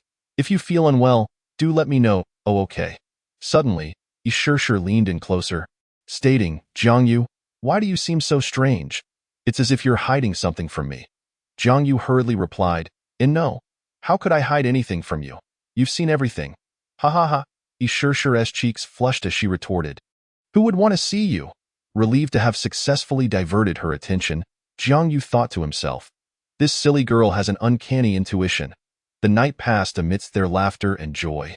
Chapter 51. Pre-competition preparations. On the 16th day of survival, the two awoke in a rather peculiar position. Yi Shishir fumed. "Jiang Yu, you're taking advantage of me again." Jiang Yu reluctantly withdrew his hand from her thigh, declaring with feigned righteousness, "Who is taking advantage? Look where your foot has nearly stretched to." Yi Shishir awkwardly retracted her foot from beneath him. "Yes, clearly your improper sleeping posture." "No, it's you." After resolving their daily civil dispute, they began preparing breakfast, once again grilling meat, this time accompanied by 2 bottles of milk procured yesterday. After eating, they checked their daily supplies.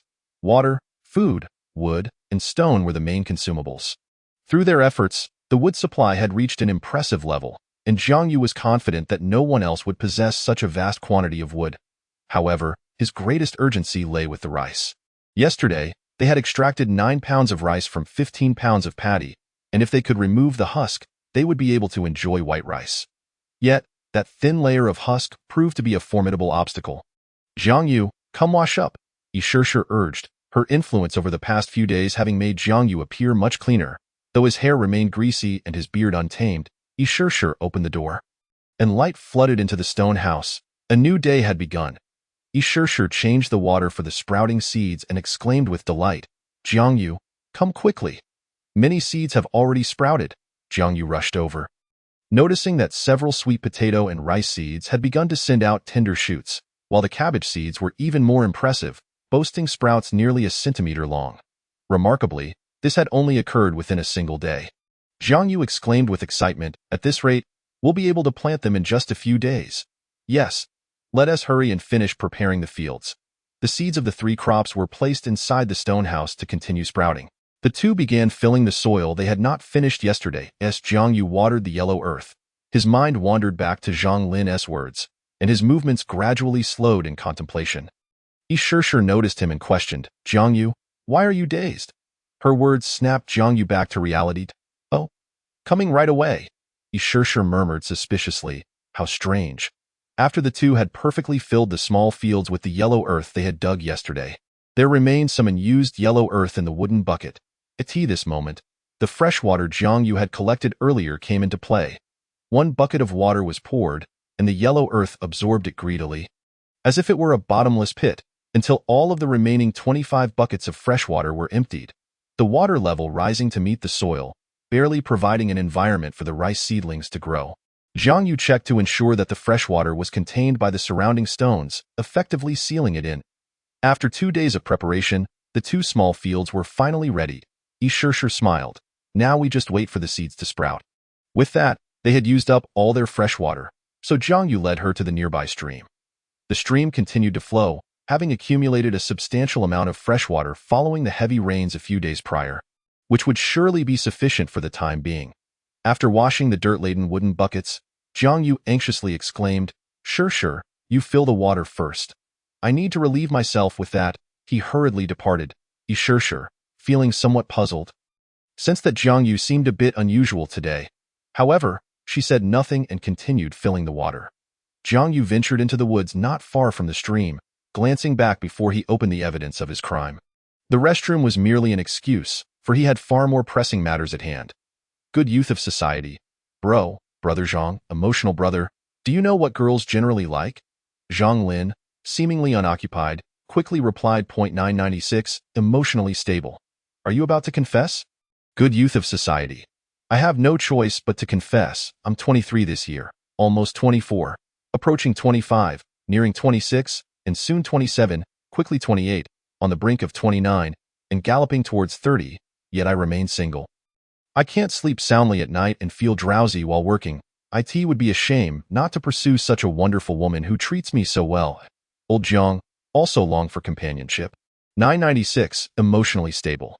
You think a person like me, who is 28 in actual years, 29 in nominal years, approaching 30, nearing 31, soon 32, and on the brink of 33, can comprehend matters of love? You've asked the wrong person. They say the older one gets, the wiser one becomes. Uncle Li, who is nearly 50, should know better. Seeing that Zhang Lin was unreliable, Zhang Yu had no choice but to contact Li Hua. Good youth of society. Is Uncle Li around? Chaotic world. You came just in time. You must be wondering why the seed sprouts so quickly. I've noticed that plants in this world seem to grow much faster than on Blue Star. Meaning we won't need to spend as much time as before. By the way, I've observed Xiao Ma for 2 days. He is a very capable young man. I'll invite him to join us in a couple of days. Good youth of society. Is that so? However, I have another matter. Chaotic world. Spit it out quickly. Good youth of society. Uncle Li, I have a friend who has a crush, but he has never been in love and doesn't know how to express himself. Since you're older and more knowledgeable, he asked me to inquire what girls generally like. Chaotic world. Wait a moment, you have a friend. Did you conjure one from thin air? Where did this friend come from? Is that friend you? Good youth of society. As expected of you, Uncle Li, I disguise myself so well, yet you saw right through it. Chaotic world. You want to confess to Shirshir? How could you? That is akin to a pig trampling on cabbage. Good youth of society. That is a bit disheartening. Uncle Li, back in the day, I was the most handsome young man in our village. Many grandmothers wanted to introduce their granddaughters to me, yet I declined. Chaotic world, spare me, but you did ask the right person. I truly know what women like. Good youth of society. What is it? Chaotic world. It's simply flowers and plants. As long as they are beautiful, they will do. Good youth of society. Will that really work? Chaotic world. Young man, I've eaten more rice than you've had salt. Trust me, I won my wife over with such tactics back in the day. If worst comes to worst, just go with that. Good youth of society. I'm seeing you in a new light. Uncle Li, I didn't expect you to have such tricks up your sleeve in your youth. Chaotic world. Keep it low-key, low-key. Let bygones be bygones. Zhang Yu's face lit up with excitement. With Li Hua's assistance, he felt assured of success. Chapter 52. Exploring the mountains and waters. Zhang Yu, how can a grown man take so long in the restroom? I drank too much water and need to relieve myself frequently. At this point, Shirshir had already filled 5 buckets. The stream's flow was quite gentle, and it took some time to fill a single wooden bucket. After half an hour of idleness, Zhang Yu finally filled the last bucket. At last, it's done. What a hassle! Shirshir chuckled. Don't complain. Others aren't as fortunate as us to have a fresh water source. With a total of 750 liters, if consumed normally, we could last 250 days. Of course, this did not account for other water usage, which would also suffice for quite a while. Feeling a bit hungry, Shirshir suggested they have an early lunch. After eating some meat, she inquired, Zhang Yu, what shall we do this afternoon? With the farmland tidied up and the seeds still in the germination phase, they would be ready to plant in a couple of days. After pondering for a moment, Zhang Yu replied, let us take a break this afternoon. You've been on this island for some time now, and I haven't taken you out to explore. Aren't we supposed to make salt? Zhang Yu smiled. Tomorrow, let us enjoy ourselves today. It's a rare delight to explore the mountains and waters with a beautiful lady like you. Upon hearing his words, Shirshir proudly raised her head and declared, you certainly have good taste. I shall reluctantly accept your invitation. Long live the queen. Zhang Yu suddenly covered his groin and laughed. Queen, I need to use the restroom again. Watching him leave, Shirshir murmured, didn't he just drink water? How can he need to go so soon? Good youth of society. Xiao Ma, are you there? Urgently. Sunshine Rainbow Horse. Society bro, I'm still picking cotton. Good youth of society. It's not about the cotton. Xiao Ma, do you have any flowers there? At that moment, in a cotton field, a seemingly simple and honest young man of dark complexion looked a bit puzzled, muttering, flowers? Have they opened a blueprint requiring flowers? I need to ask. Sunshine Rainbow Horse. Flowers? Have you opened a blueprint requiring flowers? Zhang Yu was helplessly impressed by the other's imagination. He knew his island well. After all this time, he hadn't seen a single flower. And he was utterly clueless about such matters. Otherwise, he wouldn't be asking others. Good youth of society. Not a blueprint, but I need flowers. Sunshine Rainbow Horse. I do have some flowers here. But society bro, what kind of flowers do you need? Good youth of society? Any flowers will do, as long as they are beautiful. By the way, Xiao Ma, do you have knowledge of flowers? Sunshine Rainbow Horse? I can only recognize a few types. Good youth of society. That's fantastic. Xiao Ma, you're going to be my good brother from now on. Don't worry, I won't waste your time. How about 3 gene of meat for some flowers? Sunshine Rainbow Horse. That works great. Good youth of society. Pick flowers that look grand and magnificent. The prettier, the better, especially those that have some symbolic meaning. Ling Hong scratched his head in confusion and asked, Are you planning to confess or something? I remember there are some over there. Jiang Yu returned and eagerly pulled Shishir to the beach. Shishir, look, this is where I first woke up in this world. Jiang Yu pointed to a certain spot on the beach, somewhat indignant. I was rudely awakened by a dreadful crab. Do you know how big its pincers were? They were this big. I almost became its sister.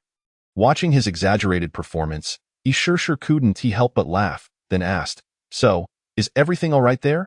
Jiang Yu teased, Haven't you seen it? How could you not know? Shishir's face flushed crimson, stammering, Why? Don't say that. As they strolled along the beach, their footprints marked the sand. Shishir, this is where I taught you to build the shelter. I stayed here for 2 days, and fortunately, with you, I managed to gather enough stones by the 3rd day. Back then, you thought I was useless.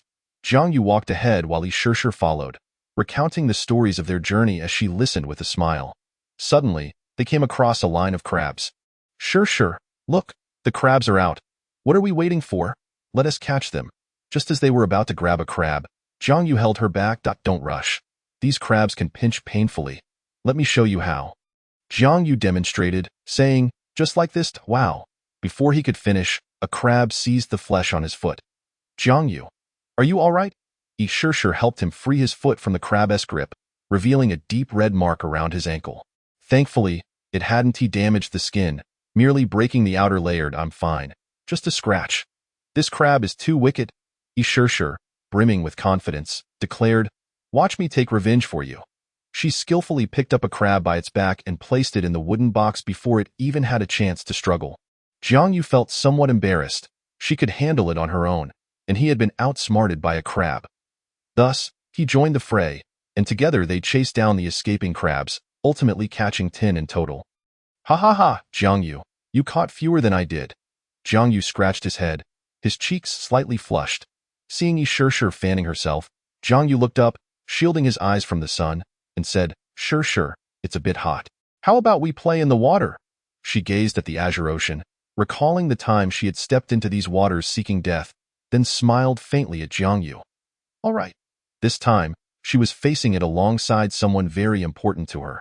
Jiang Yu promptly stripped down to his underwear and eagerly jumped into the sea, but Shishir appeared somewhat shy.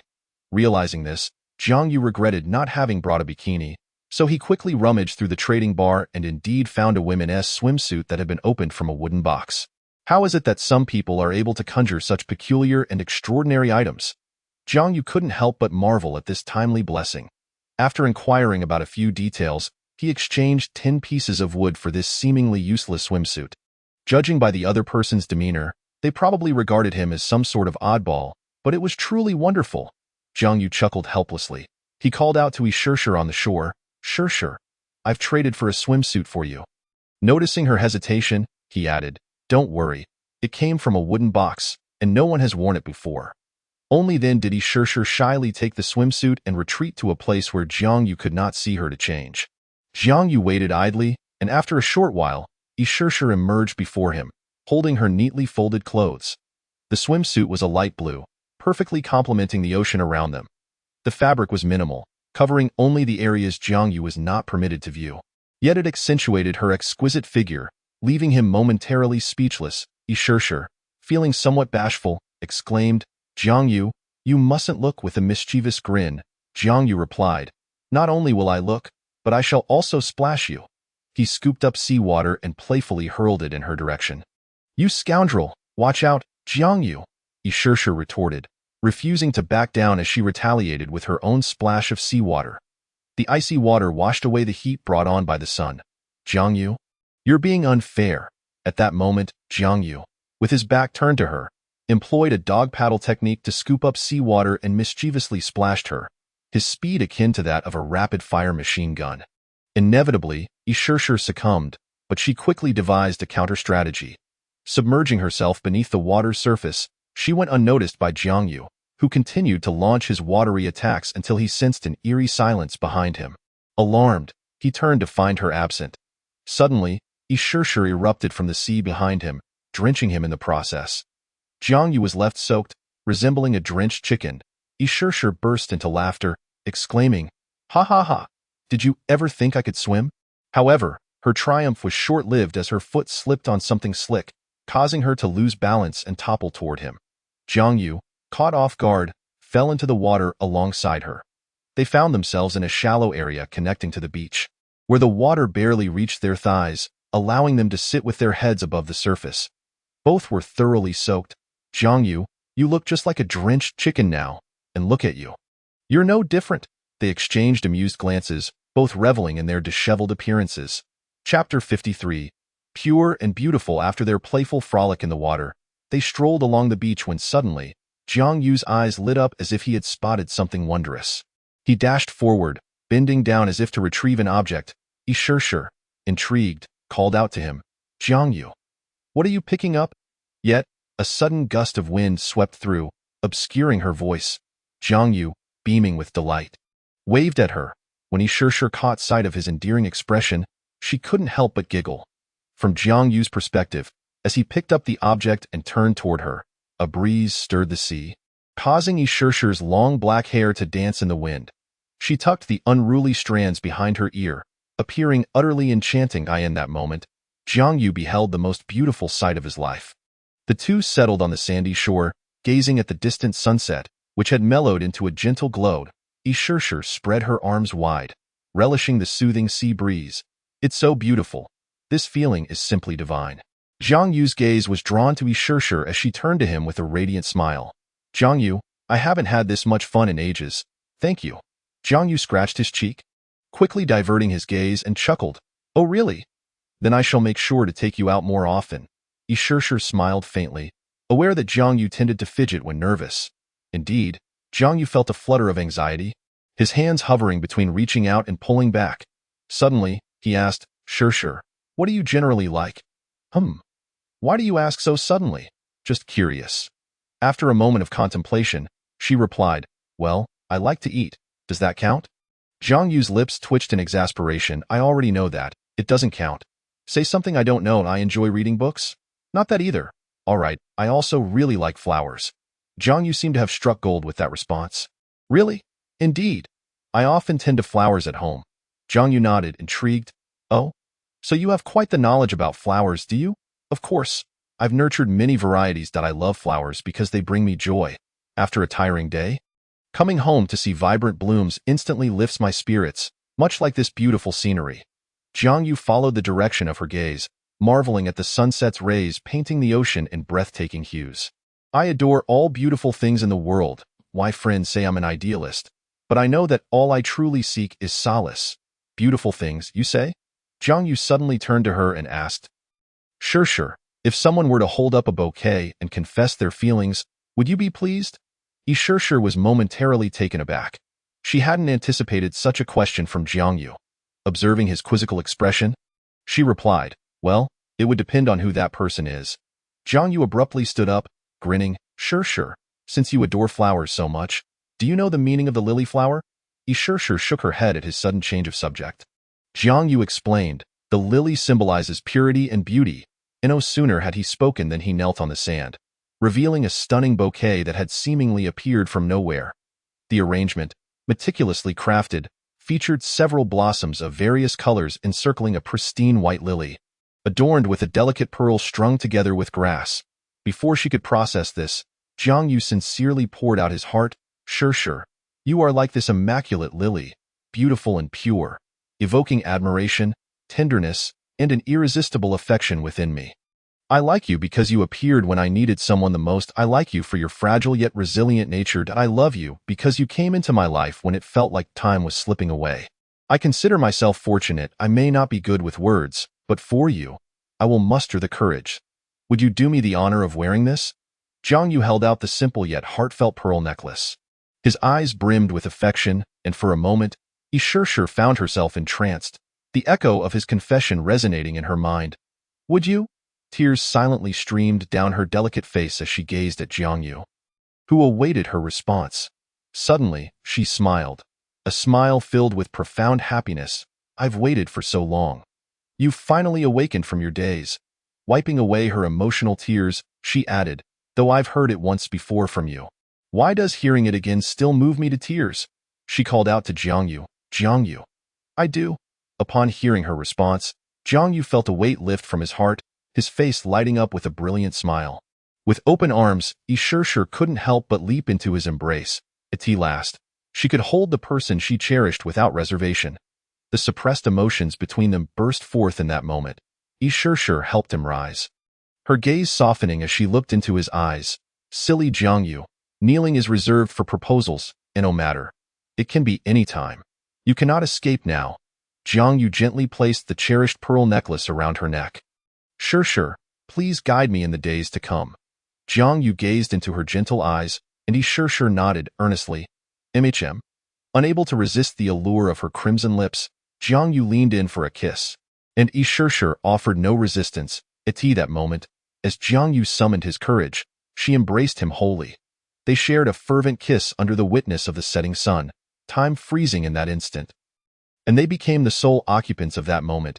Even the proof of their bond felt dim in comparison. Eventually, they parted, and Jiang Yu remarked, Shishir, you are truly adorable. Yi Shishir smiled back at him, her heart brimming with joy as she lifted the lily high, a symbol of their newfound affection. After changing clothes, time was not on their side to prolong their romantic interlude, so they held hands and made their way home. Upon returning to the stone house, Yi Shishir urged, Jiang Yu, while there's still light, hurry and wash off, otherwise the sea salt will irritate your skin. Jiang Yu teased, what about you? Aren't you joining me?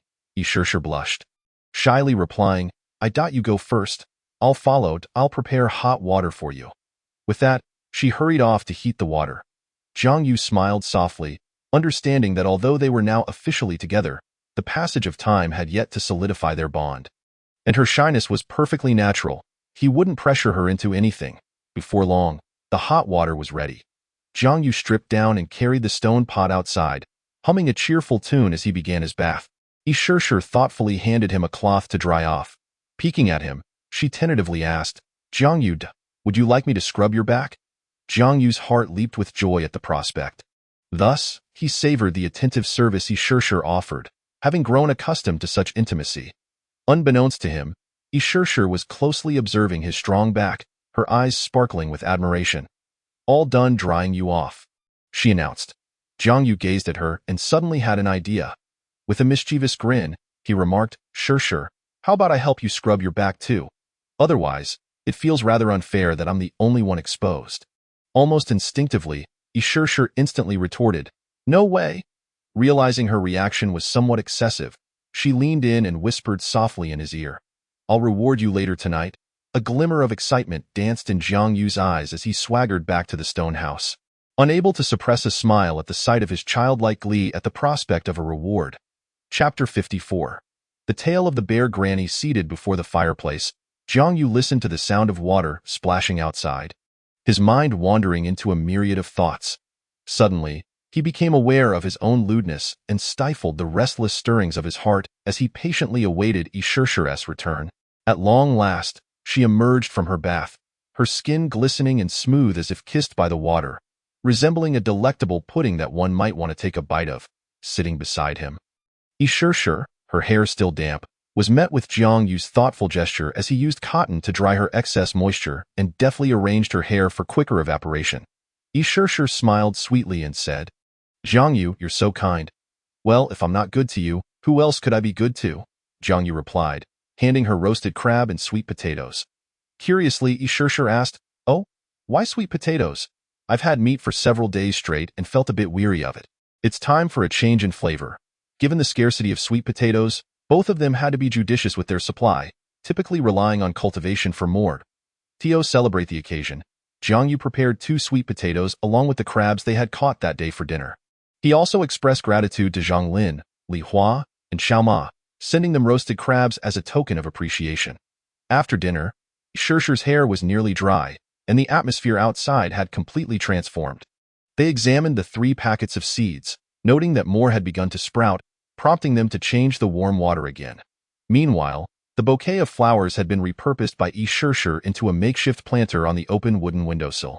Once these tasks were completed, they lay on the wooden bed, with Shirshir excitedly fidgeting with the pearl necklace around her neck. "Do you really like it that much?" "Of course, I adore it. It's so beautiful, and since you gave it to me, I shall wear it forever," she responded. Jiang Yu felt a wave of relief wash over him, his heart brimming with gratitude towards Xiao Ma. "Xiao Ma, my good brother, you truly are the guiding light on my path to happiness." This pearl had been a serendipitous find on the beach, and Jiang Yu had intended to gift it to Shirshir. But his lack of skill in knotting prevented him from securing the smooth pearl, leading him to seek Xiao Ma's assistance. "Shirshir, I never thought I would muster the courage to confess to a girl in my lifetime. Such a thing was unimaginable in the past. That's because you hadn't met me before," Shirshir replied, her confidence shining through. Unbeknownst to Jiang Yu, Shirshir had begun to piece together some peculiarities in his behavior.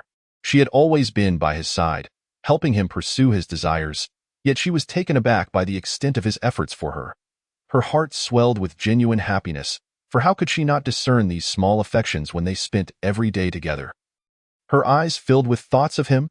This was a secret she vowed never to disclose to him, for he had already confessed to her in his dreams. She simply wished to experience this moment of happiness herself. Clutching the necklace tightly, Shirshir suddenly said, "Jiang Yu, thank you for everything you've done for me. I truly appreciate it." "And what about me?" Jiang Yu cheekily pointed to himself. "That of course, I like you more for doing all this for me. Then don't I deserve a reward?" Seeing the eager look in Jiang Yu's eyes, Shirshir gently pecked his cheek. "However, as punishment for scaring me yesterday, I decree that you are not to touch me today." "That can't be. Just a moment ago, you said you would reward me tonight." Noticing the playful smirk on Shirshir's face, Jiang Yu realized she was about to be mischievous again. Suddenly, an idea struck him. "Shirshir, do you know a story that is passed down in my hometown? Would you like to hear it?" "I don't want to hear it. You're just trying to entice me." Yet her ears were already perked up, ready to hear the tale. Jiang Yu chuckled and began, "In my hometown, there is a story about a bear, which all began with a mischievous little boy who frequently failed to keep his promises. Much to his parents' dismay, one day, while playing in the mountains with his friends, he boasted about how he disobeyed his parents, only to be overheard by a bear nearby. The bear, disguising itself as an old lady, followed the boy home.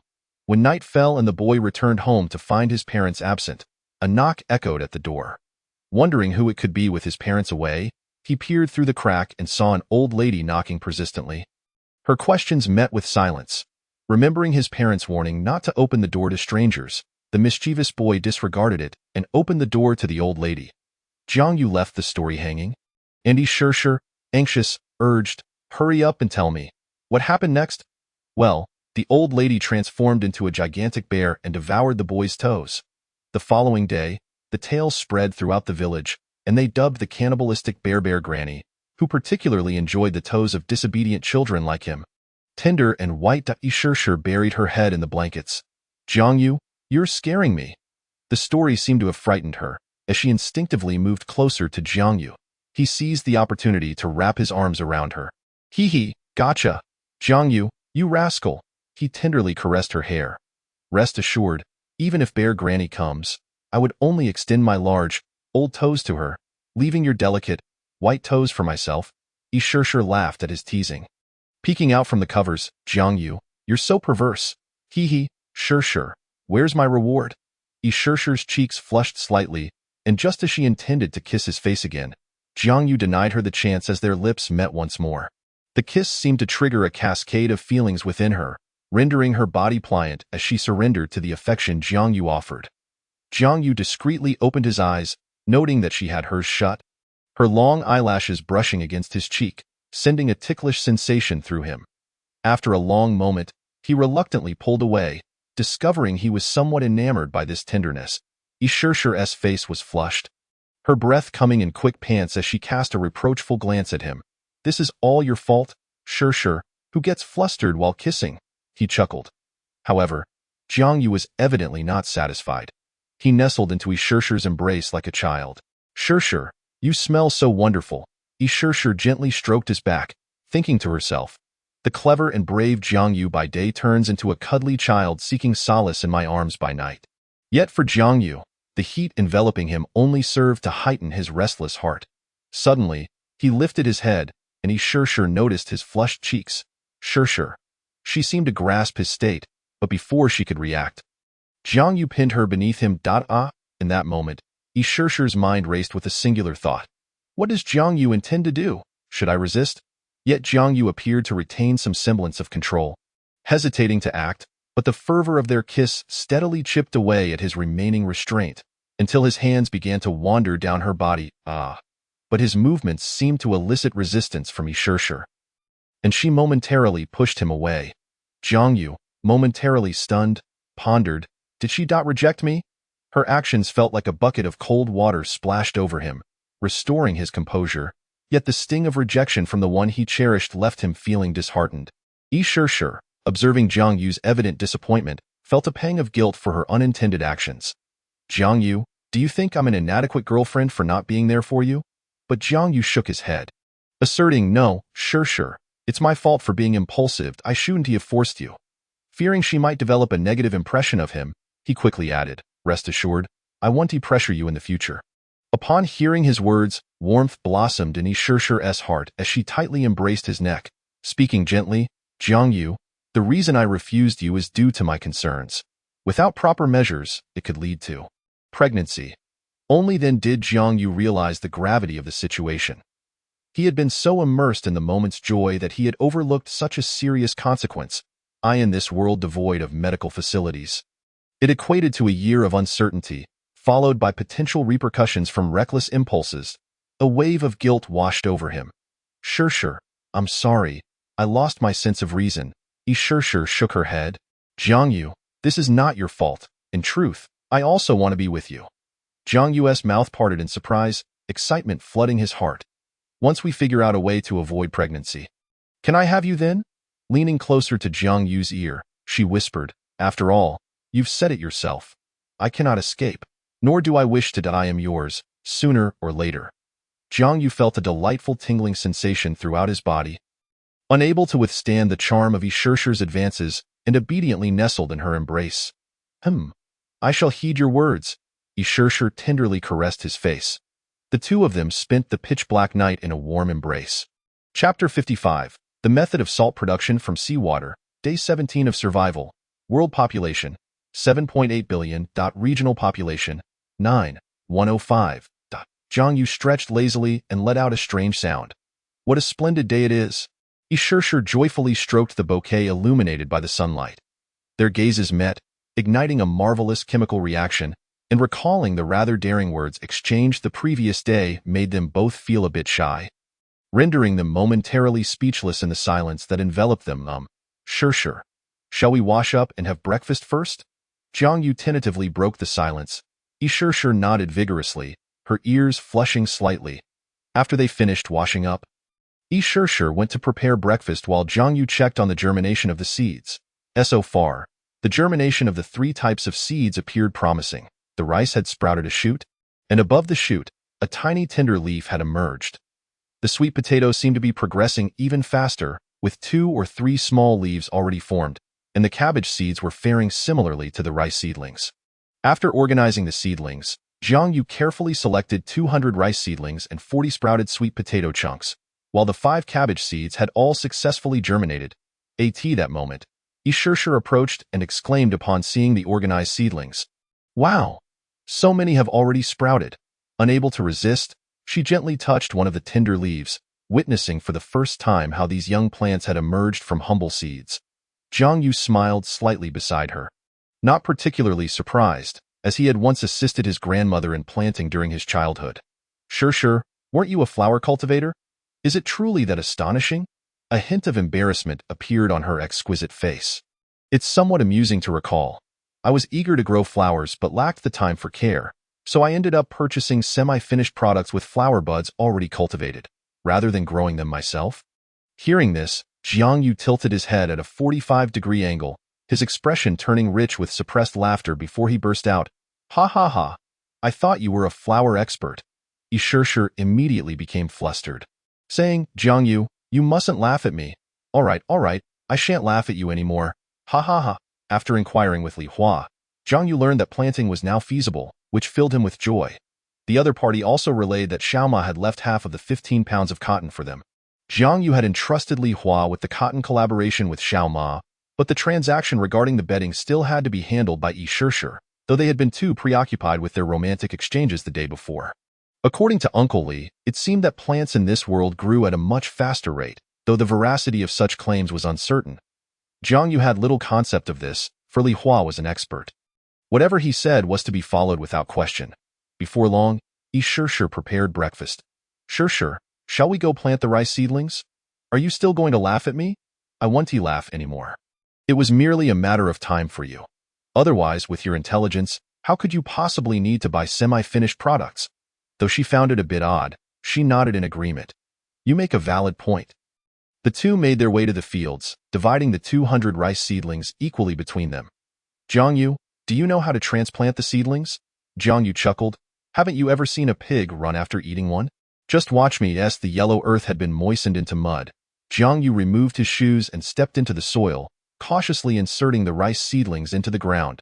At first glance, it indeed had a certain charm. Yi Shishir, having never farmed before, mimicked Jiang Yu's actions and began to transplant the seedlings. "Shishir, remember to position the shoots upward when planting, and avoid planting them too deep or too shallow, just enough so that the shoots are slightly submerged. Also, ensure that the seedlings are spaced about 30 centimeters apart." Understood. It must be said that despite Yi Shishir's lack of experience with agricultural work during her civilized upbringing, her dexterity and high aptitude allowed her to learn more swiftly than Jiang Yu. Upon inspection, her rows of seedlings appeared much more orderly than his. The 200 seedlings were not numerous, and soon they were all planted, occupying only 2/3 of a field. Transplanting required prolonged bending, which caused their waists to ache after a while. Jiang Yu rubbed his sore back and suddenly noticed the mud smeared across Yi Shishir's face, chuckling, "Shishir, you've turned into a little calico cat." "Ha ha ha, Jiang Yu, you dare mock me? Just look at yourself."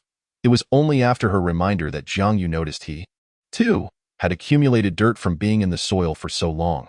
Had this been his childhood, his mother would have certainly thought he had been playing in the fields again and would have scolded him. After a brief cleanup, he began tilling the land. Jiang Yu took out a stone hoe and started to till another dry plot, while Yi Shishir, after he had loosened the soil, evenly buried the sprouted sweet potato chunks with their shoots facing upward. Their cooperation was seamless, resembling a pair of rustic farmers. 40 minutes later, they had successfully planted the sweet potato chunks and cabbage seeds and watered the field. Yi Shishir wiped the sweat from Jiang Yu's forehead. Smiling sweetly, "You've worked hard." Jiang Yu held her hand and smiled softly. Such is life.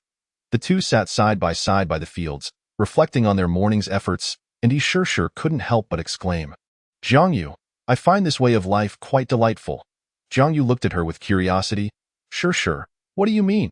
Yi Shishir replied, "We are like hermits in the mountains, cultivating the land each day, watching the sunrise in the morning, feeling the sea breeze, listening to the birds chirping in the mountains, and admiring the sunset in the evening, living carefree lives devoid of the deceit and treachery of the civilized world. Having you by my side is truly wonderful. I love this life." Jiang Yu looked at her earnestly and said, Shishir, having you is my fortune."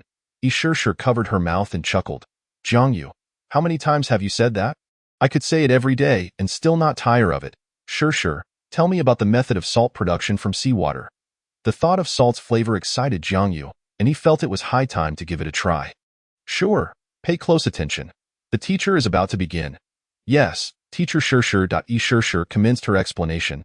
"I won't delve into the methods of salt production from civilization, as they are utterly impractical in ancient times. The most common methods of producing salt from seawater were the solar evaporation method and the boiling method. In comparison, the solar evaporation method requires significant initial labor, is time-consuming, and relies heavily on favorable weather, but once salt pans are established, the yield is substantial. The boiling method, however, is labor-intensive, necessitates constant supervision, and consumes more materials than the solar evaporation method, resulting in a much lower yield. Currently, we can only utilize the boiling method, as the solar evaporation method is too dependent on weather conditions. If it rains, all our efforts would be in vain. Jiang Yu inquired, so how do we implement the boiling method? Do we merely boil the seawater until it's dry? Fool! Boiling seawater to dryness only yields coarse salt, which contains various harmful substances. Consuming too much can be detrimental to health. We must filter and purify the coarse salt to obtain edible refined salt. However, our current materials and equipment are limited, so even if we can purify it, it cannot be too refined. Then what are we waiting for? Let us finish our lunch and head out. By noon, after enjoying some roasted meat, the two prepared to set off. However, they first made a stop at the stream to fill their daily drinking water. Chapter 56. The Boiling Method of Salt Production. Upon reaching the beach, Jiang Yu took out the 10 empty wooden barrels acquired from the previous transaction. He filled 5 of them with seawater, totaling 75 liters. Jiang Yu peered into the somewhat murky seawater inside the barrel, curious. Why does it look so clear in the ocean but appears murky when placed in the barrel? Yishishir explained. That is merely an illusion created by the sunlight. She cupped her hands around the seawater, stating, however, the seawater in this world is free from human pollution, making it far clearer than the ocean of Blue Planet. Upon returning to the stone house, Jiang Yu appeared somewhat excited. Sure. What shall we do next? Yishishir chuckled at his eagerness. Patience, we must prepare some items first. Under Yishishir's instructions, Jiang Yu boiled a pot of clean water. While waiting for the water to boil, Yishishir mixed in some plant ash into the barrel containing seawater. This puzzled Jiang Yu. Sure, what significance does adding plant ash to seawater hold? She explained. The primary component of plant ash is potassium carbonate. When mixed with seawater, it precipitates magnesium carbonate and calcium carbonate, thereby removing harmful calcium and magnesium ions from the seawater. This is the first step in filtering seawater. But the potassium carbonate content in plant ash is limited and cannot completely eliminate harmful substances. We must repeat the process to reduce their concentration. Jiang Yu nodded, recognizing that the precipitation would take some time. And they waited quietly. He brought out the boiled hot water and asked her, Sure, the water is ready. What is next? Yishishir replied, let it cool for a while. It will be of great use later.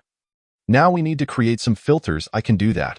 While stirring the seawater, Yishishir described the necessary design of the filters to Jiang Yu.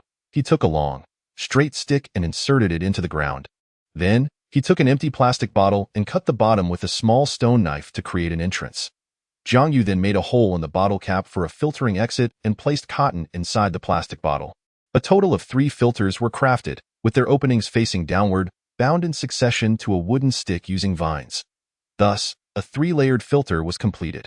However, under the instructions of Yishishir, a single-layer filter was also created. Yishishir, why must we make 2? Yishishir smiled mysteriously and replied, you'll find out shortly. Jiang Yu shrugged. Time passed as Yishishir continuously stirred the mixture. The reaction between the plant ash and seawater led to the visible precipitation of white substances adhering to the bottom of the wooden barrel. Jiang Yu, inexperienced in the ways of the world, felt a sense of wonder. First, Yishishir filtered the clear water. She placed a clean, empty stone pot beneath the 3-layer filter and slowly poured the clear water from the stone pot into the filter. The water passed through the layers of cotton, ultimately flowing into the stone pot at the bottom. Jiang Yu, help me pour out the seawater from the barrel. We don't need the water with sediment at the bottom.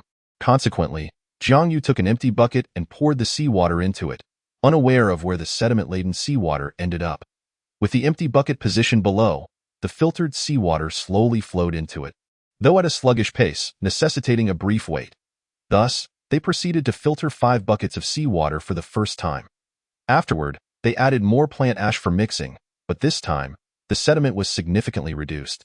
Following the second filtration, they added plant ash for the 3rd time, yet no sediment was discernible during this round. Yishishir explained that is because relying solely on plant ash is no longer sufficient for removal. This is adequate. The seawater, after 3 filtrations, had diminished considerably, and the cotton in the filter had transformed from white to a grayish-black hue. Jiang Yu then removed the cotton and replaced it with clean cotton. Now, it was time to boil the seawater. However, at this juncture, Jiang Yu discovered a grave issue. The stone pot's capacity was too limited, and with only 1 fireplace available, boiling 700 milliliters at a time would require a staggering 100 rounds. Jiang Yu, are you foolish? Wasn't the stone pot design meant to accommodate additional materials? With Isher's reminder, he suddenly realized this oversight. Thus, he spent 20 stones to create a large stone pot capable of holding 15 liters of seawater. Yet, this solution brought forth a new dilemma. The fireplace was too small. While a 700-milliliter stone pot could fit, the significantly larger 15-liter pot would not. But living beings do not perish from mere discomfort. So Jiang Yu erected a rudimentary stove outside the stone house using 15 stones, with just enough space for the stone pot. He placed a fire starter at the base of the stove, quickly igniting it with dry grass, and continually added wood. He gazed expectantly at the boiling seawater. However, this boiling process took 3 hours. Jiang Yu finally understood why Isher had claimed that salt production required an immense amount of time. Merely evaporating the seawater demanded such a prolonged effort. Not only did this consume a considerable amount of fuel, but someone also needed to stand guard, stirring constantly to prevent the crystallization from solidifying on the pot's walls. As Jiang Yu observed the grayish-white crystals within the pot, he couldn't resist pinching a few with his fingers and tasting them with the tip of his tongue. The initial flavor was salty, yet accompanied by a bitterness that rendered it quite unpleasant, prompting him to spit it out immediately to tea that moment. Isher emerged from the house, having been boiling her own mixture in the fireplace for 3 hours, albeit with a smaller pot that was far more efficient. Seeing her carry a pot of water, Jiang Yu curiously inquired, "Isher, what is this water for?" Isher teased him, saying, "It's clear you haven't studied diligently. This is called saturated sodium chloride solution, also known as brine." "What is that?" Jiang Yu exclaimed. "Isn't brine just a concoction of various spices and seasonings?" Embarrassed, he scratched his head, realizing that this topic was beyond his current understanding. Isher patiently explained, "What you refer to as culinary brine. In ancient times, the term for concentrated salt water was brine. You do know that salt dissolves easily in water, don't you?" Jiang Yu nodded, acknowledging that even children understood this concept. Isher continued, "Do you remember the clean water I asked you to filter? I dissolved the coarse salt obtained from boiling the seawater into that clean water, filtering and dissolving it repeatedly, resulting in the saturated sodium chloride in this pot." Jiang Yu suddenly comprehended, saying, "Though I may not grasp the intricacies of this saturated solution, simply put, it's salt water, right?" Isher nodded, affirming, "Yes, but this is a rather impure form of concentrated salt water. Given our limitations, this is the cleanest we can produce. Do you see the crystals within?" Upon peering inside, Jiang Yu observed that the saturated sodium chloride solution was quite clear, revealing numerous white crystals beneath the water's surface. Isher smiled, stating, "While salt dissolves easily in water, there is a limit, just as you can eat a pound of meat in one sitting but can't manage two. Water behaves similarly. When salt exceeds its solubility in water, it naturally forms solids." Jiang Yu nodded, his expression one of wonder. He had truly gained knowledge. He regretted not paying more attention previously. Chapter 57. Refined salt. The two proceeded to the next step, purification. Jiang Yu collected the coarse salt crystals from the stone pot, and under Isher's direction, he spread cotton over the coarse salt and placed it at the entrance of another unused filter. Isher smiled mysteriously and said, "Jiang Yu, watch closely." She scooped a bowl of concentrated salt water using a coconut shell and slowly poured it over the crystals. Jiang Yu was astonished to see the crystals seemingly come to life, continuously growing. However, he also noticed that many white crystals from the coarse salt dissolved into the water and were washed away. "Isn't that fascinating?"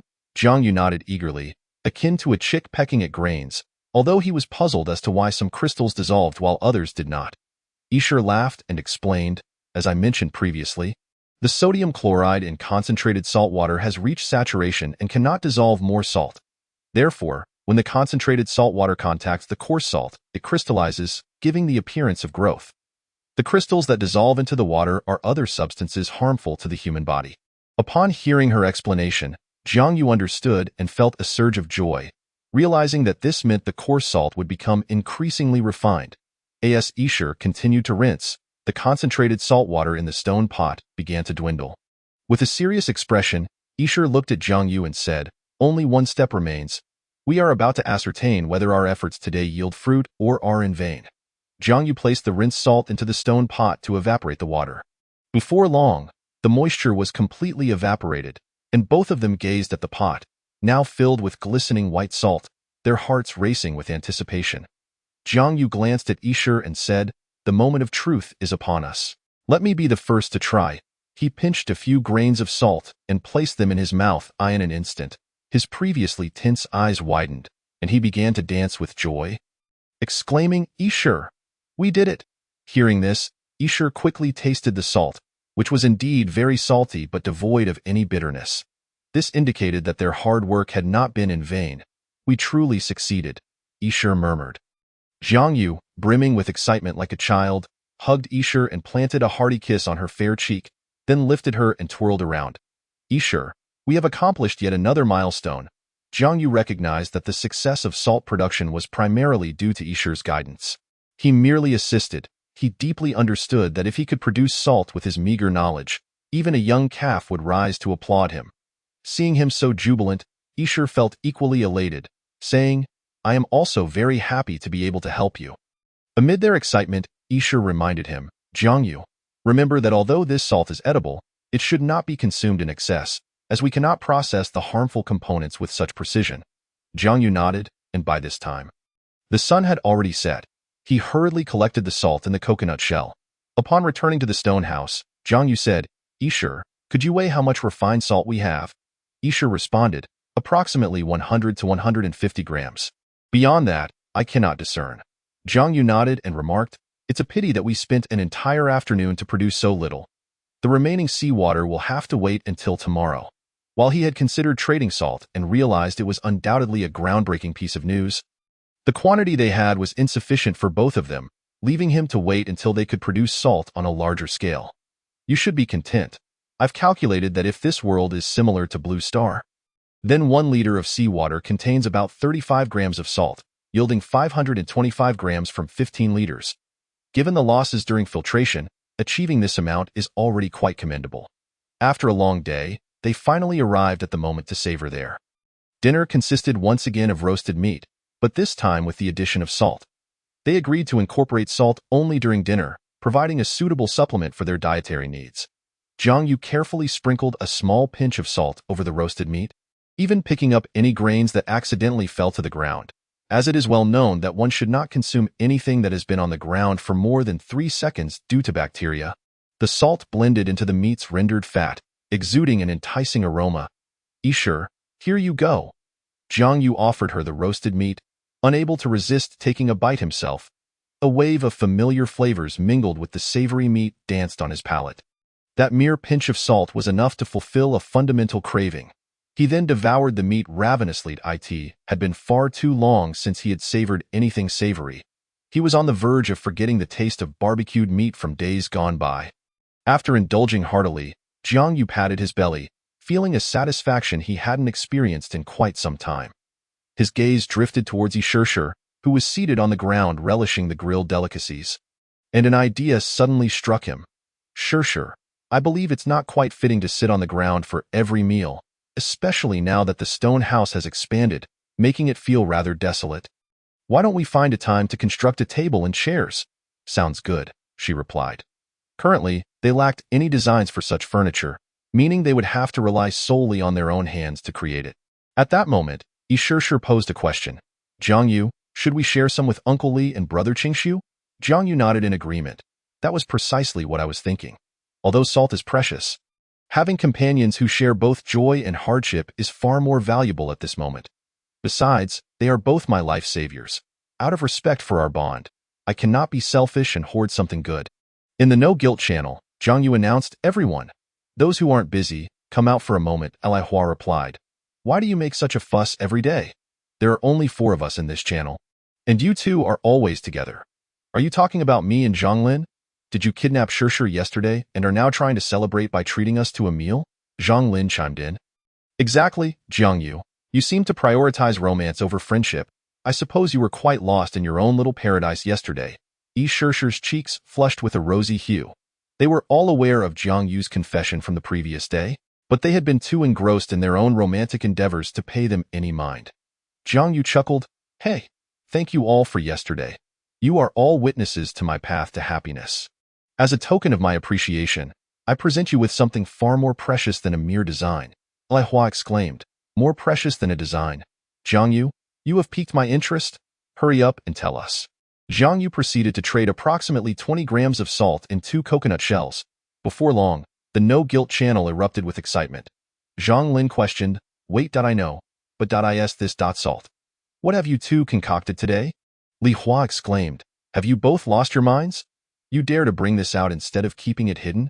Zhang Yu retorted, "Haven't you two ever seen salt before? Why the commotion?" Li Hua responded, Sure, Zhang Yu, do you have any idea how precious this substance is? You could have kept it hidden.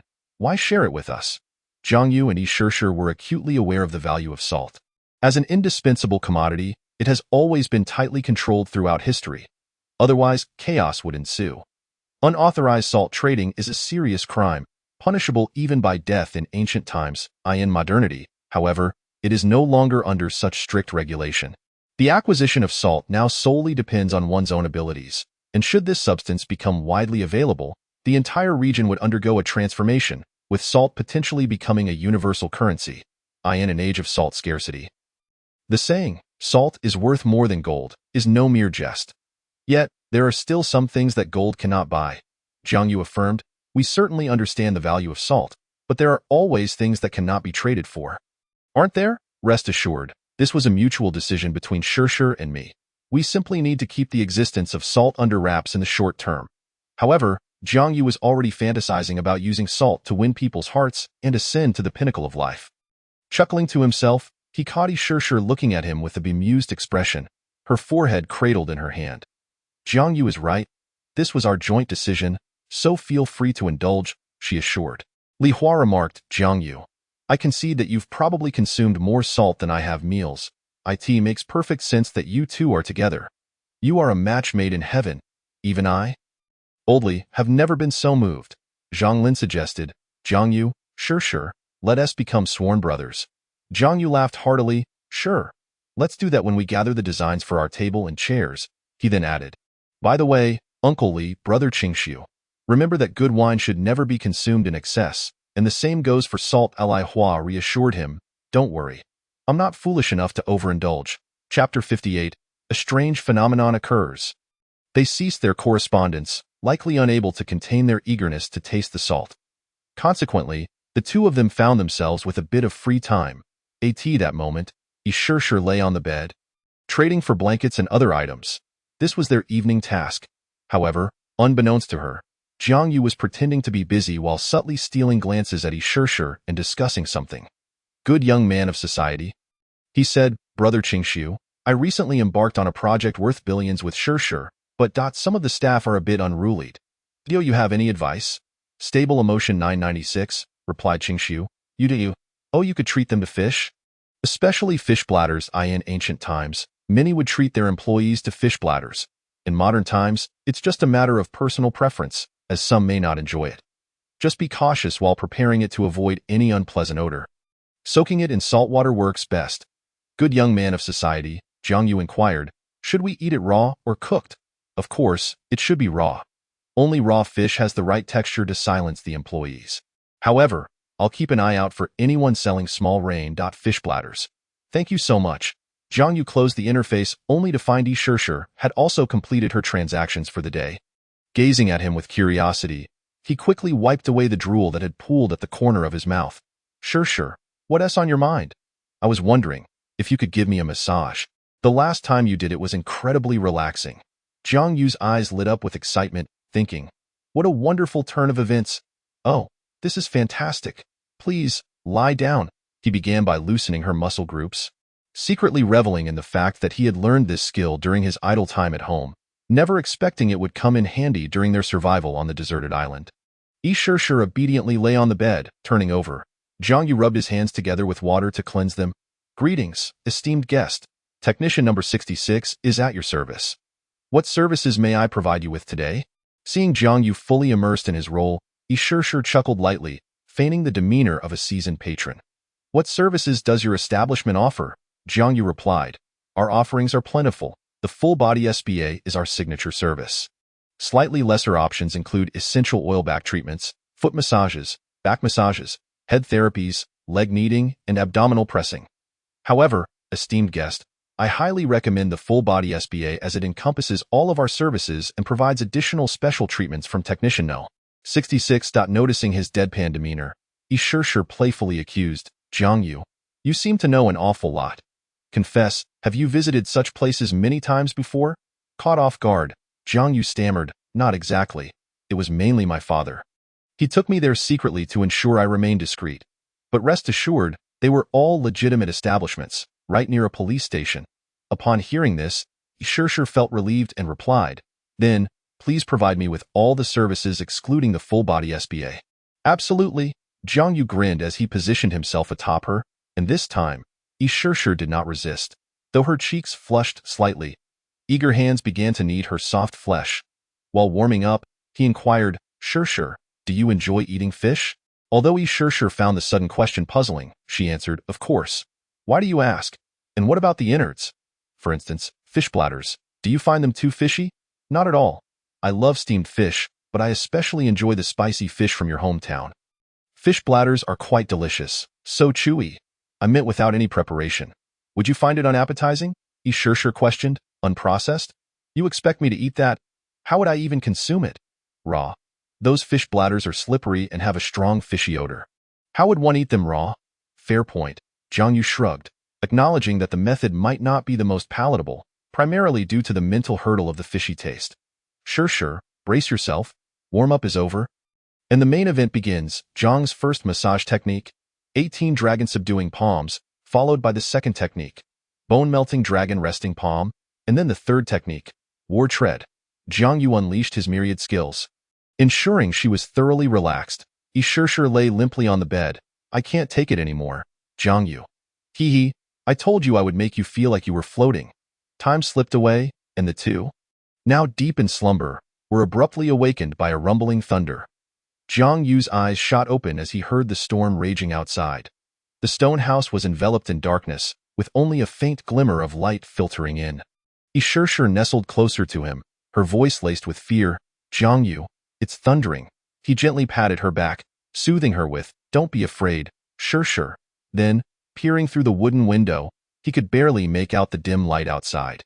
I'll go check what's happening out there. Yi Shishir quickly donned her clothing to accompany him. They pushed open the wooden door and were met with an ominous sky, thick clouds blocking out the sun's rays entirely. What the heck? It just calmed down, and now it's back. The stone house was shrouded by towering trees, obscuring their view, so they needed to ascend higher to discern the situation. Yet, Jiang Yu felt an unsettling weight in his heart, a premonition of impending calamity that felt worse than the previous downpour. Jiang Yu, I have a foreboding feeling, me too. Jiang Yu brought Yi Shishir to a small hill used for orientation. The moment they stepped onto it, they were left speechless by the sight before them. Even the timid Yi Shishir felt a surge of trepidation. Before them loomed an endless expanse of dark clouds gathering ominously over the northern sea. The sky was shrouded in ominous clouds, swirling violently before their very eyes. The dark, foreboding clouds seemed to cling to the surface of the sea, an abyss of blackness punctuated by the rumbling of thunder and the flashes of lightning. This expanse of shadow stretched across the entire ocean. The scene echoed the saying, black clouds pressed down upon the city, threatening to crush it. What on earth was happening? At that moment, an unforgettable spectacle unfolded before them. The northern sea had long ceased to be a placid expanse. Within their line of sight, a colossal vortex had emerged. At the center of the ominous clouds, it appeared that a tempest was brewing, and the whirlpool continued to expand. The waters at the vortex's core surged upward like a dragon drinking, forming a giant pillar of water that reached heights equal to the heavens. Was that a tornado? The atmosphere had shifted dramatically. They had never witnessed such a scene. This apocalyptic tableau sent shivers down their spines. Just as they were grappling with the shock, suddenly, the winds picked up, and not gently. Jiang Yu abruptly recalled something, panic-stricken. Oh no! The vegetable fields, Chapter 59. An unexplainable catastrophe. Yi Shishir also recognized the gravity of the situation, regardless of whether the storm at sea would affect them. The crops they had painstakingly sown would undoubtedly be devastated. The two hurried back to their fields, however. By this time, the winds had intensified significantly, branches bending perilously, and even they had to lean against the fierce gusts to maintain their balance. How could the newly sprouted seedlings withstand such torment? Many had already been snapped. At this moment, the heavens were also unkind. The clouds above seemed to have torn open under the tumult of the winds, and torrential rain began to pour down. Without a moment's hesitation, they rushed to salvage the seedlings they had planted. Soon, they had managed to recover all of them, racing back to the stone house. After their desperate efforts, only 70 rice seedlings, 30 sprouted sweet potato pieces, and a single cabbage sprout had survived. The majority had been obliterated in the storm's fury, resulting in a devastating loss. How could this be? We worked so hard for this. Ishirshir's voice quivered with the threat of tears as she cradled the frail seedlings, their delicate leaves drooping helplessly in her palms. Seeing Ishirshir's distress, Jiangyu felt a pang of sorrow in his own heart and embraced her tightly. Shirshir, this world remains cruel. We simply enjoyed a few days of tranquility and forgot the harsh reality. Failure is the mother of success. Though we have faltered this time, there will be another opportunity. Do not forget, there are still seeds left to sprout.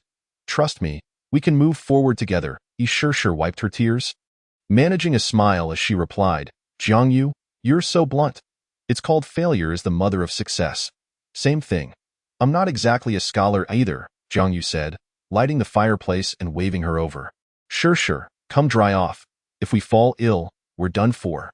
Both soaked to the skin, they nestled beside the crackling fire.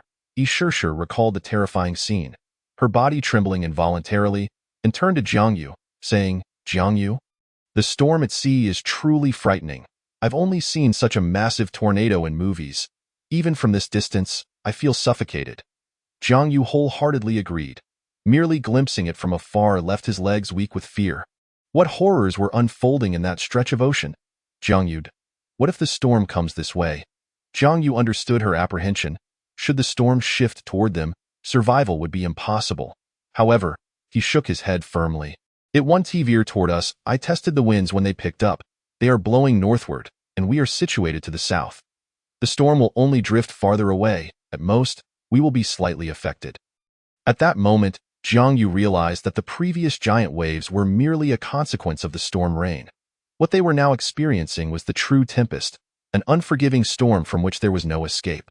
Hearing that the storm would not shift toward them, Ishirshir felt a wave of relief wash over her, and a hint of admiration flickered in her eyes. Jiangyu, you're amazing. You managed to stay calm in such a situation. Unlike me that I was so frightened, I didn't know what to do. Jiangyu gently ruffled her hair, smiling, it's not your fault. I was panicking too. It's a natural instinct to fear. The fact that you could follow my lead is commendable. Of course, I'll listen to you. Ishirshir looked at the remaining seedlings and suggested, Jiangyu, why don't we temporarily plant these seedlings indoors? We still have some leftover yellow soil, right? Jiangyu's eyes lit up. That's a brilliant idea. Without delay, Jiangyu fashioned 20 appropriately sized stone pots, filling them with a 5-centimeter layer of the remaining yellow soil, which was just enough. Ishirshir selected the seedlings that had just begun to sprout, combining them with the ones they had salvaged, totaling 120 rice seedlings and 50 sprouted sweet potato pieces, along with 1 cabbage seedling, and transplanted them all into the stone pots.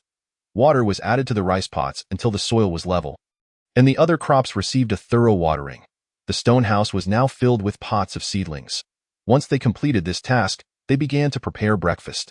After a hasty meal, Jiangyu pondered the bizarre events of the day. Something felt profoundly amiss. Although this world was rife with inexplicable phenomena, this storm had appeared without warning. Large storms do not form overnight. Just yesterday, the sun had shone brightly, and today, a tempest had erupted. They quickly contacted Li Hua and Zhang Lin. Zhang Lin responded, What? You were affected by a large storm? Jiangyu confirmed, Indeed. The tornado shot straight into the clouds. It scared the life out of me. Most of our crops have been destroyed, and we barely managed to save a few. Have you encountered anything similar?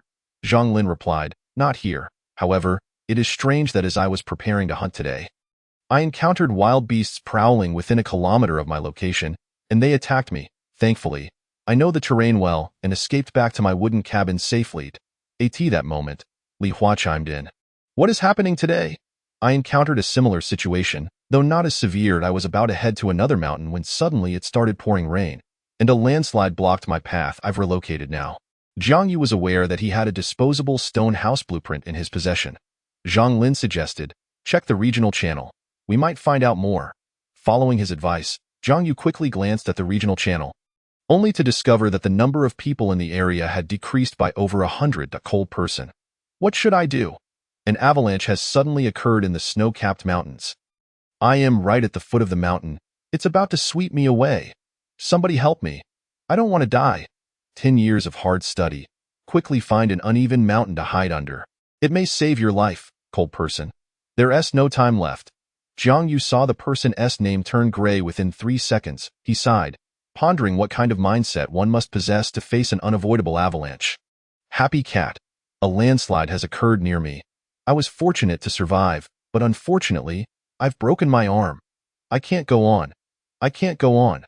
Such scenarios continued to unfold, with many names turning gray in an instant.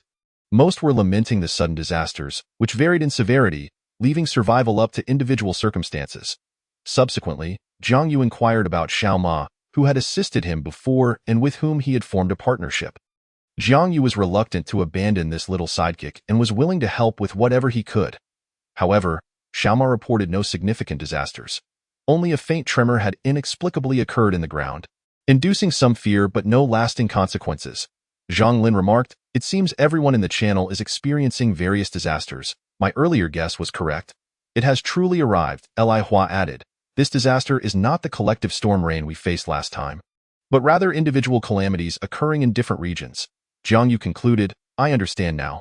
Everyone should stay indoors today and refrain from venturing out." After their discussion, they discerned 2 types of disasters, one akin to the previous collective storm rain and the other the autonomous calamities they were currently experiencing, both characterized by a lack of any warning, appearing as if out of nowhere. This world seemed to be wrathful, unleashing disasters indiscriminately. Yet, regardless of the type of disaster, certain fates were sealed for some individuals. Jiang Yu and Yi Shishir remained unaware if they too were among those destined. They were acutely aware that while disasters would cease, they would never truly end. At that moment, the wind seemed to howl even louder, the thunder rumbling ominously, the rain lashing against the walls, mingling with the shrieks of the gale. The wooden door rattled violently. Even the little rabbit inside the house trembled in its nest. Frightened by the commotion, Jiang Yu felt grateful for the stone house's sturdiness. Had they been in a thatched cottage, it would have been obliterated by such ferocity. Nonetheless, the vivid memories of the apocalyptic scene undoubtedly frayed their nerves. Chapter 60. The blanket turmoil. Although Yi Shishir had learned from Jiang Yu that the storm would likely not move toward their island, the pressure of the catastrophe kept her heart in turmoil. Just as her mind spiraled with anxiety, a pair of warm hands lifted her. Yi Shishir's frame was light. Perhaps to showcase his strength, Jiang Yu effortlessly carried her, eliciting a startled exclamation from her. "Jiang Yu, what are you doing?" Jiang Yu chuckled. "Of course, it's time for a nap." "What time is it? How can you still think about sleeping?" Yi Shishir complained, clinging to his neck. Jiang Yu, seemingly indifferent, continued speaking to himself. "When I was a child, I harbored a profound fear of ghosts, too terrified to venture out alone on darkened streets, even needing to illuminate every light just to muster the courage to rise in the night for a visit to the restroom. Yet, whenever fear gripped me, I would swiftly retreat to the sanctuary of my bed, cocooning myself beneath the covers, for it was only in that embrace that I found solace." Gently, Jiang Yu placed Yi Shishir on the wooden bed and lay down beside her. Suddenly, Yi Shishir turned to him, her voice tinged with anxiety. "Jiang Yu, I know you are worried about me. Do you realize? I am not afraid of this seemingly destined conclusion, but I dread the thought that our nascent and beautiful life together might come to an abrupt end." As her words lingered in the air, Jiang Yu's large hand tenderly caressed her hair, and he softly replied, "I fear it too." Feeling his tenderness, Yi Shishir was momentarily taken aback, as if time had come to a standstill. She could sense the hand that held her tightly trembled slightly, revealing a hint of nervousness, a fear of losing something precious, though his expression was one of deliberate concealment. So, he too felt fear. It dawned on her that we are all so fragile, and he had been striving to appear strong for her sake. In that moment, clarity washed over her. "Jiang Yu, I suddenly find myself unafraid." Curiosity sparked in Jiang Yu's gaze as he observed her, seeing the tenderness reflected in her eyes as she slowly continued. "I have come to realize that every day spent with you is extraordinarily beautiful. I feel I have no reason to fear anything. The emotional brother was right, and you were right too. Regardless of how the story unfolds, regardless of the trials we may face, let us cherish the present and forge ahead hand in hand. For as long as you are by my side, life is indeed beautiful. Ishirshir tucked the covers around them both, curling her entire being into his warm embrace, a sweet smile gracing her lips. Indeed, a profound sense of security enveloped her. Outside, the tempest carried torrential rain, countless trees strained against the onslaught, and amidst such dire weather, a small stone cottage stood resolute, smoke curling from its chimney. Suddenly, Ishirshir broke the silence. Jiangyu, have you ever watched the film God, Serengeti? Jiangyu paused to recall the comedic short film that had circulated widely on various social media platforms. The film depicted a narrative in which God created a sandbox, confining humanity within it, capable of manipulating their lives and fates at will, summoning clouds and rain, and effortlessly unleashing catastrophic disasters. Suddenly, a thought struck him, and he exclaimed, "Are you suggesting that there exists a God in an unseen realm, toying with us?" Ishirshir shook her head, saying, "I do not know. I merely pondered how peculiar this world is, coupled with your encounters with the men in black. It is hard not to draw connections. Perhaps they are akin to God, finding amusement in our plight." Jiang Yu's understanding of the men in black was still rudimentary. He had only encountered them once and was merely aware of their existence in this world. The men in black, the puppeteers, if they truly were the gods manipulating humanity, why would they emphasize having no malicious intent towards me? Wouldn't that be superfluous? After all, who would waste breath on the ants that perish beneath their feet? Day 18 of survival. Global population, 7.8 billion. Regional population, 8,985. Jiangyu, feeling listless, scrolled through the channels, absorbing the information shared by others. Due to the storm, they found themselves at the edge of its wrath. Inexplicably caught in its turmoil, the fierce winds whipped the torrential rain, and he discovered that the wooden door had been firmly sealed shut by the force of the gale. Venturing outside was out of the question. Meanwhile, Ishirshir was engaged in trading goods. Unlike Jiangyu, who could simply list items and relax, she needed to vigilantly oversee the trading panel due to the diverse patterns of betting blueprints. This was the only task available to them at that moment. Yet, an inexplicable, hostile wind brushed against them. Discordant voices emerged from the regional channel Michin. "Everyone, listen to me. The betting has been around for quite some time. Is there anyone here outraged by the exorbitant prices? I certainly am, and I must speak out. It is common knowledge that only one entity possesses the betting blueprints, yet the outrageous prices have deterred many. I can tolerate high prices, but to shamelessly profit from disaster is intolerable. I must raise my voice for those in desperate need of betting. Before the emergence of betting, we could hardly discern anything. Yet after its arrival, all the cotton in the market has essentially fallen into the hands of this unscrupulous individual. Why should the prices be so steep? Why profit from calamity? What distinguishes this from the capitalists of civilized times? In a world where everyone faces the threat of death, where some even covet your meager resources, such a statement suddenly erupted in the regional channel. Every word implied criticism, yet none mentioned an individual directly. The sole owner of the betting blueprints was unmistakably targeting Ishirshir. Jiang Yu's gaze snapped to her, noticing her struggling to hold back tears, her beautiful eyes shimmering with unshed emotion. "Jiang Yu." "I did not." The sight of Ishirshir's distressed expression filled Jiang Yu with both compassion and fury. Yet, the individual named Michin, with his unfounded accusations, had inexplicably garnered support from others, the tide of sentiment shifting entirely in his favor. "Shishia Wuja. I've long wanted to say this. The price of betting is nothing short of blood-sucking." Lan Yin. "Precisely. The torrential rains have only just ceased, and the weather has turned frigid. The arrival of betting instilled hope in me. Yet the exorbitant prices have made me hesitate. The cold persists, and despite gritting my teeth to purchase a set, I now realize how heartless this is. Those who profit from calamity deserve to perish in disaster." Already affected by the storm's impact on their emotions, this statement ignited a fire within Jiang Yu. "Damn you!" Anger surged within him, contorting his features as he struck his fist against the wall. Ishirshir, sensing his agitation, tightened her grip around him, trembling. "Jiang Yu, I truly did not." Suppressing his rage, Jiang Yu comforted her. Shirshir, I absolutely believe in you. The betting is something we ventured into together, that moment. Li Hua received a message and promptly broadcasted it within the innocent channel. Eli Hua. Those scoundrels. This is pure slander. Do you think I am unaware of whether I have profited from ill-gotten gains? If I ever catch those fools, I'll shove a 2-meter-long stick up their rear ends. Sure, don't listen to their nonsense. This is infuriating. Li Hua. Is everyone here? Come forth and discuss how to deal with these bastards. The gravity of the situation was not lost on them. Trading was the cornerstone of resource exchange, and the individuals who governed it were paramount. Should public outrage erupt, surviving in this channel would become impossible, after all. Even emperors in ancient times feared inciting the wrath of the populace. Zhang Lin, don't panic, Uncle Li.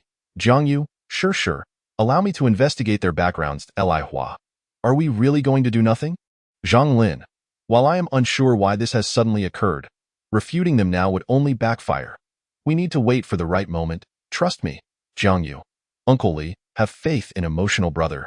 Let us wait and gather intelligence on their situation. Jiang Yu was aware of Zhang Lin's strong execution abilities.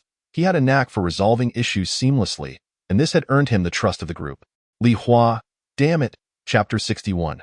The betting controversy, 2. The channel buzzed with increasingly hostile remarks targeting Yishishir, prompting Jiang Yu to decisively close the interface. He bore the weight of his anger. Comforting the weeping Yishishir, feeling a profound sorrow for her, he understood that she had been enduring the scorn of others in silence. 10 minutes later. Zhang Lin. I found something out. It's a gang. Led by Mi Chen. All those making these statements are in cahoots. They have released blanket blueprints and are trading them. Jiang Yu clenched his fists, realizing why these individuals had suddenly emerged.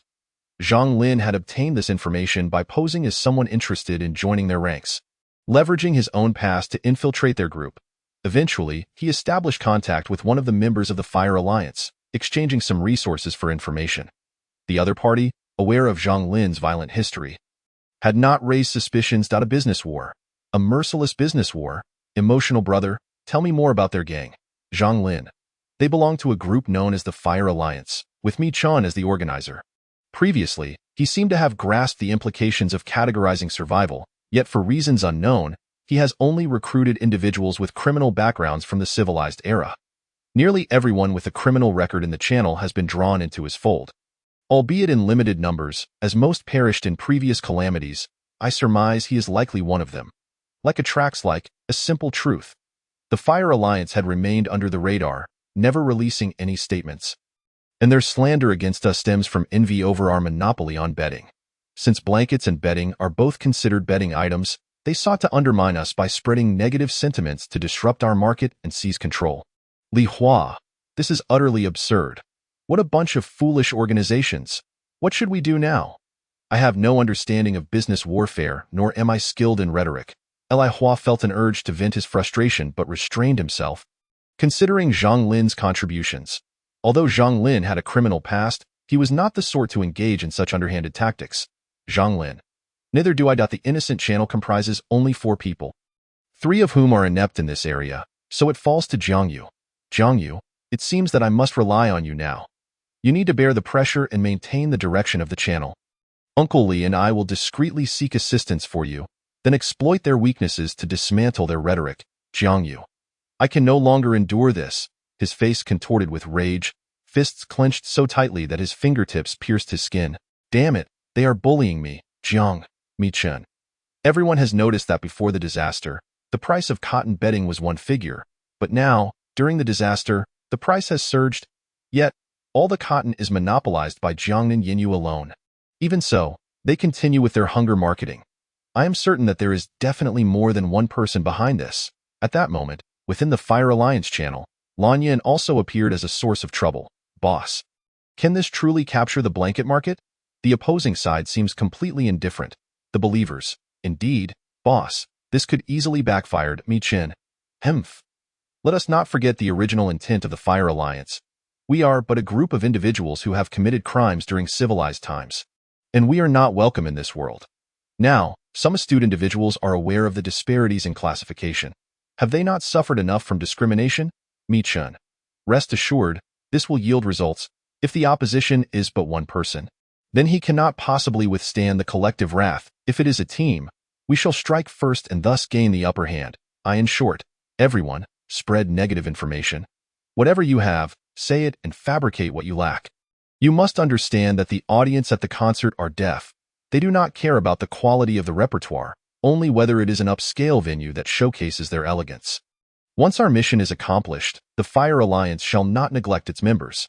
His statement surprisingly garnered the trust of some, who began to denounce Yi Shishir as ruthless, though a portion of wise individuals chose to observe the spectacle. Mi Chen, boycott the overpriced betting. Lan Yin also appeared as a source of trouble. Boycott the overpriced betting. Bystander A. Boycott the overpriced betting. Bystander B. Boycott the overpriced betting. Young man of society. Oh? Is the betting truly that unscrupulous? Jiang Yu, as an early disseminator of crucial information, was recognized by many within the channel, having provided them with numerous useful items to Mi Chen. A commendable young man of society? Please assess the betting as one of life's necessities. This grotesque marketing approach is utterly repugnant. Young man of society. Yet, why do I find the marketing of betting not grotesque or unscrupulous, but rather somewhat conscientious? After all, it costs only 20 units of wood, and nowadays, it takes merely an hour to obtain wood from trees, Mi Chen. That is because you have been deceived. The act of monopolizing the cotton market and selling cotton bedding at exorbitant prices is sufficient evidence of Jiangnan Yinyu's unscrupulousness. While bedding can be made from various materials, only cotton is of superior quality, as it can be used immediately after harvesting, unlike silk, animal hair, or other materials requiring human intervention. Young man of society, how unscrupulous is it? Is 20 units of wood sufficient to buy your life? Jiang Yu's words dripped with hostility, and the individual named Mi Chen began to sense something amiss. Mi Chen, why does the young man of society speak with such hostility? Could it be that you are in league with Jiangnan Yinyu? Young man of society, you amuse me. The hostile one has always been you and your pet ilk. As for whether I am in cahoots with him, of course I am. Otherwise, why would I stand up to speak? His words astonished everyone, as they had not anticipated that Jiangnan Yinyu was indeed his accomplice, Mi Chen. I never would have guessed that the notorious young man of society is also a scoundrel. Clearly, the dealings of the betting must involve his interference. Perhaps it was even his proposal. Young man of society, I am your father, you wretched creature who was born of a mother but raised without one, living solely to squander air and pollute the land. How dare you slander me? Gradually, silence fell over the channel, as it seemed all eyes were on their confrontation. I am the innocent channel. Li Hua, this fellow, possesses quite the temperament. Brother Zhang, is this what you meant by enduring pressure? I feel as though he is pressuring others instead. I doubt I could even outsmart him. Hasn't this strayed somewhat from your plan? Zhang Lin, Uncle Li, would you believe me if I said this is Jiang Yu's strategy? Li Hua, can a person truly be so furious and still be strategic? Zhang Lin, I know him well. He has always been a composed individual, even in the face of grave danger. He must be attempting to use his fury to engage in a verbal skirmish with the opposition, thereby diverting others' attention and granting me ample time to seek assistance for him. Trust in Jiang Yu. We must take action, at this moment. In a desolate mountainous area, sparse greenery could be counted on one hand. In this barren place stood a wooden cabin, and further away lay an open space. On the ground sat a scholarly-looking individual. The ground trembled slightly, causing Muyu to abandon the cabin and venture into the open. Suddenly, an expression of fury overtook his gentle face, and his words seemed to seep through clenched teeth. That damned rabid dog. Let us see how long you can yap. Mi Chen appeared to struggle to counter Jiang Yu's eloquence, prompting him to change his approach. Mi Chen, look at this. The young man of society, who has not a single refined word to utter. Young man of society. Am I supposed to be refined for you? Chapter 62. A battle of wits. Young man of society. The reason I berate you is that I cannot abide a mad dog barking wildly in the absence of its master. What? Your master feeds you and waters you, yet you seek to retaliate against him in thought. You should have been sent to Pandashi to experience the true meaning of warfare. Lan Yin also appeared as a source of trouble. How vulgar. Everyone, do not purchase anything from him. Young man of society. Hey, while you waste your breath on the dog, your pet has dared to leap out. What others choose to buy is none of your concern. Why are you meddling so much? Did you grow up drinking the Ganges water? No wonder you are so dim-witted. And you, Lan Yin, pretending to be cultured, with a visage resembling that of a lump of dung. No wonder no one loves you.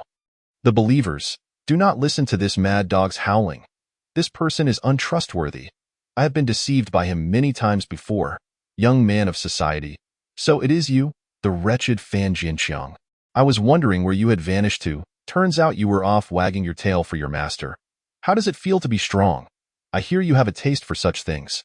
You should have been wrapped in paper and pasted to the wall, so you could stop tormenting other girls. It is merely the unfortunate consequence of your father's youthful ignorance that resulted in your existence. I suggest annihilating your entire lineage, the best Kuan in the world. Actually, young man of society, perhaps you could calm down. The authenticity of the betting merits further examination. Young man of society, the best Kuan? Is it? I doubt the best Kuan in the world. Wait, I'll keep quiet. Those who hear are saddened, while those who listen weep. At this moment, Jiang Yu appeared as an emotionless output machine, his hands waving in the air with such speed that the afterimages could not keep pace. Jiang Yu, you are truly remarkable. Jiang Yu, are you hungry? Let me feed you. Jiang Yu, go for it. Within the Fire Alliance channel, Lan Yin also appeared as a source of trouble. Woe is me. So disheartening, boss. This fellow has quite the sharp tongue. What shall we do? The believers. Indeed. I merely remarked upon him once, and he launched into a tirade against my parents. Bystander. Exactly, Mi Chun.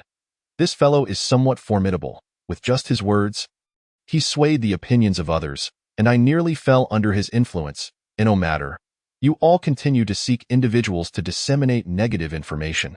I refuse to believe that his single voice can overpower us all. As more individuals participated in the discourse, Jiang Yu found himself somewhat overwhelmed, as each person chimed in with their own sentiments. At this juncture, Zhang Lin. Jiang Yu, we have gathered sufficient evidence. Seize the opportunity to confront him directly. Jiang Yu did not respond. Li Hua. Can we truly ascertain this? I cannot shake the feeling that the lad is merely venting. Zhang Lin. Trust him. Young man of society. You pets come to encircle me. Am I your father? If you seek milk, go find your second aunt, Mi Chun. No matter how much you can shout, what does it matter? This world lacks righteous individuals. You will inevitably pay for your actions. With people like you around, humanity shall never unite. Young man of society, a fine point. But if I cannot unite humanity, does that mean you have succeeded in uniting it? Young man of society, ladies and gentlemen, lend me your ears. As far as I know, this detestable creature has committed crimes during civilized times, and I am unaware of his place of birth. Moreover, he established this foolishly named organization, the Fire Alliance, enlisting all manner of offenders. What? Do you wish to come to this lawless world as a criminal gang? His words plunged the regional channel into silence. Even the hired detractors ceased their proclamations. Meanwhile, the Fire Alliance was in an uproar. Mi Chun. Who leaked this information? Lan Yin also appeared as a source of trouble. Not I. I have been engaged in a verbal spar with him. A particular word in Jiang Yu's discourse seemed to utterly enrage Mu Yu, whose tranquil face now bore a monstrous expression.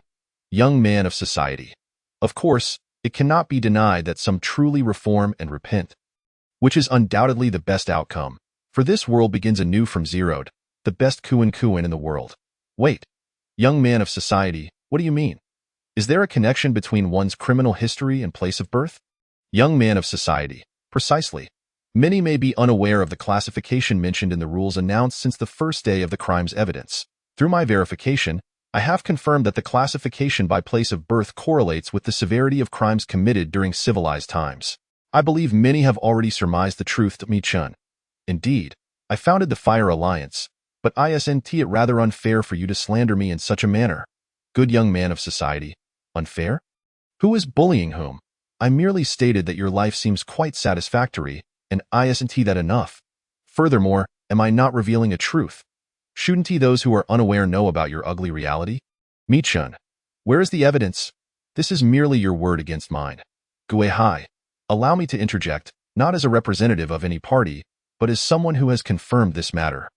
A longtime partner of mine disclosed the truth to me, though sadly, he did not survive this day of disaster. Many others are aware as well, and when they speak out, they astonish all those in the channel who were previously oblivious to the factors at play. Many believed it was solely a matter of luck. Mi Chun. We are not, as he claims, a criminal organization. Good young man of society. All right, let us return to the topic at hand regarding Mr. Mi Chen's accusations of our betting being unscrupulous. First, we did collect cotton and trade it collectively. What is wrong with that? Did we not provide material in exchange? Second, the price of 20 pieces of wood pertains only to cotton. While the market price for cotton is 5 pieces of wood per pound, it takes 2 pounds of cotton to make a quilt, and the price can increase with quantity. Is that excessive? For those who possess cotton, we merely charge a handling fee of 10 pieces of wood. Why not mention that quilts can be made from other materials, which could be traded for as little as 2 pieces of wood? Third, due to the scarcity of cotton exacerbated by frequent disasters, its value has risen.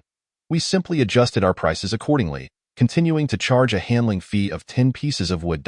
As for the notion of hunger marketing. What a foolish question. Do you expect us to guard the channel 24 hours a day? Do we not have our own affairs? In light of this, who truly possesses the unscrupulousness?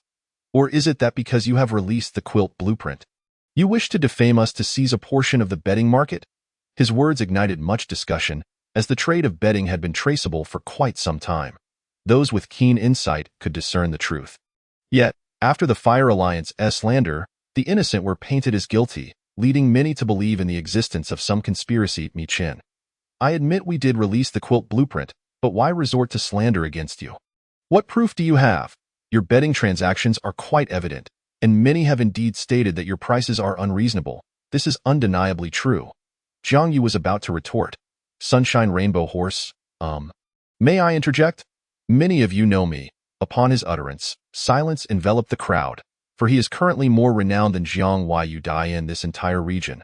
While many possess cotton, only he holds a substantial cotton field, making him the sole supplier for those in need of large quantities. Sunshine Rainbow Horse.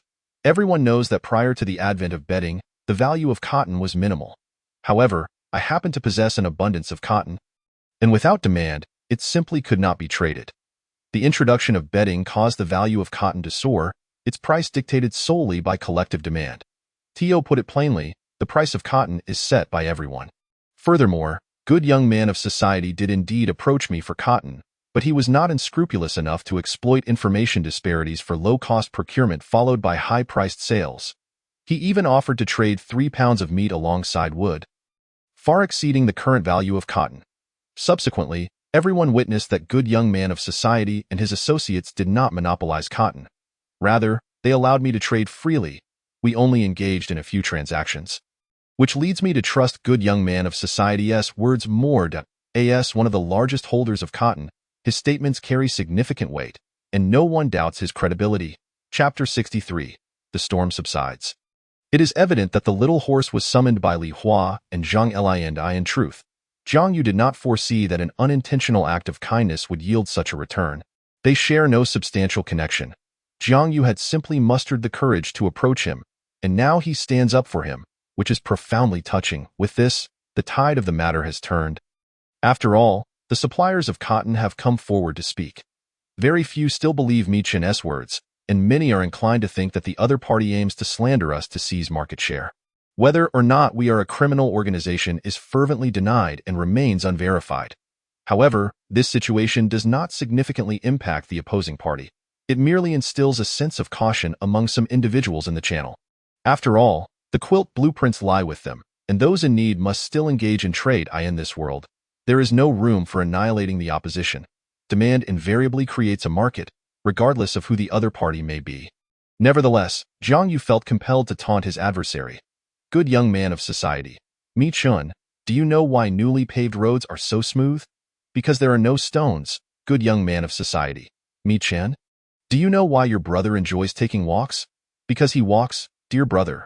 Good young man of society, Mi Chen, do you know why your paintbrushes are so colorful? Because your artistry is truly vibrant. After scolding for a full half hour, Jiang Yu had forgotten about the raging storm outside, his focus solely on the individual named Mi Chen. Mi Chen, on the other hand, remained unresponsive, seemingly unwilling to concede. The regional channel transformed into Jiang Yu's symphonic performance, leaving a lasting impression on all present. Some were grateful for his revelation of the truth regarding classification for survival, while others feared being caught in the crossfire.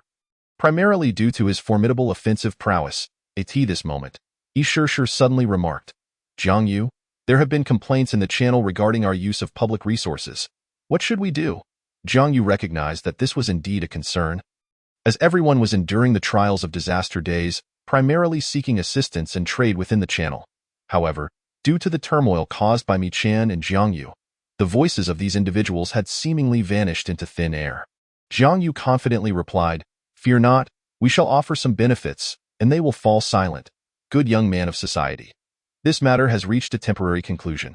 I appreciate everyone's trust, yet I must apologize for occupying public resources.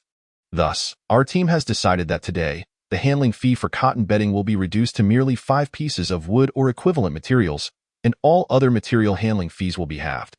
Jiang Yu turned to Yishishir and said, Sure, I shall rely on you for the next steps." Upon the release of Jiang Yu's message, many erupted in cheers. Such a low price effectively silenced those harboring dissent. However, the Fire Alliance seemed unwilling to relent, initiating a price war with Jiang Yu and offering bedding at similarly low prices, naturally attracting numerous individuals. In the innocent channel, Li Hua exclaimed, "These wretched scoundrels! Is their shame not sufficient? Like stray dogs, they chase and bite, Jiang Yu. It matters not. We cannot truly harm them. Such occurrences are commonplace in this world. If I am not mistaken, their quilts can be crafted from alternative materials. Zhang Lin, Jiang Yu, you have done well. Many individuals now possess bedding and other items, and several capable individuals are crafting their own nighttime warmth supplies. The market is gradually reaching saturation, and given that these items incur minimal wear, they can be used indefinitely under normal circumstances. In due time, bedding will become difficult to sell, so it is prudent to release some benefits to gain trust for future endeavors." Jiang Yu also learned from them that those who had echoed his sentiments were indeed hired at high prices, merely stating facts to ensure the validity of the classification truth. Li Hua. I must admit, those individuals played their parts convincingly. No wonder they were well compensated. Truth be told, Brother Zhang, you are truly remarkable for devising a response in such a short time. Zhang Lin. In reality, I merely proposed the plan. It was largely reliant on Jiang Yu. By feigning outrage and venting profanities, we diverted attention from others, buying ourselves time. Such behavior resonates with the public, as anyone encountering such a situation would feel anger. I had not even considered this approach. In contrast, the Fire Alliance's performance was lacking. There are no civilized individuals in this world. Subsequently, we seized the opportunity to redirect the conversation back to analyzing our side versus theirs, revealing the truth of classification to build trust, culminating in the final blow from the Little Horse. The Fire Alliance was left powerless, and afterward, we released benefits to quell some discontent. Overall, Jiang Yu executed everything perfectly, adeptly managing both method and timing. Jiang Yu, what plan? I merely happened to see that you suggested a rebuttal, so I responded. Li Hua. Zhang Lin. Although there were misunderstandings between individuals, the trust crisis was ultimately resolved splendidly. Time flew by swiftly. Jiang Yu had not anticipated that resolving this matter would consume such a considerable amount of time. Due to the halved production costs, many approached Yishishir for bedding, and she was nearly overwhelmed with work. Jiang Yu attempted to push open the door, discovering it no longer resisted against the storm as before. The fierce winds and torrential rains had significantly abated. Yet the sky grew increasingly dark, as if the darkness were about to descend at any moment. At that moment, Yishishir approached his side. Jiang Yu, thank you. Your defense of me was truly impressive. Observing her adoring expression, Jiang Yu raised his head, seemingly disdainful of the gazes around him. His heart swelled with pride as he reached out to stroke her head, saying, "No one shall bully you but me." Perhaps previously Yishishir thought him overly slick, yet as the party involved, she only perceived Jiang Yu's figure as increasingly towering. Yishishir, I would like to express my gratitude to everyone for today's events. Li Hua, my dear girl, there is no need for such formalities.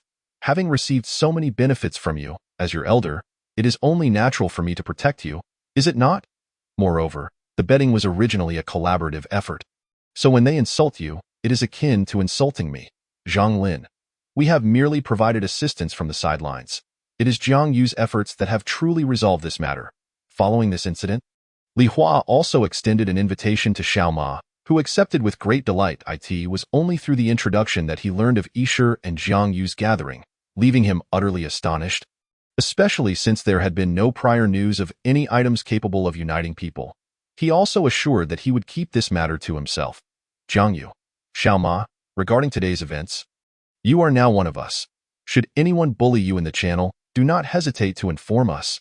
I will seek retribution on your behalf. They all knew of Jiang Yu's prowess in battle. Jiang Yu remarked, 1-on-1 is a simple feat. 1-on-2 is a breeze. 1-on-3 poses no pressure. 1-on-4 is manageable. 1-on-5 presents slight challenges to Mei Hong. What a remarkable society, Brother Jiang. I truly haven't done much. I have merely been speaking the truth. Are we not going to address the Fire Alliance? Jiang Yu. Why concern ourselves with them? As long as they refrain from provoking us, they can do as they please. Our priority is to eat and drink well.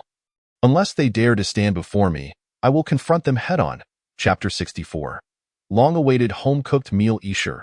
To express our gratitude and welcome Xiao Ma, Jiang Yu and I have decided to treat everyone to a meal. Zhang Lin. Why does it feel like you invite us to dinner every day? Jiang Yu. Oh, isn't that a good thing? Speak your mind, brother. How much food have you stockpiled? Zhang Lin. I have only meat, 200 jin. Mostly small animals I've caught. Given that you invite us for meals so frequently, my consumption has been quite modest. At this moment, Ma Yinghong appeared utterly astonished. Yinghong, 200 jin of meat. Brother Zhang, how did you manage that? It took me ages to catch a single field mouse, and I couldn't bear to eat it. Li Hua. Xiao Ma, don't compare yourself to them. Each is braver than the last. One faced several wild beasts and returned unscathed, while another dares to hunt bears. Tell me, is that the behavior of a normal person? Ma Yinghong. Hunting bears, that is truly impressive. Li Hua. Let us remain humble and enjoy our meal. Speaking of which, thanks to your generosity, we can have a hearty feast, especially since I was pondering what to eat today, Mei Yinghong. Coincidentally, I opened 2 cabbages from a wooden box a few days ago.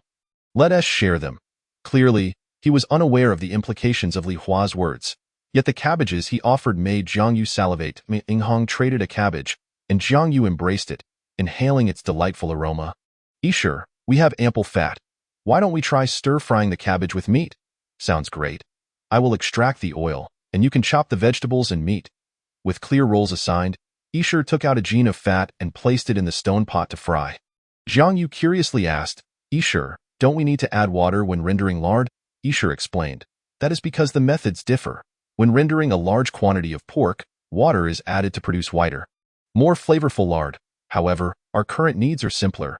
We only require a small amount of oil for frying, so there is no need for excessive concern. Jiang Yu nodded and took out a rough stone knife to chop the vegetables. However, it must be said that the stone knife was too dull. While it was manageable for cutting cabbage, slicing meat into smaller pieces was a challenge due to the rich muscle fibers. The knife could scarcely cut through. Jiang Yu decided to wash the fine stone axe and use it instead. Although the meat pieces were uneven, it was still far superior to the stone knife. At this moment, the fat in the stone pot began to render a small amount of oil. After a while, the sizzling sound of the lard resonated, and the chunks of fatty meat turned a golden brown. Isher added the chopped meat into the pot, using a wooden stick as a spatula to stir-fry. Once the meat was nearly cooked, she added the cleaned cabbage leaves, resulting in a vigorous reaction that made Isher instinctively step back to avoid the splattering oil. The fireplace was too small to accommodate the large stone pot, and due to the material, it heated unevenly, forcing them to use a smaller stone pot. Thus, they could not prepare all the dishes at once. Jiang Yu had also prepared a generous 15 jin of bear meat and pork for this dinner, especially since aside from Isher, the others were all robust men with hearty appetites. After frying the ingredients in 5 batches, they finally completed the meal. Naturally, Isher was not stingy with the salt, adding an appropriate amount to each pot. The stir-fried cabbage with meat was divided into 5 portions, with 3 portions allotted to them. Jiang Yu gazed at the coconut bowl in his hands, the enticing aroma making him eager to dig in. Taking the first bite nearly brought him to tears, although only seasoned with salt. The flavor surpassed anything he had tasted before. This bowl of stir-fried cabbage with meat was a testament to their collective efforts. Jiang Yu reflected, from gnawing on bread to consuming roasted food, and now finally enjoying a proper home-cooked meal after such a long time. Isher also felt a deep sense of nostalgia. The simple combination of cabbage and meat, once an ordinary dish in civilized times, had transformed into a luxury in this moment. At this time, Ma Yinghong received his share of the stir-fried cabbage with meat and, filled with envy, exclaimed, Brother Jiang, they are truly remarkable. They even have oil. He could hardly wait to take a bite, and at once, his expression froze. A look of surprise crossed his face as he remarked, "How did I detect a salty flavor? Have I not had flavorful food in so long?"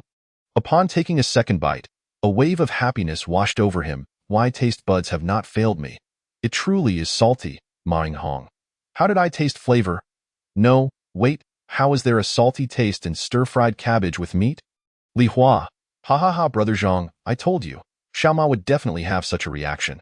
Xiao Ma, the reason you can taste the salt is that we added it. Maing Hong, what? Salt? Zhang Lin, precisely, it is salt. We had the same reaction as you. Let us thank Zhang Yu and Yishur. The salt is the fruit of their labor, Maing Hong.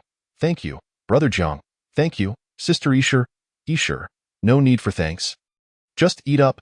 Dinner time passed in this manner. Why now? The sky had completely darkened.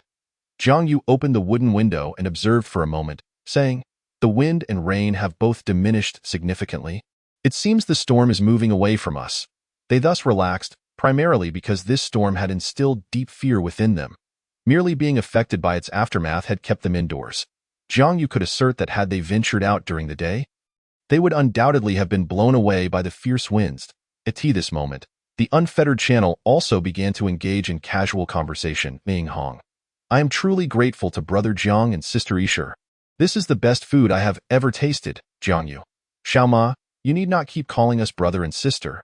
Your contributions have not been insignificant, Maing Hong. That I mostly assumed you were both older than me, which is why I addressed you that way. Zhang Yu, why is that? How old are you, Maing Hong? I just turned 17. Zhang Yu. What? You are only 17, Maing Hong. I had just turned 17 before coming to this world. Zhang Yu was utterly astonished, as were Yishur, Li Hua, and Zhang Lin. Zhang Yu had assumed that Xiao Ma addressed him as brother out of gratitude, not realizing it was due to their age difference. Li Hua, I usually find you quite composed in your actions. You handle matters far more steadily than that, Zhang Yu. I thought you must be at least in your 20s, yet here you are at 17? Zhang Yu, Maing Hong, hee, my family has been farming for 3 generations. I learned at home. Zhang Lin, youth is indeed formidable, Li Hua. I have a daughter who is about your age. It is a pity she is not in our channel. I wonder how she is faring. Has she weathered the trials? Zhang Yu. Uncle Li, you have a daughter? Li Hua. Are you jesting? I will be 40 next year. Surely, I can have a daughter? Zhang Yu. Rest assured, Uncle Li, with your sharp intellect, your daughter has inherited your excellent genes and will undoubtedly thrive. Zhang Lin. I concur. Yishur. I agree as well. Maing Hong. I concur, Li Hua. Why do I feel like you are all mocking me? Never mind, I will take your good wishes. Speaking of which, do you not miss anyone? Zhang Lin. I have long been in a state of unchosen. Yishur. I feel the same. Chapter 65. Passion ignited. A hint of longing appeared in Zhang Yu's eyes as he said, I truly wish to tell my parents that I have found a wonderful daughter-in-law. And what about Lingling? Looking at Yishur, he smiled and added, They will surely say, brother, did you save the world in your past life? Yishur smiled gently, offering comfort. Zhang Yu, it's all right. Uncle and aunt, as well as Lingling, will surely be well. Perhaps they are thinking of you right now. For her, there was not much she missed. Her fixation on her parents had gradually diminished with time. The only person of importance to her now was right beside her. Suddenly, Zhang Yu lifted her into a princess carry, laughing. What I want is not just for them to think of me, but for us. My parents are now yours as well. Yishur wrapped her arms around his neck and laughed. I understand. As he carried her toward the bed, she quickly interjected. Zhang Yu, wait. Let us wash up first. Their usual washing routine involved using plant ash, which, while effective in cleaning, left a somewhat dry feeling afterward. Hey, Zhang Yu, I just thought of something. Why don't we make our own soap for cleaning? Yishur's eyes lit up. Zhang Yu, curious, asked. I recall that soap is made from oil. Can you make it? It is rather simple, significantly easier than salt production, and the 2 materials required are quite uncomplicated, leading to a remarkably high success rate. If I manage to create it, I shall be able to indulge in daily baths. Though Zhang Yu does not comprehend why girls have such an affinity for bathing, he nods in agreement nonetheless. Soap, while not an essential item, would prove beneficial for maintaining cleanliness and warding off germs if it can be made. Let us find a time to create it. Although their primary task in this world is merely to survive, the assistance from the evidence of sin makes their daily existence more convenient. Yet they are not omniscient. Most of the time, they must rely on their own skills. Sure, let us retreat to bed for a restful slumber. Wait, you lie down first. I shall freshen up. Jiang Yu reluctantly lies down first. And out of boredom, he begins his nightly tallying. There are a total of 290 pounds of meat, 735 liters of fresh water, and merely 2 spoonfuls of salt, which is too little to weigh accurately. But it is generally sufficient. However, they are somewhat short on stones. Speaking of which, it has been a while since they gathered stones from the trees. Ever since he recovered from his illness, he has been occupied with farming and salt-making discussions with Yi Shishir. But their ample resources have eased their burdens. Just the bedding alone has brought them immense wealth, ensuring they lack for materials. Without the blueprint for bedding, they would likely still be gathering wood daily. Tomorrow holds many tasks as well. If the storm subsides, they will need to transplant crops, produce salt, and make soap. By the way, I had previously considered increasing the number of animals and building fences for protection. Why are there so many things to attend to? Jiang Yu glances at Yi Shishir, who is squatting at the door, seemingly lost in thought, and remarks, "The toilet is also an issue, by the way. Why didn't they include a toilet in the expansion of the stone house? Without a toilet, daily needs and washing up have become quite problematic. It is manageable during the day, but at night, they dare not venture out, so at dusk, they must address their physiological needs in advance, controlling their water intake to avoid the midnight urge." Just then, Jiang Yu, lost in thought, realizes that Yi Shishir has unknowingly lain beside him. Her back turned towards him, he chuckles, "Hey, little darling, I'm here." Jiang Yu reaches out with playful intentions. After all, desire is a natural human inclination, and he is no exception. Yet, he knows that excessive indulgence at this moment would only lead to unnecessary troubles.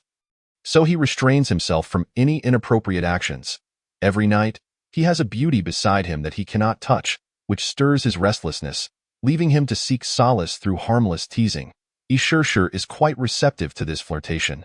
However, she shyly says, "Jiang Yu, I have something for you." Before he can respond, she hands him something from under the covers, and Jiang Yu, intrigued, squeezes it and inquires, "What is this? Why is it so smooth and tender?" Upon picking it up, he is taken aback. Suddenly, he turns to her, finding her blushing and gazing at him. "Shishir, how did you know?" Yi Shishir has handed him a fish organ known as the swim bladder, or fish bubble. "Ever since you asked me that day, I've been curious. It wasn't until you fell asleep that I remembered. Don't think I'm unaware of the origin of the term to steal a taste." At this moment, Jiang Yu feels a surge of nervousness, his heart racing. He had not anticipated that Yi Shishir had been cleaning this item earlier. As for how she came across it, it was during a transaction for bedding that she inadvertently discovered someone trading fish entrails and decided to secretly acquire one. Cautiously, he asks, "Shishir, can you handle the smell?" He can clearly sense that the fish bubble has lost much of its odor due to her cleaning, but a hint of fishiness still lingers. Yi Shishir teases, "I can try to accept it." "What? Are you perhaps afraid? Or do you only dare to boast?" Not only that, but she suddenly breathes softly into his ear, saying, "You were really handsome maintaining me today. Consider this your reward." It feels as if she has discovered his weakness, a tactic that never fails, causing Jiang Yu to become utterly entranced. He can distinctly feel his excitement rising, and as he looks at Yi Shishir lying on the bed, surrendered, the flames of desire within him ignite instantly. Thinking, this teasing little enchantress. Noticing his movement, she closes her eyes and waits quietly, but after a while, curiosity gets the better of her, and she opens her eyes to see him fiddling under the covers. "Jiang Yu?" comes his awkward voice from beneath. "Wait, this thing is a bit difficult. It's not what I expected. How did the ancients use this?" Yi Shishir, growing somewhat impatient, complains, "Are you ready yet?" "Almost there, almost there." Jiang Yu chuckles as he wraps his arms around her delicate form, asking, "Shishir, your sudden change is a bit unexpected. Are you truly prepared?" Yi Shishir, sensing his concerns, smiles gently and replies, "Actually, after what happened today, I've thought a lot that we live in disaster. Tomorrow is always uncertain, and I want to accomplish many things with you. I don't wish to have regrets. Leaving behind traces of our existence is all that matters. So that I've long been prepared." Shishir, thank you." "Foolish Jiang Yu, not there. I'm a bit inexperienced. Forgive me." This time, Jiang Yu seems to have found the right spot, tentatively, when suddenly, he feels Shirshir trembling all over, clinging to him tightly, as if the sensation brings her pain. Jiang Yu, feeling a pang of sympathy, suggests, Shirshir, perhaps we should stop. But before he can finish, Shirshir interrupts him, forcing a smile despite her struggle, saying, "It's fine, Jiang Yu, don't worry about me." With Shirshir's soft moans echoing, a tempest of passion unfolds. The intensity of this night is utterly captivating, a conflagration of desire, a dance of ecstasy. Like a rolling dragon cloud, a delightful union, akin to a spring breeze opening the gates of jade. In short, the fervor is ablaze. Chapter 66. Those who live from the darkness. Day 19 of survival. Global population, 7.8 billion. Regional population, 899. Another night has passed, and many have succumbed to the calamity. Yet, Jiang Yu and Shirshir have been fortunate to evade this earth-shattering disaster. Jiang Yu opens his eyes to find the wooden bed in disarray. A testament to the fierce battle that transpired last night. At this moment, Shirshir lies beside him, completely undraped and peacefully asleep, exposing her alluring form. Jiang Yu gazes at her long eyelashes, her fair and delicate face nearly touching his. He covers her with a blanket, gently stroking her hair, feeling a twinge of heartache. He had indeed pushed Shirshir quite hard last night, as they had completely immersed themselves in their fervent passion. Just then, it seems his movements have stirred her, and she rubs her sleepy eyes, offering him a faint smile. "Shirshir, let us sleep a bit longer." Shirshir obediently nods, pressing herself closer. She resembles a little kitten, thoroughly enjoying the way Jiang Yu strokes her head. "Shirshir, does it hurt?" Shirshir nods, but suddenly turns to him with a smile, saying, "It's all right, Jiang Yu. It's something I'll experience sooner or later. I just want to give you my all, as long as you don't abandon me. You are all I have left." Her simple words and enchanting demeanor tug at Jiang Yu's heartstrings, and he silently vows to protect this girl whom he cherishes above all else. "Rest assured, I will never abandon you." After a tender moment, Jiang Yu rises from the bed, urging Shirshir to continue her rest. Once the fire is lit, he stands at the door, observing the situation outside. The sun shines brightly, and the storm has long since vanished. Aside from the wet ground, it seems as though yesterday's calamity never occurred. Stretching, he feels a sense of comfort he has never experienced before. Upon returning indoors, he begins preparing breakfast. Soon, a bowl of coconut meat is placed before Shirshir. "Here, Shirshir, let me feed you." Shirshir giggles, covering her mouth. "Jiang Yu, I'm not sick. I can eat by myself." However, under his tyranny, Shirshir ultimately chooses to concede. As he feeds her bite by bite, she feels as though she is in confinement after childbirth. After finishing the meal, Jiang Yu helps her wash up, leaving the remaining chores for her to handle. They suddenly discover some dark red stains and other indeterminate marks on the messy bear fur blanket, and Jiang Yu exchanges an awkward glance with her, causing Shirshir's face to flush. "I'll wash it." Jiang Yu nods, and while she cleans, he prepares to transplant the seedlings that are arranged in pots outside.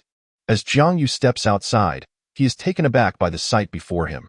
Stones, sandy soil, branches, leaves, and countless other items are in utter disarray, as if a small village had been uprooted.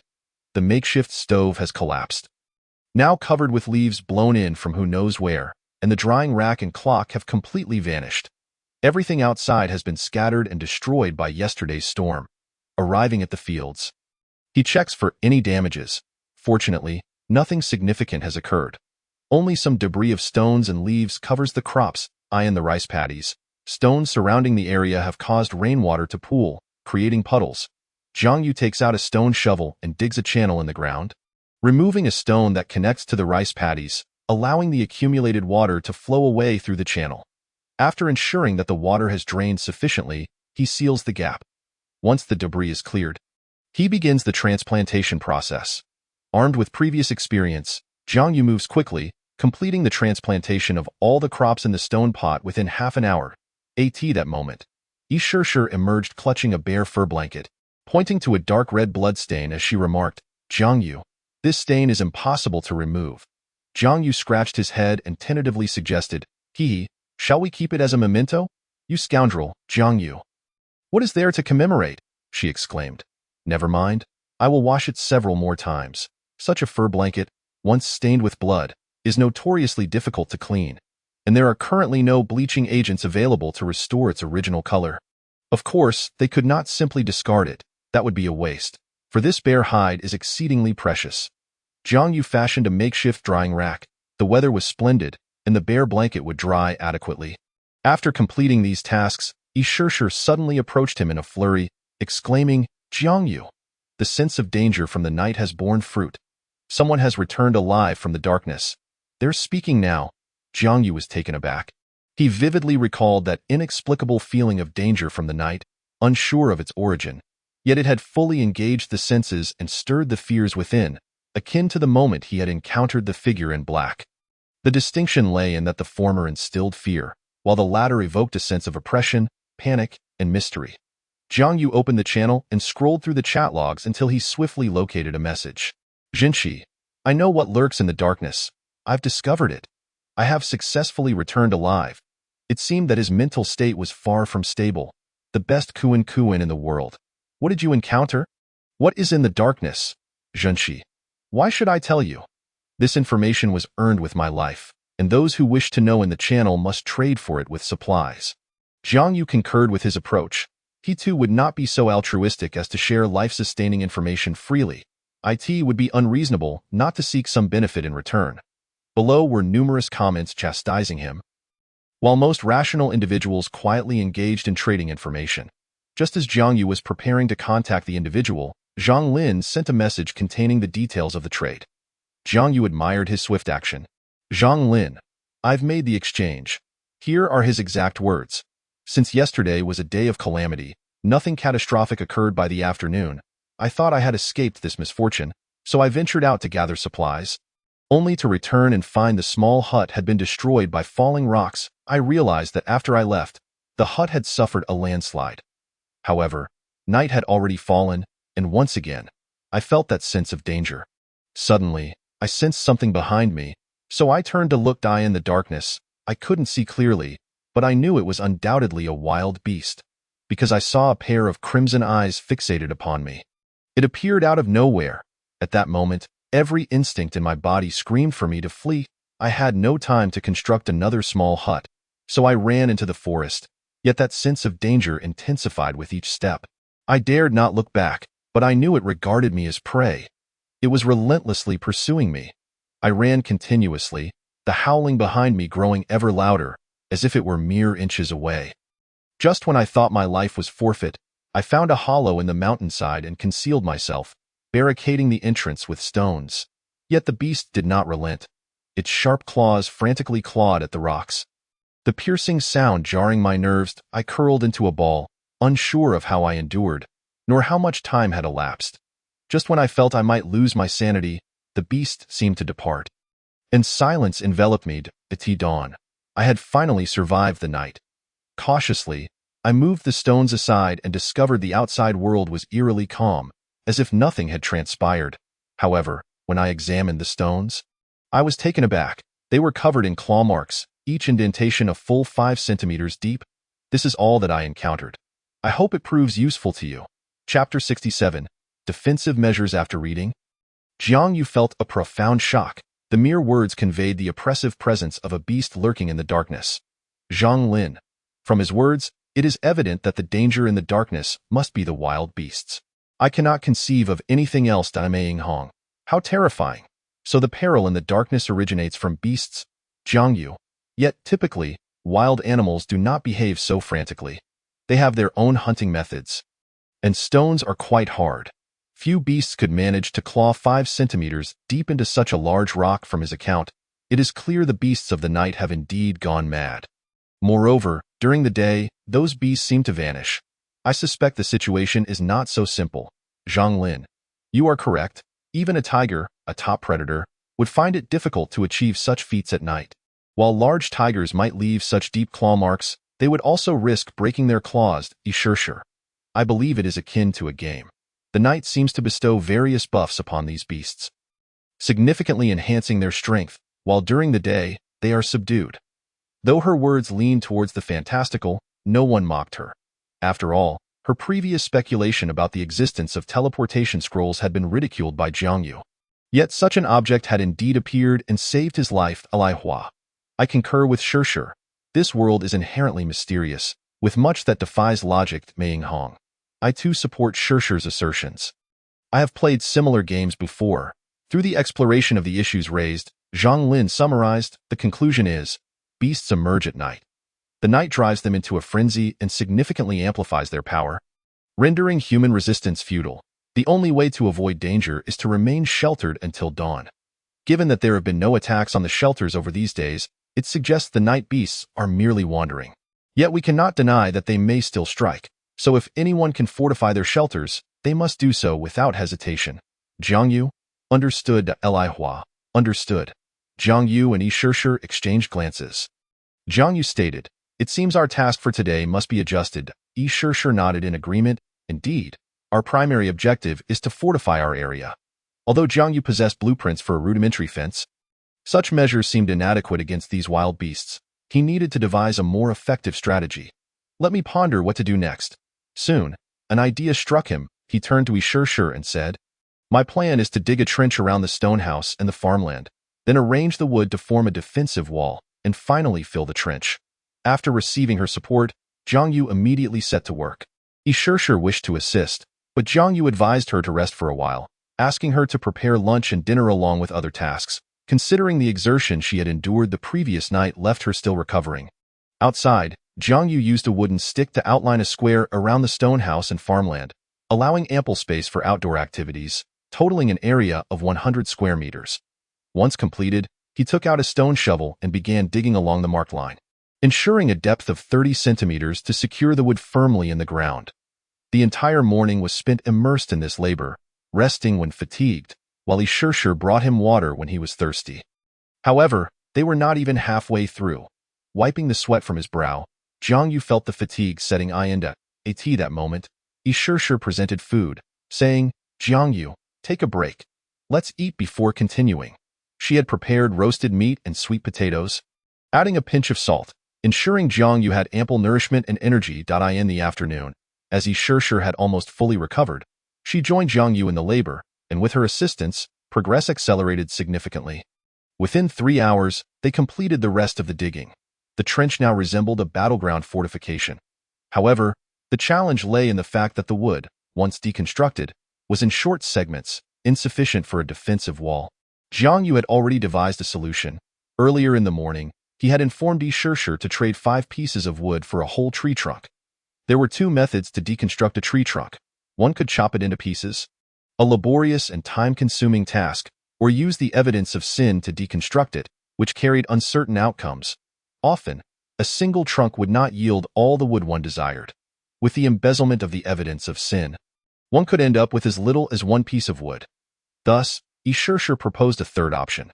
Many individuals were willing to engage in such trades, although the price offered was 1 piece less than what could be obtained through deconstruction. This method not only stabilized the wood supply but also proved exceedingly convenient, as the uncertainty of deconstruction was too risky. After a morning of trading, they had exchanged for 50 tree trunks. "Shirshir, you continue trading while I handle these trunks," Jiang Yu instructed. Yi Shirshir nodded and resumed her trading activities. Jiang Yu began examining the length of a tree trunk, estimating it to be around 4 to 5 meters long. Noting that individuals in the channel were only selecting smaller trees for felling, he proceeded to cut the 50 trunks into 3-meter lengths. This was a time-consuming and labor-intensive task, and it was not until dusk that he completed the processing of all 50 trunks. The bare fur blanket had dried sufficiently after a day under the sun.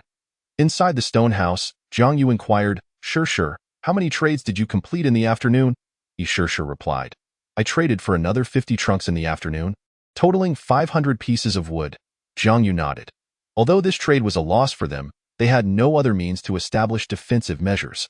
Over the days, their accumulated wood supply had reached a total of 1,200 pieces, ample enough for both of them to construct their defenses. Throughout the entire region, none could surpass them, for this was the advantage that Yi Shirshir possessed upon arriving here. After all, it was the combined resources of the two, most of which were acquired by Yi Shirshir through the trading of blueprints. It was inconceivable for Jiang Yu to amass such wealth alone. As for the iron scraps Jiang Yu had previously collected from the fishing boat, although there had been intentions to utilize them for constructing defensive measures, they had long succumbed to the ravages of time and seawater erosion. rendering them brittle and only suitable for use in conjunction with the newly erected wooden walls. Isshichur, feeling a pang of sympathy, remarked, "Jiang Yu, you must be weary." Jiang Yu chuckled, "I am a bit tired, but for the sake of our safety, it is worth it. Now that the wooden walls are up, at least I can venture out to relieve myself at night." Suddenly struck by an idea, Isshichur exclaimed, "Jiang Yu, after dinner, let me give you a massage." "Oh, have you been secretly learning from me?" Jiang Yu teased. Isshichur replied proudly, "You've massaged me for so long. I've been learning all along." "Who taught you that?" "The old Jiang massage technique requires tuition. I must charge you." Jiang Yu flashed a mischievous grin and planted a kiss on her crimson lips. "You re-incorrigible. What can I say? It's in a man's nature, and besides, if a man isn't a bit wicked, a woman won't love him." Chapter 68. The Crisis of the Ferocious Wolves. After enjoying dinner, Jiang Yu reveled in Ishichur's massage. Not to mention, Isshichur had indeed learned quite well, though she struggled with the pressure, alternating between too gentle and too forceful. After a while, Isshichur patted his back and said, "All right, I've yet to master the rest." Suddenly, Jiang Yu flipped over, wrapping his arms around Ishichur's delicate waist. "Poetry, seeing me so exhausted, could you add another hour?" As he spoke, his roving hands began to wander. Ishichur's face flushed crimson, and she nodded in agreement. Jiang Yu, overjoyed, produced a fish bladder. "You wouldn't believe it. It's tight and robust, albeit a bit smelly, but after a few washes, the odor dissipates," he muttered to himself as he prepared. "Hee hee, my darling, I'm coming." Like a famished wolf pouncing on its prey, he pinned Ishichur down. "Jiang Yu'd, be gentle. Fear not." Just as he was about to undress Ishichur, an eerie howl interrupted them. What was that? Both Jiang Yu and Ishichur jumped at the unexpected sound, their enthusiasm instantly extinguished. Jiang Yu hastily pulled on his trousers, looking as though he were about to be caught in an illicit affair. They pressed their ears against the wall, and Ishichur, panic-stricken, exclaimed, "Jiang Yu, that's a wolf's howl." Jiang Yu solemnly nodded. He too recognized the distinctive sound of a wolf. It was common knowledge that wolves did not roam at night. How could they disturb the peace in such a manner? Jiang Yu cursed under his breath, his mood soured by the interruption of their intimate moment. Suddenly, a grave expression crossed his face. Wait, there's more than one howl. The howls seemed to convey a message, following one after another in rapid succession, echoing through the still night. It's a pack of wolves. How could they suddenly appear? Jiang Yu's complexion darkened. During the day, there had been no sign of wolves on the island, and they were completely unaware of the pack's presence. Counting the howls in his mind, Jiang Yu silently noted, 1.2.3, at least 3 wolves. The first howl was followed closely by 2 others, leading him to conclude that at least 3 wolves were lurking outside. Although they were not particularly knowledgeable about animals, they understood enough about wolves. Wolves are not only social creatures but also quintessential nocturnal hunters. Their howls serve to communicate with one another as they seek food. Although Jiang Yu had hunted wild boar and black bears before, those were circumstances where he had been adequately prepared and fortunate. They knew they stood no chance against wolves, especially a pack, in the dead of night. Jiang Yu reassured, "It's fine. As long as we stay inside the stone house, we'll be safe. Besides, they should be far from us." Ishichur nodded in agreement. They lay in bed, tossing and turning, unable to sleep knowing that wolves roamed outside. Meanwhile, in the rabbit den, 2 little rabbits trembled in fear. Instinctively aware of the danger, Jiang Yu recounted this situation. "Zhang Lin. A pack of wolves? Huh. Your luck doesn't seem to be in your favor. 1 wolf is manageable, but if 3 appear, it becomes a serious problem. Wolves are incredibly adept at teamwork. After all, 1 tiger, 2 leopards, and 3 wolves is no joke," Li Hua added. "Indeed. You must not venture outside. These wolves, enhanced by the cover of night, become even more vicious," Jiang Yu replied. "Rest assured, we are barely daring to make a sound." Yet, he couldn't shake the feeling that 3 wolves were still a minimal presence in a pack. Zhang Lin quickly grasped his implication. "Are you suggesting that their numbers are limited due to the world's level restrictions, resulting in only 3 wolves appearing?" Jiang Yu confirmed, "Exactly. While the world level may enhance the rewards from wooden boxes, it also raises the danger level of the area. This is common knowledge. I shudder to think what it would be like if the world level were to rise significantly." At this moment, Ishishur joined the discussion. As for the world level, I've documented that it only increases after significant events. The first time was when we first awakened in this world. The second was the end of the novice protection period, and the third was the cessation of the calamity reign. As of now, there has been no further increase. Li Hua mused. If we consider yesterday's disaster day as a significant event, why didn't the level rise? Zhang Yu interjected. Uncle Li, haven't you realized? The three instances were all events that affected everyone. The people here are not just from our region, but rather, they pertain to the entire world. Li Hua pondered. Then the disaster day also affected the whole world. Wait, are you suggesting that yesterday's disaster day only occurred in our region? Zhang Lin concluded. Currently, that seems to be the only possibility. Perhaps other regions have already experienced disaster days, or maybe they have not. After all, they cannot communicate with people from other regions, making it impossible to verify. Zhang Yu, do you think other regions? Just as Ishishur began to speak, Zhang Yu abruptly covered her mouth. A look of confusion crossed Ishishur's face, but then her brow furrowed as she too heard the noises coming from outside. Zhang Yu whispered urgently. It's wolves. They wandered right outside the stone house. He released his grip on her mouth. Their bodies stiffened, hesitant to make even the slightest sound. Even their breathing became deliberately muted. They strained to listen to the movements of the wolf pack. The cacophony of sounds included footsteps, splashes, and the clattering of a clothesline. Damn it, they're destroying our belongings. Yet, they could only watch helplessly, or rather, they couldn't even dare to look. Suddenly, a sharp sound echoed from the wooden door. Akin to fingernails scraping against a chalkboard, their hearts raced, rising to their throats. Ishishur cast a questioning glance at Zhang Yu. He understood she was inquiring if he had locked the door, to which he nodded. However, Zhang Yu was uncertain whether that flimsy wooden door could withstand the onslaught of frenzied wolves. The piercing sound sent shivers down their spines. Fortunately, after a while, the wolves ceased their actions. They finally exhaled in relief, but the pack still lingered, seemingly intrigued by the stone structure, continuously circling and inspecting. Zhang Yu and Ishishur had no notion of how long this stalemate endured until the noises outside gradually faded. They suppressed the weight in their chests, allowing it to slowly lift, their breaths becoming more pronounced. Zhang Yu sighed in relief. Poetry, they should be leaving. But when he turned to look at her, he noticed something was amiss. Her face was stricken with horror, trembling all over, her gaze fixated behind them. Her quivering hand weakly tugged at Zhang Yu's clothing. Zhang Yu. Poetry, what's wrong? Zhang Yu followed her line of sight and beheld the most terrifying sight of his life. At some point, a wolf's head was perched at the wooden window. Its fangs bared menacingly, exuding a fierce demeanor. Its crimson eyes were fixed intently upon them. Chapter 69. The bloodthirsty one-eyed wolf. Zhang Yu felt his blood run cold. Pooling in his brain, the wolf, crouched at the wooden window, let out a howl that shattered the night's silence, as if summoning its companions. Zhang Yu's heart sank. He quickly retrieved a wooden spear from the storeroom and fiercely thrust it toward the wolf's head. The wolf, still calling out to its pack, was caught off guard by Zhang Yu's sudden attack and had no time to evade.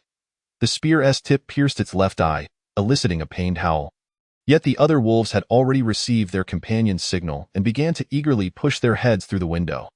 Zhang Yu shielded Ishishur behind him and urgently instructed, Poetry. Quickly, block the wooden door with stones.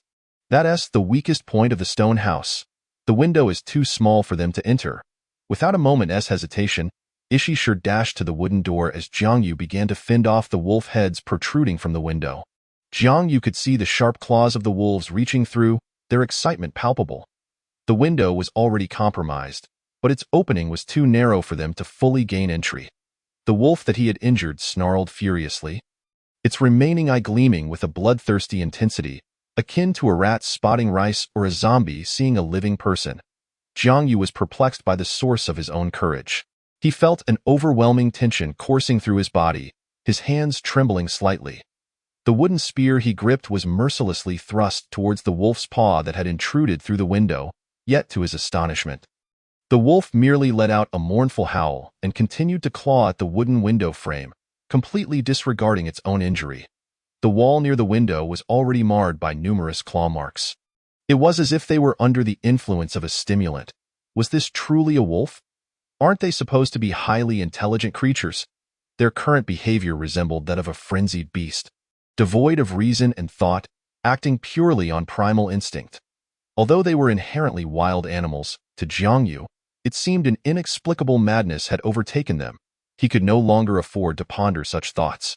As long as they dared to intrude, they would be met with his spear. After a tense standoff, both wolves bore the marks of Jiang Yu's strikes, yet they persisted in their relentless assault on the window. Lacking pain and rationality, they resembled zombies. Suddenly, the one-eyed wolf let out a fearsome roar. Why was it howling so loudly? Jiang Yu swiftly drew his bow and shot an arrow at the one-eyed wolf. But it nimbly evaded the projectile. This agility surprised Jiang Yu. The next moment, the other two wolves ceased their attempts to breach the window. Jiang Yu instantly realized that the one-eyed wolf was their leader, and its earlier roar seemed to be a command to the others. The three wolves vanished from sight, and a moment later, the wooden door was met with violent impacts and the sound of sharp claws scraping against it. Jiang Yu turned sharply to see that Yi Shishir had used stones to barricade the wooden door, a heavy obstruction now blocking their entrance. Yi Shishir hurriedly joined Jiang Yu's side, both of them anxiously watching the door. They could not see what was happening, but could only hear the piercing sounds of claws scratching at the wood. At that moment, Jiang Yu finally grasped the mindset of the person who had survived the darkness. It was akin to the sound of a malevolent spirit knocking at the door. Should it be breached, their fate would be sealed. Yi Shishir, trembling with fear, sought refuge in Jiang Yu's embrace, and he held her tightly while keeping his gaze fixed on the door. They were utterly powerless, left only to pray that the heavy stones could withstand the onslaught of the frenzied wolves. Jiang Yu reassured her, "Do not worry. They cannot get in." Yet, both of their nerves were on edge. After a tense while, the wooden door seemed to be nearing its breaking point, creaking ominously. However, the wolves were still unable to breach the barricade. The two huddled together, finding solace in each other's presence as a means to alleviate their taut emotions. Time became ambiguous. How long had passed? An hour, perhaps 2. Jiang Yu could no longer recall, their minds teetering on the brink of collapse, merely enduring. Suddenly, the outside fell silent. Just as Jiang Yu was filled with curiosity, his gaze drifted to the window, where he spotted the three wolves positioned before it, the one-eyed wolf at the center. They all shared a singular trait. Their eyes were blood-red. It seemed they had realized the futility of breaching the window or the stone barricade. Their fierce gazes were fixed intently upon the two within, unwilling to let them escape. This enraged Jiang Yu. After enduring such torment, he felt a surge of anger and pain within him at that moment. As he looked back, his fear had diminished significantly. Perhaps it was a shift in his mindset. After tormenting us for so long, these beasts. Jiang Yu exchanged a glance with Yi Shishir, who understood instantly. She knew Jiang Yu sought revenge against the three wolves. Without hesitation, they took their positions at the window, side by side. Their eyes locked onto the wolves as Jiang Yu asked, "Shishir, are you afraid?" "Not afraid." Yi Shishir shook her head, her expression resolute. "That's good. Now, when I give the signal, let us shoot together and slay these beasts." Concealed from the wolves' view, Jiang Yu and Yi Shishir readied their bows, poised to unleash their arrows. "For our lives!" Jiang Yu suddenly shouted. The two arrows flew swiftly, aimed directly at the one-eyed wolf. They understood the principle of capturing the leader first. Their actions were nearly instantaneous. Leaving no time for a reaction in that same moment, to Jiang Yu's astonishment, the one-eyed wolf executed an unexpected maneuver. It seemed to realize it could not evade the arrows, and instead, it opened its jaws wide and clamped down on the neck of the wolf to its left. Using it as a shield, the arrows struck true, one piercing the hapless wolf's vulnerable belly while the other struck its leg bone. The wolf that had shielded its leader let out a piteous howl, seemingly begging for mercy, not from Jiang Yu and Yi Shishir, but from the one-eyed wolf. "Cursed creature! Shishir, keep shooting!" At Jiang Yu's command, they no longer hesitated, releasing a flurry of arrows like raindrops. Yet all their arrows were absorbed by the sacrificial wolf, failing to inflict any harm on the one-eyed wolf. Just as Jiang Yu prepared to draw again, the one-eyed wolf shocked them further. With its jaws still clamped around the sacrificial wolf, it bit down fiercely, its sharp fangs sinking into its neck, causing blood to spurt forth. The sacrificial wolf emitted a series of mournful cries. After this cruel act, The one-eyed wolf released its bloody mouth, appearing particularly menacing. And before departing, it glanced back at them with its crimson eye. The brutal scene left them momentarily stunned, unable to fathom that the one-eyed wolf would sacrifice its own subordinate to ensure its survival. Employing such savage tactics, Jiang Yu. Why did it choose to kill that wolf in the end? Yi Shishir pointed at the fallen wolf, lying lifeless in a pool of blood. Jiang Yu explained, there is only one possibility. That wolf had become worthless. Even if it survived and returned to the pack, it would be seen as a liability. The one-eyed wolf, being the alpha, would not tolerate the presence of a crippled kin. Yet, he pondered why the wolf had reacted so swiftly. We were incredibly fast. His expression grew increasingly grave. Chapter 70, Defense Expansion Blueprint. The outside world had finally quieted down, the three wolves seemingly having departed entirely. This respite allowed them to breathe again, while the sacrificial wolf lay motionless in its blood. Jiang Yu mentally replayed the events that had transpired. The incident began due to their habit of opening the wooden window for ventilation. Otherwise, the stone house would become stifling after a day of firewood burning. They only closed it on rainy days, but the tension of the night had caused them to forget. They never anticipated that the wolves would linger by the window. Observing them, Jiang Yu examined the damaged window and the claw marks left on the wall. The window was not particularly high. If a wolf were to crouch against the wall, it could easily reach it. Fortunately, the window's small size had prevented their entry. Yi Shishir expressed her guilt, saying, Jiang Yu, it's my fault. I didn't close the window properly. Jiang Yu shook his head, gently stroking her hair as he replied, it is not your fault. I forgot as well. They had managed to trap one wolf by leveraging their terrain advantage. However, the one-eyed wolf's speed and ruthlessness surpassed Jiang Yu's expectations. I am even more curious about what has driven them to such madness, willing to go to such lengths to kill us. Though they understood that nocturnal animals exhibited heightened aggression, witnessing it firsthand revealed the extent of their ferocity. Yi Shishir shook her head, saying, it's strange.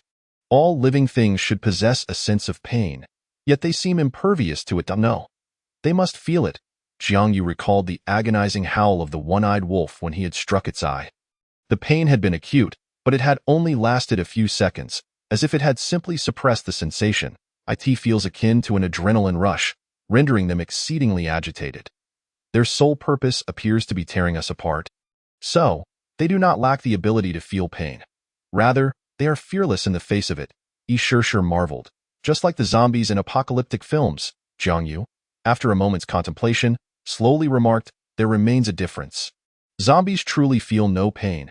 However, the nocturnal beasts do not seem entirely devoid of reason, as evidenced by the sacrificial wolf's plea for mercy from the one-eyed wolf. The two of them discussed the characteristics of the nocturnal beasts. 1. They are exceedingly brutal, driven solely by primal instincts. 2. They are untroubled by injuries or pain. 3. They possess immense strength and reaction speed, coupled with a fierce aggressiveness. They relayed this information within their group, receiving responses only from Li Hua and Zhang Lin. Both remained vigilant in their channel, promising to provide assistance if Jiang Yu and Yi Shishir required it. They would only rest after confirming the two were safe. While Ma Yinghong likely had retired for the night, unaware of the events that had transpired. Even the regional channel fell silent. Yi Shishir leaned closer, excitement gleaming in her eyes. Jiang Yu, when I saw the arrows hit, it felt as if my blood was boiling. I had only heard tales of hunting before, but experiencing it myself was exhilarating. Jiang Yu was taken aback.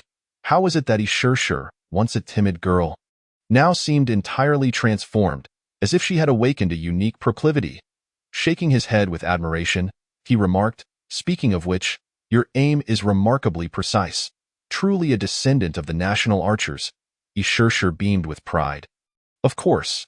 Ever since you told me about the existence of animals, I've been practicing my archery skills, hoping that one day I too can catch a beast. Moreover, although my ancestors were not part of the national server, they still possessed a silver badge. Jiang Yu was taken aback, giving a thumbs-up, impressive. The two of them guarded the silent night, fearful of the return of the one-eyed wolf.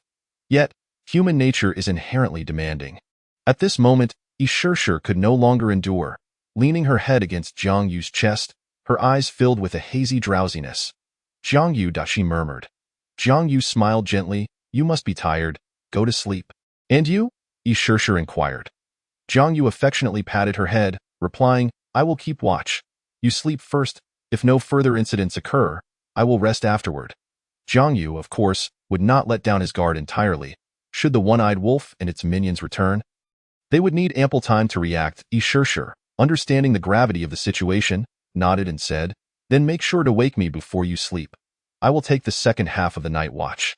Jiang Yu leaned against the wall, while Yi Shishir nestled into his arms, drifting into a peaceful sleep. After such a prolonged period of tension, her nerves finally had a chance to relax. On the 20th day of survival, the global population stood at 7.7 billion, with 8,831 in their region. The dawn finally brightened, yet Jiang Yu's eyes were bloodshot, revealing his exhaustion. He had managed to endure the night, fortunate that the one-eyed wolf did not return. Observing the stream of death notifications, he sighed. So many lives lost in just one night. Throughout the night, the regional population diminished before his very eyes. He understood that lives were extinguished without even a final cry for mercy. Previously, he would wake to discover a significant decrease in numbers, feeling little impact, but this night he felt it viscerally. Nearly 1,200 lives had been lost over the course of 20 days. How cruel this world must be. Jiang Yu shook his head, grateful that they were still alive. Yi Shishir seemed to awaken, emitting a soft, drowsy sound. Upon realizing Jiang Yu was smiling at her, she quickly became alert. Jiang Yu, you didn't sleep at all last night? Her eyes glistened with a hint of redness. Didn't I tell you to wake me for the second half of the night? Jiang Yu spread his hands, saying, I couldn't bear to have you keep watch. Those beautiful eyes of yours would look dreadful with dark circles under them. I could only rest easy once you were asleep. Yi Shishir, half embarrassed and half angered, retorted, You're such a smooth talker. Now go to sleep. I'll take care of the rest. Jiang Yu shook his head. I can't sleep. There's too much to do today, and our wooden door has been destroyed. We must rebuild the defensive wall by the end of the day. We can still block the door with stones, so please rest for a bit. Yi Shishir urged anxiously. Jiang Yu sighed, but Shishir, the one-eyed wolf has suffered a setback, and given its nature, it will surely return.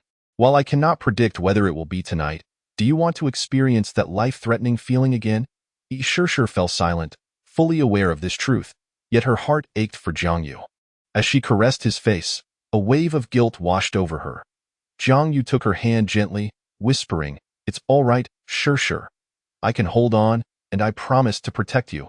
However, the more he reassured her, the heavier her guilt became. As dawn began to break outside, at least within a 200-meter radius, visibility improved.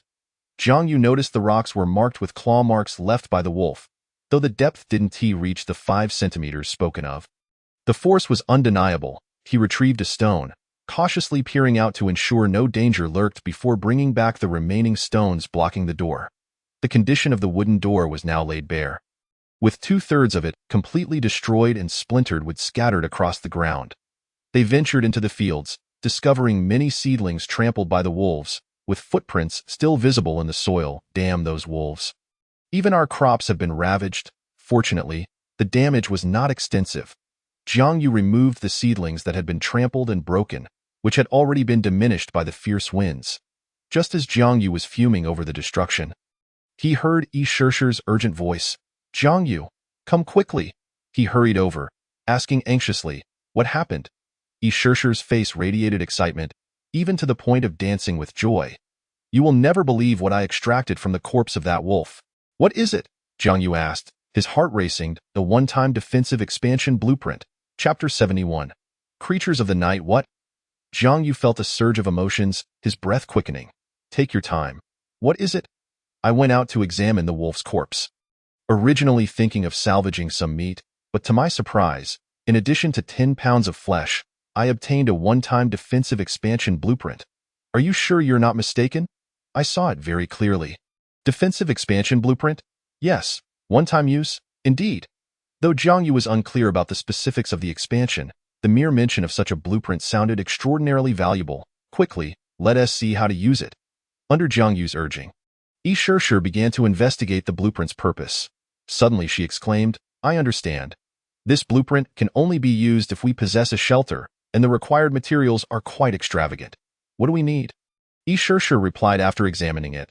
The basic materials required are 500 pieces of wood. If we aim for the 100 square meter area you planned, we will need 1,500 pieces of wood, which means the foundation would only cover 33 square meters. Jiang Yu's eyes widened, exclaiming, "That much? How much wood do we have left?" 700 pieces, Yishishir answered. "But don't forget, we also have 100 tree trunks." Jiang Yu slapped his forehead. "Right? I almost forgot about that. But the amount of wood needed is still too great. This blueprint is not something an ordinary person could easily utilize." Thus, the two hurriedly set to work, dismantling the 100 tree trunks, yielding 400 pieces of wood. Jiang Yu sighed. "In the end, we still lost 100 pieces of wood." The deductions from the Sin's evidence are always a point of contention. Yishishir playfully replied, "Well, good fortune often arrives faster than planned." However, even with 1,100 pieces of wood, it was still insufficient to expand to 100 square meters. 65 square meters would suffice, leaving them with 125 pieces of wood remaining. Fortunately, thanks to Yishishir's gathering blueprint, their combined wood supply was adequate. Jiang Yu couldn't help but marvel. This is the advantage of the gathering blueprint. Otherwise, it would take ages to collect such a vast quantity. Sure, use it quickly." Jiang Yu appeared somewhat excited. This was the best news they had received after a night of tension. Yishishir nodded enthusiastically, beginning to set things in motion. However, after a while, Jiang Yu, curious, asked, Sure, why haven't you used it yet?" Yishishir looked a bit aggrieved, saying, "I already did." Jiang Yu's brows furrowed in disbelief. "That can't be. The Sin's evidence may deduct materials, but it has never made a mistake. Quickly check if we missed something." Prompted by Jiang Yu, Yishishir began to search for the issue. Soon, her face lit up with joy, and Jiang Yu, upon seeing this, breathed a sigh of relief. It turned out that for some reason, using the one-time defensive expansion blueprint required an hour of construction time, and in her excitement, Yishishir had overlooked this detail, leading to the misunderstanding. Perhaps the scale of the project necessitated additional time. Jiang Yu explained, "I'm sorry, I was too excited." Yishishir laughed awkwardly. Jiang Yu chuckled helplessly, thinking to himself, "This silly girl." This hour felt agonizing for them, especially for Jiang Yu, who struggled to keep his eyes open. Yet, he persevered. Soon, with Yishishir counting down, their surroundings underwent a remarkable transformation, as if projected into existence. Wooden pillars were arranged neatly around the stone house and fields. In less than 10 seconds, the area was enclosed by wooden pillars into a 65 square meter square. Leaving some space aside from the stone house and fields. "Wow!" Jiang Yu exclaimed, taken aback. These wooden pillars stood 3 meters tall, their tops sharpened to a point. Incredible! He kicked one of the pillars, and despite the pain in his foot, the pillar remained steadfast, clearly sturdy. "Look, there's even a door." Jiang Yu followed the direction Yishishir pointed, discovering a hefty wooden door facing north, undoubtedly sturdier than the door of the stone house. The interior of the door and the wooden wall featured a latch, allowing the wooden pieces hanging nearby to secure the door. Jiang Yu excitedly lifted Yishishir, planting a kiss on her cheek. "Yishishir, you're amazing. This defensive expansion blueprint was extracted thanks to your good fortune." In an instant, Jiang Yu saw hope where he had previously felt despair. At least they no longer had to worry about the risk of being breached at night. "Now you can sleep soundly." Jiang Yu nodded vigorously, his joy uncontained. They had never anticipated such a significant reward. Yishishir was cooking when she curiously asked, "Jiang Yu, why do you think the dead wolf yielded a blueprint? Isn't that's something that can only be obtained from wooden boxes? Could it be that dismantling animals has a chance of dropping blueprints?" Jiang Yu laughed and scolded her. "Of course not. Look at Emotion Brother. He hunts animals every day, yet he never seems to acquire any blueprints." That is indeed a valid point. In the midst of excitement, Jiang Yu began to ponder the nature of this blueprint's drop rate. Typically, dismantling an animal carcass yields only meat, bones, and the internal organs one would expect from that creature. Jiang Yu mused, stroking her chin, and suggested, "Is it possible that only creatures hunted at night could drop such blueprints?" The sense of danger at night has lingered for quite some time, and so far, no one has managed to slay the nocturnal beasts. In fact, most people avoid venturing out at night, leading to the absence of such discoveries. By sheer coincidence, we managed to kill one and happened to obtain a blueprint, thereby confirming that blueprints are not solely acquired through searching wooden crates, although crates indeed offer a more convenient method. Yishishir nodded in agreement, adding, "Speaking of which, it has been quite a while since we last found a wooden crate." Her comment sparked a realization in Jiang Yu. Sure. Do you recall the time when the difficulty of finding crates increased alongside the emergence of nighttime dangers? At this, Sure nodded, understanding Jiang Yu's implication. The heightened difficulty of locating crates and the newfound dangers at night both manifested mysteriously and were discovered through human observation. Previously, they had not considered any correlation between the two.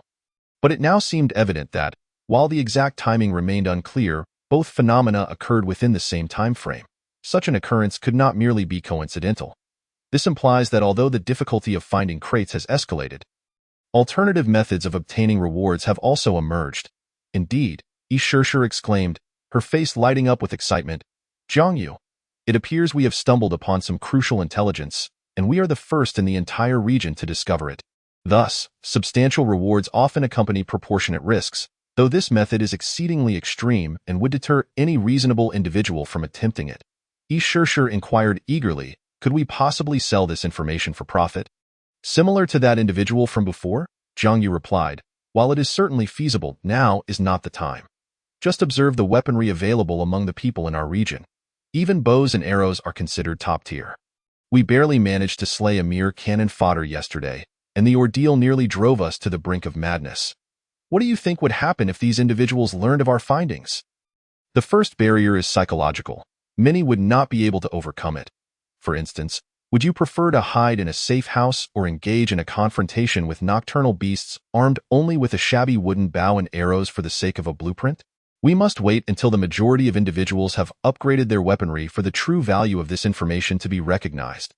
Sure posed a curious question, but what if others get to it first?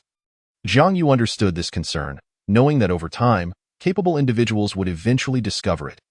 With a subtle smile, Jiang Yu remarked, thus, we could share this information with a select few capable individuals, like Emotion Brother, who typically constructs defensive measures, much like how we gained an advantage through the window yesterday. Tio Sum, the nocturnal beasts are nightmares, harbingers of doom, yet there are always those reckless souls who view them merely as walking blueprints. Chapter 72. The progress of the rice hulling machine. After breakfast, the other three members of Wu Zue gradually awoke. Upon seeing the notification Jiang Yu sent, they responded in unison. Mei Yinghong exclaimed, "What? A wolf attacked yesterday? Are there really wolves on the island? Is that even reasonable?" Jiang Yu retorted, "There are bears on the island too. Isn't that even less reasonable?" Ma Yinghong replied, "I apologize, Jiang. I went to bed too early last night." Jiang Yu reassured him, "It's not your fault. Why apologize?"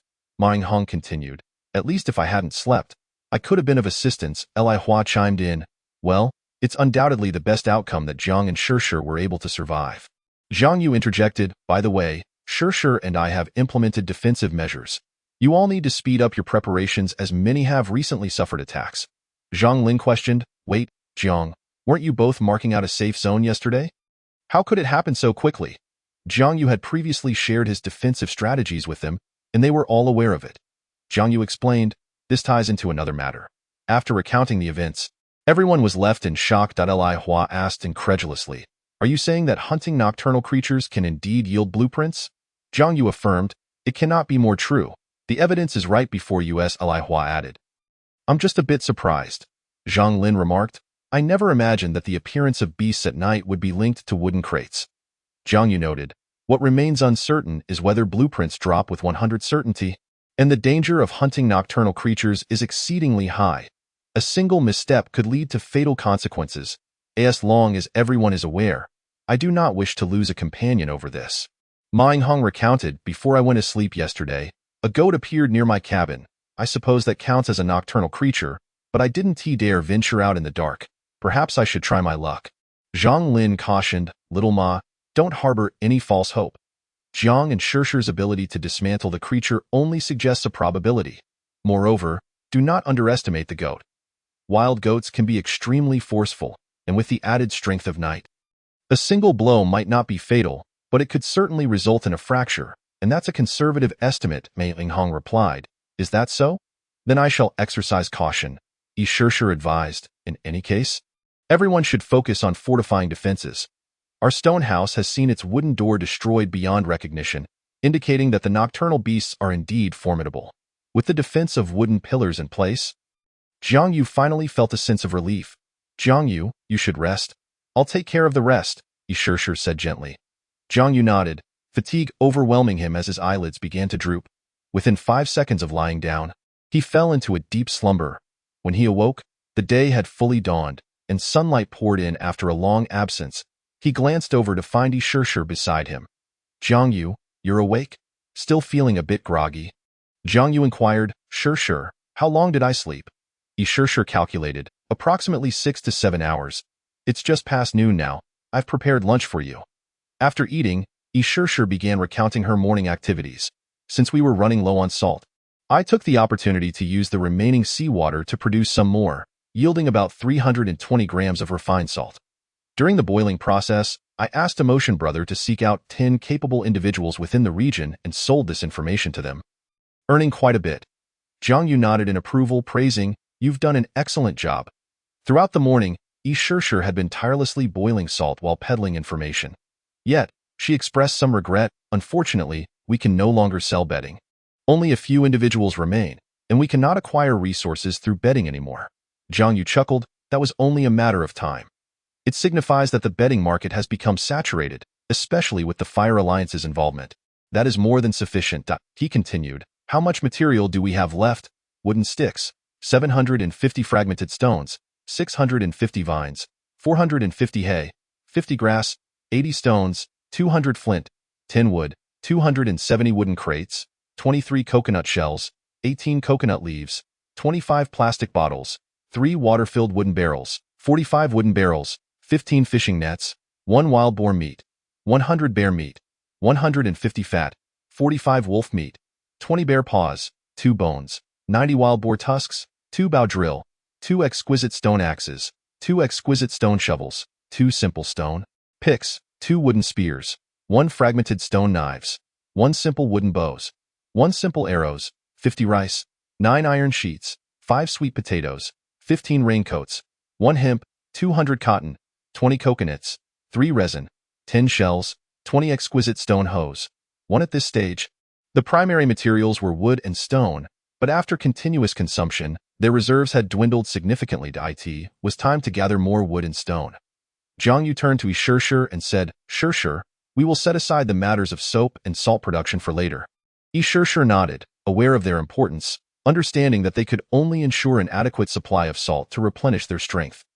After all, their ability to engage in activities beyond gathering hinged on having sufficient food and materials. But their current supplies were running low. Jiang Yu and Yi Shishir began the task they had long engaged in, chopping trees. The weather was delightful that day, though temperatures were not excessively high. Jiang Yu felt a chill in his arms even in the shaded areas. This is the spot. Let's get to work. They ventured into a grove far from the stone house, deliberately avoiding the trees near the cabin due to the frequent strong winds on the island.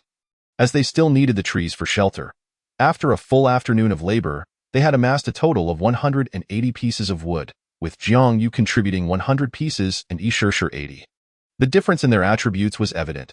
Jiang Yu's strength and stamina were both at 7, while Yi Shishir's were at 5. It was clear to see the disparity in their stats, as Yi Shishir often had to take breaks while Jiang Yu continued to chop. However, one factor influencing efficiency was the yield from dismantling. Jiang Yu's luck was average, with variable yields fluctuating between low and high, landing in the middle range. Conversely, Yi Shishir's luck was truly remarkable. Although there were a few instances where her yield was lower than Jiang Yu's, the majority of her dismantled wood consistently exceeded his by 1 or 2 pieces. Shishir, I've made a decision. You will handle the next round of dismantling, Jiang Yu remarked, marveling at her fortune. Did you grow up feasting on luck? Every time we dismantle, you manage to gather more than I do. It's a natural gift. There's nothing I can do about it. As dusk began to settle, they hurried back to the stone house, securing the heavy wooden door and locking the timber in place. At that moment, Yi Shishir exclaimed, Jiang Yu, come quickly and take a look. The seedlings have grown significantly. Jiang Yu observed closely, and indeed, the seedlings had flourished considerably. Among them, the sweet potato sprouts were the most vigorous, having reached a height of 5 centimeters and begun to sprout tender leaves. This could perhaps be attributed to the shorter growth cycle of sweet potatoes compared to other crops. He opened the evidence of sin and inquired about Li Hua in the chaotic world. That's right, their growth rate is quite astonishing to me. The rate of development in this world truly surpasses that of Blue Star. I have calculated that, within the same time frame, this world outpaces Blue Star by 40. This means that what takes 100 days to mature on Blue Star only requires 60 days here, not accounting for the quality of the soil and the application of fertilizer. If we optimize these factors, the growth might accelerate even further. Upon hearing his response, Jiang Yu felt a surge of excitement in the chaotic world. However, the increase in growth speed necessitates a substantial amount of nutrients. The fertilization methods I previously shared with you are no longer viable. We must ensure the soil remains moist daily, the water level in the rice paddies reaches the roots, and all 3 types of crops receive fertilization once a week. Social good youth. I understand, by the way, Uncle Lee, how is the progress with the threshing machine? In the chaotic world. It's still under research. It's not difficult to manufacture, but during the civilized era, threshing machines fell out of use. Most were replaced by modern machines. I am familiar with the principles. Just give me some time. Chapter 73. Return. After receiving Li Hua's response, Jiang Yu began to feel a sense of anticipation. 9 kilograms of rice had been stored in the warehouse for quite some time. After dinner, Jiang Yu and Yi Shishir traded in the channel for a while before retiring early to rest. Following the events of the previous night, Jiang Yu found himself devoid of any lingering romantic thoughts towards Yi Shishir. After all, not everyone could accept being interrupted mid-task. He merely teased her for a moment before drifting off to sleep. Day 21 of survival. World population, 7.7 billion. Regional population, 8,803. Early the next morning, the two awoke. As Yi Shishir washed up, she inquired, Jiang Yu, why didn't the wolves attack last night? To this, Jiang Yu had a consistent explanation. They likely won't come for a short while, as the selection of the Wolf King within a pack is usually quite strict. The night before last, we blinded one eye of the one-eyed wolf, injuring the Wolf King. So naturally, no wolf would agree to allow an injured one-eyed wolf to continue leading the pack. Thus, it will undoubtedly face challenges from other wolves, which requires time. Even if the one-eyed wolf can remain the king, it must recover from its injuries first, so we are safe for the next few days. Yi Shishir pondered for a moment before countering, will there really be a wolf pack? The current world level seems inadequate to support the emergence of one. Jiang Yu nodded appreciatively and explained, my statement was somewhat exaggerated. My original speculation is that the current world level can only support the presence of 3 wolves. However, with the one-eyed wolf having killed one, it is plausible that new wolves will appear to form a trio. The newly emerged wolves and the remaining ones would then challenge the one-eyed wolf. After all, who wouldn't want to be the king? For them, this explanation was the most fitting for the current situation. They could only rely on this time to gather materials, as even encountering wolves during the day would be beyond their capacity to handle. Jiang Yu cleared away the stones blocking the stone house door. The wooden door had been damaged, and the two looked at the wooden walls outside, feeling a profound sense of security. Day 26 of survival. World population, 7.6 billion. Regional population, 8,742. 5 days had passed in tranquility. During these 5 days, their daily activities had been quite tedious. After dawn, Jiang Yu collected stones while Yi Shishir chopped wood, gathering wood, stones, and various resources as much as possible. As for freshwater, they collected it every 2 days and exchanged goods in the evening. During this period, they had not encountered any wolf attacks, leading them to mistakenly believe that the wolves had been deterred. The sky began to darken. Their routine dictated that they worked at sunrise and rested at sunset. Returning to the wooden walls, they secured the wooden door. Jiang Yu inquired, Shishir, how much have we collected so far?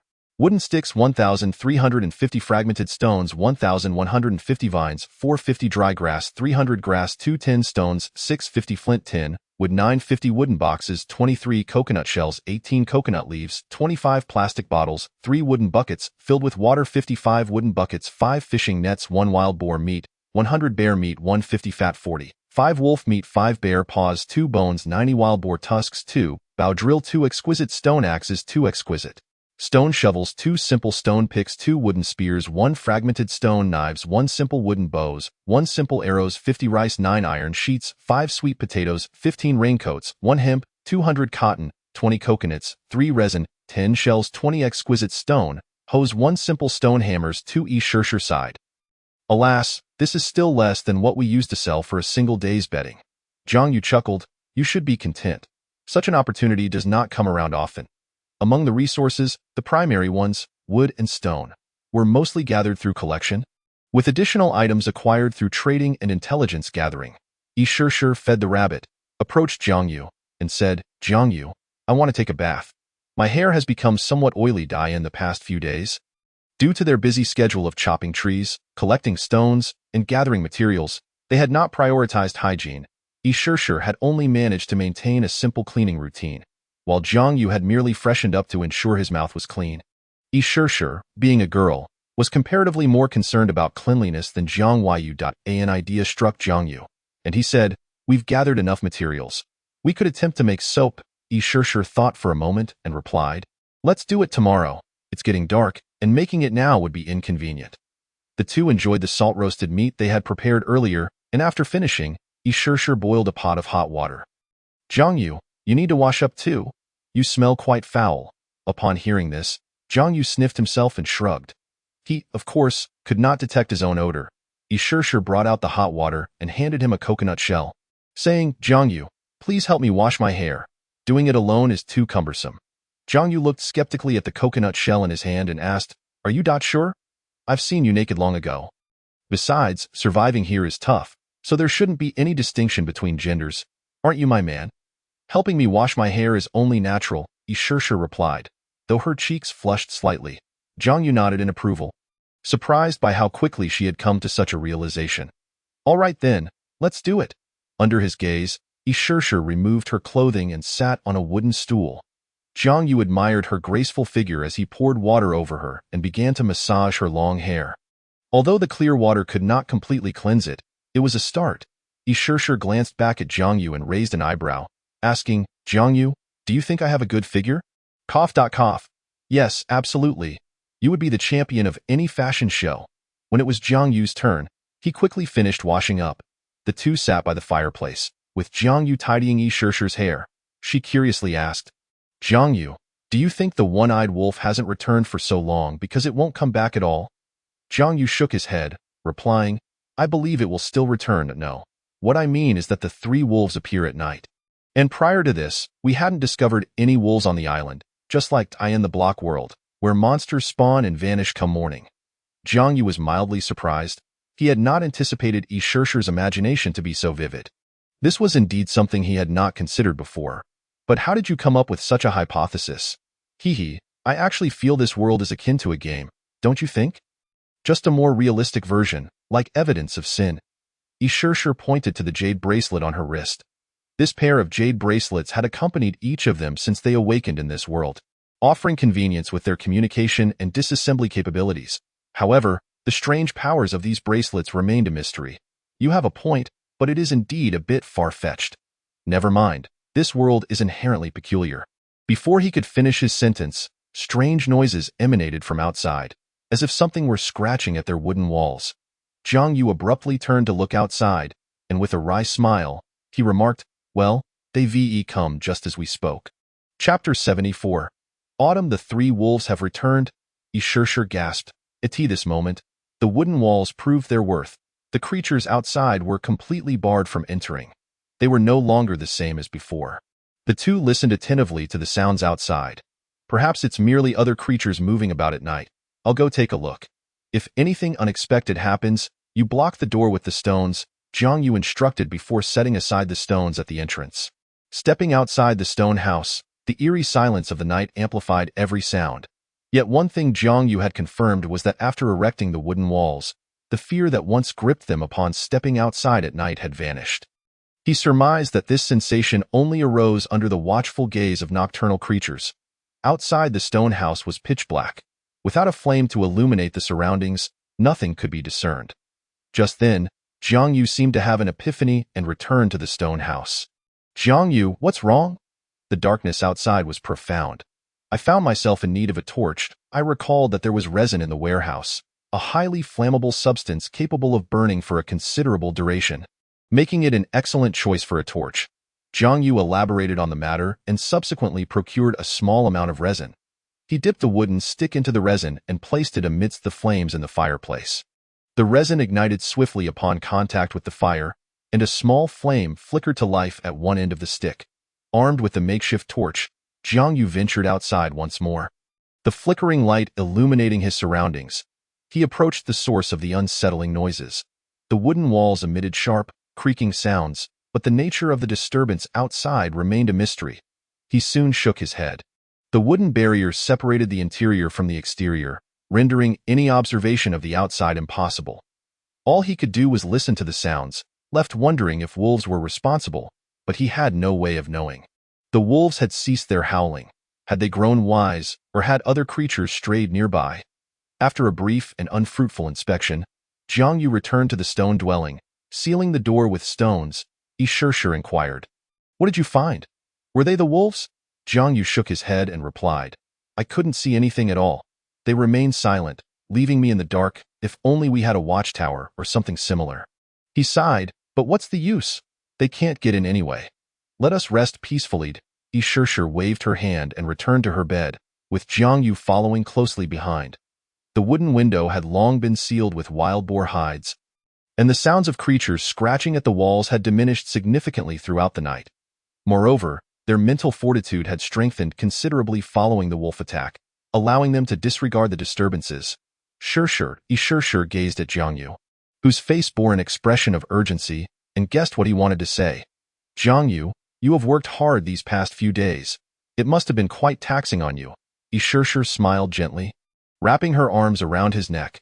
Throughout these days, they had been on edge, fearful of a potential retaliation from the wolves, constantly contemplating how to gather more resources, remaining vigilant throughout the night. However, after tonight's validation, the wooden walls exhibited remarkable defensive capabilities, granting them a sense of relief. Jiang Yu nodded eagerly, a mischievous grin spreading across his face. He had indeed been pent up. On the 27th day of survival, the global population stood at 7.6 billion, while the regional population was 8,720. Another 22 individuals had perished. Jiang Yu removed the stones from the entrance, and a sudden gust of cold wind swept through, causing him to rub his exposed arms, clad only in a thin, short-sleeved shirt. "Why is it getting colder by the day?" At that moment, Yi Shishir, who was preparing a meal, remarked, "Jiang Yu, I'm not too cold. You should wear my jacket." Jiang Yu nodded. Her light blue jacket, though similarly thin, provided some warmth. The faint fragrance emanating from it made him admire her diligence, as she still maintained the habit of washing her clothes even after all this time. Unlike Jiang Yu, who had only managed to wash his clothes once during this period, he had no spare garments. As they enjoyed their breakfast, Yi Shishir inquired, "Jiang Yu, do you think winter is approaching? The weather feels akin to the tail end of autumn. It's possible. Though the evidence of sin indicates a change in the seasons, this transition seems rather abrupt." He paused before continuing, "If winter truly arrives, it will pose a problem. We have yet to secure adequate warm clothing. Moreover, trading for garments is futile, as everyone possesses only the clothes they wear. We arrived here during summer. Unless someone foolishly wore a cotton coat in summer, even if we managed to trade, we would only acquire short-sleeve shirts paired with another short-sleeve layer." Yi Shishir began to worry, saying, "We can only hope someone possesses patterns for clothing." Jiang Yu opened the no-sin channel and discovered that 3 individuals had already commenced discussions on the topic. Li Hua stated, "I suspect winter is indeed fast approaching. We must devise means to acquire warm clothing." Mei Yinghong asked, "Has anyone offered clothing patterns in the channel?" Zhang Lin responded, "I check daily, but thus far, no one has shared such patterns. If winter arrives and we still lack warm clothing patterns, many will surely perish." Li Hua lamented, "Alas, the wooden crates have also vanished in recent days. Do we really have to risk confronting nocturnal creatures for luck?" Jiang Yu interjected, "Let us refrain from that, Uncle Li. It's far too perilous." "Have your defensive measures been completed?" Zhang Lin replied, "I finished mine 5 days ago." Mei Yinghong added, "I still have a bit of leeway, but it consumes too many materials. I've been trading wood and stone continuously." Li Hua suggested, "Xiao Ma, think outside the box. Why not combine stones with wooden posts? It would be sturdier and more material efficient." Ma Yinghong exclaimed, "Indeed. I will fill in the remaining gaps right away." Jiang Yu concluded, "It's good to hear. Everyone, please keep an eye on the channel regarding the warmth issue. Let us avoid provoking the nocturnal creatures unless we are entirely certain of our success." Jiang Yu felt utterly powerless in this situation. If all else failed, they would have to rely on bedding and their stored food to endure the harshness. After finishing breakfast, Jiang Yu first inspected the events of the previous night. Circling the wooden walls, he discovered numerous faint claw marks on one side, suggesting that the nocturnal creatures had merely been testing their defenses. Returning to Ishirshur, they resolved to accomplish as much as they could before the cold fully settled in. Beginning with soap production, a task they had decided upon the day before, Ishirshur explained, the process of making soap is not particularly difficult. If we act swiftly, we should complete it by this morning. Jiang Yu nodded in agreement, as a lengthy process would require them to abandon the endeavor. He draped the jacket over her shoulders as Ishirshur continued. In simple terms, we will use fats and lye to undergo saponification, allowing it to dry into soap. The most complex aspect lies in obtaining the lye. We can burn shells to produce calcium oxide, commonly known as quicklime, and mix it with ash and water. This is the lye we can currently create. The tricky part is ensuring the correct proportions, as improper ratios will hinder the saponification process. Now we need to gather these materials. Chapter 75. Soap production. They possessed all the necessary materials, none of which were rare, and the current conditions were entirely suitable for production. Thus, the two began to prepare the ingredients. Ishirshur proceeded to render the fats, while Jiang Yu focused on creating the lye. Although the warehouse contained a small number of traded shells, it was insufficient. So Jiang Yu scoured the beach, where such resources were abundant on an island rich in marine life. Soon, he returned with a pile of shells. Following Ishirshur's instructions, he placed all the shells in the fireplace to burn. After completing this task, Jiang Yu glanced at Ishirshur. The fireplace was rather small, so he constructed a simple stone stove to facilitate the rendering of the fats. At that moment, Ishirshur gazed intently at the stone pot and, upon noticing Jiang Yu's approach, smiled. The oil is already starting to render. Jiang Yu observed the sizzling fat in the pot and praised. Ishirshur, you claim to know nothing, yet it seems you possess skills equal to mine. Ishirshur smiled modestly, explaining, these are mere common skills. Anyone can do them. I've always been alone at home, so I have to cook for myself, which is why I know how to render a bit of lard. I just haven't tried with other animals, but it should be similar. Jiang Yu nodded. He was familiar with the method of rendering lard, having seen pigs run about, but he had never practiced it himself. Ishirshur had rendered 5 pounds of fat using the most common method from civilized times, boiling it in clean water, which yielded a high oil recovery rate without any off-color. After a while, the shells were completely burned, and Jiang Yu collected them in a stone pot. According to Ishirshur, the primary component of the burned shells was calcium oxide, a substance rich in alkalinity. Next came the laborious task. Jiang Yu muttered to himself, sitting on the ground and picking up a long stone to crush the shells. However, as he pounded, the stone pot could not withstand the force and cracked. Jiang Yu murmured, well, it's no surprise. A pot of this size is bound to break, and no matter. We have plenty of stone pots. He switched to another pot, maintaining his pounding force. Yet, even after his arms grew weary, he could only reduce the shells to small fragments. Stretching his aching arms, he finally managed to crush the shells into larger granules after countless strikes. Almost there, he exclaimed. Switching hands, he continued pounding for another 15 minutes, transforming the granules into a fine powder. This was the extent of his capabilities. Jiang Yu sighed. No amount of strength will suffice. Primitive tools are still quite challenging. He retrieved another stone pot filled with ash, some of which was in clumps, and crushed it into powder as well. Turning to Ishirshur, he said, Ishirshur, I'm ready on my end. Ishirshur nodded. I'm nearly done here as well. I'm not quite sure how to increase the oil yield, but I believe we have around 3 pounds. As she spoke, she handed over the coconut shell filled with the rendered residue. Jiang Yu, do you like the residue? Give it a try. Jiang Yu's eyes lit up. This was a rare delicacy. During civilized times, Li Lishui often used the leftover residue from rendered lard as a dish to accompany meals. Eagerly, he took a piece of golden yellow residue and popped it into his mouth, only to wince as it burned his tongue. Take it slow, Ishirshur chuckled. So, how does it taste? Jiang Yu gave her a thumbs up, replying, delicious. He picked up a piece once more and placed it in his mouth, whereupon a burst of crispness and an overwhelming greasiness unfurled upon his palate. Under normal circumstances, he might have scoffed at such unadorned scraps of fat, dismissing them as unfit even for dogs. Yet at this moment, he relished the sheer bliss of indulging in a morsel of fat. However, by the time he reached the third piece, his mouth was inundated with greasiness. That was enough. Just a taste sufficed. For any further consumption would likely induce nausea. Ishirshur gathered the bowl of fat into the storage room. The materials were ready. Suddenly, she seemed to recall something and said, "By the way, Jiangyu, let us ask Xiaoma to trade for some flowers to enhance the aroma." This was indeed a splendid idea. They were quite willing to undertake such manageable tasks, as flowers were not crucial ingredients, merely something they had yet to discover on their island. As for the bouquet Jiangyu had gifted her, it had already withered. "Xiaoma, are you free?" the social youth inquired. However, it appeared that the other party was busy and did not respond, so they had to commence mixing the required proportions, the most critical and decisive step in their endeavor. Sure. Don't you know the proportions?" Jiangyu asked. Isher shot him a glance and explained, "Although I am a chemistry teacher, I haven't officially started working yet. Dio put it plainly, I am still a novice. I don't know everything.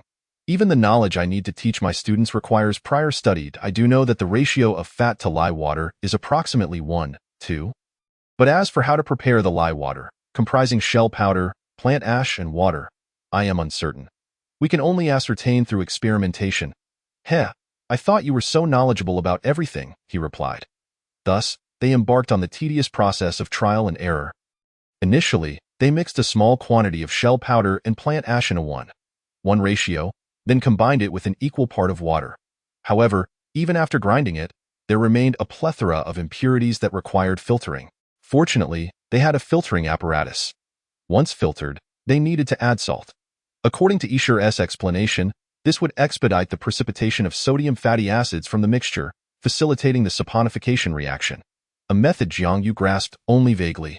The amount of salt required was minimal, just a pinch would suffice. Jiangyu poured some fat into an empty stone pot, while Isher scooped the upper layer of the mixture and combined it with the fat, prompting Jiangyu to stir vigorously. His movements resembled a spinning top as Isher meticulously observed the changes within the bowl. Sure. How is it? Did we succeed?" A hint of regret crossed her face as she replied, "No, it failed. The lye concentration is likely insufficient. We can increase the proportion of shell powder and plant ash."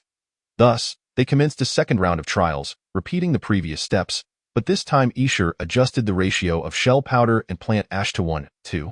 Yet they still encountered failure. Sure. Could it be that we added too much water? Jiangyu pondered aloud. However, Isher clarified, that is a possibility, but we should not easily alter the water ratio. Instead, we must focus on the amounts of shell powder and plant ash. Otherwise, it will lead to confusion. The water quantity must remain fixed. 1:3 failed. After 3 consecutive failures, Isher felt a tinge of disappointment, but Jiangyu waved his hand reassuringly, saying, "It's all right, sure. You must believe that failure is the mother of success." "I refuse to believe we cannot overcome this." The two began the next round of attempts, with Isher pouring in a 1:4 ratio of lye water while Jiangyu stirred rapidly. Their synergy clearly established. Just as he stirred, the fat in the pot reacted violently, and in an instant, the previously translucent fat began to turn opaque white. Jiangyu exclaimed in excitement, "It's turning white." "It's turning white." At that moment, Isher's face also illuminated with exhilaration. They had finally succeeded. Chapter 76. The dwindling stream. It turned out that the correct ratio of shell powder, plant ash, and water was 1:4:1. With Jiangyu's relentless stirring, the fat transitioned from a white to a grayish-white creamy consistency. Sure. Is this acceptable?" Jiangyu inquired, pointing at the gray-white cream in the pot. "This seems fine, but it cannot be used yet. It is still in the early stages of saponification, and the pH level is quite high. Premature use could harm the skin. We must wait a while longer." "How long must we wait?" Jiangyu pressed. Isher did not respond immediately, instead displaying an awkward expression. Curious, Jiangyu asked, "What's wrong?" "I just remembered. Natural air drying requires at least a month." She raised a finger. However, her words caused Jiangyu's eyes to widen in astonishment. "What? A month? A month is the shortest time. The saponification reaction for handmade soap is quite slow, which is why soaps available in civilized times typically contain additives." Observing Jiangyu's incredulous expression, Isher murmured, "I didn't mean to. I just really wanted to bathe. I only recalled it just now." She quickly added, "However, human intervention can significantly reduce the time required. Although I am unsure of the exact duration, we can use it once the soap has completely solidified." She understood that while a month might be inconsequential in civilized times, in this survival world where every moment counts, such a wait was impractical. rendering their efforts trivial compared to gathering other resources. Just as she feared Jiang Yu would reprimand her, he instead sighed, "What are you thinking? Sure. I want to scold you. I actually want to commend you." Noticing her thoughts, Jiang Yu smiled gently and said, "While a month is a long wait, as you mentioned, we can intervene. Moreover, gathering resources is indeed vital, but having a sufficiently sanitary environment is fundamental. After all, you've been the one guiding me in hygiene. Without you, I would have been troubled by these issues long ago. I'm actually quite pleased." Hearing his words, Isher's face brightened with joy as she playfully linked her arm with his, exclaiming, "You are so wonderful. All right, let us make the remaining soap now." Nodding in agreement, Isher, having gained experience from their previous attempts, became noticeably more adept, ensuring the proportions were strictly adhered to. Although the time spent making soap was not excessive, it was sufficient to impact one's mood, and in this world, a positive disposition directly influenced one's will to survive. After half an hour of Jiang Yu's top-like stirring, the remaining fat successfully underwent saponification. Achieving a thick, creamy consistency. At this point, they had succeeded, and the earlier successful batch was also added to the large pot. To enhanced the soap's fragrance. Jiang Yu contacted Ming Hong again, discovering that the latter had responded. "What's up, Jiang Ge? I was just filling the gaps in the defensive wall." "Xiao Ma, do you still have any flowers on your end?" "Yes, I have plenty of wildflowers blooming here." "What kind do you need?" "Any fragrant flowers will do. I'll trade you some supplies, and no need." "Jiang Ge, yes, just a casual favor, and besides, you've taken such good care of me and even treated me to salt. I haven't properly thanked you yet. Good brother." Before long, Ming Hong sent over the flowers. They were branches adorned with delicate yellow blossoms, exuding a rich fragrance that was all too familiar to them. For it was a common flower. "Yes, osmanthus," Isher exclaimed in surprise. Jiang Yu suddenly recalled that osmanthus blossoms in autumn, and they were currently in a similar season. Osmanthus trees were quite common, found in many places, and their defining characteristic was their intensely fragrant aroma, making them an excellent choice for enhancing flavor. "What do you think? Sure. Should we crush them and then add them in? Or add them directly?" Isher pondered for a moment and replied, "Let us crush them and add a bit of water to the fat. Adding water, all right?" Jiang Yu asked, concerned that it might disrupt the ongoing saponification reaction. Isher reassured him, "It won't be a problem. We're not adding much." With the expert's clarification, Jiang Yu promptly proceeded, collecting the osmanthus blossoms and mashing them into a paste before adding a bit of water into the fat. Stirring rapidly, Isher inhaled the scent and noted that a faint osmanthus fragrance had already begun to emerge, igniting her anticipation for the day they could use the soap. Jiang Yu stretched and said, "All right, the soap is ready. To be honest, sure, I'm quite excited. Working alongside you to create this has been a joy I've never experienced before."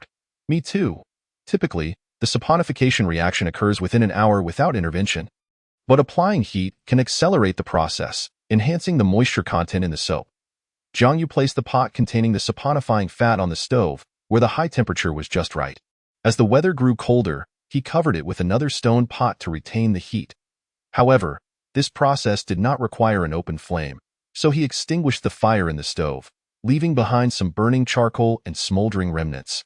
At this moment, the time was nearing noon, the sun at its zenith, and the temperature gradually rising, making it comfortable enough for Jiang Yu to wear short sleeves without feeling cold. After they had lunch, the two began to sort through the materials consumed in the morning. The shells and plant ash were negligible, and there was still plenty of fatty meat. Most importantly, they had expended nearly 30 grams of salt for their attempts, leaving them with just over 270 grams of salt remaining. "Jiang Yu, what shall we do next?" Isher inquired. She primarily relied on Jiang Yu for the day's main agenda. After contemplating for a moment, Jiang Yu replied, "The foremost priority is to gather supplies, such as wood and hay. The weather is gradually turning colder, and the consumption of fuel for the fireplace is increasing. Sticks alone cannot suffice, and we lack enduring fuels like coal. Thus, we must secure wood, as our supply is rather scant in relation to both crafting and fuel." Isher nodded, acknowledging their need to amass sufficient resources to withstand the winter. However, there was no need to rush today. "Do you recall Uncle Li's words? The time has come for us to fertilize the fields, and it is also the day to fetch water. In light of this, let us first collect water before returning to fertilize the crops." and then we can dedicate the remaining time to chopping wood. With a simple plan in place, the two began their endeavors. Upon reaching the vicinity of the creek, Jiang Yu suddenly furrowed his brow and remarked, "Why is there no sound of flowing water?" At that moment, Yi Shishir contemplated a possibility and murmured, "Could it be?" When they finally arrived at the creek, they discovered the reason for the absence of the water's melody. The stream had truly run dry. Chapter 77. The Mushroom Grove. As they gazed at the desolate creek, a sense of regret welled within them. Jiang Yu sighed, stating, "This creek was never a constant flow. It relied on the accumulation of fresh water over time. I never anticipated it would run dry so soon." We can only await the next rainfall. Following the brief downpour from the last storm, the creek had indeed gathered ample rainwater, but it had now dissipated. Fortunately, due to Jiang Yu's foresight, the collection of fresh water remained an essential task for their day, and they had managed to gather a significant amount of fresh water, sufficient to sustain them until the next rainfall. The islands at sea are often graced with abundant showers. Perhaps tomorrow will bring rain. Currently, they had collected just over 800 liters of fresh water. Despite the frequent rains on the island, they still needed to manage their water usage. The primary areas for water consumption were drinking and irrigating the fields. Apart from these, only minimal amounts were required for tasks like soap making and salt production. They were acutely aware of their relative fortune, for not everyone could find a freshwater source. Zhang Lin, for instance, had to trade meat for freshwater daily. Within their small team, Li Hua possessed the most freshwater, as a river flowed nearby, and it would likely remain unless a severe drought occurred, Yi Shishir remarked. This implies that every individual's domain possesses its uniqueness. Indeed, you finally comprehend, Jiang Yu teased. Our island boasts rich marine resources, yet we are hindered by a lack of tools and experience, rendering mass production unattainable for the time being. Upon returning to their base, they prepared to fertilize the fields. Previously, they had ground bones into powder using a stone hammer during their spare time at night, which had consumed considerable effort and time. As the hardness of the bones was quite formidable, it took them 2 full days, and due to the limitations of their tools, the powder wasn't exceedingly fine, containing some small fragments. Yi Shishir inquired. "Jiang Yu, do we sprinkle it into the soil?" Jiang Yu nodded in affirmation. Precisely, in civilized times, liquid fertilizers were predominantly used for spraying, while solid fertilizers are merely scattered across the soil to enhance fertility.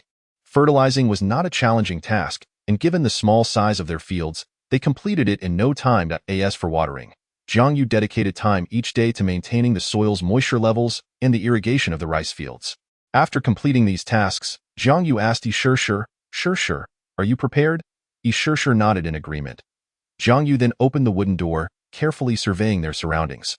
Once assured there was no danger, they stepped outside. After the wolf attack, an alarm had been sounded within them, prompting them to arm themselves before venturing to distant locales, ready to confront any unforeseen dangers. This had become their routine, as they remained uncertain whether wolves might roam during the day or if other creatures might be active on the island. This uncertainty was why they were hesitant to explore far from their base. They arrived at the forest where they frequently chopped wood. In this area, they had felled numerous trees, leaving behind stumps of various sizes. Yet these remnants were but a drop in the ocean amidst the vast grove, and there was no need for concern about over-harvesting with just the 2 of them. Suddenly, Yi Shishir spoke. "Jiang Yu, do you think there are things on this island we are unaware of? The island is rather large. Perhaps there are other vital resources on the other side." Jiang Yu pondered for a moment. Having lived on this island for nearly a month, he had only traversed the western and southern parts, becoming somewhat familiar with the routes, yet he had not fully explored the area. The northern and eastern regions, being lower in elevation and shrouded by dense foliage, remained uncharted. "You are right. This island is indeed vast, and we have yet to explore it completely. However, exploration requires time. We must proceed gradually to uncover its secrets." For Jiang Yu, exploring the island was a significant task since his arrival in this world. But after settling in the stone house, he had not ventured much, preoccupied with gathering supplies and collecting wooden boxes as chance would have it until Yi Shishir's arrival sparked a desire for exploration. In that case, let us allocate some time to investigate the eastern side after chopping wood. The monotonous task of woodcutting concluded 2 hours later, yielding 45 pieces of wood. Jiang Yu stretched his back and remarked, "Today seems unlucky. We've only managed to gather this little wood. All right, let us hasten to explore the east." Returning to the stone house, they prepared to set out eastward, using the stone house as their reference point. Due to the lower terrain in the east, they primarily walked downhill, hindered by thickets, loose stones, and fallen branches, making their journey quite arduous. As the team's vanguard and Yi Shishir's companion, Jiang Yu took the lead, wielding a stone axe to clear the sharp underbrush, marking their path along the way. Shishir, we are heading downhill now. Be careful not to trip. I would be quite distressed if your lovely legs were to get scratched. He teased, observing her fair thighs with a grin. Yi Shishir's face flushed slightly. I know. Dressed in shorts, she was more cautious about her surroundings while walking, yet having lived on the island for some time, she had gained a bit of experience. Before long, they arrived at a relatively moist and level area. At that moment, Jiang Yu suddenly crouched down, seemingly observing something. Yi Shishir joined him and asked, Jiang Yu, what are you looking at? Jiang Yu glanced back at her and pointed to the ground, saying, Shishir, look, there are mushrooms here. Yi Shishir also noticed the mushrooms, which were a vibrant red adorned with white spots. These mushrooms are so vivid. They must be poisonous, she remarked. Jiang Yu nodded, recalling that throughout civilization, many had succumbed to poisoning or even death from consuming unfamiliar mushrooms, leading to the adage, brightly colored mushrooms are surely toxic. Although Jiang Yu understood that this saying might not always hold true, it served as a life-saving guideline for them, as eating could lead to poisoning, but abstaining would guarantee safety. Continuing onward, they realized that the further they ventured, the more mushrooms proliferated, though the majority remained vividly colored. Why are there so many mushrooms here? Yi Shishir inquired curiously. I know this one. Mushrooms typically thrive in moist environments, and this area fits that description perfectly. I never expected to find such a mushroom grove in the east, Jiang Yu responded, surveying the ground covered in mushrooms. After deliberating, they decided to gather some mushrooms that appeared non-toxic to present to Li Hua for identification, as these could serve as food, and they did not wish to overlook the opportunity. While crouching to collect mushrooms, Yi Shishir suddenly pointed to the base of a tree and exclaimed, I recognize this. It's an oyster mushroom. Her words caught Jiang Yu's attention. Indeed, it is. Chapter 78, Sharks in Shallow Waters. Oyster mushrooms, one of the most commonly consumed fungi in civilization, were familiar to even the untrained eye. Gather more, hurry and collect them. This cluster has quite a few. Before long, they had amassed what they believed to be non-toxic mushrooms, totaling over 10 kilograms. After completing their mushroom collection, they continued their exploration. But until they emerged from the thicket, they found nothing further of interest. Jiang Yu, look ahead. There's a beach. We've made it out. Yi Shishir pointed towards the coastal expanse. That's to be expected. Although this island has an irregular shape, it is generally circular. Moreover, the stone house is situated on the southern periphery of the island, and since we walked directly east from there, our exploration was limited to the eastern outskirts. The distance was not substantial, making it easy to reach the shoreline. Jiang Yu waved his hand, urging, let us go. We must delve deeper. Yi Shishir nodded, preparing to follow him, when her gaze suddenly caught something, prompting her to exclaim, wait, Jiang Yu. Look over there. There is something resembling a shark fin in the shallows. A shark fin? Upon hearing her words, he hurried over, following her pointing finger to see, not far from a rocky outcrop in the shallow waters. Something indeed resembling a shark fin, and it was moving. This sight immediately conjured thoughts of a shark, for a shark fin is its most recognizable feature. Is that a shark? No way. Well, let's go take a look. Accompanied by Yi Shishir, they approached a rocky area, a secluded spot encircled by rocks, filled with seawater. To their astonishment, a shark fin protruded from the shallow waters. Bathed in sunlight, they could clearly see that there was indeed a shark inside. Its body was streamlined, elongated, and flat, with skin of a pale blue hue, covered in tiny, densely packed scales that gleamed like blades. On its side, 3 gill slits were visible. However, Jiang Yu noted that this shark appeared rather small, and its sharp teeth were not yet fully developed, suggesting it had not been long since they had emerged. At that moment, it found itself trapped in this narrow rocky enclosure. This was the first time they had encountered a shark so directly, and they couldn't help but feel a sense of surprise. Its size was diminutive, measuring only about 50 centimeters in length, indicating it was a juvenile shark. Yi Shishir exclaimed in astonishment, how could there be a juvenile shark here? Could it have been washed ashore? Sharks typically inhabit the deep sea, Although there have been instances of stranding during civilized times, they generally do not venture into shallow waters, let alone rocky areas. Jiang Yu suddenly recalled the storm from a few days prior and remarked, "That must be it. A storm swept through our waters recently, and this unfortunate juvenile shark was likely affected by the tempest, unable to swim against the current, and thus was washed here. When the tide receded, it became trapped among the rocks. The limited space available for it to move was largely occupied by its own body. And with no fins to climb out, it seemed bewildered and innocent.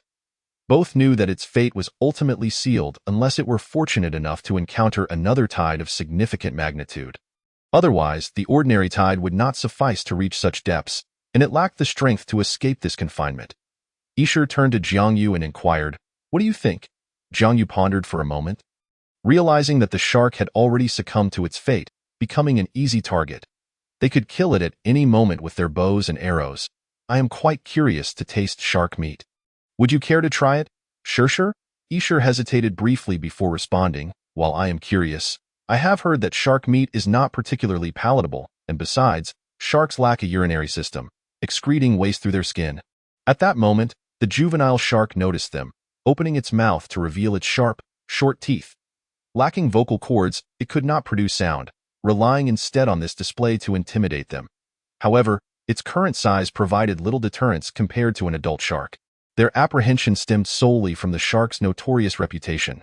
"Oh, look at this little fellow throwing a tantrum. It's rather adorable, don't you think?" Sure.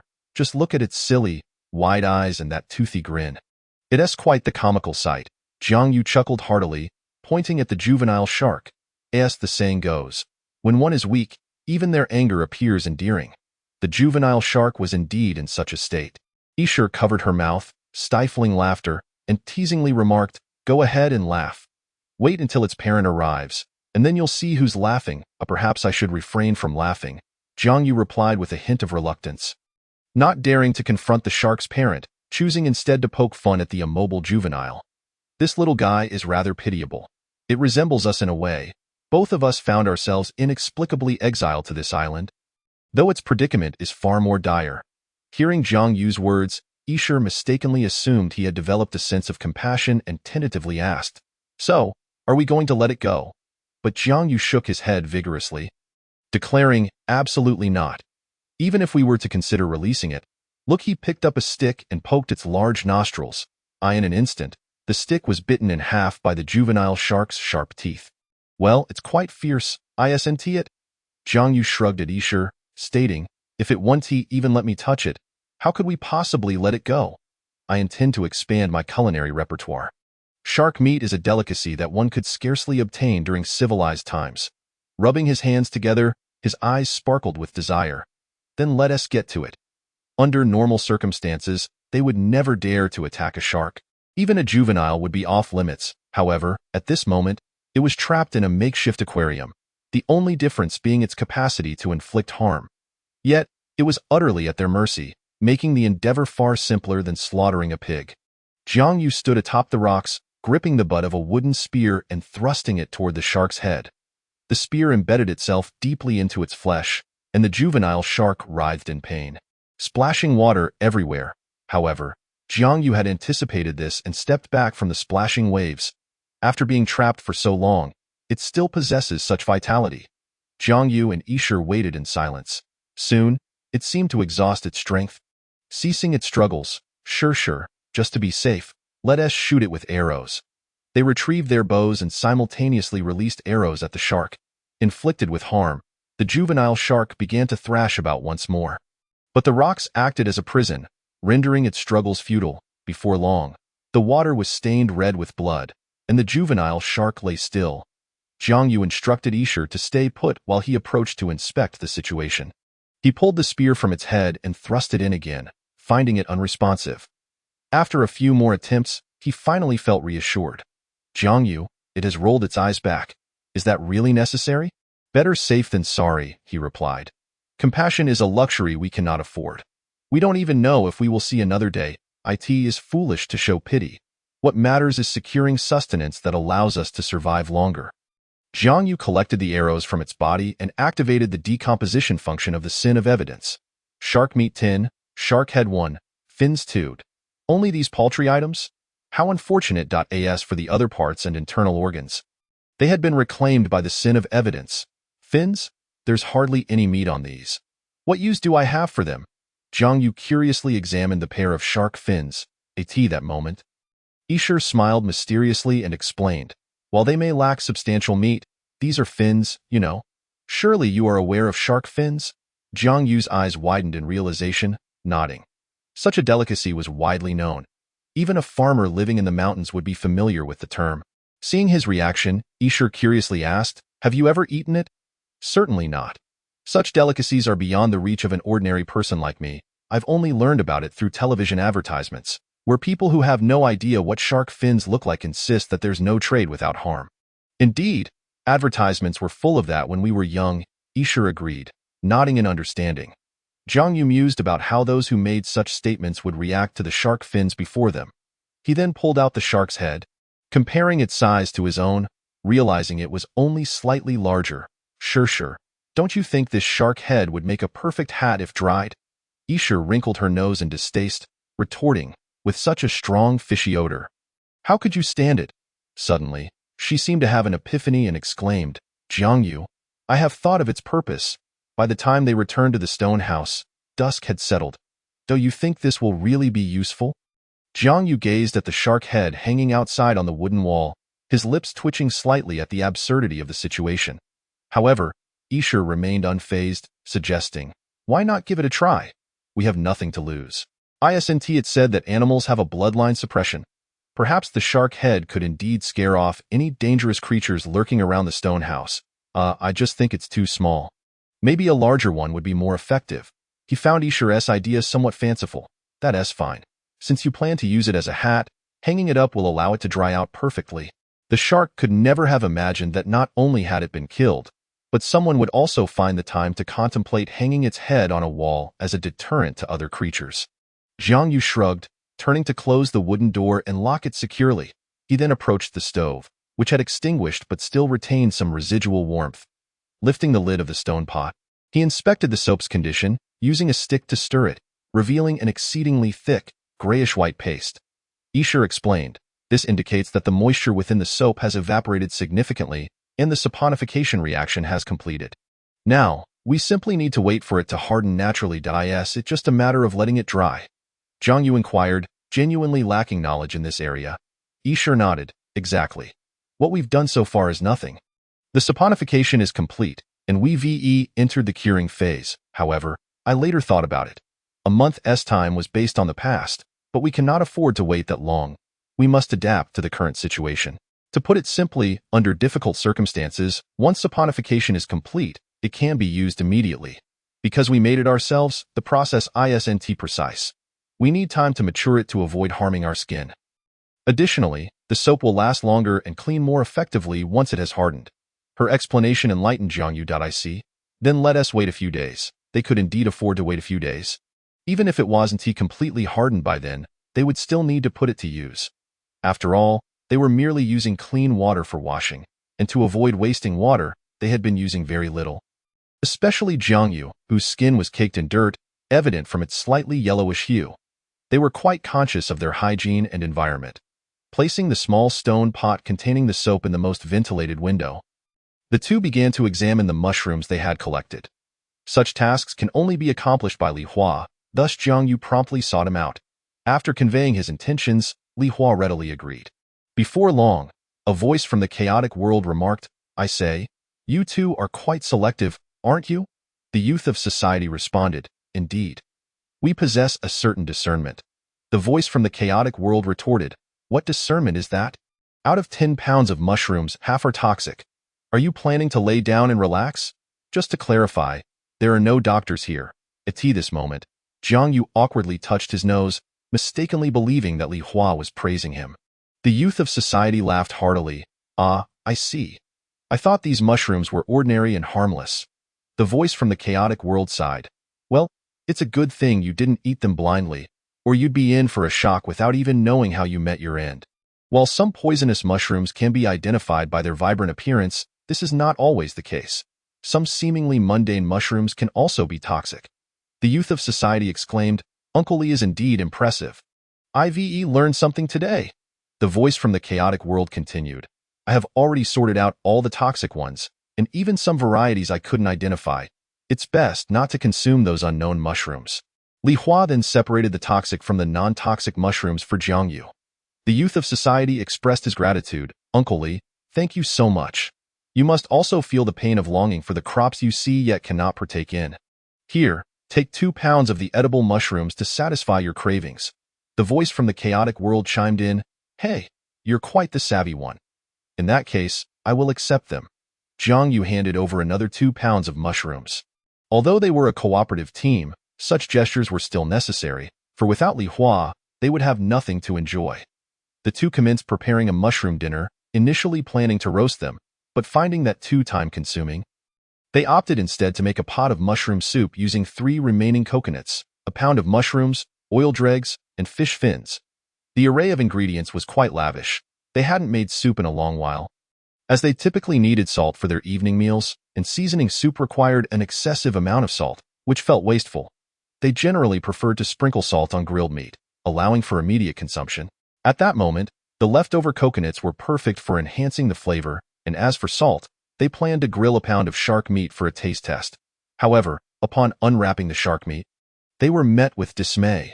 Was shark meat truly this foul-smelling? The odor was reminiscent of something soaked in urine. Jiang Yu pinched his nose, his expression one of distaste. I knew you would say that. So, are you still interested in expanding your recipe repertoire? Yi Shishir teased from the side. Eat. As long as it's meat, I will consume it. However, the shark meat was overwhelmingly odorous, leading them to wash it thoroughly in fresh water, which diminished the stench slightly. Half an hour later, the shark meat was the first to finish grilling. Jiang Yu and Yi Shishir eagerly tasted it.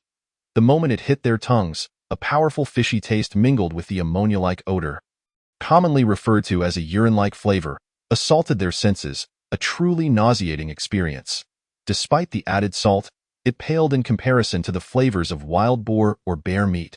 They endured the unpleasant taste, knowing that they had added salt and that discarding it would be wasteful. Yet, Yi Shishir was surprisingly astonished by the texture of the shark meat, which was quite tender and springy, surpassing some commonly consumed fish.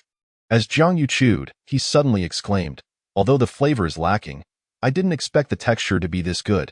It's a strange feeling of wanting to vomit, yet also wanting to eat more. Rumors had previously circulated that shark meat was tough and unpalatable, but it seemed to depend on the species, and since they had killed a juvenile shark, it was likely more tender, Yi Shishir commented. Overall, the shark meat is commendable. Its unappetizing flavor belies its unparalleled texture, though unfortunately, we lack the means to process it. Chapter 80. Information Trade. The shark meat was consumed amidst their agony and astonishment. Another half-hour passed, and the pot of stew began to bubble. It's time. Let's eat. Compared to the shark meat, this stew was the main course. As they savored the mushrooms, both felt an urge to shed tears. The flavor was exceedingly subtle, yet they relished it, for the mushrooms possessed the remarkable quality of being free from any off-putting taste while being deliciously savory, perfect for soup. Here, Shishir, let me feed you. Yi Shishir sweetly opened her mouth. They continued to share bites, creating a beautiful moment amidst the dark and lonely night. All right, now I must try this legendary shark fin to discern its flavor. The meat on the shark fin was scarce, merely a small amount of flesh distributed over the cartilage. Upon tasting it, they encountered a lingering fishy flavor, yet the ammonia taste was nearly absent. Jiang Yu, having consumed so much shark meat, hardly noticed. They were astonished to discover that although the meat was minimal, it was far more tender than the shark meat. Jiang Yu marveled. Now I understand why shark fins are regarded as delicacies. It has not just a superficial reputation. The texture is truly exquisite. Yi Shishir nodded in agreement after tasting it herself.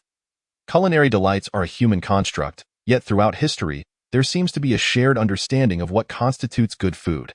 Deliciousness is one aspect. The other is the presentation, requiring a small portion that appears sophisticated. A quintessential example of civilization is Western cuisine. Jiang Yu, out of curiosity, once tried it, and although it looked exquisite, the taste was average. He even thought it inferior to a hearty stew, leading him to believe it was merely for show, until he tasted the shark fin, which, despite lacking treatment, still amazed him with its texture.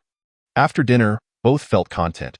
They had developed the ability to swallow even the most unpalatable food, understanding that sustenance was hard-earned in this place, and any waste was unacceptable.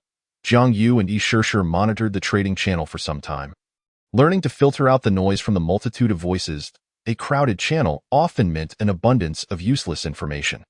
With the introduction of private channels, many had formed their survival teams, gathering individuals and organizing resources for the exchange of useful items.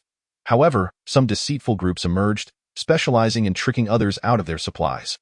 Consequently, many had fallen victim to such scams, with no recourse unless they recognized the team involved. Although channels had unique nicknames, private channels could be renamed, allowing these fraudulent groups to operate under new guises while continuing to deceive others. Jiang Yu pondered aloud. It seems the Fire Alliance has been rather quiet lately. He vividly recalled their underhanded tactics, particularly the slanderous comments directed at Yi Shishir, which infuriated him. Perhaps they've changed their name. They might now be the Water Alliance or even the Earth Alliance. In any case, he harbored no fondness for the Fire Alliance, stemming from his stereotypical impressions of them, their vile rhetoric that stirred up discord, and of course, the insults aimed at Yi Shishir at that moment. Jiang Yu noticed a comment within the channel, but the rapid-fire postings made it difficult to locate. Ashley interjected, "Everyone, listen to me. Do not consume anything unfamiliar. Yesterday, or perhaps it was the day before, I was so hungry that I ate several unrecognized fruits. I barely made it home before I collapsed. When I regained consciousness, it was noon and my head is still spinning. Without a calendar, I can't tell how long I was out, so, no matter how hungry you are, do not hastily try unknown items." Upon seeing his comment, Jiang Yu felt fortunate they hadn't acted rashly. His words resonated with many others who had mistakenly consumed toxic wild fruits or mushrooms but survived. As the toxicity was not severe, he knew that didn't mean no one had perished, for how could the deceased respond?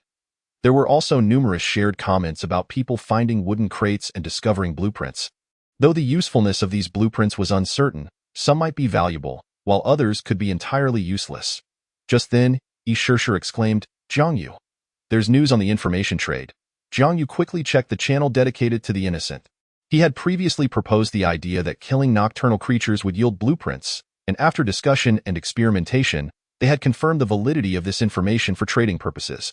They also addressed some of Jiang Yu's concerns, such as if one person traded information, that individual could potentially trade it multiple times to acquire resources, which would only lead to more people knowing.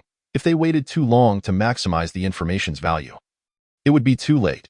Thus, they decided to abandon the idea of waiting and instead trade while most were still unaware.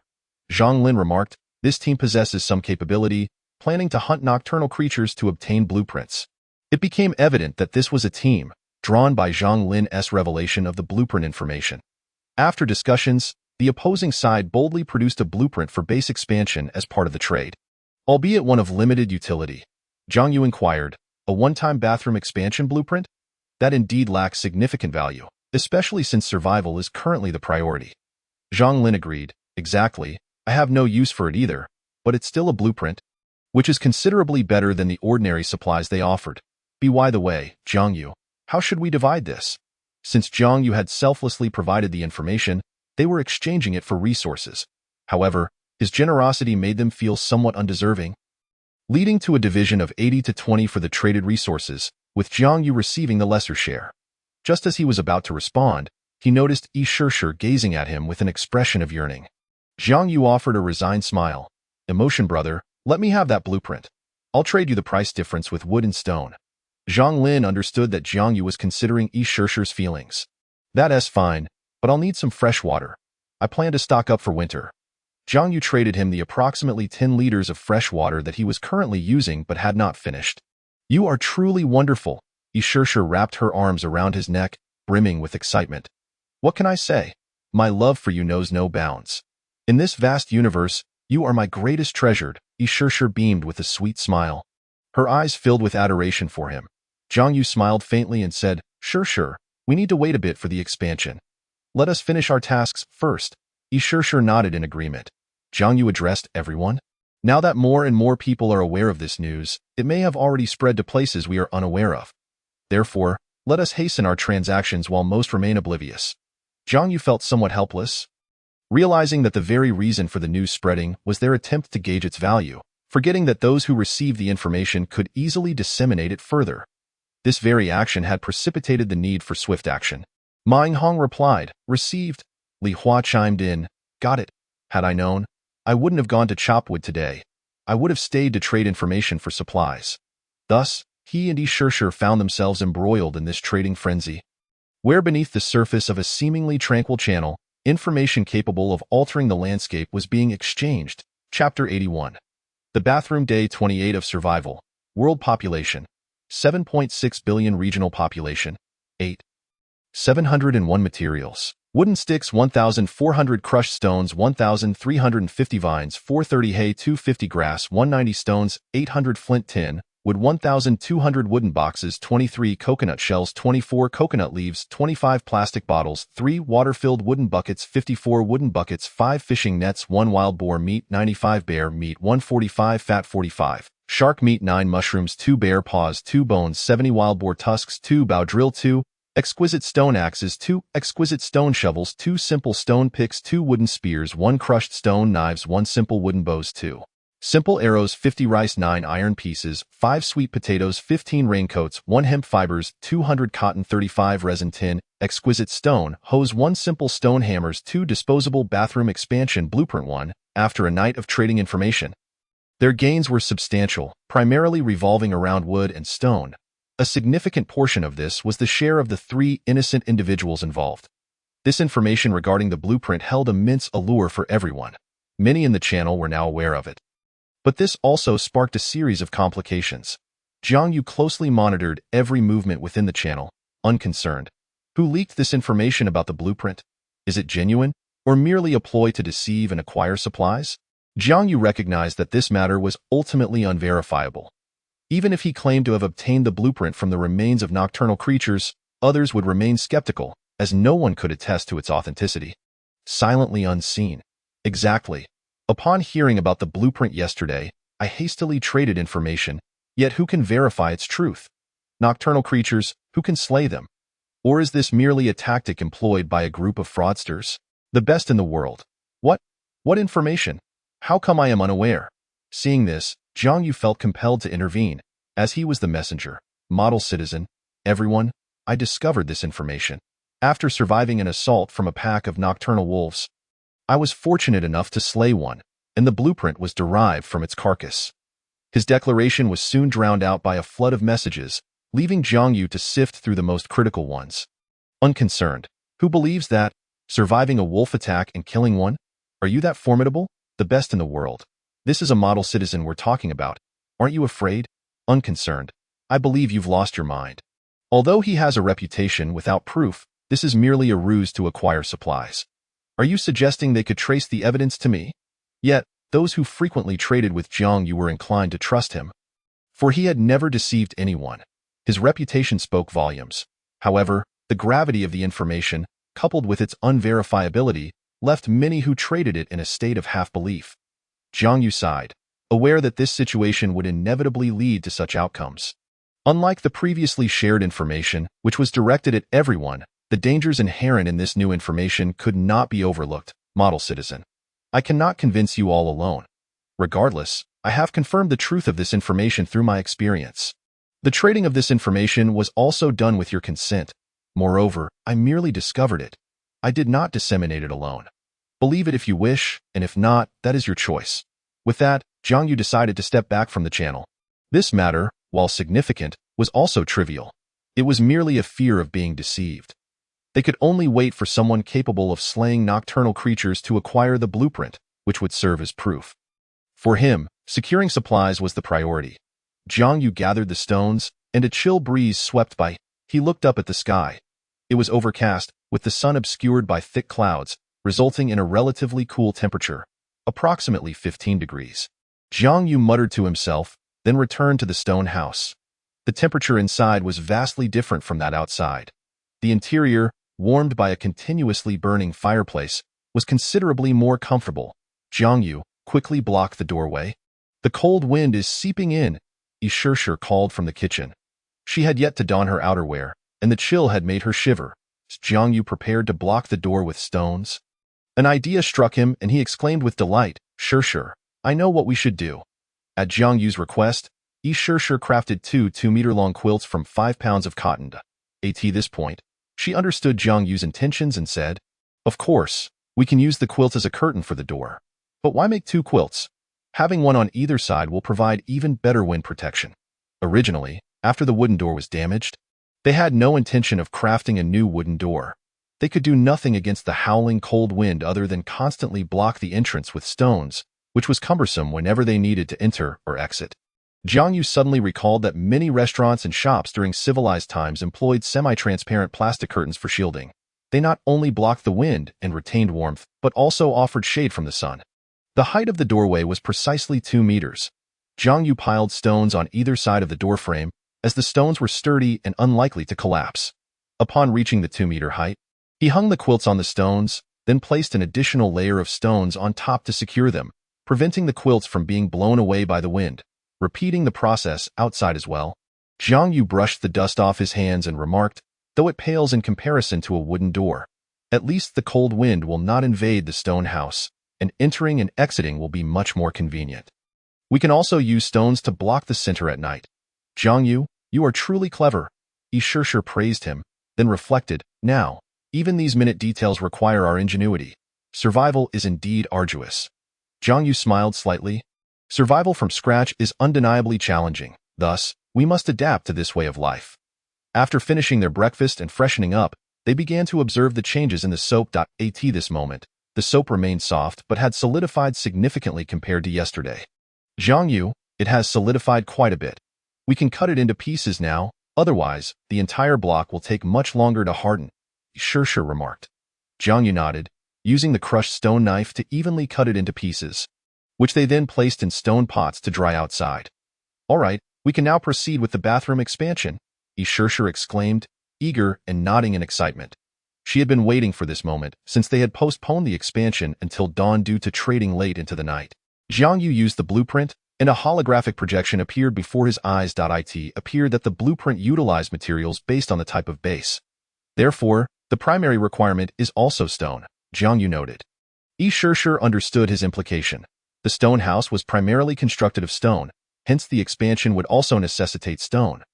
The foundational materials are 200 stones and 5 pieces of wood, which can expand the bathroom to approximately 4 to 5 square meters. Jiang Yu murmured. This expansion blueprint allowed for adjustments to the required size, with materials increasing accordingly. At this moment, Sure said, the basic setup will suffice. It's just a bathroom. After all, it doesn't need to be excessively large. Jiang Yu nodded in agreement and began the construction. The expansion would take half an hour to complete, so they waited in silence. Chapter 82. The use of poisonous mushrooms. Half an hour slipped by in the midst of their morning tasks. The stone house did not undergo a dramatic transformation like the wooden walls. Instead, at some point, a wooden door appeared on the stone wall opposite the wooden bed. From the outside, it appeared as a protrusion from the square stone house. Curious, they pushed the door open, revealing merely a narrow room, empty save for a rudimentary drainage system in the bathroom, which consisted of a simple hole dug into the stone floor for water to flow out. This revelation left Jiang Yu utterly astonished. Where's the toilet? Does a bathroom not include a toilet? In their usual understanding, bathrooms encompass toilets, yet this constructed bathroom lacked any facilities for such. Sure suddenly had an epiphany and exclaimed, I understand now. Generally, the terms toilet and bathroom are used interchangeably. However, building a toilet within the bathroom is quite common, so in the collective consciousness, bathrooms are perceived as toilets. Yet, they are distinct. The blueprint seems to be very meticulous about these expansions. Strictly speaking, a bathroom is solely for bathing, while a toilet is exclusively for that purpose. This revelation made Jiang Yu chuckle in disbelief. He had never encountered a bathroom without a toilet. If we obtain the blueprint for a toilet expansion, wouldn't we then have both a toilet and a bathing area? Why should the bathroom expansion blueprint exclude toilet facilities? Sure shook her head and said, Is it possible that even if there are plans for a restroom expansion, it may only result in the construction of a squat toilet, rather than a full room like a bathroom? Therefore, I suspect there might be another type of restroom expansion plan, as restroom is a generic term that encompasses both toilet and bathing functions. Her words could elucidate the peculiar phenomenon they were experiencing. However, Jiang Yu was left utterly speechless. Yet he had no choice but to accept this premise, as Shirshir's reasoning was quite sound. It was highly plausible that the speculated restroom expansion plan would merely entail the construction of a squat toilet or a commode. I had thought it would include a toilet as well. Never mind, at least we won't have to venture outside for bathing anymore. Shirshir chuckled. All right, stop being speechless. If you continue, I might just have to call you a plumber. Goodness, she's teasing me, Jiang Yu thought. One of Jiang Yu's motivations for acquiring the blueprint was the increasingly cold weather, as they still had to go outside for toilet use and personal hygiene, risking exposure to the chill. It was impossible to perform these activities within the stone house due to its inability to drain, thus highlighting the importance of the bathroom expansion plans. Shirshir gazed at the bathroom and remarked, I never imagined we would unknowingly arrive at this point. If those who struggle for food knew that while they were worrying about their next meal, others were already contemplating base expansions, what would they think? Jiang Yu shook his head. He understood that not everyone was as fortunate as they were to experience such progress. There were still many who toiled daily for their sustenance. However, they were aware that people at different stages consider different matters. Those without homes ponder how to earn money to buy one. Those in the process of purchasing contemplate the most cost-effective options, while homeowners shift their focus to other concerns. Jealousy? Envy? Regardless, compared to others, their advancement was relatively successful.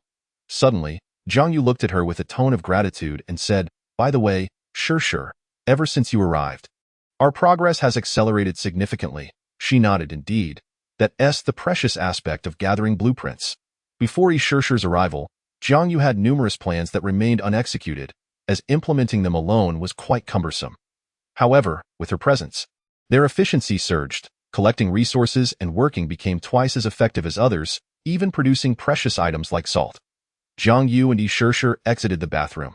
Shortly after, Shirshir approached him with a pot of mushrooms and asked, Jiang Yu, should we discard these poisonous mushrooms? Since Li Hua had sorted out the toxic mushrooms yesterday, they had been left indoors, and Jiang Yu had nearly forgotten about them. Let's throw them away.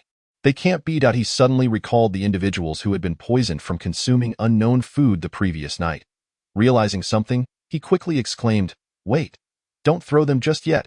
Shirshir looked at him curiously. I think I might know the use for these poisonous mushrooms. He then contacted Li Hua. Chaotic world. Are you asking me how toxic these poisonous mushrooms are? Good young man of society. Uncle Li? Do you know? Chaotic world. Wait a minute. You're not thinking of using poisonous mushrooms to kill nocturnal creatures, are you? Good young man of society. As expected of Uncle Li, nothing escapes your notice. Chaotic world. You're clever, but unfortunately, the toxicity of these mushrooms you collected is not very strong.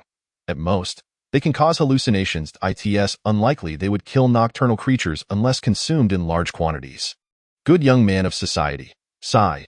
Is there no deadly toxin among them? Chaotic world. Don't think too optimistically. There are about 14,000 known mushroom species, many of which are toxic, but very few are lethal. Moreover, I'm not even familiar with some of the mushroom types you've gathered. Here's what I'll do.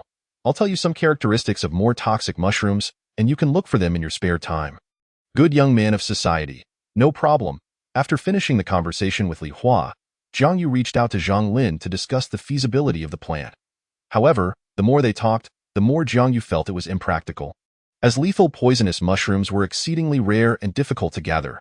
Moreover, considering the traits of nocturnal creatures, they likely showed no interest in mushrooms.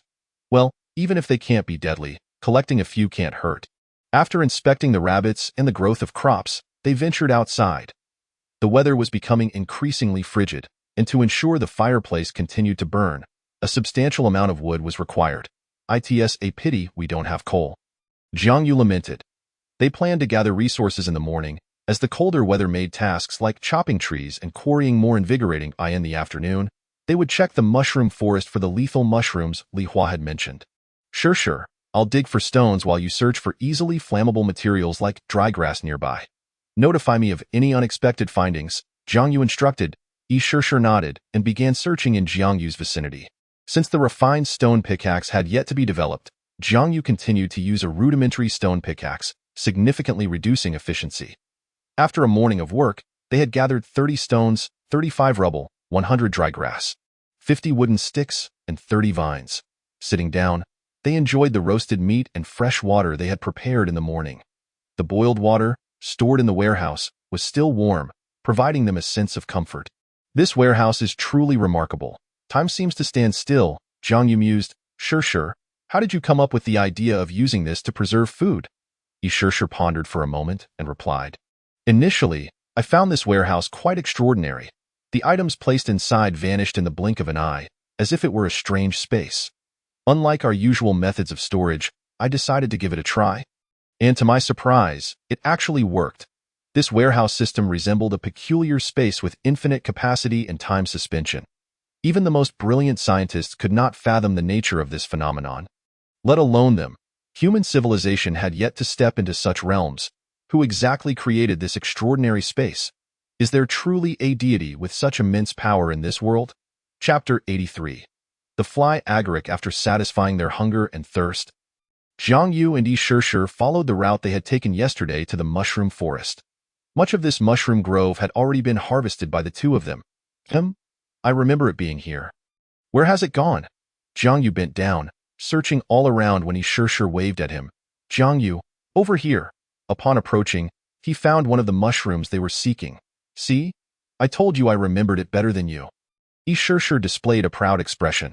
All right, you're impressive, Jiang Yu replied as he crouched down. The mushroom they found was indeed the one they had seen the previous day, with a white stem and a striking red cap adorned with numerous white spots. This was one of the poisonous mushrooms Li Hua had mentioned, the fly agaric. Although it was not directly lethal, it could cause severe poisoning, possessing greater toxicity than ordinary poisonous mushrooms. Yi Shishir, observing his actions, quickly cautioned, Jiang Yu, it's best not to touch it directly. We don't know if the surface is toxic. Jiang Yu nodded and carefully wrapped it in prepared rabbit skin before placing it into the warehouse. They soon discovered another fly agaric nearby, but after that, they found no more. Jiang Yu clicked his tongue. No wonder Uncle Li said that these mushrooms with a bit more toxicity are so rare, let alone lethal ones. Thus, they ventured deeper into the forest. Jiang Yu, I've noticed that most of the mushrooms Uncle Li mentioned as potentially lethal are white. Furthermore, the names of these mushrooms sounded increasingly extravagant, such as the brown-scaled ring-stemmed mushroom, the subrare gild mushroom, the autumnal cap mushroom, and the destroying angel fungus. Names Jiang Yu had never even heard of, he remarked in jest. Reading all these names Li Hua sent over gave me a headache.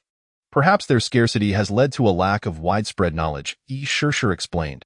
However, in Li Hua's descriptions, most of the mushrooms were predominantly white, which made Jiang Yu grateful once again for Li Hua's help in identification. He began to appreciate the value of Li Hua's elite status in the Agricultural Institute, which provided him with a natural advantage in foraging and cultivation, given his extensive knowledge and invaluable experience.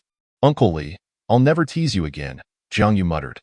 After searching the vicinity for an hour without any success, he sighed, well, it's probably too difficult to find.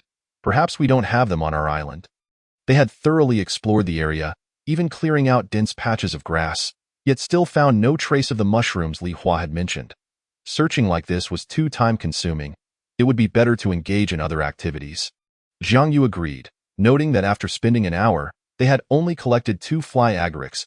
He surveyed the surroundings and suggested, since we're here, why not venture further east on the island? Yi Shishir nodded in agreement. Thus, they joined hands and began their exploration. With Jiang Yu leading the way as they progressed, they encountered numerous rocks strewn about haphazardly. Jiang Yu observed that the eastern part of the island was relatively low-lying, resembling a basin where rainwater collected after downpours, forming several puddles. The dense vegetation also prevented sunlight from penetrating, making the eastern region quite damp. Before them lay a sizable puddle, where Jiang Yu crouched down to scoop up some water with his hand. This water, mingled with mud and various debris, appeared a murky dark yellow, quite turbid. To his dismay, Jiang Yu noticed numerous worm-like creatures wriggling in the water, reminiscent of strands of hair, which made him feel quite nauseous. Yi Shishir remarked, what a pity it is stagnant water. Otherwise, this could have been a natural water reservoir. Jiang Yu stepped onto the rocks to cross the puddle, with Yi Shishir following closely in his footsteps. As they walked, Jiang Yu engaged in light conversation, seemingly recalling an amusing anecdote, and chuckled. I've been afraid of certain soft-bodied creatures since childhood.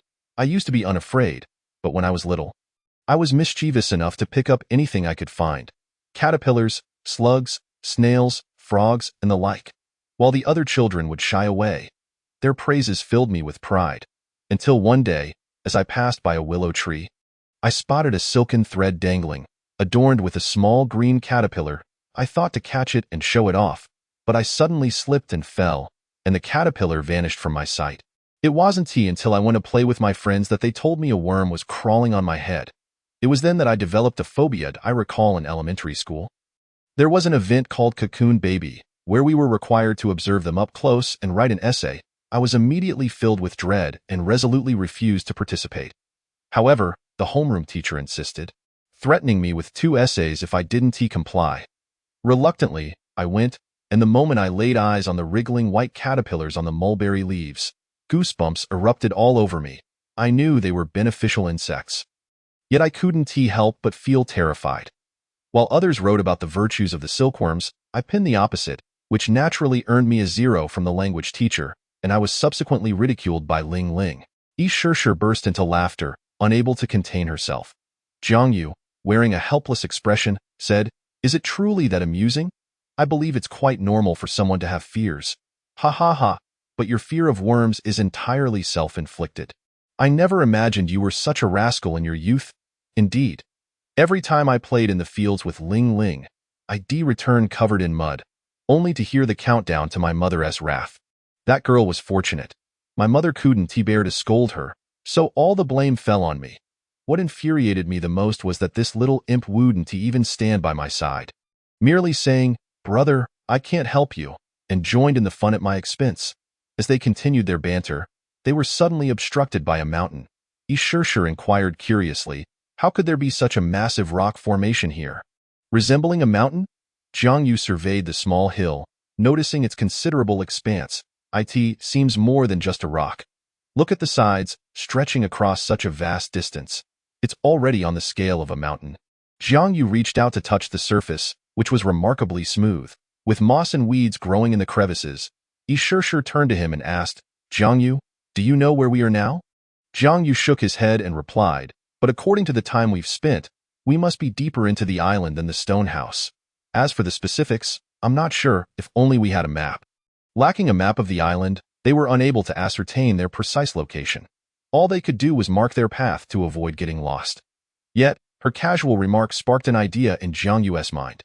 "Why not draw a map ourselves?" he exclaimed, filled with excitement. "Draw one? Exactly. While we cannot ensure precision, we can still distinguish our locations reasonably well." He then picked up a stick and began sketching on the ground. He first marked the 4 cardinal directions, then connected the east to west and north to south with crosses, and in the center, he drew a somewhat irregular circle, surrounding it with wavy lines, which Yi Shishir understood to represent the ocean. Jiang Yu pointed at the circle, saying, "This is the island. Beyond it lies the ocean." We confirmed the stone house's location to be south of the island based on the sun's rise and set. Likely right here, he drew a circle near the southern edge, close to the beach, representing the stone house, and continued, "Since we haven't strayed much from our path, we can assume we've walked in a straight line." He drew a straight line from the eastern part of the circle representing the stone house, then sketched another circle around the island's perimeter. Here is likely the mushroom forest, and if we walk for about half an hour more, we should reach this point. Jiang Yu placed a circle on the line pointing due east. However, Yi Shishir took the stick and marked an X on his circle, stating, "No, this island is quite large. Walking in a straight line for half an hour wouldn't bring us to the exact east." She then added a diagonal line to the crosses, indicating the southeast direction. Moving the stick back, she drew a circle slightly above the southeast diagonal line. "It should be here." Jiang Yu nodded, agreeing with her addition. Considering the island's size and their walking speed, half an hour wouldn't cover much distance. We should still be heading southeast, gradually approaching the east, but this rock is blocking our path, much like the junction between the southeast and east directions. Jiang Yu sketched an oval to represent the mountain. Although this method of sketching a map lacked precision and had many flaws, such as island size, walking speed, and exact time, it was far from a true map. However, they didn't require perfection, just a rough estimate would suffice. This method of recording and conceptualizing was significantly more convenient than relying solely on memory, allowing for a more intuitive representation. Yi Shishir crouched beside him, rubbing her somewhat chilly thighs, and then pointed at the oval, saying, "The massive stone stretches quite far." If we wish to venture further, we'll have to find a detour. The mountain, while not towering, spanned a considerable distance. Resembling a city wall, yet stood only about 20 meters high. Jiang Yu nodded. Let us take a detour. The mountain was exceedingly smooth, without any footholds, making it impossible to climb. They had made little progress on their journey, wasting much time, but they understood that choosing to explore came with the risk of not finding anything and the potential for unforeseen dangers. After walking around the mountain for 5 minutes, Yi Shishir suddenly pointed ahead in astonishment, exclaiming, Jiang Yu, there's a crack in that stone wall. Jiang Yu, equally surprised, replied, let us go take a look. Upon reaching the site, they discovered that the lower half of the mountain seemed to have split apart, revealing a fissure at least 2 meters high, while above that, the rock remained intact. The sides of the crack weren't particularly wide, just enough for a person to pass through.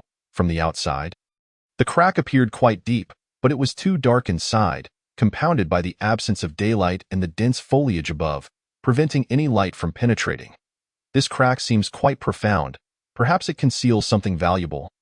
Much like a bear's den, Jiang Yu remarked, intrigued by the fissure. Yi Shishir, gazing at the dark crevice, felt a mix of curiosity and trepidation. Eyes so dark inside. There could be dangers lurking. Perhaps we should reconsider. But Jiang Yu countered, Shishir, don't forget we can make torches. With some light, we have less to fear. Moreover, the crack is too narrow for any wild beast to reside within. Hearing his words, Yi Shishir felt somewhat swayed. She understood that to acquire the wooden box, they needed to explore relentlessly.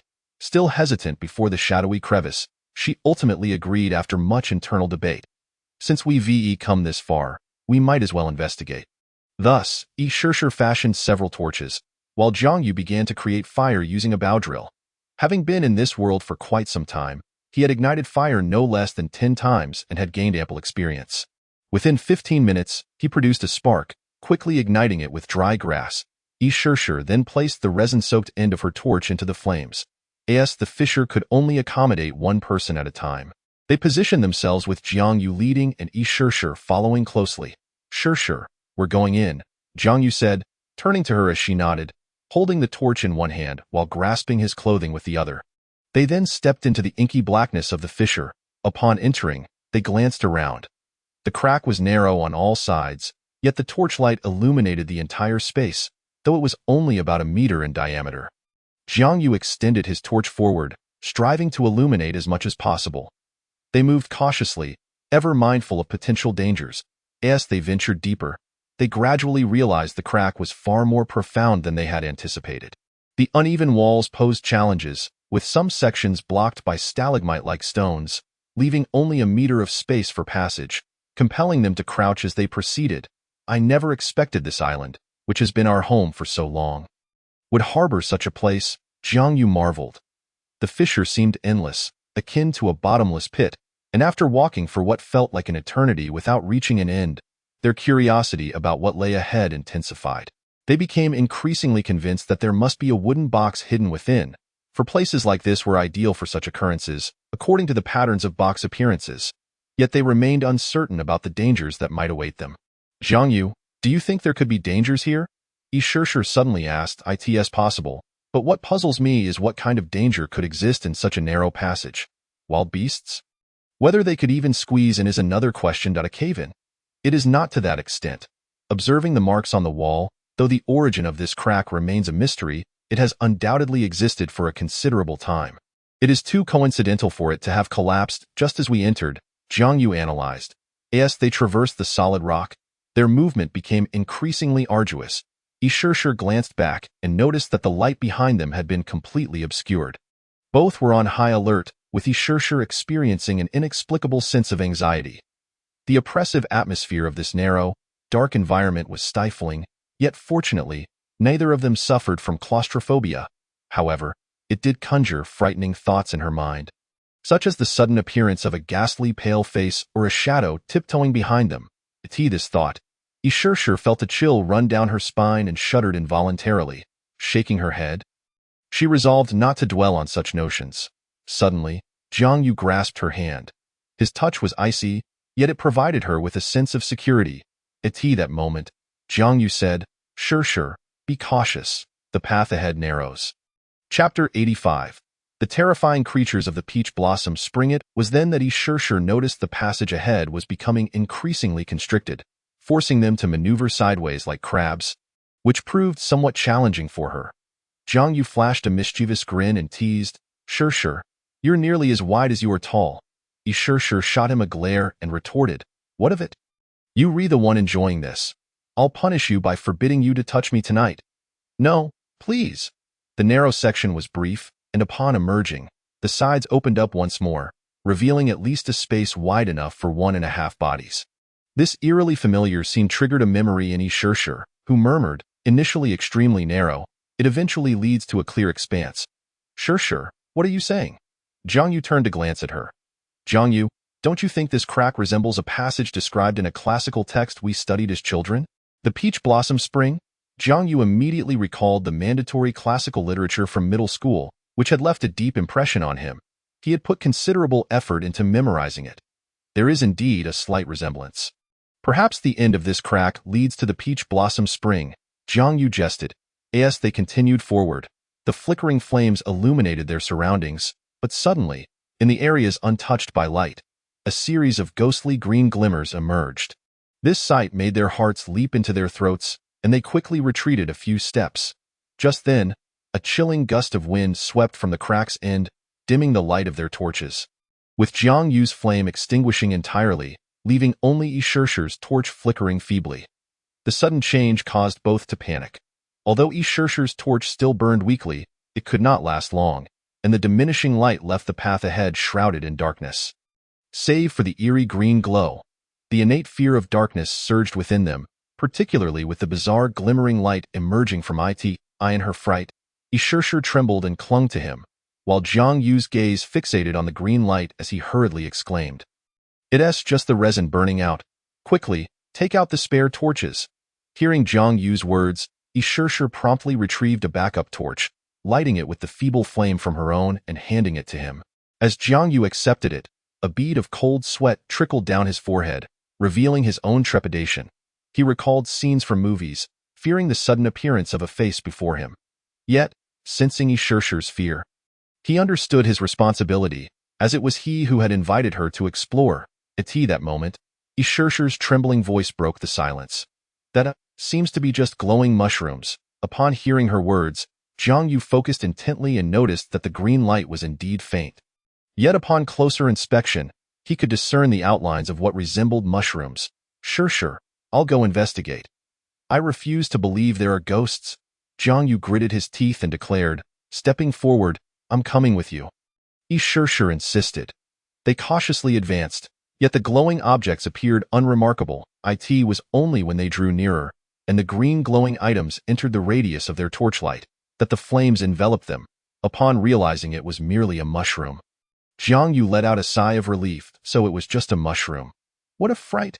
Ishirshir relaxed as well, stating, "But that wind arrived just in time. My mind was filled with images of sudden faces appearing." "Watching too many horror films can be detrimental," Jiang Yu remarked with a chuckle, and they exchanged glances, sharing a quiet laugh. They had been scaring themselves all along. Glowing mushrooms? How could such fungi exist here?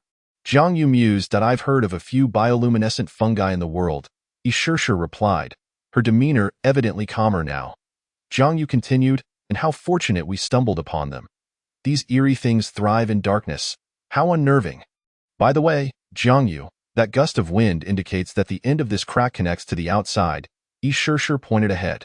"Exactly," Jiang Yu acknowledged, aware that if this were a one-way passage, it would be impossible for wind to blow from that direction. Thus, it suggested only one possibility. The end of this path leads somewhere.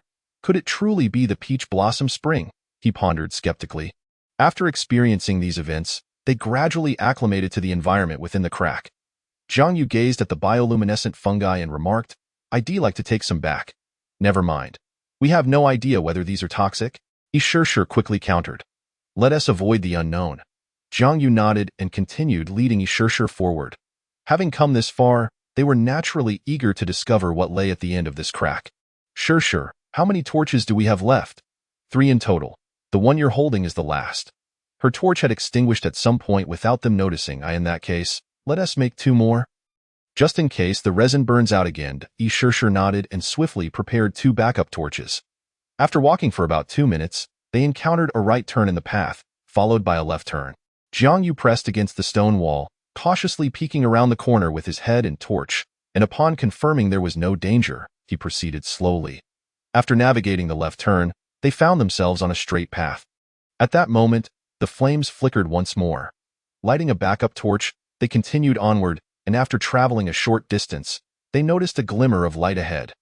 Jiang Yu, puzzled, remarked, "Have I been in here so long that I'm seeing things? Is that truly light?" Just then, Yi Shishir exclaimed, "You're not mistaken. It is indeed light. We're about to emerge. Moreover, look, there is a wooden chest at the end." Upon hearing this, Jiang Yu felt a surge of excitement and quickly said, "Let us go. We must discover what this mysterious place holds." However, just as they prepared to advance, an unexpected rustling sound echoed through the cave, resembling something crawling, and the frequency of the sound was alarmingly high. This commotion jolted their previously relaxed hearts back into a state of alertness. "What is that?" Jiang Yu shouted, his voice reverberating throughout the cave. If the glowing mushrooms had merely been a product of their own imagination, this noise was undeniably real. Yi Shishir pointed to the ceiling ahead and shouted, "The sound is coming from there."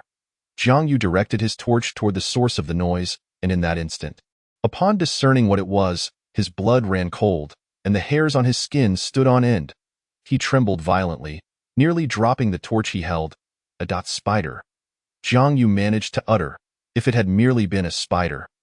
He might not have been so terrified, but what lay before him was an enormous spider unlike any he had ever seen. Jiang Yu found himself locked in a gaze with its 8 massive, pitch-black eyes. Chapter 86.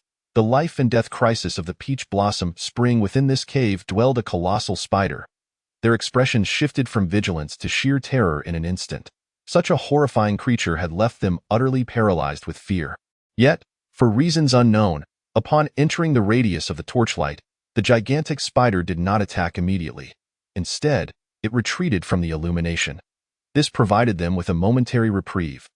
Jiang Yu, seizing Yi Shishir's hand, shouted, "Run!" Without a hint of hesitation, they abandoned any thoughts of confrontation, their hearts brimming with dread. However, as they fled, the gigantic spider pursued them relentlessly, its 8 enormous legs scuttling along the stone walls, sounding like a death knell. The mere thought of being bitten by such a creature was unfathomable. As they ran for their lives, they approached a narrow passage, requiring them to squeeze through sideways, which would drastically reduce their speed. Jiang Yu felt a surge of urgency.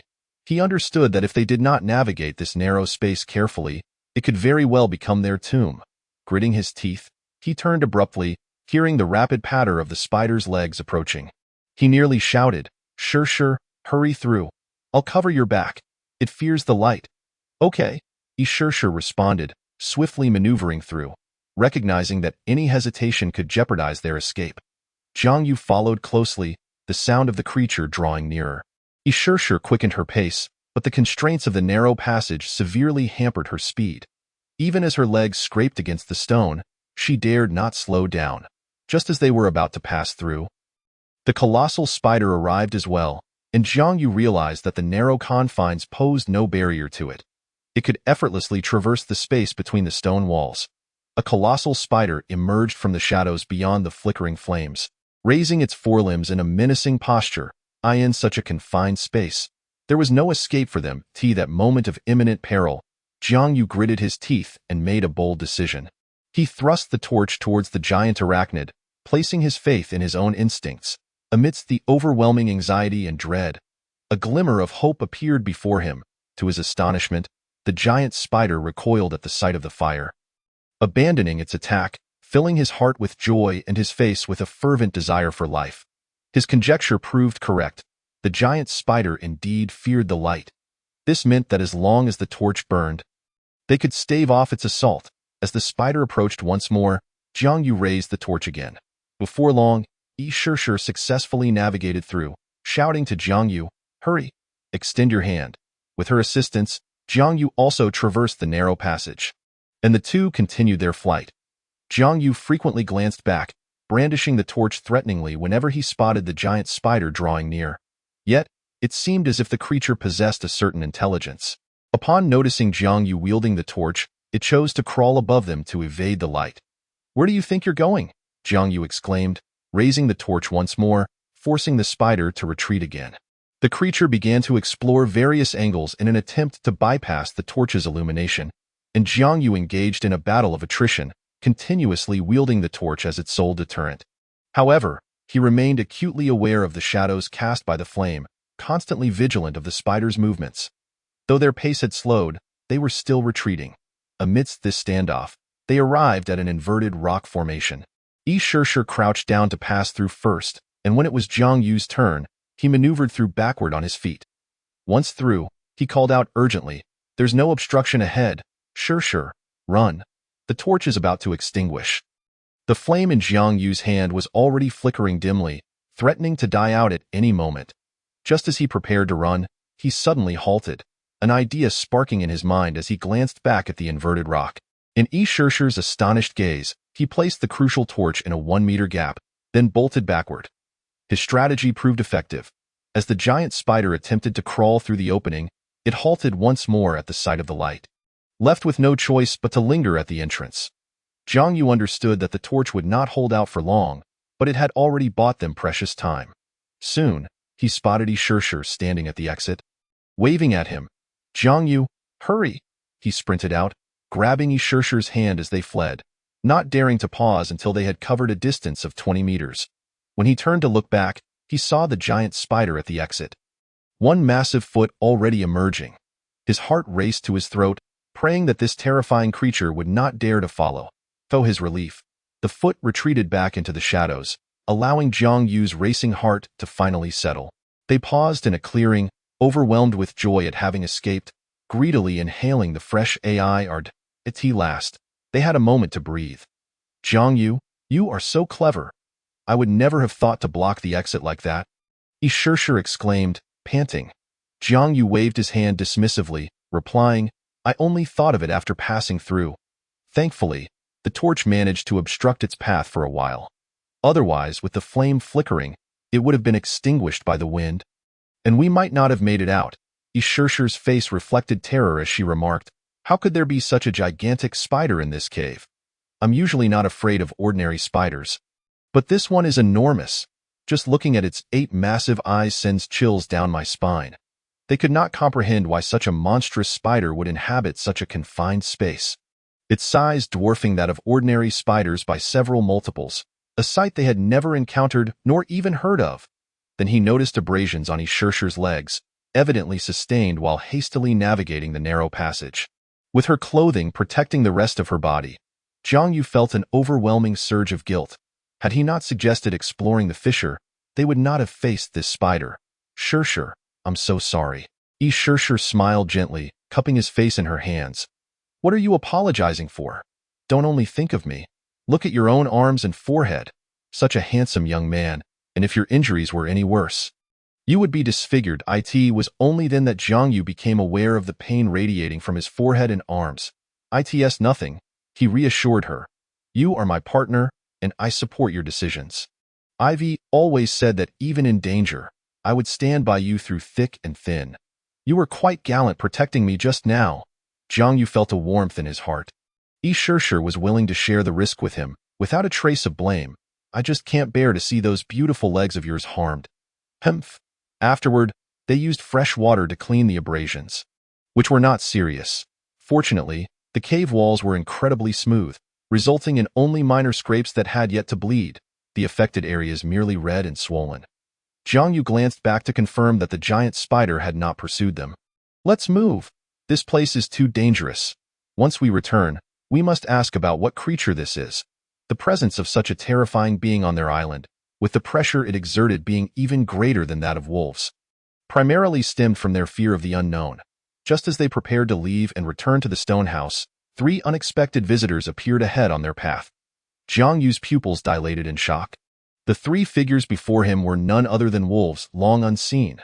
The one in the center was particularly familiar, the one-eyed wolf from which he had taken an eye. This time, they seemed to have truly fallen into a dire predicament. Chapter 87. The peach blossoms spring before wolves. There are tigers. Damn it. Just when we narrowly escaped, we encounter wolves. Sure. Step back. Jiang Yu shielded her behind him, retreating further. How did they come here? How did they know our location? These two questions echoed incessantly in Jiang Yu's mind, until he sure provided the answer. Their sense of smell. Wolves have a sense of smell dozens of times more acute than ours. They tracked us by scent. What a coincidence. Why did they have to appear now? Jiang Yu cursed under his breath, quickly scanning the surroundings, contemplating climbing a tree to engage the three wolves in a prolonged battle with his bow and arrows. However, he suddenly realized that the trees were on the other side. They had fled to an open area to escape the giant spider, and there were no trees where they stood. Run? The path ahead had been occupied by the wolves, leaving only the winding forest on either side as their means of escape. Seizing the moment before the three wolves detected them, Jiang Yu hurriedly led Yi away. Yet, just then, the lead one-eyed wolf, previously sniffing the ground, suddenly lifted its head, having caught a whiff of their scent, and spotted the fleeing pair. It emitted a short howl, calling to the others, who also raised their heads, fixating their gaze on the two. As Jiang Yu glanced back, he saw the three wolves swiftly flanking their escape route. Their path had once again been blocked. He had underestimated the wolves. In comparison to the three, they could not match their speed. And the wolves' keen sense of smell allowed them to locate their position effortlessly. In every aspect, they fell short of the wolves. The three wolves formed a V formation, effectively cornering them from the front and sides. Should they foolishly attempt to flee, they would be met with the wolves' ravenous jaws. Jiang Yu shielded Yi, his eyes locked onto the three wolves, their forms inching closer while the wolves pressed in relentlessly. One thing became clear. They appeared to be far less frenzied than during the night. Now they seemed to have regained their wits.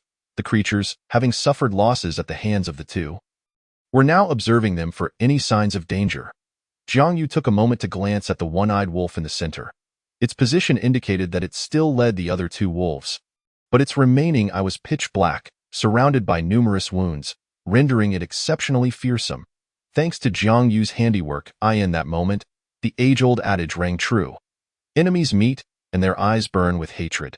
The wolf bared its teeth, displaying its sharp fangs, as if seeking revenge for its lost at this moment. Jiang Yu also noted that the three wolves differed from the ordinary wolves he had imagined. But in this dire situation, he could not afford to ponder such details.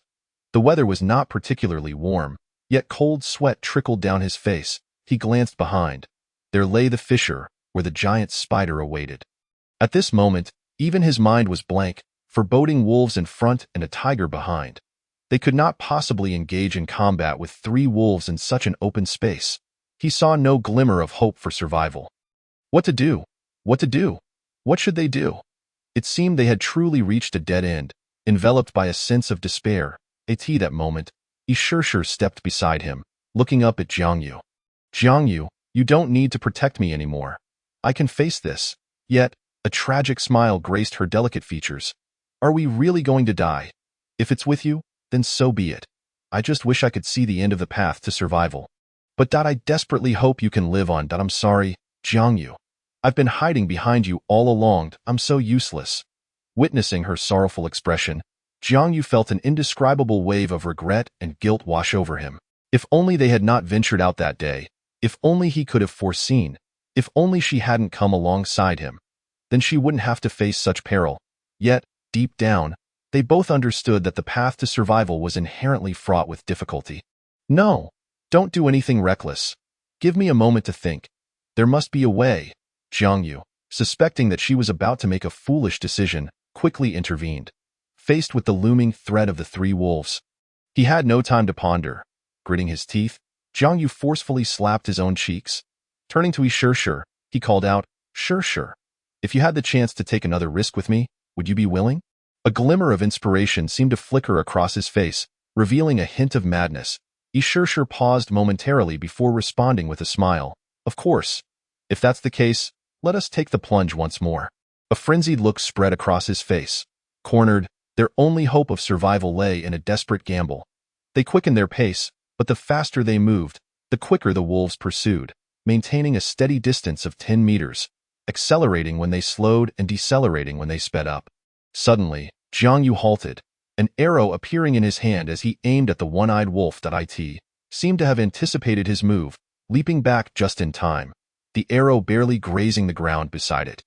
It was as if the creature understood that the two possessed the means to inflict harm from afar, thus keeping a cautious distance. Sure, throw the mushrooms. At Jiang Yu's command, Sure acted without hesitation. Hurling a flurry of poisonous mushrooms, including 2 deadly fly agarics. The wolves mistook this for an attack and instinctively recoiled. However, one unfamiliar wolf lowered its head, sniffing the mushrooms with apparent interest, just as it opened its mouth. The one-eyed wolf's furious roar interrupted it, causing it to retreat in alarm. Jiang Yu dismissed the notion that the wolves would be foolish enough to consume the offerings of their prey. Considering 2 living meals were right before them, they would never opt for vegetarian fare. The mushrooms were merely a temporary distraction. If they were consumed, it would be even better. Let us go. With precious moments gained, Jiang Yu wasted no time, pulling her swiftly backward towards the crevice where the giant spider resided. Upon noticing their retreat, the 3 wolves quickly resumed their pursuit, encircling them once more. This time, the one-eyed wolf seemed to have lost its patience and grew increasingly aggressive. Yet for some inexplicable reason, it suddenly halted. The 3 wolves crouched slightly, baring their teeth and displaying their menacing expressions, their hostility directed not solely at Jiang Yu and Sure, but at something behind them. As it turned out, they had reached the crevice during the encirclement, and a series of scraping sounds emanated from behind them. Sure, don't look back, I'll take a glance. Jiang Yu cautioned, aware that turning to flee in the presence of a beast could be misconstrued as fear, prompting a swift attack. Though uncertain of the truth, it was best for one of them to remain facing forward. Turning his gaze, Jiang Yu discovered a massive spider in the shadows of the crevice. Raising its nearly 1-meter-long legs in a frenzied manner, a tactic intended to intimidate foes. Jiang Yu's strategy was simple, despite finding themselves in a perilous predicament with wolves ahead and a tiger behind. Wolves and tigers were natural enemies and would not harmoniously focus on attacking them in the middle. Should they kill them, they would have to contend with a third party. They would never anticipate the giant spider's acute fear of light. Observing the formidable arachnid, he could clearly see its gaping maw filled with countless sharp fangs, 8 eyes glaring at them and the 3 wolves. He swallowed hard. Engulfed in overwhelming fear, he was betting that the giant spider would not emerge to attack them due to its fear of light. Chapter 88. Tales of the Peach Blossom Spring. A close call, though the giant spider was imbued with terror from the unknown. Their chances of survival were slim under the encirclement of the 3 wolves. If facing the wolves left them with no survival rate whatsoever, confronting a giant spider still offered at least a 40 chance, owing to its critical weakness, a fear of light. Thus, Jiang Yu preferred to face the giant spider rather than the wolves. Sandwiched between danger, they dared not make a hasty move. With the 3 ferocious wolves in front and the poised giant spider behind, it was undeniably a deadlock. They remained unaware of the giant spider's mindset towards the wolves. If it were to flee in fear, it would be a cause for celebration, sparing them the risk. However, if merely intimidated, the wolves would surely take action. Conveniently, before entering the cave, they had ignited a fire at the entrance. Although the open flames had long since extinguished, the lingering embers would not die out quickly. Jiang Yu was determined to rekindle the flames. In an instant, the 3 wolves, the giant spider, and the 2 individuals were locked in a standoff, each seemingly reluctant to make the first move. The wolves were evidently not concerned about Jiang Yu and Sure, but rather the giant spider lurking behind them. Clearly, they had never encountered such a colossal arachnid. Wolves possess intelligence, and though not as astute as humans, they could discern that a single leg of the spider was nearly the length of their own bodies. It was evident they were afraid. The 3 entities maintained a fragile equilibrium, but it was only a matter of time. Sure, shoot at them with your bow. Any method will do. Just buy us some time. Understanding his words, Sure released her inhibitions, her fear dissipating slightly. After all, they were on the brink of death, and she had no more fear to spare. They could no longer concern themselves with the giant spider. Their only aim was to delay the wolves' realization. The poisonous mushrooms were thrown at the wolves as though they were free of cost, while she shielded Jiang Yu, arrows flying in rapid succession. They no longer cared whether the wolves would become enraged. They had reached the end of their rope and could only gamble, hoping the wolves would fear the giant spider behind them. Evidently, their gamble proved successful. Faced with her provocation, The wolves were at a loss, dodging while glaring fiercely at the giant spider behind them, as if blaming it for not attacking. Simultaneously, Jiang Yu began to kindle the fire, the pressure weighing heavily upon him. Igniting flames mere steps away from a terrifying creature was an immense strain. His hands trembled as he clutched the dry grass. The standoff did not endure for long. The fear of the giant spider was eclipsed by the thirst for vengeance, as the one-eyed wolf revealed its terrifying gaze. Fixating on them with a deadly intent, then roared at the two wolves as if issuing a command, prompting them to inch closer. "Jiang Yu, they're coming closer. Is the fire lit?" Yi Shishir shouted, shooting arrows at the advancing wolves once more. "Yes, yes," Jiang Yu exclaimed as flames ignited before him, illuminating the cave entrance. The giant spider recoiled several steps, and drenched in sweat, Jiang Yu stole a glance at it. Though he could not fathom why it feared the light so, he recognized that it was a pivotal moment for their survival. He promptly retrieved the last remaining torch and ignited it, pulling Yi Shishir in front of him. Just as she attempted to turn, Jiang Yu pressed her head down, their posture resembling an embrace as he whispered, "Don't look back when I say run. You run without hesitation. Keep your head down. Are you ready?" Yi Shishir nodded, and out of her sight, Jiang Yu exchanged a glance with the giant spider, a hint of madness flickering across his face. Just as the wolves were about to engage, Jiang Yu suddenly shouted, "Run!" They dashed straight into the crevice, ultimately